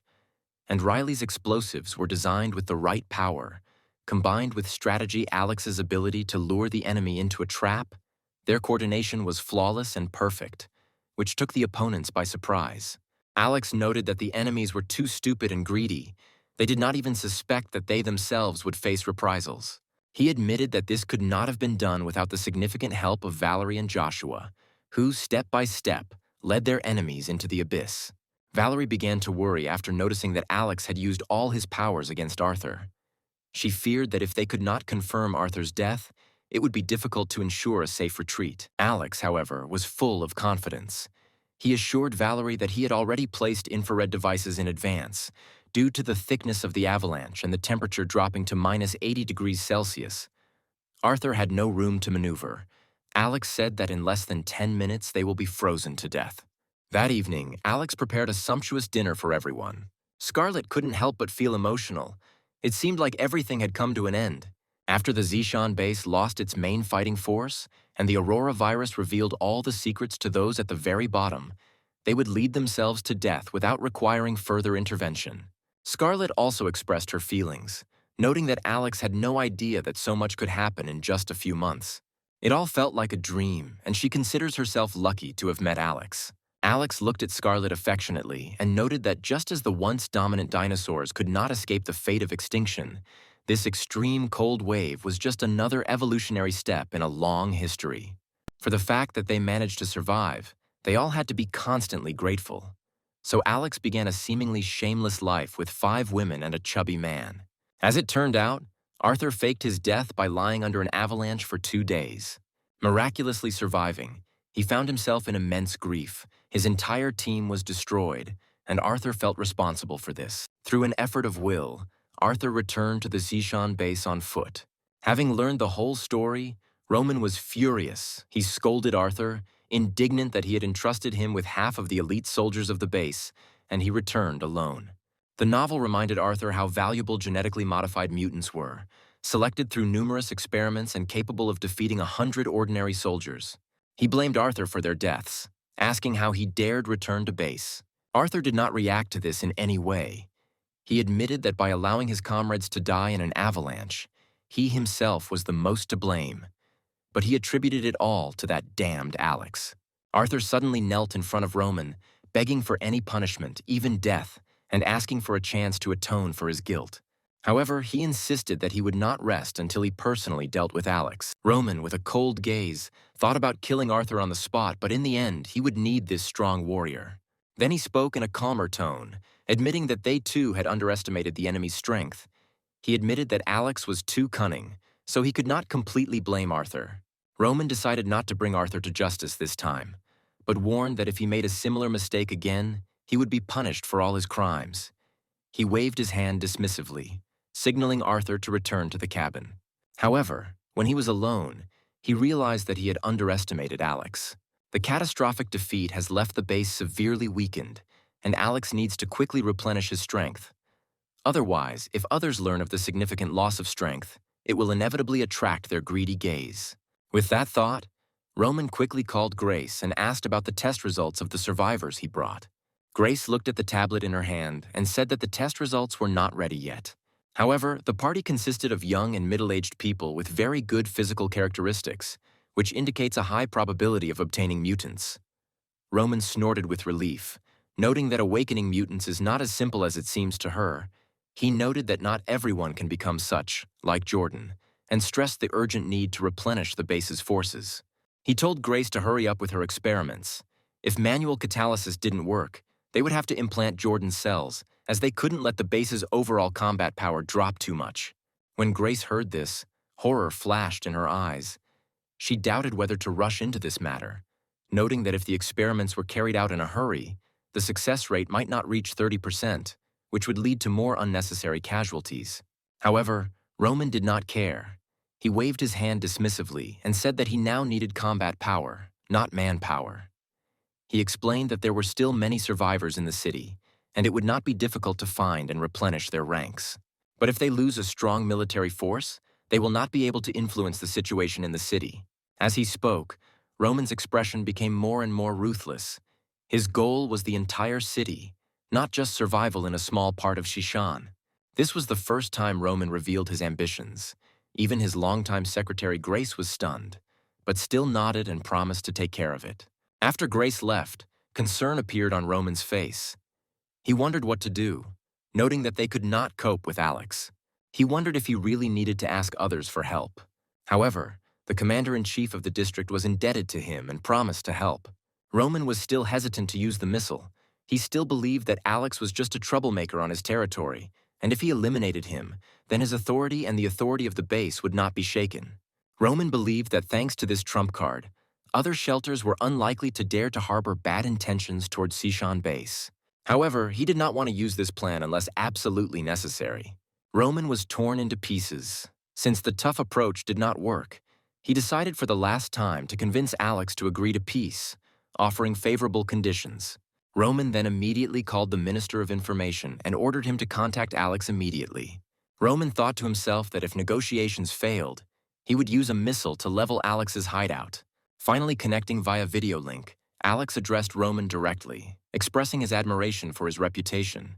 Roman then remarked that it was truly surprising that Alex was still alive, but hinted that his luck had run out.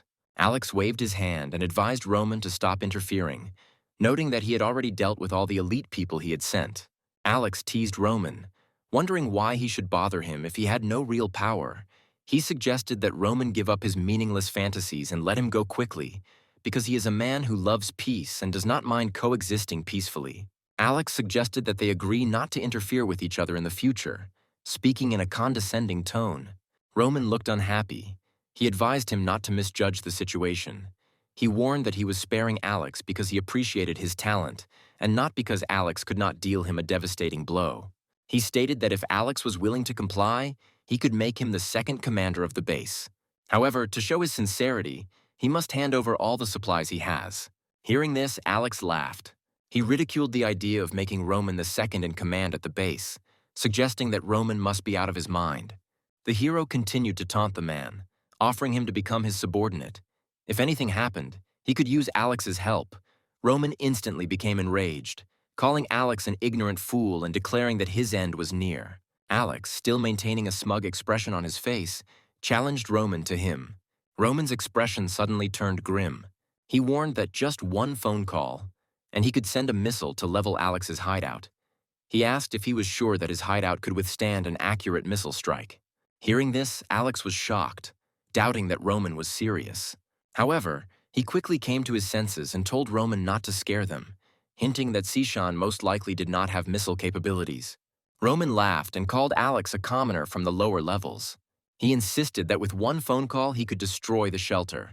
However, Alex remained unconvinced and asked that if they had so much power, then why did they wait until now? Roman stated that his patience has a limit. He hoped Alex wouldn't be too stubborn to understand him. He appreciates Alex's talent, that's why he hasn't hit him yet. Then Roman offered Alex two options, either submit or he would raze his shelter to the ground. The choice was Alex's. Alex, outraged by such arrogance, carefully said that if Roman is really capable of summoning a rocket, then he must prove it. If he is truly capable, Alex will not interfere and will follow him. Roman's face darkened. He dismissed this assumption as a joke and declared that such a thing could not be verified. He warned that his patience had a limit. Alex noticed the old man's angry face and suspected that the missile threat might be true. However, upon reflection, he decided that Roman had a strong ability to deceive, making it difficult to understand his true intentions. Then Alex thought about it and said that he needed to think about it. Noticing that Alex's tone had softened, Roman warned that there was no point in delaying. He gave Alex one day to make a decision. If Alex did not comply within 24 hours, Roman would raze his hideout to the ground. He then ended the video call. Roman took a deep breath, closed his eyes, and prayed with his hands together. He hoped that Alex would be wise enough to choose surrender, since the opportunity to use the missile did not come often, in which case a precious opportunity would be lost. Meanwhile, Alex stood up and stretched. Aurora expressed doubt, wondering why, if Roman really had missiles, they weren't used sooner. That would mean all his soldiers died in vain. Then Alex explained that Roman himself definitely did not have missiles, but there were several missile bases in the neighboring military district. Considering that Roman has been in Sishan for so long, it is quite possible that he has connections in the capital. However, as long as there was even a small chance that he would use the missiles, they couldn't risk their lives. Alex decided it was best to figure out how to protect themselves first. Scarlett's eyes lit up and she asked if they were going back to the apartment complex, to their original home. Alex nodded in agreement. For now, they could only return there. Everyone agreed with Alex's decision, deciding that safety came first. Only Joshua found it difficult to leave. Having moved here a few days earlier and having eaten and drunk to excess, he did not want to leave the shelter and return to the apartment. Valerie suddenly stood up and reminded everyone that they had to fulfill their agreement before leaving. Then Alex looked towards Aurora. He took the SIM card from her hands and gave it to Valerie. He said that they still need Valerie's help at Sishan base, as the virus Aurora previously implanted could help her bypass the base's identity recognition system and find an opportunity to save her students. Then Valerie decided to continue hiding at the base. The girl went there undercover to introduce a virus into the base system. She overheard a conversation between two test subjects. Because Valerie's betrayal angered Roman, her students were subjected to transformation experiments. After the soldiers left, Valerie took out the SIM card Alex had given her. This SIM card, specially modified by Aurora, not only had strong signal reception, but could also bypass numerous server ciphers without being detected by the base. Valerie sent a message to Alex, urging him to hurry up and get his students out of the base. She informed him that the students were now in great danger. Alex immediately reacted to this, advising her to try to get into the network center and insert the chip that Alex gave her into any computer. This would allow Aurora to control the entire network of the base, which could help in their escape. Valerie was slightly taken aback, realizing that this task was not easy to complete. The entire base was stuffed with a surveillance system, and the entrance to the information department was heavily guarded. Nevertheless, deep down, she knew that this was the only chance to save her students. She sent a message to Alex, assuring him that there was no need to worry and that she would definitely keep her promise. She hoped that Alex would also remember the promise he made to her before leaving. Alex replied without hesitation that it was no problem. Then Valerie turned off her phone, took out her SIM card, and began to mentally plan her route. The information department was about 500 meters from her current location. She took a deep breath, her gaze hardening, and she muttered to herself that she never thought she would return to her old job. When Valerie was a bodyguard for a high-ranking official, he underwent systematic professional training. Meanwhile, Alex and the others were heading to the apartment complex area. Immediately after contacting Valerie, Alex expressed anticipation of the confrontation. He noted that Valerie's role was extremely important. Since knowing both themselves and the enemy, they could be sure that they would not be in danger. Understanding all the cards would give them a significant advantage. Aurora focused on her laptop, wanting to see if they actually had the ability to deploy the missiles. In such a post-apocalyptic world, the value of possessing such a strategic weapon was enormous, and the threat to them incomparable. Aurora then held up her computer to show Alex that she had successfully hacked into the base's surveillance system. Alex nodded admiringly, understanding that unknown forces caused the greatest concern. If they understood the enemy's capabilities, they could easily fend off his actions. At this moment, Riley, who was sitting behind the wheel, took a deep breath. Alex, worried, asked what was bothering him. Riley nervously explained that although they were safe now, Teacher Valerie was in a dangerous situation. Her mission was dangerous, and if she was caught, it would be a disaster. Alex thought to himself that he did not care about her life. Their communication was just a deal, however. He smiled and noticed that the teacher had her own destiny, and that there was great merit in the fact that she saved her students. Higher powers would on her side. Riley nodded in relief, trusting that Valerie's kindness would keep her safe. Alex, holding back his laughter, decided to keep his thoughts to himself. Soon, the hero and his group arrived in the Yahello area. Aaron and Elsa were already waiting for them downstairs. When everyone got out of the car, Alex looked around the area and noted the eerie silence, suspecting that everyone had frozen to death. Then Aaron and Elsa approached them with smiles, urging them to quickly go upstairs. Aaron had heard about the explosion in the villa and was worried whether something terrible had happened to Alex. Soon, they all went into the building to Alex's former apartment. Returning to the long-abandoned shelter, Alex and Scarlett looked at him with nostalgia. Alex doesn't think about how much time has passed since the start of the ice apocalypse. Meanwhile, Elsa said that she cleaned the rooms for the guests early in the morning. At that moment, an old friend, Julia, approached her and invited the girl to play mahjong. Soon, Alex also took off his equipment and sat down to chat with Aaron. Alex took out a pack of cigarettes, offered one to Aaron, and they started smoking. The hero spoke first, asking if anything had happened in the area during his absence. Aaron chuckled and explained that the situation was the same as when Alex left. After Alex left, people initially believed the area was safe and came to Aaron begging for sympathy. However, as the apocalypse dragged on, Aaron refused to help them, and when they tried to impose themselves, he took the opportunity to deal with them. He realized that in an apocalypse, protecting himself and others is most important. Aaron continued that not everyone was dead. There was a group of survivors in the area. At first, Alex didn't believe him, not understanding how they didn't die without supplies. Then Aaron took a drag from his cigarette and said that Carter and his group from Building 18 were still alive.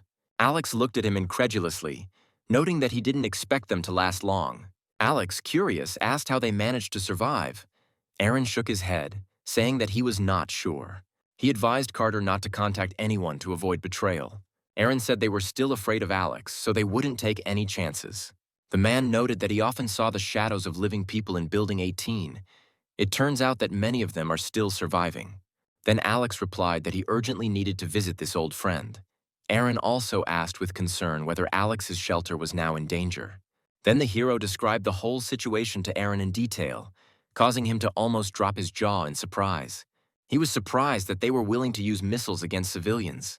Then Alex took out some food from another space and noted that it was not yet clear whether they were bluffing or really had such capabilities. For safety reasons, Alex decided to temporarily return here and hide, As soon as safety was confirmed, they would return back. Aaron didn't take it as a joke. He thought that since they were already there, it was better for everyone to stay a little longer. He invited Alex to move next door, recognizing that the house originally belonged to Alex and he could not consider himself its owner. However, Alex patted Aaron on the shoulder, noting that they would not linger. Alex thought about it and decided that they needed to settle relations with the base once and for all. The conflict had reached the point where it could no longer be resolved. Roman most likely wanted him dead, and until Alex gave in, Roman would try everything to kill him and take everything he had. Alex sighed helplessly, wanting to just live quietly in the shelter without being disturbed. Aaron, seeing Alex's gloomy face, tried to console him. He noted that having too many good things often leads to trouble. He spread his hands and added that even other people were constantly trying to get in his way. People will inevitably covet what Alex has, and he won't be able to do anything about it.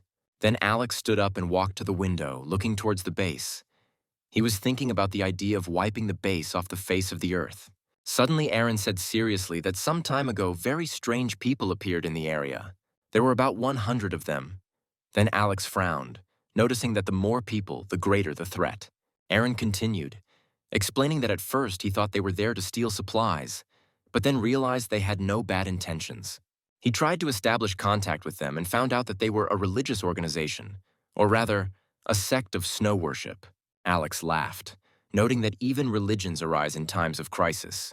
He compared this to the historical practice of people attributing natural disasters to supernatural beings, such as rain or plague gods. Aaron reflected on the past and admitted that he did not take them seriously at the time. However, looking back, these people were truly unusual. Their leader determined at first glance that Alex was a mutant, and whimsically stated that he could help him unlock the potential of his abilities and become even stronger. Hearing this, Alex became serious, intrigued by the mention of unlocking the potential of the Force. He thought that nothing is free in this world and wondered why they were helping for no reason. Most likely they were scammers.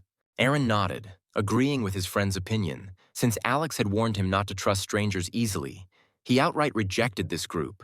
They probably decided that he was not so easy to contact and did not persist, and then he did not know what happened to them. After that, Alex thought for a moment. He realized that now only Aaron's family and the people from Building 18 remained in the area. Perhaps the survival of Kevin and his group could be connected with these people. After thinking about this, Alex decided to go and check everything himself. Aaron immediately offered to accompany Alex, but Alex refused, saying that there was no need. Despite this, Alex still put on a bulletproof vest and dressed in combat gear. Seeing that the man was ready to fight, Riley and Aurora came out and asked where he was going. The hero replied that he was going to meet some old friends. There was an eerie silence throughout the entire area. No signs of life were visible. At the foot of one of the buildings in the snow, Alex saw hundreds of snow mounds that looked like graves. Approaching the entrance to Building 18, Alex pulled out a pistol and fired 2 shots into the air. The sound of gunfire reminded the residents of the house of the fear they once felt under Alex's rule. Carter, looking out the window towards the source of the shots, immediately recognized Alex and felt a chill run through his body. He was afraid that Alex had returned to hold them accountable for the child they could not protect. Carter's wife and child approached him, expressing concern about Alex's return. They could not allow him to destroy them again and decided to face him. Carter explained that if Alex found out about what happened, they could all die. He took a deep breath and decided to go downstairs and talk to Alex. He warned his wife to stay and protect her son if anything happened to him. Carter soon walked down the stairs and soon found himself at the window in the hallway. Seeing the emaciated man in front of him, Alex expressed surprise that Carter had managed to survive until now. He noted that there seemed to be even more people in the building. Alex asked Carter how he managed to survive. Carter swallowed hard and replied that it was all thanks to the seeds Alex left them. Alex was amazed by this outcome of events, because he had mentioned the seeds in passing and could not believe that they could germinate, especially given the low temperature. It looks like there might be a mutant in their house. Alex, ready to act at a moment's notice, prepared to kill Carter if anything unusual happened. Seeing this, Carter abruptly knelt down, admitting that they had failed to protect the child Alex had entrusted to them. He sincerely apologized and asked Alex not to harm innocent people. Carter bowed his head, ready to face death as punishment. At that moment, a man's voice was heard from the snow cave next to Alex. He resolutely stood in front of Carter, stating that Carter should not be killed, as it would mean the loss of hope for all of them. He offered to take Carter's place, noting that he had lived long enough. Other people also rushed to Carter's defense. Alex, watching this scene, felt unexpected excitement. He paused as he saw a glimmer of humanity in their desire to protect Carter. Then he smiled awkwardly and assured them that he had not come for their lives. Carter, shocked, humbly admitted that the child Alex had entrusted to them had died and asked if Alex was seeking revenge. Alex, speechless, realized that all this melodrama was connected with the child he had almost forgotten about. He considered the child a burden and would have gotten rid of it himself if he had not been afraid that he would be haunted by guilt. Their fear and anxiety stemmed from the belief that the child was important to him. Alex came to the conclusion that death could not be reversed and admitted that they had done everything possible. He assured them that he would not hold a grudge against them. Hearing this, Carter breathed a sigh of relief. However, Alex, still perplexed, asked how they managed to survive until now, noting that it was nothing short of a miracle. Carter, deciding not to withhold information, said that it was a long story and invited Alex to see for himself. Alex agreed to come in and take a look. Carter took Alex upstairs and told him about the recent events in his building. He said that they were trying different growing methods with the seeds that Alex gave them. Despite all their efforts, the results were disastrous, and they even considered sending a detachment in search of food. Just when they were in complete despair, a group claiming to be from the Snow Worship sect appeared nearby. A glint flashed in Alex's eyes. It seemed like these weirdos were involved in the matter. Carter admitted that their leader had promised to give them unusual abilities to help them survive. Having no other choice, they decided to agree, since the only alternative was death. However, he expected them to only have faith in the snow god. Nothing else was required. Alex was skeptical and never believed in the concept of free help. He couldn't help but ask Carter about his special ability. Carter pointed to his forehead and explained that he had planted a seed there that made his entire body feel as if he had been thrown into an ice cellar. After some time, he became unbearably hot and soon lost consciousness. When he woke up, he discovered that a strange power had appeared in his body. Carter rolled up his sleeves, revealing arms covered in projections like seed sprouts. Carter explained that these were all seeds of food crops, his ability being to grow plants from his own flesh. After the plants absorbed his flesh and blood, they not only gained vitality, but also grew faster. Alex looked at Carter and said that despite this, the nutrients obtained from one person cannot meet the nutritional needs of all people. Carter weakly replied that this is indeed a big problem, but fortunately they have a professor, leading specialist in agronomy. Carter then brought Alex into the room and cryptically warned him to mentally prepare himself as the scene inside could be frightening. Alex laughed, saying that he had seen a lot after the apocalypse and was not easily alarmed. Carter smiled awkwardly and opened the door. Despite the preparation, Alex was still shocked by the sight that opened. The room was filled with piles of corpses, on which plants were growing vigorously. Carter continued to explain that these corpses were collected from around the area to provide nutrients for the plants, a reluctant choice. The hero smirked, noting that although the bodies would no longer be useful, this way they would be used to the maximum. Alex curiously asked if they had made snow-covered graves outside. Carter nodded sheepishly, admitting that they had piled the bodies for storage. Then the hero carefully examined the lush crops. Furry also sniffed them with curiosity, but did not seem to find any differences from ordinary crops. Carter mentioned that they have 3 more of these grow rooms. Alex became worried when he noticed that while the crops were sprouting from the nutrients contained in Carter's body, if this continued, Carter would eventually die. Then Carter mockingly remarked that he preferred to do something so that his wife and son could survive. Alex admired Carter's action, finding it admirable but a little crazy. However, he quickly put aside his sympathy and looked at Carter sternly, wanting to make sure of his abilities. Although he had seen many modified mutants with lower abilities than natural mutants, Carter's method of gaining powers intrigued Alex. The hero understood that his ability was very useful, although rather weak. He wanted to understand what methods the Snow Worship sect used to awaken abilities in ordinary people and how these abilities could be developed. Carter did not refuse and, under Alex's gaze, rolled up the sleeve of his hand filled with seeds. He clenched his fist and began to apply force. Alex noticed how a white light appeared on Carter's forehead. A moment later, the veins on his arm bulged and a seed burst through his skin, turning into a wheat sprout about 10 centimeters high. As the seed sprouted, Carter's complexion became paler. Alex quickly stopped him, showing that he already understood enough how it worked. Alex was speechless, noticing that this ability was simply using one's own flesh and blood to water plants. If abilities could be assessed, then this would be the worst. Worse than even artificially created mutants. Carter hurriedly rose to his feet and called to the professor to quickly replant the wheat sprout. Meanwhile, Alex began to think that the artificially stimulated abilities of the Snow Worship sect were completely different from the naturally awakened mutants. Although it was unclear what side effects this entailed, it definitely caused a lot of harm to the body. Fortunately, this ability was not aggressive in nature. If she was a threat to Alex, they could have killed Carter on the spot. Alex soon turned to leave. After he left, Carter was glad that everything went well. The man knew that their lives depended on Alex. Meanwhile, Alex suddenly thought that if the Zishan base found out about his location and used missiles to bomb the area, then everyone would be in danger. Since the shelter in the villa was exposed, Alex urgently needed to find a new place to live. This hideout would be too easy for an organization like Zishan to breach. Alex thought about the current situation with Valerie. If she successfully implanted the chip in the information department of the base, he would be able to understand every step of their plan. This would allow them to move into action.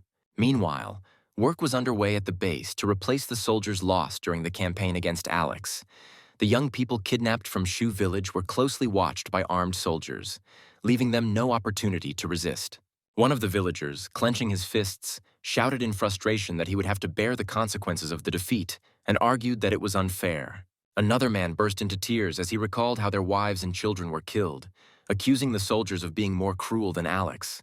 2 shots were fired in response, and both men were shot in the head on the spot. The soldier who shot warned the men to be smart. He explained that this is what they do to those who do not obey the base. The base sent soldiers to deal with the enemies, and now that there were many casualties, they needed to replenish their forces. The soldier advised them to humbly agree to the experiment, since they still had a chance to survive. Perhaps they would even be able to successfully awaken their abilities and live a prosperous life on the base. The alternative was to die now or agree to the experiment. Meanwhile, Valerie, hiding nearby, watched this scene and thought that most of these people would die and their bodies would be processed into protein substitutes. When she remembered this, she began to feel sick again. Then she suddenly realized a serious problem. All the main departments of the base seemed to be on the 2nd level, guarded by soldiers. Due to the limited underground space, the departments were mostly interconnected. However, security on the 2nd level did not seem very reliable. It was believed that the main danger was on the 4th level, and therefore the main defensive forces were concentrated there. Apart from Roman's personal guard, the rest of the floor was mostly guarded by patrol. Since everyone was now busy with experiments, even more guards were distracted, which gave Valerie the perfect opportunity to sneak into the information department. As she walked, Valerie observed her surroundings, realizing that this time she definitely needed to succeed. Valerie quietly approached the entrance to the information department and was about to open the door when suddenly someone's hand touched her shoulder from behind. At that moment, the girl realized with horror that she had been caught. She realized that she had no choice but to attack first, and then she clenched her fist, preparing to attack. Startled, she turned around and saw her student Ian. She was ready to strike, but when she saw Ian, she realized that the soldier was one of her students. Then she asked if he had become one of the members of the special squad. Ian admitted with a bitter smile that he was the only successful experimenter of all the students taken. He slowly unbuttoned his shirt, revealing a dark red scar on his chest, similar to a scar from the grafting of a strange plant. Valerie, worried, grabbed Ian by the shoulder and asked about the other students. Ian confirmed that all the kidnapped students were dead. Although Valerie had expected this outcome, she was still deeply saddened. The girl realized that it was unsafe to stay here and pulled Ian to a secluded place. They found a corner to avoid observation, and Ian began to vent his frustrations to her. He spoke about the inhumane testing methods at the base, with test subjects tortured in every possible way, including electric shocks, dousing with water, and cutting with a knife. If these methods did not work, it meant that the person had no abilities, and then mutant cells were introduced into his body. Ian said that if they could withstand the rejection reaction, they could gain power. However, this will come at the cost of irreversible damage to the body. The strength acquired as a result of postnatal modification was obtained at the expense of one's own life. Valerie moved closer to him to hug him, and then looked into his eyes, sincerely asking if there was a way for him to leave here, if he would cooperate. Ian, standing up abruptly and clenching his fists, said that he did not want to stay here for another minute. He would prefer to blow up this terrible place. Then the girl said that she would need the guy's help. Valerie, who was following Ian, headed towards the entrance to the information department. Ian quickly found a reason to send away the 2 guards stationed at the entrance. He reported that there was a major shortage of workers on the lower levels. When the way was clear, he used his identity to help Valerie open the door to the information department. For someone with Valerie's abilities, walking through a door and inserting a tiny chip into a computer was a simple matter. Meanwhile, Alex decided to call Roman to inform him of his decision. Roman began the conversation in a calm tone, demanding an answer from Alex. In response, Alex laughed contemptuously, telling him that his answer had not changed. Enraged and pale, Roman warned that he and his shelter could turn to ashes. After that, he immediately hung up. Alex remained calm, realizing that Roman had lost his patience. This confirmed that the missile threat was almost certainly real. Alex took a deep breath, accepting that he might have to give up the shelter. After all, he had enough supplies, and as long as the people were alive, that was all he cared about. At that moment, a message from Valerie arrived on his phone. It said that the chip had been successfully inserted into the base's computer, and she hoped that Alex would keep his promise to help her and her students escape. Without saying a word, Alex headed to Aurora's room and reported that their plan was a success. The girl immediately jumped up and down on the bed. Her eyes sparkled with joy, and she said that she would immediately get to work. Soon, Aurora moved to her workplace in a wheelchair. A few seconds later, Aurora proudly announced to Alex that the base network was now under their control. Alex was a little surprised because he expected it to take a while. Aurora explained with a hint of arrogance that hacking the base was not difficult. If not for the use of an isolated network, she would have penetrated the base much earlier. She boasted that the technicians at the base had nothing to compare her skills to. Alex leaned closer and asked if their actions would be detected if the intrusion was detected and the network was taken down. This closeness made Aurora's heart flutter, excitedly explaining that she had received supreme authority over the base, which was akin to God's eye view, meaning Alex could see their every move while the base couldn't detect their presence. Hearing this, the hero smiled even wider. Now they could find out everything about the base. Alex pointed to the screen and ordered Aurora to quickly bring up all the information related to the missiles on the screen. He wanted to check whether Roman really had the capabilities he claimed. Aurora acted quickly and soon received information about the missiles. It turned out that they did not have the authority to place them. She confirmed that Roman approached the neighbor with a request to place missiles. The region agreed to launch them exactly at 12 o'clock. Alex and Aurora were amazed. It turns out that that region had significant power. Alex was surprised by Roman's connections. Alex then hurriedly asked Aurora to check if they had sent the coordinates to the shelter.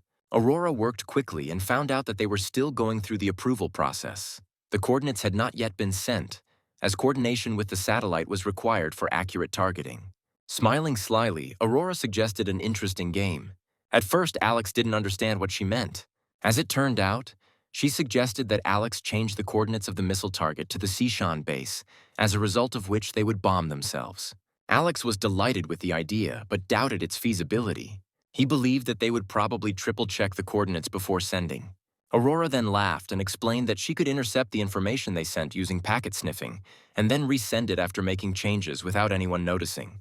Alex was still concerned that even if the coordinates were successfully changed, the base could not be destroyed with one missile.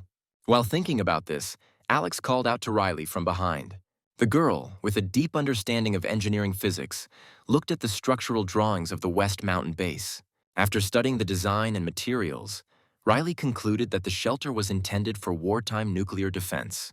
Located hundreds of meters underground, its materials and thickness exceeded those of conventional military structures. For fortification at this level, a single missile would be insignificant. It would have required a specialized bunker buster to have any effect, and even then it would have been nearly impossible to destroy it with one shot. Alex feared that attacking with one missile would unnecessarily alert them, and ordered Aurora to change the coordinates as she suggested. He insisted that, no matter what, the missile should not be directed towards his hideout. Alex also wanted all information about everyone on the base, especially the number of mutants and weapons, to be carefully studied. Having given his orders, he left the room. Riley, somewhat puzzled, asked Aurora what exactly Alex was worried about. She thought that if the coordinates were successfully changed, the problem with the missiles was solved. Aurora, thinking and looking at the screen, said that judging by the expression on Alex's face, he might be going to take the initiative this time. Meanwhile, Alex went to a room on the 20th floor with a plan to use the opportunity to completely eliminate the base. He seriously thought about the feasibility of this plan. Alex could not hide forever. The threat of a sword hanging over his neck was very annoying. And most importantly, if Roman had the opportunity to contact other forces to attack him, Alex would never be able to find peace. Eliminating the base seemed to be the only way out, and there was only one chance. Even if it did not destroy the base completely, it would at least cause a huge panic. Alex acquired a large stock of explosives. He planned to use the chaos to his advantage by placing explosives inside the base and causing a spectacular explosion. Even if the explosion does not destroy the base, it will likely cause significant casualties among those inside. With this strategy in place, Alex returned to Aurora's room. He instructed her to collect all available information about the military forces, weapons, and mutants of the base. Aurora was surprised by Alex's aggressive plan. He calmly explained that they first needed to collect all the information in order to assess the real strength of the base. If the gap in strength turned out to be insignificant and the chances of success were high, they should think about attacking. Alex believed that it was better to strike first than to wait until they were attacked.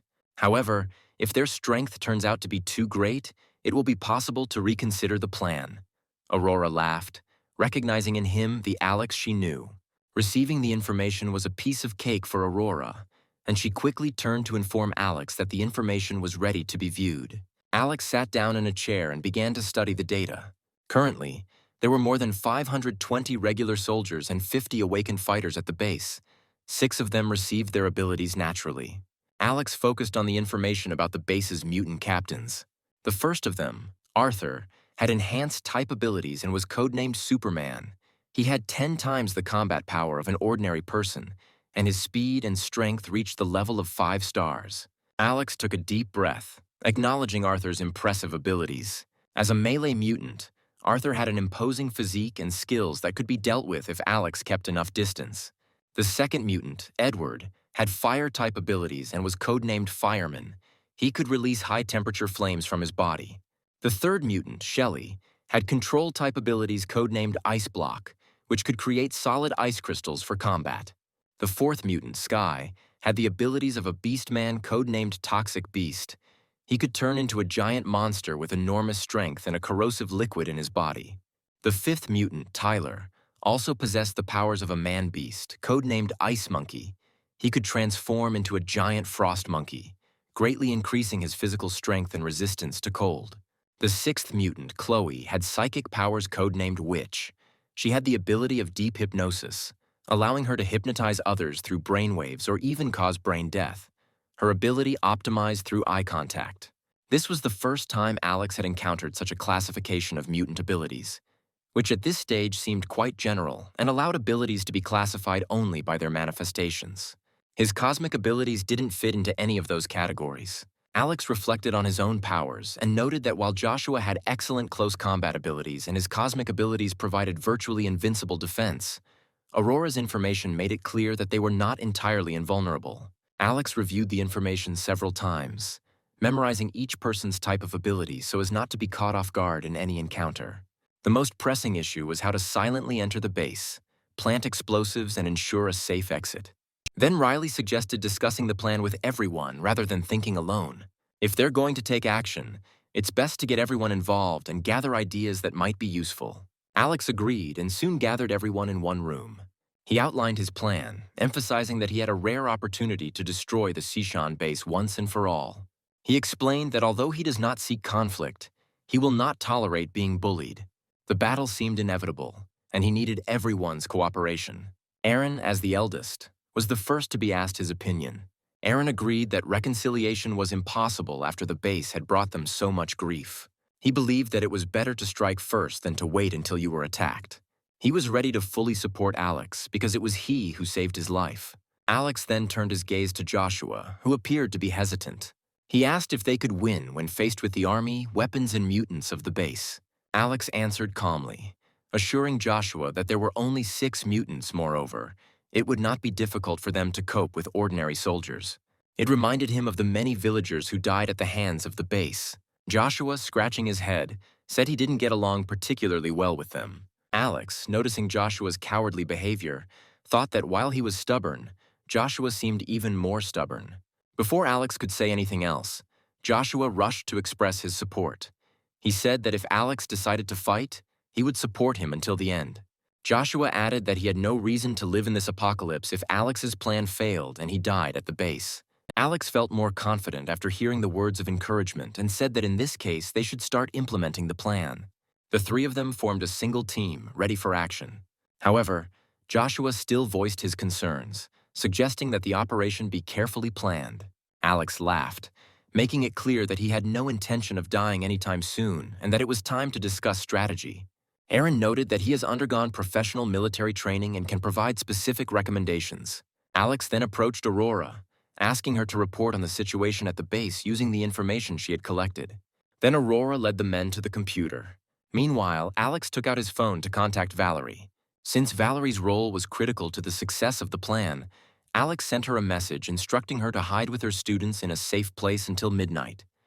Alex assured her that she would have a chance to escape and they would meet outside.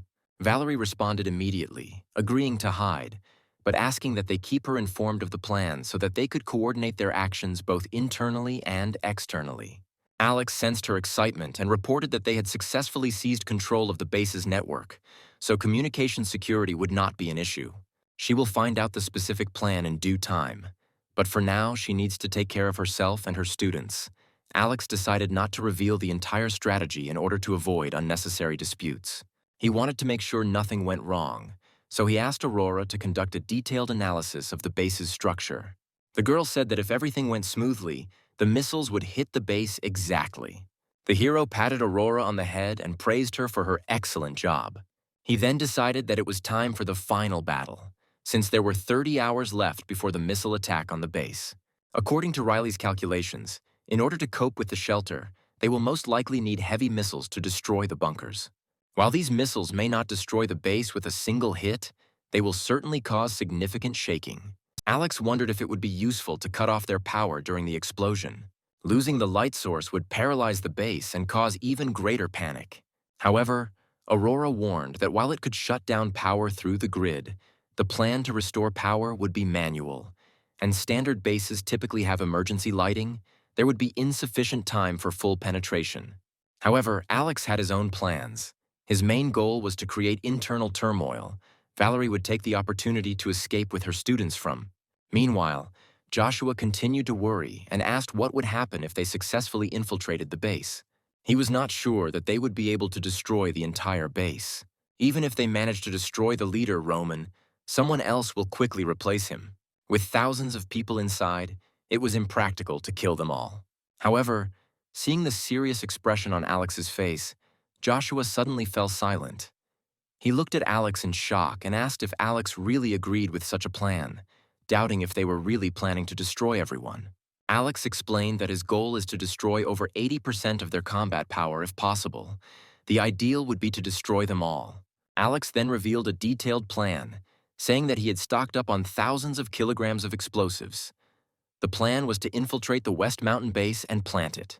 An underground explosion of this magnitude would undoubtedly be significant, as would its consequences.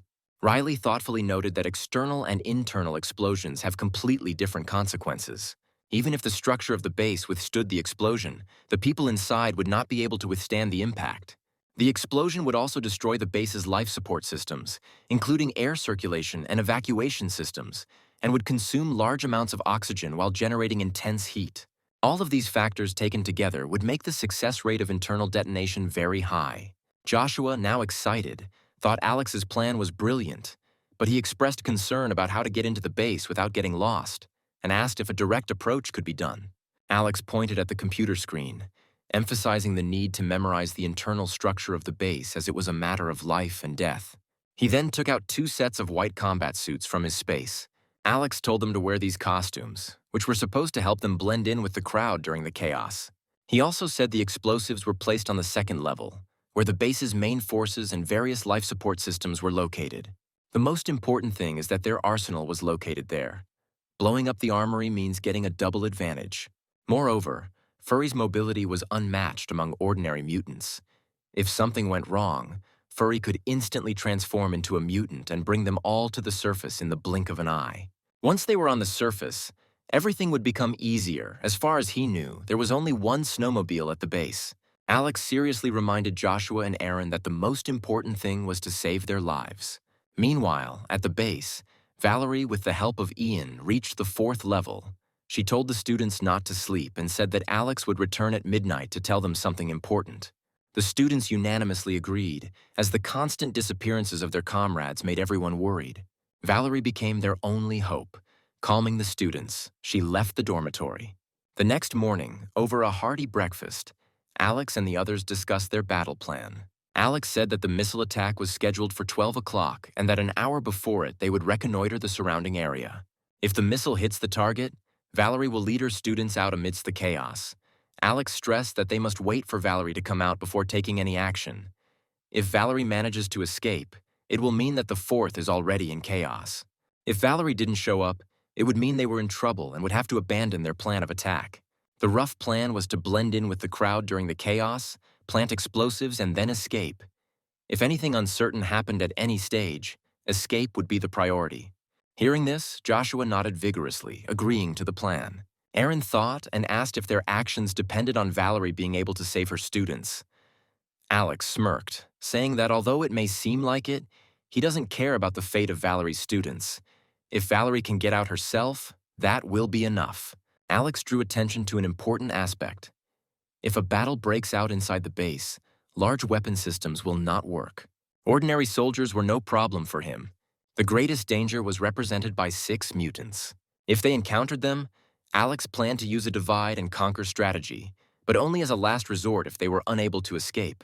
Fleeing was, of course, the most important option, and he once again warned that they should not run into mutants. By evening, the group was ready to leave. Aaron and Alex said goodbye to their women, and Joshua stood alone, feeling a little out of place. Scarlett, unable to hide her concern, invited Alex to take her with him, but Alex refused, since there were already enough emergency medicine prepared, and he advised the girl to patiently wait for their return. After saying goodbye, Alex and the others headed to the base on a snowmobile. Meanwhile, Aurora informed Alex that the base confirmed the time of the rocket launch and said that it would definitely happen today at midnight. She secretly changed the coordinates, so there is no need to worry. Alex instructed her to continue to monitor their every step, and he slowly drove to the place appointments. Soon they arrived at the base. Alex parked the car some distance from the base and took out the box. There were 10 syringes inside. He handed a syringe each to Joshua and Aaron, explaining that these were special stimulants designed to stimulate the body and nerves, significantly increasing combat effectiveness and somewhat reducing the perception of pain. After receiving the injections, Joshua asked if there would be any side effects. Alex then assured him that even if there were side effects, they would not be significant in the short term. Their main task is to save their lives, and they will recover after completing the mission. Meanwhile, the attack on the base was approaching. The group was waiting in the car for a missile to strike. Meanwhile, back at the base, Valerie went to level 4 again. She reminded her students to put on the warm clothes they had to stay warm. Then the students realized that Teacher Valerie was really going to take them away from there. Vincent ordered everyone to be quiet and assured them that he would not harm them. They just need to carefully follow Alex's instructions and wait for an opportunity to escape. At the same time, Roman nervously looked at his laptop, waiting for news that Alex's hideout had been bombed. He consoled himself with the thought that although launching the rocket had cost him a lot, the prospect of getting rid of Alex made him think it was worth it. From his point of view, Alex was an even greater threat than the other major forces in the city. Having once dealt him a painful defeat, being a high-ranking official, Roman could not accept being humiliated by a man he considered trash. Then he called the team leader, Arthur, to him. He told him that he had already dealt with the man whom Arthur could not cope with. Reminding him, Arthur was surprised to learn that Roman had a way of dealing with Alex. He noted to himself that Roman had risen to his current position largely thanks to the power of his family. In terms of combat readiness, Roman could not compare even with a top-class soldier. At this moment, Roman was full of confidence. He told Arthur that mutants are not invincible. Even now, in a post-apocalyptic world, the power of the military remains unquestioned. Roman then turned the computer screen around to show Arthur the layout of the house. Roman mentioned that the head of the neighboring region owed him a big favor, so he contacted him to get an Earth-penetrating missile. Hearing this, Arthur was delighted and decided that they would finally be able to avenge their dead comrades. Then Roman called Arthur to stand behind him and announced that they would watch Alex fly to pieces. Arthur naturally was happy because many of his brothers died at the hands of Alex, and now he will finally be finished. However, he noted that using such a powerful rocket just for Alex seemed a bit wasteful. In response to this, Roman said that in the past his powers were almost the same as Alex's, but now they controlled weapons. Suddenly he had an idea. He suggested that if they could gain the support of the commander, the city would become their property. It was almost midnight. Time was passing, and Aurora still did not look up from the screen, afraid of missing some important information. Meanwhile, at the headquarters command center, a man in military uniform pressed the start button. A heavy rocket flew out of the silo and flew straight into the night sky. At this moment, the information department of the Sishan base detected an unidentified object approaching them at high speed. They realized that the rocket was flying straight at them. Alex, who was in the snowmobile, saw the bright light of a rocket approaching the horizon and falling onto the base like a meteor. With a loud boom, the rocket fell, creating a huge explosion that almost shook the area within a 10-mile radius. Even a snowmobile parked 3 kilometers from the base almost overturned from the shockwave. Alex immediately informed Aurora that the plan to change the rocket's coordinates was successful. Inside the shelter, Aurora had already prepared for her next actions. She immediately turned off the base's power supply system. At this time, chaos reigned inside the base, as if it had experienced a strong earthquake. A sudden power outage plunged the entire base into darkness. Roman did not understand what was happening, and suddenly collapsed to the ground, weak to the point of trembling in his knees. He wondered what was happening and how this could happen. That's when the information department called. Roman was puzzled, wondering who dared to attack them with missiles. He wondered if Alex had betrayed him. However, the man quickly pulled himself together, realizing that his priority was to quickly restore order at the base and ensure his own safety. He immediately ordered Arthur to call in special forces to protect him, ensure that those on the 4th did not cause problems, and send troops to strictly guard her. Roman knew that the western mountain base was built reliably and could not be penetrated by just a few missiles. As long as they could stabilize the situation, the advantage would be theirs. Meanwhile, strong shaking caused the soldiers guarding the base to panic. They hurriedly tried to contact the command center using their communications devices, but Aurora cut off the underground power supply, leaving them unable to contact anyone. At that moment, Alex flew into the building at high speed, instantly knocking down 4 people. Before the guards had time to react, Alex and his 2 companions had already gotten out of the car with weapons in their hands. In just half an hour, all the guards at the entrance were destroyed. Then Alex looked at the entrance of the base. He was not going to stop, but now everything depended on Valerie. At this moment, on the 4th level, the students also screamed from the sudden shaking.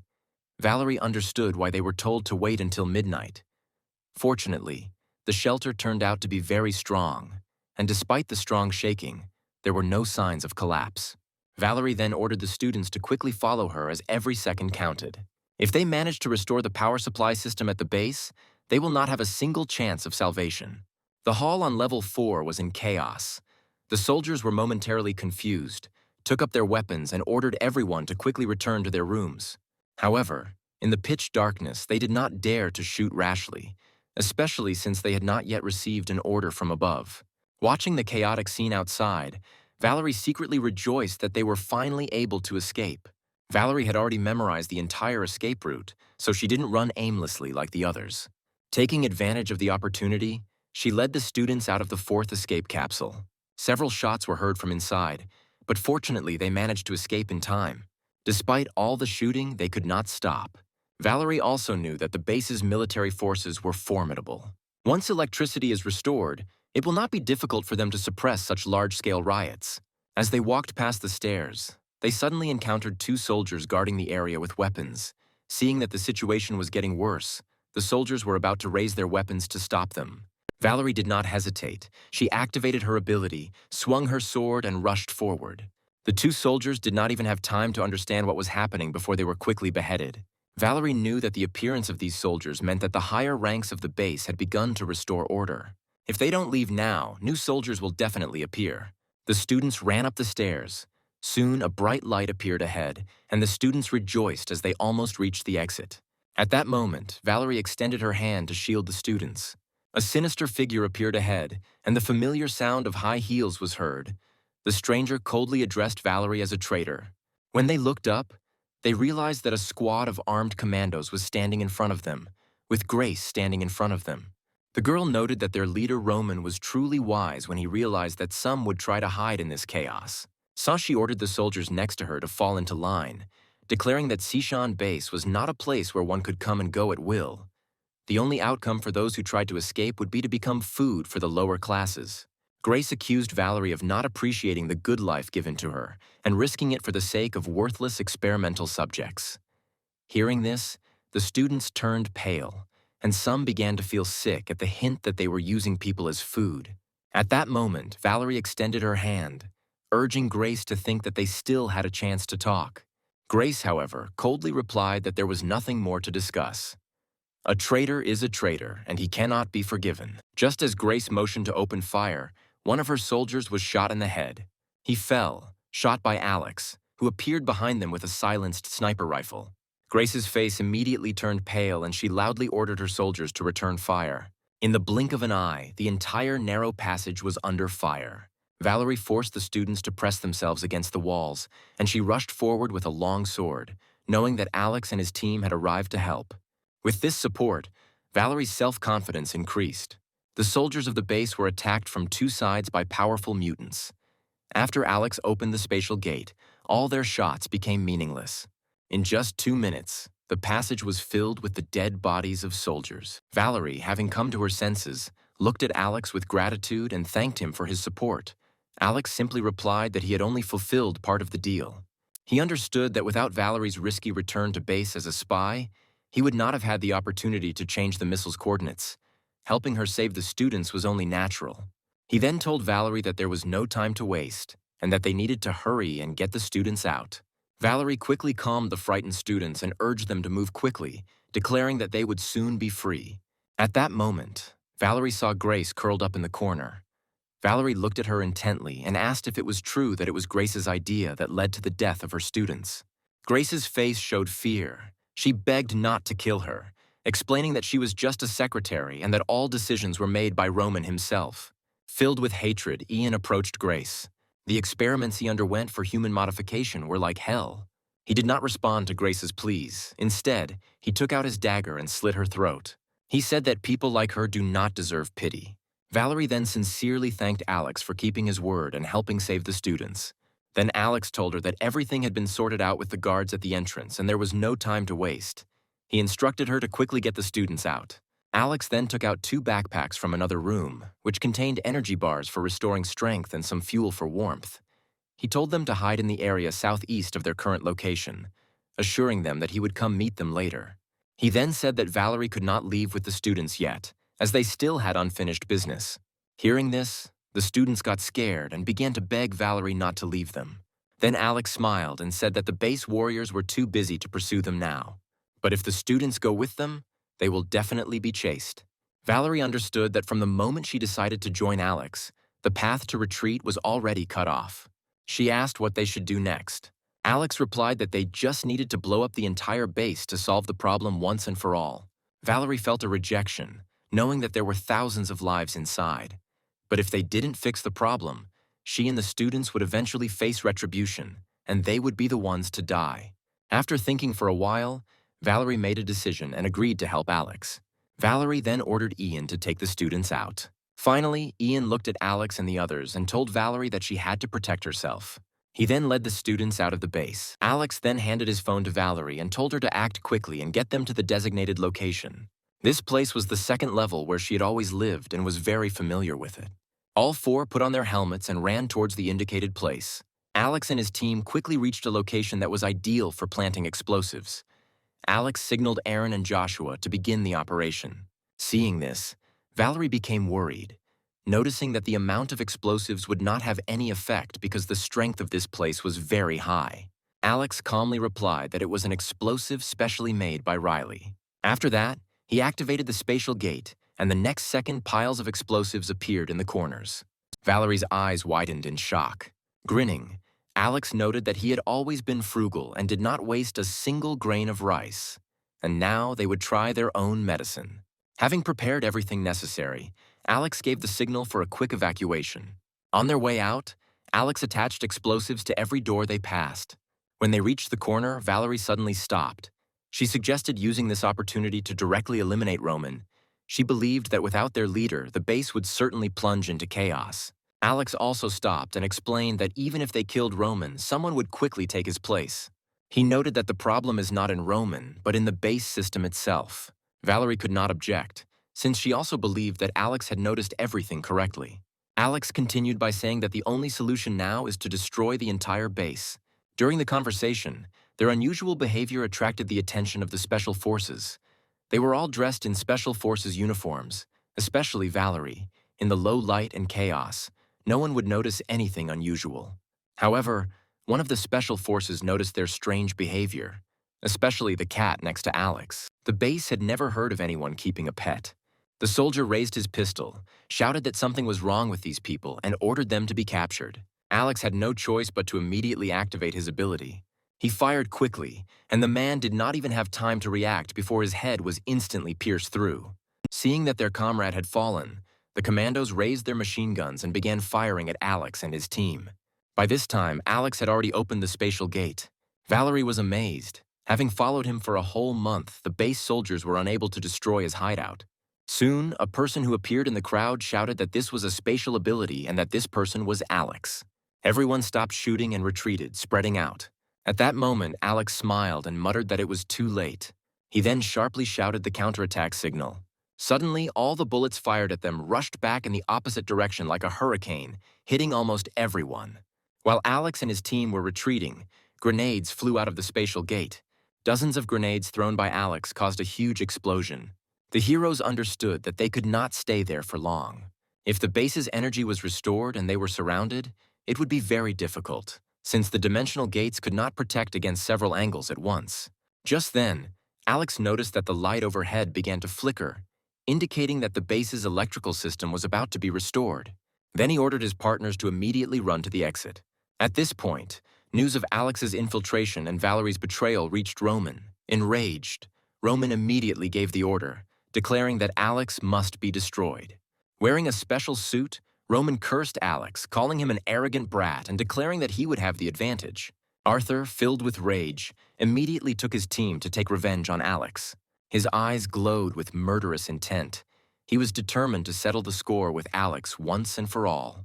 However, after power was restored, chaos reigned as people discovered explosives scattered everywhere. Arthur then quickly called bomb disposal experts and then went outside to pursue Alex. Meanwhile, on their way out, Alex and his team encountered numerous troubles. No matter which direction they tried to flee, they encountered heavily armed soldiers. The soldiers did their best to delay Alex and his team, buying time for Arthur. Facing the onslaught of soldiers, Aaron stepped forward, activated his ability, and took control of the situation.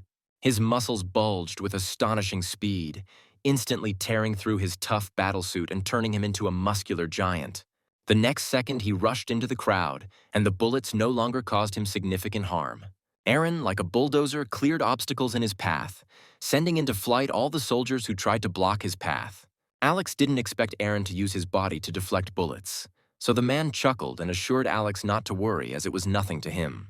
He was well aware of the powerful ability of self-healing, and if the injury was not fatal, he could quickly heal. Suddenly, several Special Forces soldiers appeared in front of them. Among them, Alex recognized Arthur and Jace. Upon seeing his enemy, Arthur instantly became enraged and declared that Alex would not escape. Aaron then stood in front of Alex and his team, taunting him and declaring that if they wanted to get to Alex, they would have to get past him first.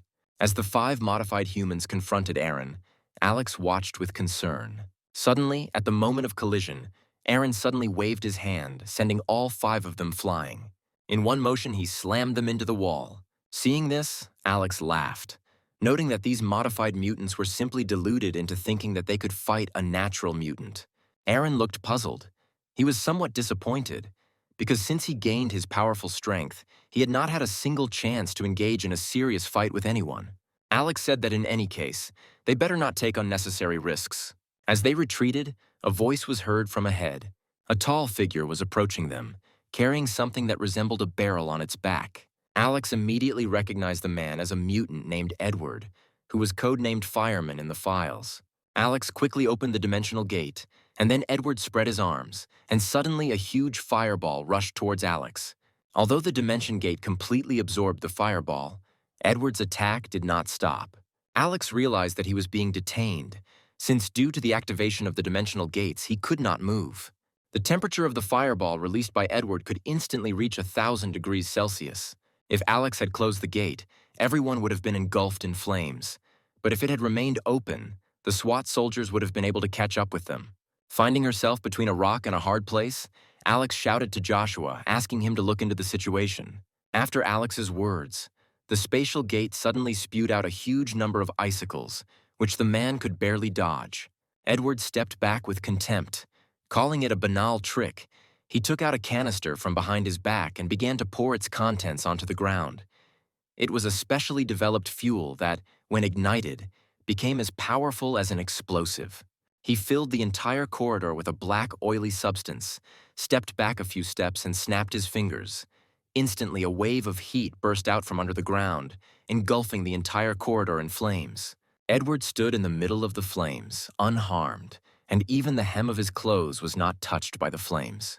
Confidently stating that their team leader would arrive soon, he said that they would not be able to hold out much longer. Fortunately, Alex had already prepared a large amount of ice when the ice was released. The collision of ice and fire caused the entire corridor to fill with steam.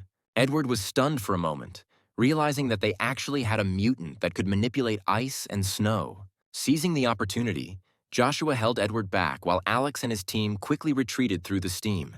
Suddenly, there was a terrible gust of wind ahead.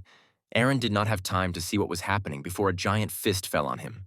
Instinctively, he crossed his arms to block the blow, resulting in a loud explosion that sent Aaron flying several meters back. He barely managed to stay on his knees. Seeing this, Alex was amazed that Aaron, known for his physical strength, was in such a state from one blow. At that moment, Arthur appeared in Alex's field of vision and invited them to begin the performance. Then the hero went to Aaron, worried and asking if he was all right. He covered it with a shield so that nothing could hurt him. Aaron was sweating, but thanks to the stimulant he didn't feel much pain. He said it wasn't that bad and shouldn't be fatal. Arthur, standing about 10 meters from Alex, examined his spatial abilities. Having learned from a previous painful lesson that it was better not to approach hastily and risk falling into Alex's trap, he decided to wait it out, knowing that they had nowhere to run. Meanwhile, Joshua hurried to Aaron and asked if he was okay. Aaron, covered in sweat, said he was fine, but felt like he'd been hit by a train. Then Alex took out a stimulant from his space and, without hesitation, injected it directly into Aaron's arm.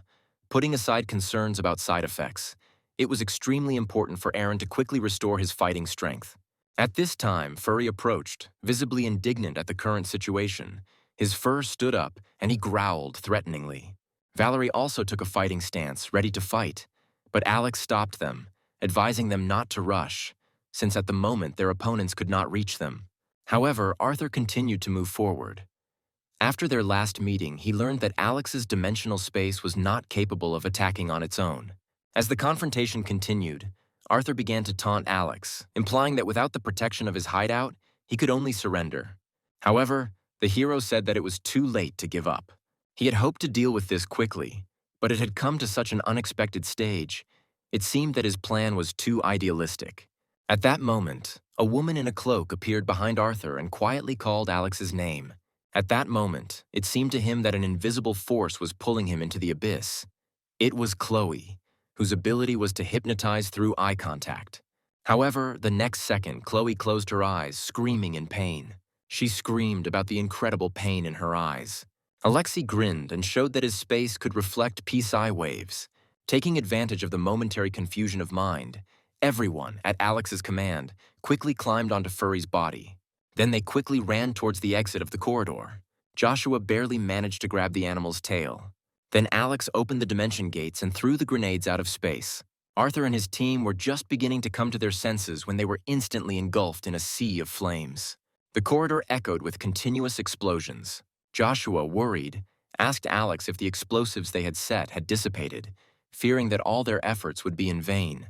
Alex replied that there was no way it could have been neutralized in such a short time. He assured Joshua that as soon as they got out, they would blow it up. While Furry ran to the exit from the base, Arthur and his team took cover behind the walls during the explosions. Suddenly, Arthur crashed through the wall and shouted to his team to hurry up in pursuit. At this moment, another mutant, Sky, stepped forward. The next moment, he turned into a 2-meter humanoid creature. He grabbed Chloe with one hand and Edward with the other. After that, he rushed after Arthur in a furious pursuit. Seeing that they were about to be overtaken, Joshua urgently ordered Alex to throw more grenades to delay them. However, Alex stated that he is not one to take advantage of other people's vulnerabilities. He noted that if they like to stalk, then let them stalk. Joshua and Aaron were speechless, finding Alex's statement unconvincing. However, they knew that Alex was always willing to use any means to achieve his goals, and that he must have his own reasons for not rushing to use his spatial abilities. A few seconds later, Furry jumped out of the opening and they ended up on the ground. Arthur and his team also rushed to the door. He was well aware that no one would be able to escape under his watch, especially in the vast, snowy terrain. He noticed that Alex's space was only invulnerable in one direction. If he avoided that side and attacked from all other directions, he would not be able to escape. At this moment, Joshua realized the gravity of the situation. Without the narrow corridors of the base, Alex's spatial defense could not block Arthur's quick attacks. He asked Alex what they should do next. A cold smirk appeared on Arthur's lips, and his eyes filled with a thirst for revenge. He mockingly said that without the protection of their shelter, they had nowhere to run. In response to this, the hero only grinned. Alex then took the remote control out of his pocket and pressed it hard. Seeing this, Arthur panicked and asked what Alex had in his hand. Just 2 seconds later, a dull sound came from behind and the ground shook violently. Before they knew it, a wave of heat rose from behind, and then fire burst out from the entrance to the corridor. Arthur's entire group was suddenly blown away by an explosion. Joshua's eyes sparkled as he watched the destruction. The base was destroyed and they all smiled in relief. Arthur clenched his fists and growled in anger, cursing Alex for what he had done. In response, Alex teased him by noting that he should actually be thanking Arthur. He reminded Arthur of the large bundle of TNT he left behind when he attacked the hideout and said that Alex returned it all to him. Alex even added a little extra as a return gift, noting that Arthur's explosives were quite effective. He provocatively stated that if not for Arthur's generous gift, they would not have been able to make such powerful explosives themselves, especially in the snowy desert, where collecting materials was impossible. Arthur turned and looked at the destroyed base, feeling a chill in his heart. The base he relied on had been destroyed with their own explosives. The man felt an urge to go back and save people, but after such an explosion, it is unlikely that there were survivors there. Arthur's eyes were almost bloodshot with rage, and he swore that Alex would pay for this in blood. At this moment, Alex suddenly extended his hand and said that they needed to think about everything carefully. He noted that there were 4 mutants on their side. He hinted that even if Arthur was stronger, it would end in mutual destruction. And even if they could not kill Arthur, they are confident that they can destroy all the other members of his team. Alex stressed that Arthur attacked them first, and it was self-defense on their part. Then Arthur coldly answered Alex that there was no need to talk about nonsense. He stated that either Alex or he would die that day. Hearing this, Alex suddenly laughed darkly and asked if he was Arthur's target alone. Arthur said they needed to stop talking. He didn't know what trick Alex was planning to pull next. Alex then stepped forward and told Arthur that since he was his target, he should not risk the lives of his team. Alex looked at Arthur defiantly, inviting him to fight one-on-one. This sentence shocked everyone. Valerie quickly pulled Alex aside, pointing out how strong Arthur was. However, Alex ignored Valerie and continued to address Arthur, declaring that a fight between them would be mutually destructive. He proposed a one-on-one fight, stating that if he won, then Arthur would let them go, and that would be the end of their war. If Alex loses, Arthur can do whatever he wants with him, but must spare his brothers. Joshua and Aaron looked at Alex skeptically, remembering what Alex had explained to them before they set off. Alex said that all the special forces on the base are highly trained soldiers with abilities, and their combat coordination is unparalleled. Alex planned to challenge their leader to a duel. The fact is that Arthur, who had a high opinion of himself, most likely considered Alex a coward who relied only on spatial abilities. Since Arthur didn't fully understand Alex's abilities, he had to accept the challenge. Then the hero asked again if Arthur was ready to accept his challenge. At this point, Chloe warned Arthur that Alex was very cunning and could set a trap, advising him to be careful. Arthur, realizing that Alex might be up to something, still did not lose hope. Alex was right. His side was greatly weakened, and Arthur knew that Alex's combat prowess was formidable. The other commandos most likely could not stand up to her. After some thought, Arthur accepted Alex's offer of a one-on-one duel. At the same time, Alex stipulated that no outsider should enter the valley where the fight would take place. Meanwhile, Chloe did not lose hope and warned Arthur that it could be a trap. Arthur brushed her off.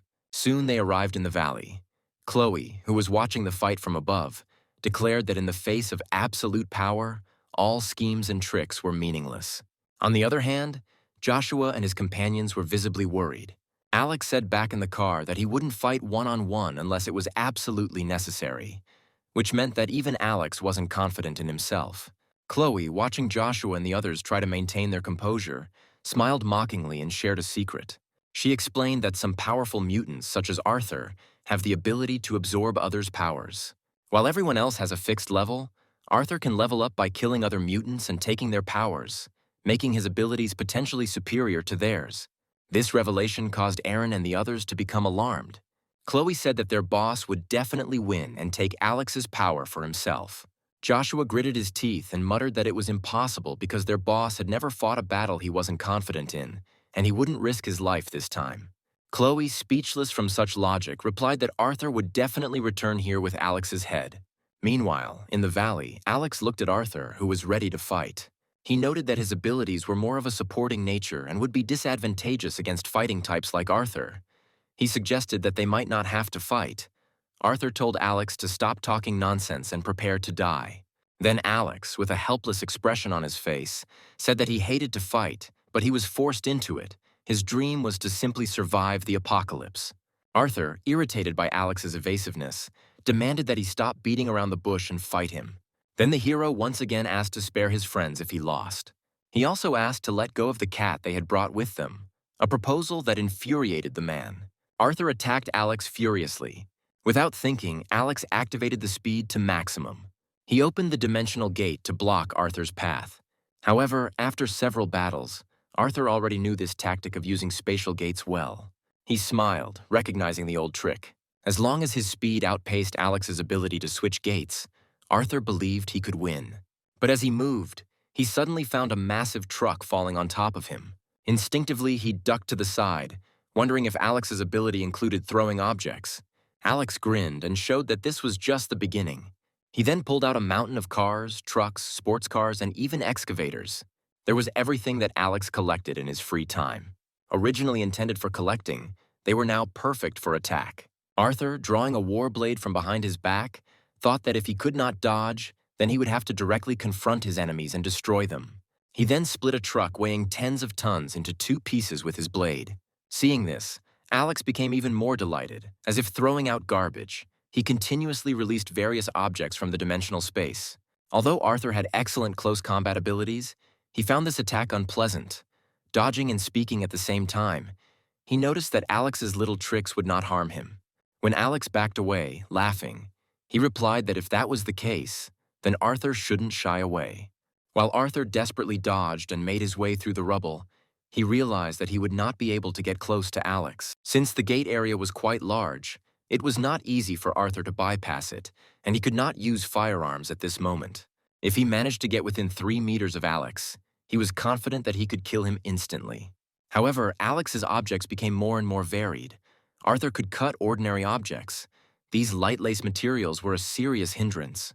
He didn't believe that Alex had an endless supply of objects to throw. It seemed more offensive than dangerous to him. However, suddenly Arthur noticed that Alex had thrown away a large number of iron barrels and logs. Understanding the danger if the barrels contained flammable or explosive substances, Arthur suspected that they were filled with gasoline. Despite all his attempts to dodge, he was unable to avoid the splashes. Feeling the impending danger, Arthur decided to move away. At that moment, Alex took out a pistol from space and shot at the ground near Arthur's feet. Flames shot up into the sky, engulfing Arthur in a sea of fire. Although Alex knew that such intense fire would not be able to burn Arthur to death, the special military-grade combat suit he was wearing was unlikely to be vulnerable to ordinary flames.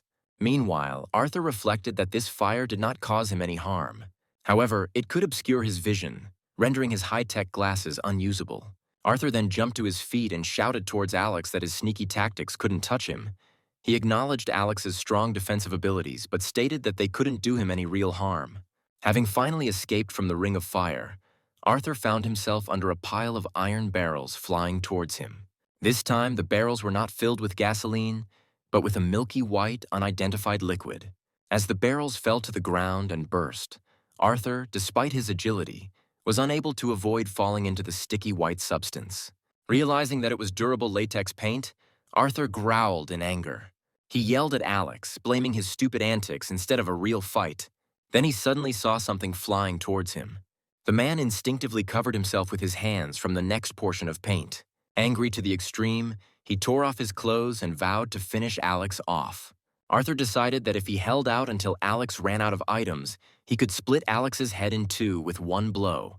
However, the moment he saw Alex's faint silhouette, hundreds of iron barrels rolled out in front of him. All the barrels were open, and the cold wind spread the gas that was inside them. As Arthur inhaled the dust, his eyes filled with intense fear and his face turned red. He quickly covered his mouth and nose. Alex, noticing this, calmly stated that everyone has a weakness and no one can be perfect. He noted that even their invincible Captain Arthur has a weakness, an allergy to seafood. The hero added that the powder was made from grinding more than 100 types of seafood, and Alex assured him that at least one of them would cause an allergic reaction. Now the entire valley was filled with seafood powder. Arthur held his breath, unable to believe what was happening. He could not understand how Alex discovered his weakness. Realizing that this could not continue, Arthur gathered all his strength and rushed to Alex, ready for a desperate fight.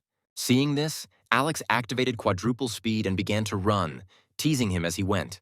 Even though Arthur tried to break through the endless stream of objects and grab Alex, his caution was obvious. He kept a safe distance from Arthur. Just 2 minutes later, Arthur's complexion changed. Clutching his throat, he collapsed to the ground in agony. Seeing him lying motionless in the snow, Alex examined him from afar. Then he walked away to a distance of several tens of meters. After that, he took out a barbecue grill from the space. He leisurely began cooking sausages to replenish his energy reserves. After about 15 minutes, Arthur, who seemed completely defeated, suddenly stood up and roared in rage, declaring that he would fight him to the end. Arthur furiously attacked Alex, and then the hero ran away, noticing that Arthur's actions were explosive. Arthur, who as a super soldier always carried anti-allergy medications with him, hoped to fake his death in order to lower Alex's guard and take advantage of the opportunity for a surprise attack. But he did not expect Alex's caution. Anti-allergy drugs relieved the symptoms only temporarily, and with the valley still filled with sea powder, Arthur's condition rapidly deteriorated. His physical condition deteriorating and his mind becoming clouded, Arthur could not imagine that his unsurpassed close combat skills would yield to such low tactics.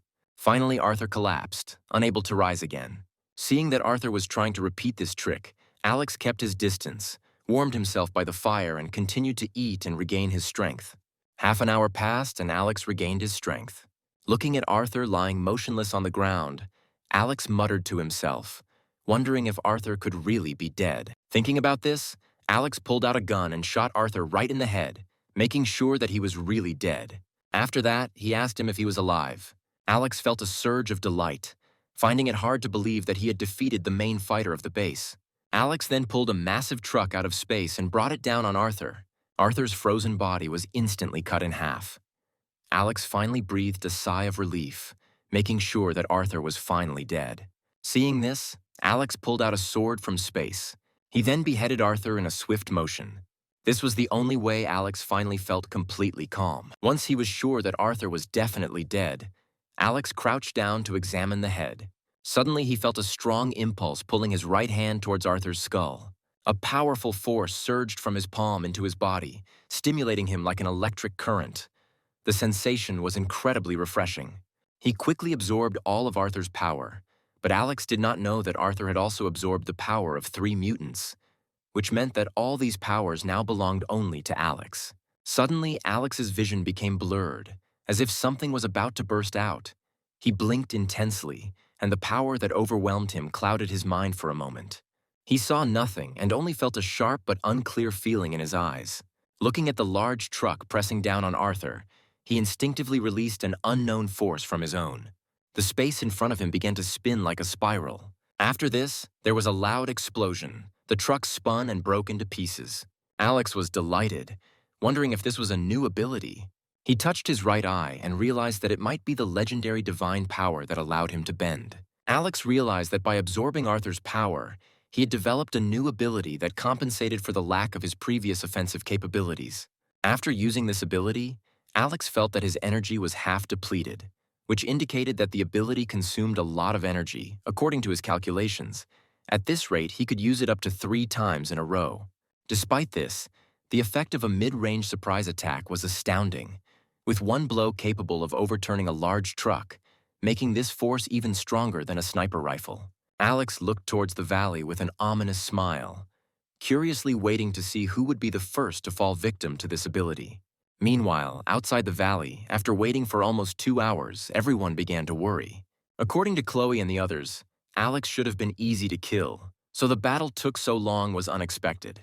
At this moment, Joshua and Aaron exchanged glances, and smiles slowly appeared on their faces. This delaying tactic was very suitable for Alex's fighting style. The more time passed, the more it indicated that Alex's strategy was a success. At that moment, Aaron and Joshua's headphones began to crackle, and upon hearing Alex's voice, they felt great joy. Holding Arthur's head, Alex used a walkie-talkie to warn Joshua and Aaron to watch their expressions and not draw attention. He told them to wait for his signal before destroying any remaining forces. Hearing Alex's voice, Aaron and Joshua couldn't help but feel happy. Their boss had truly won.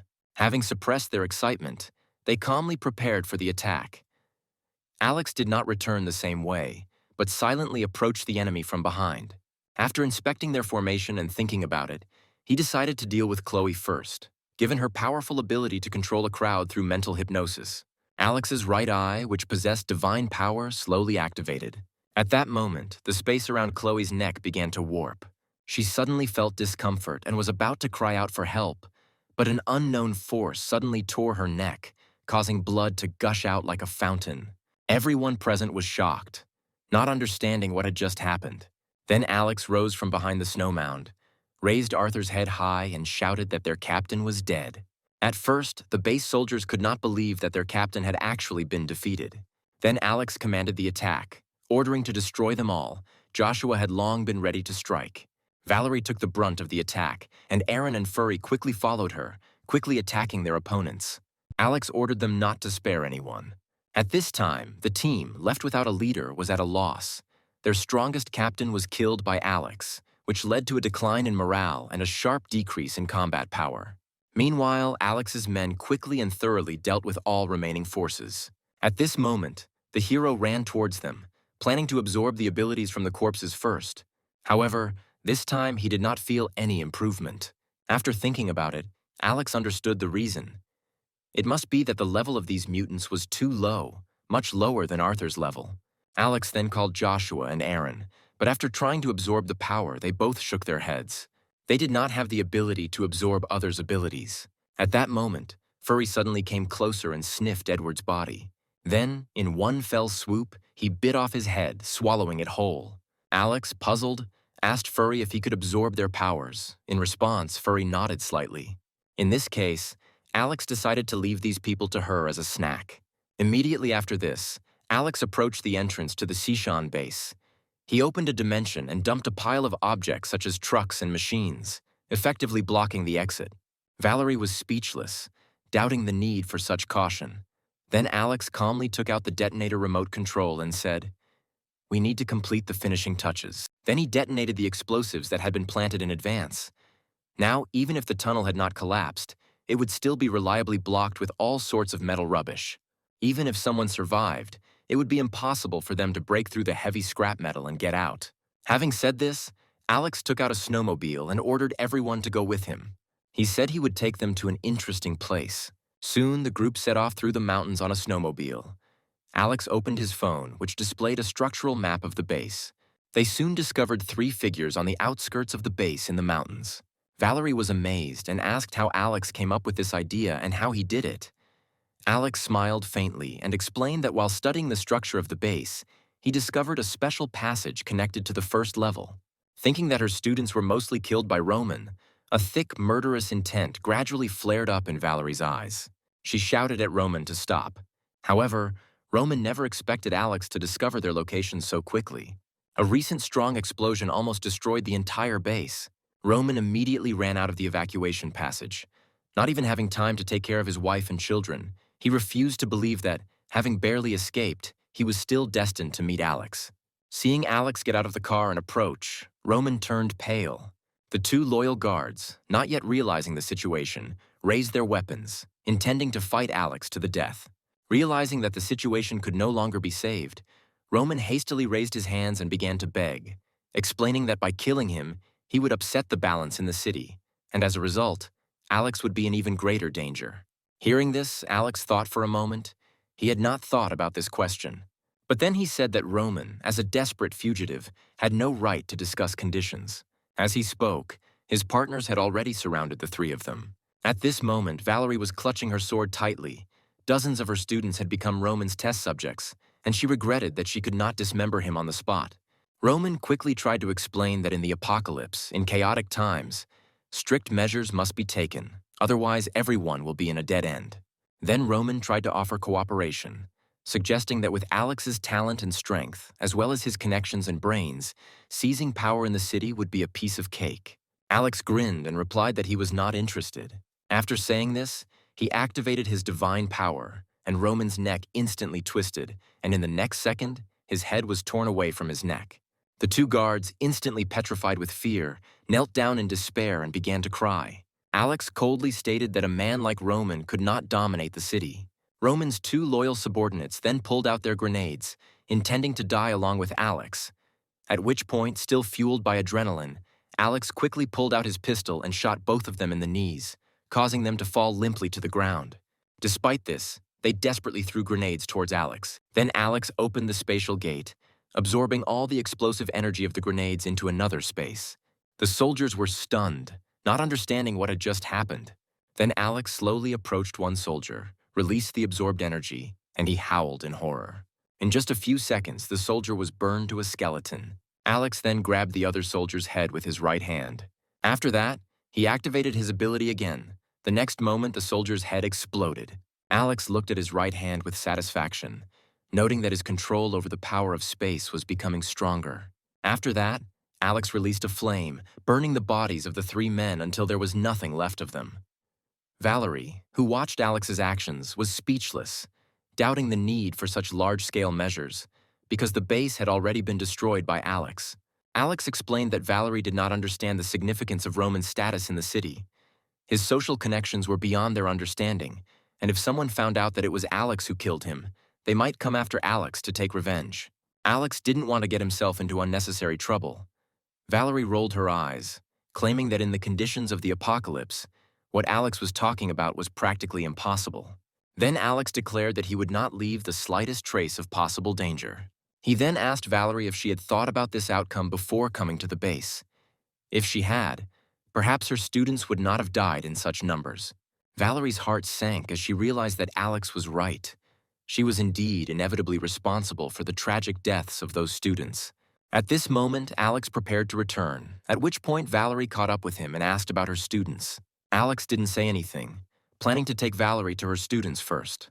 The students, following Alex's instructions, hid in the village closest to the base.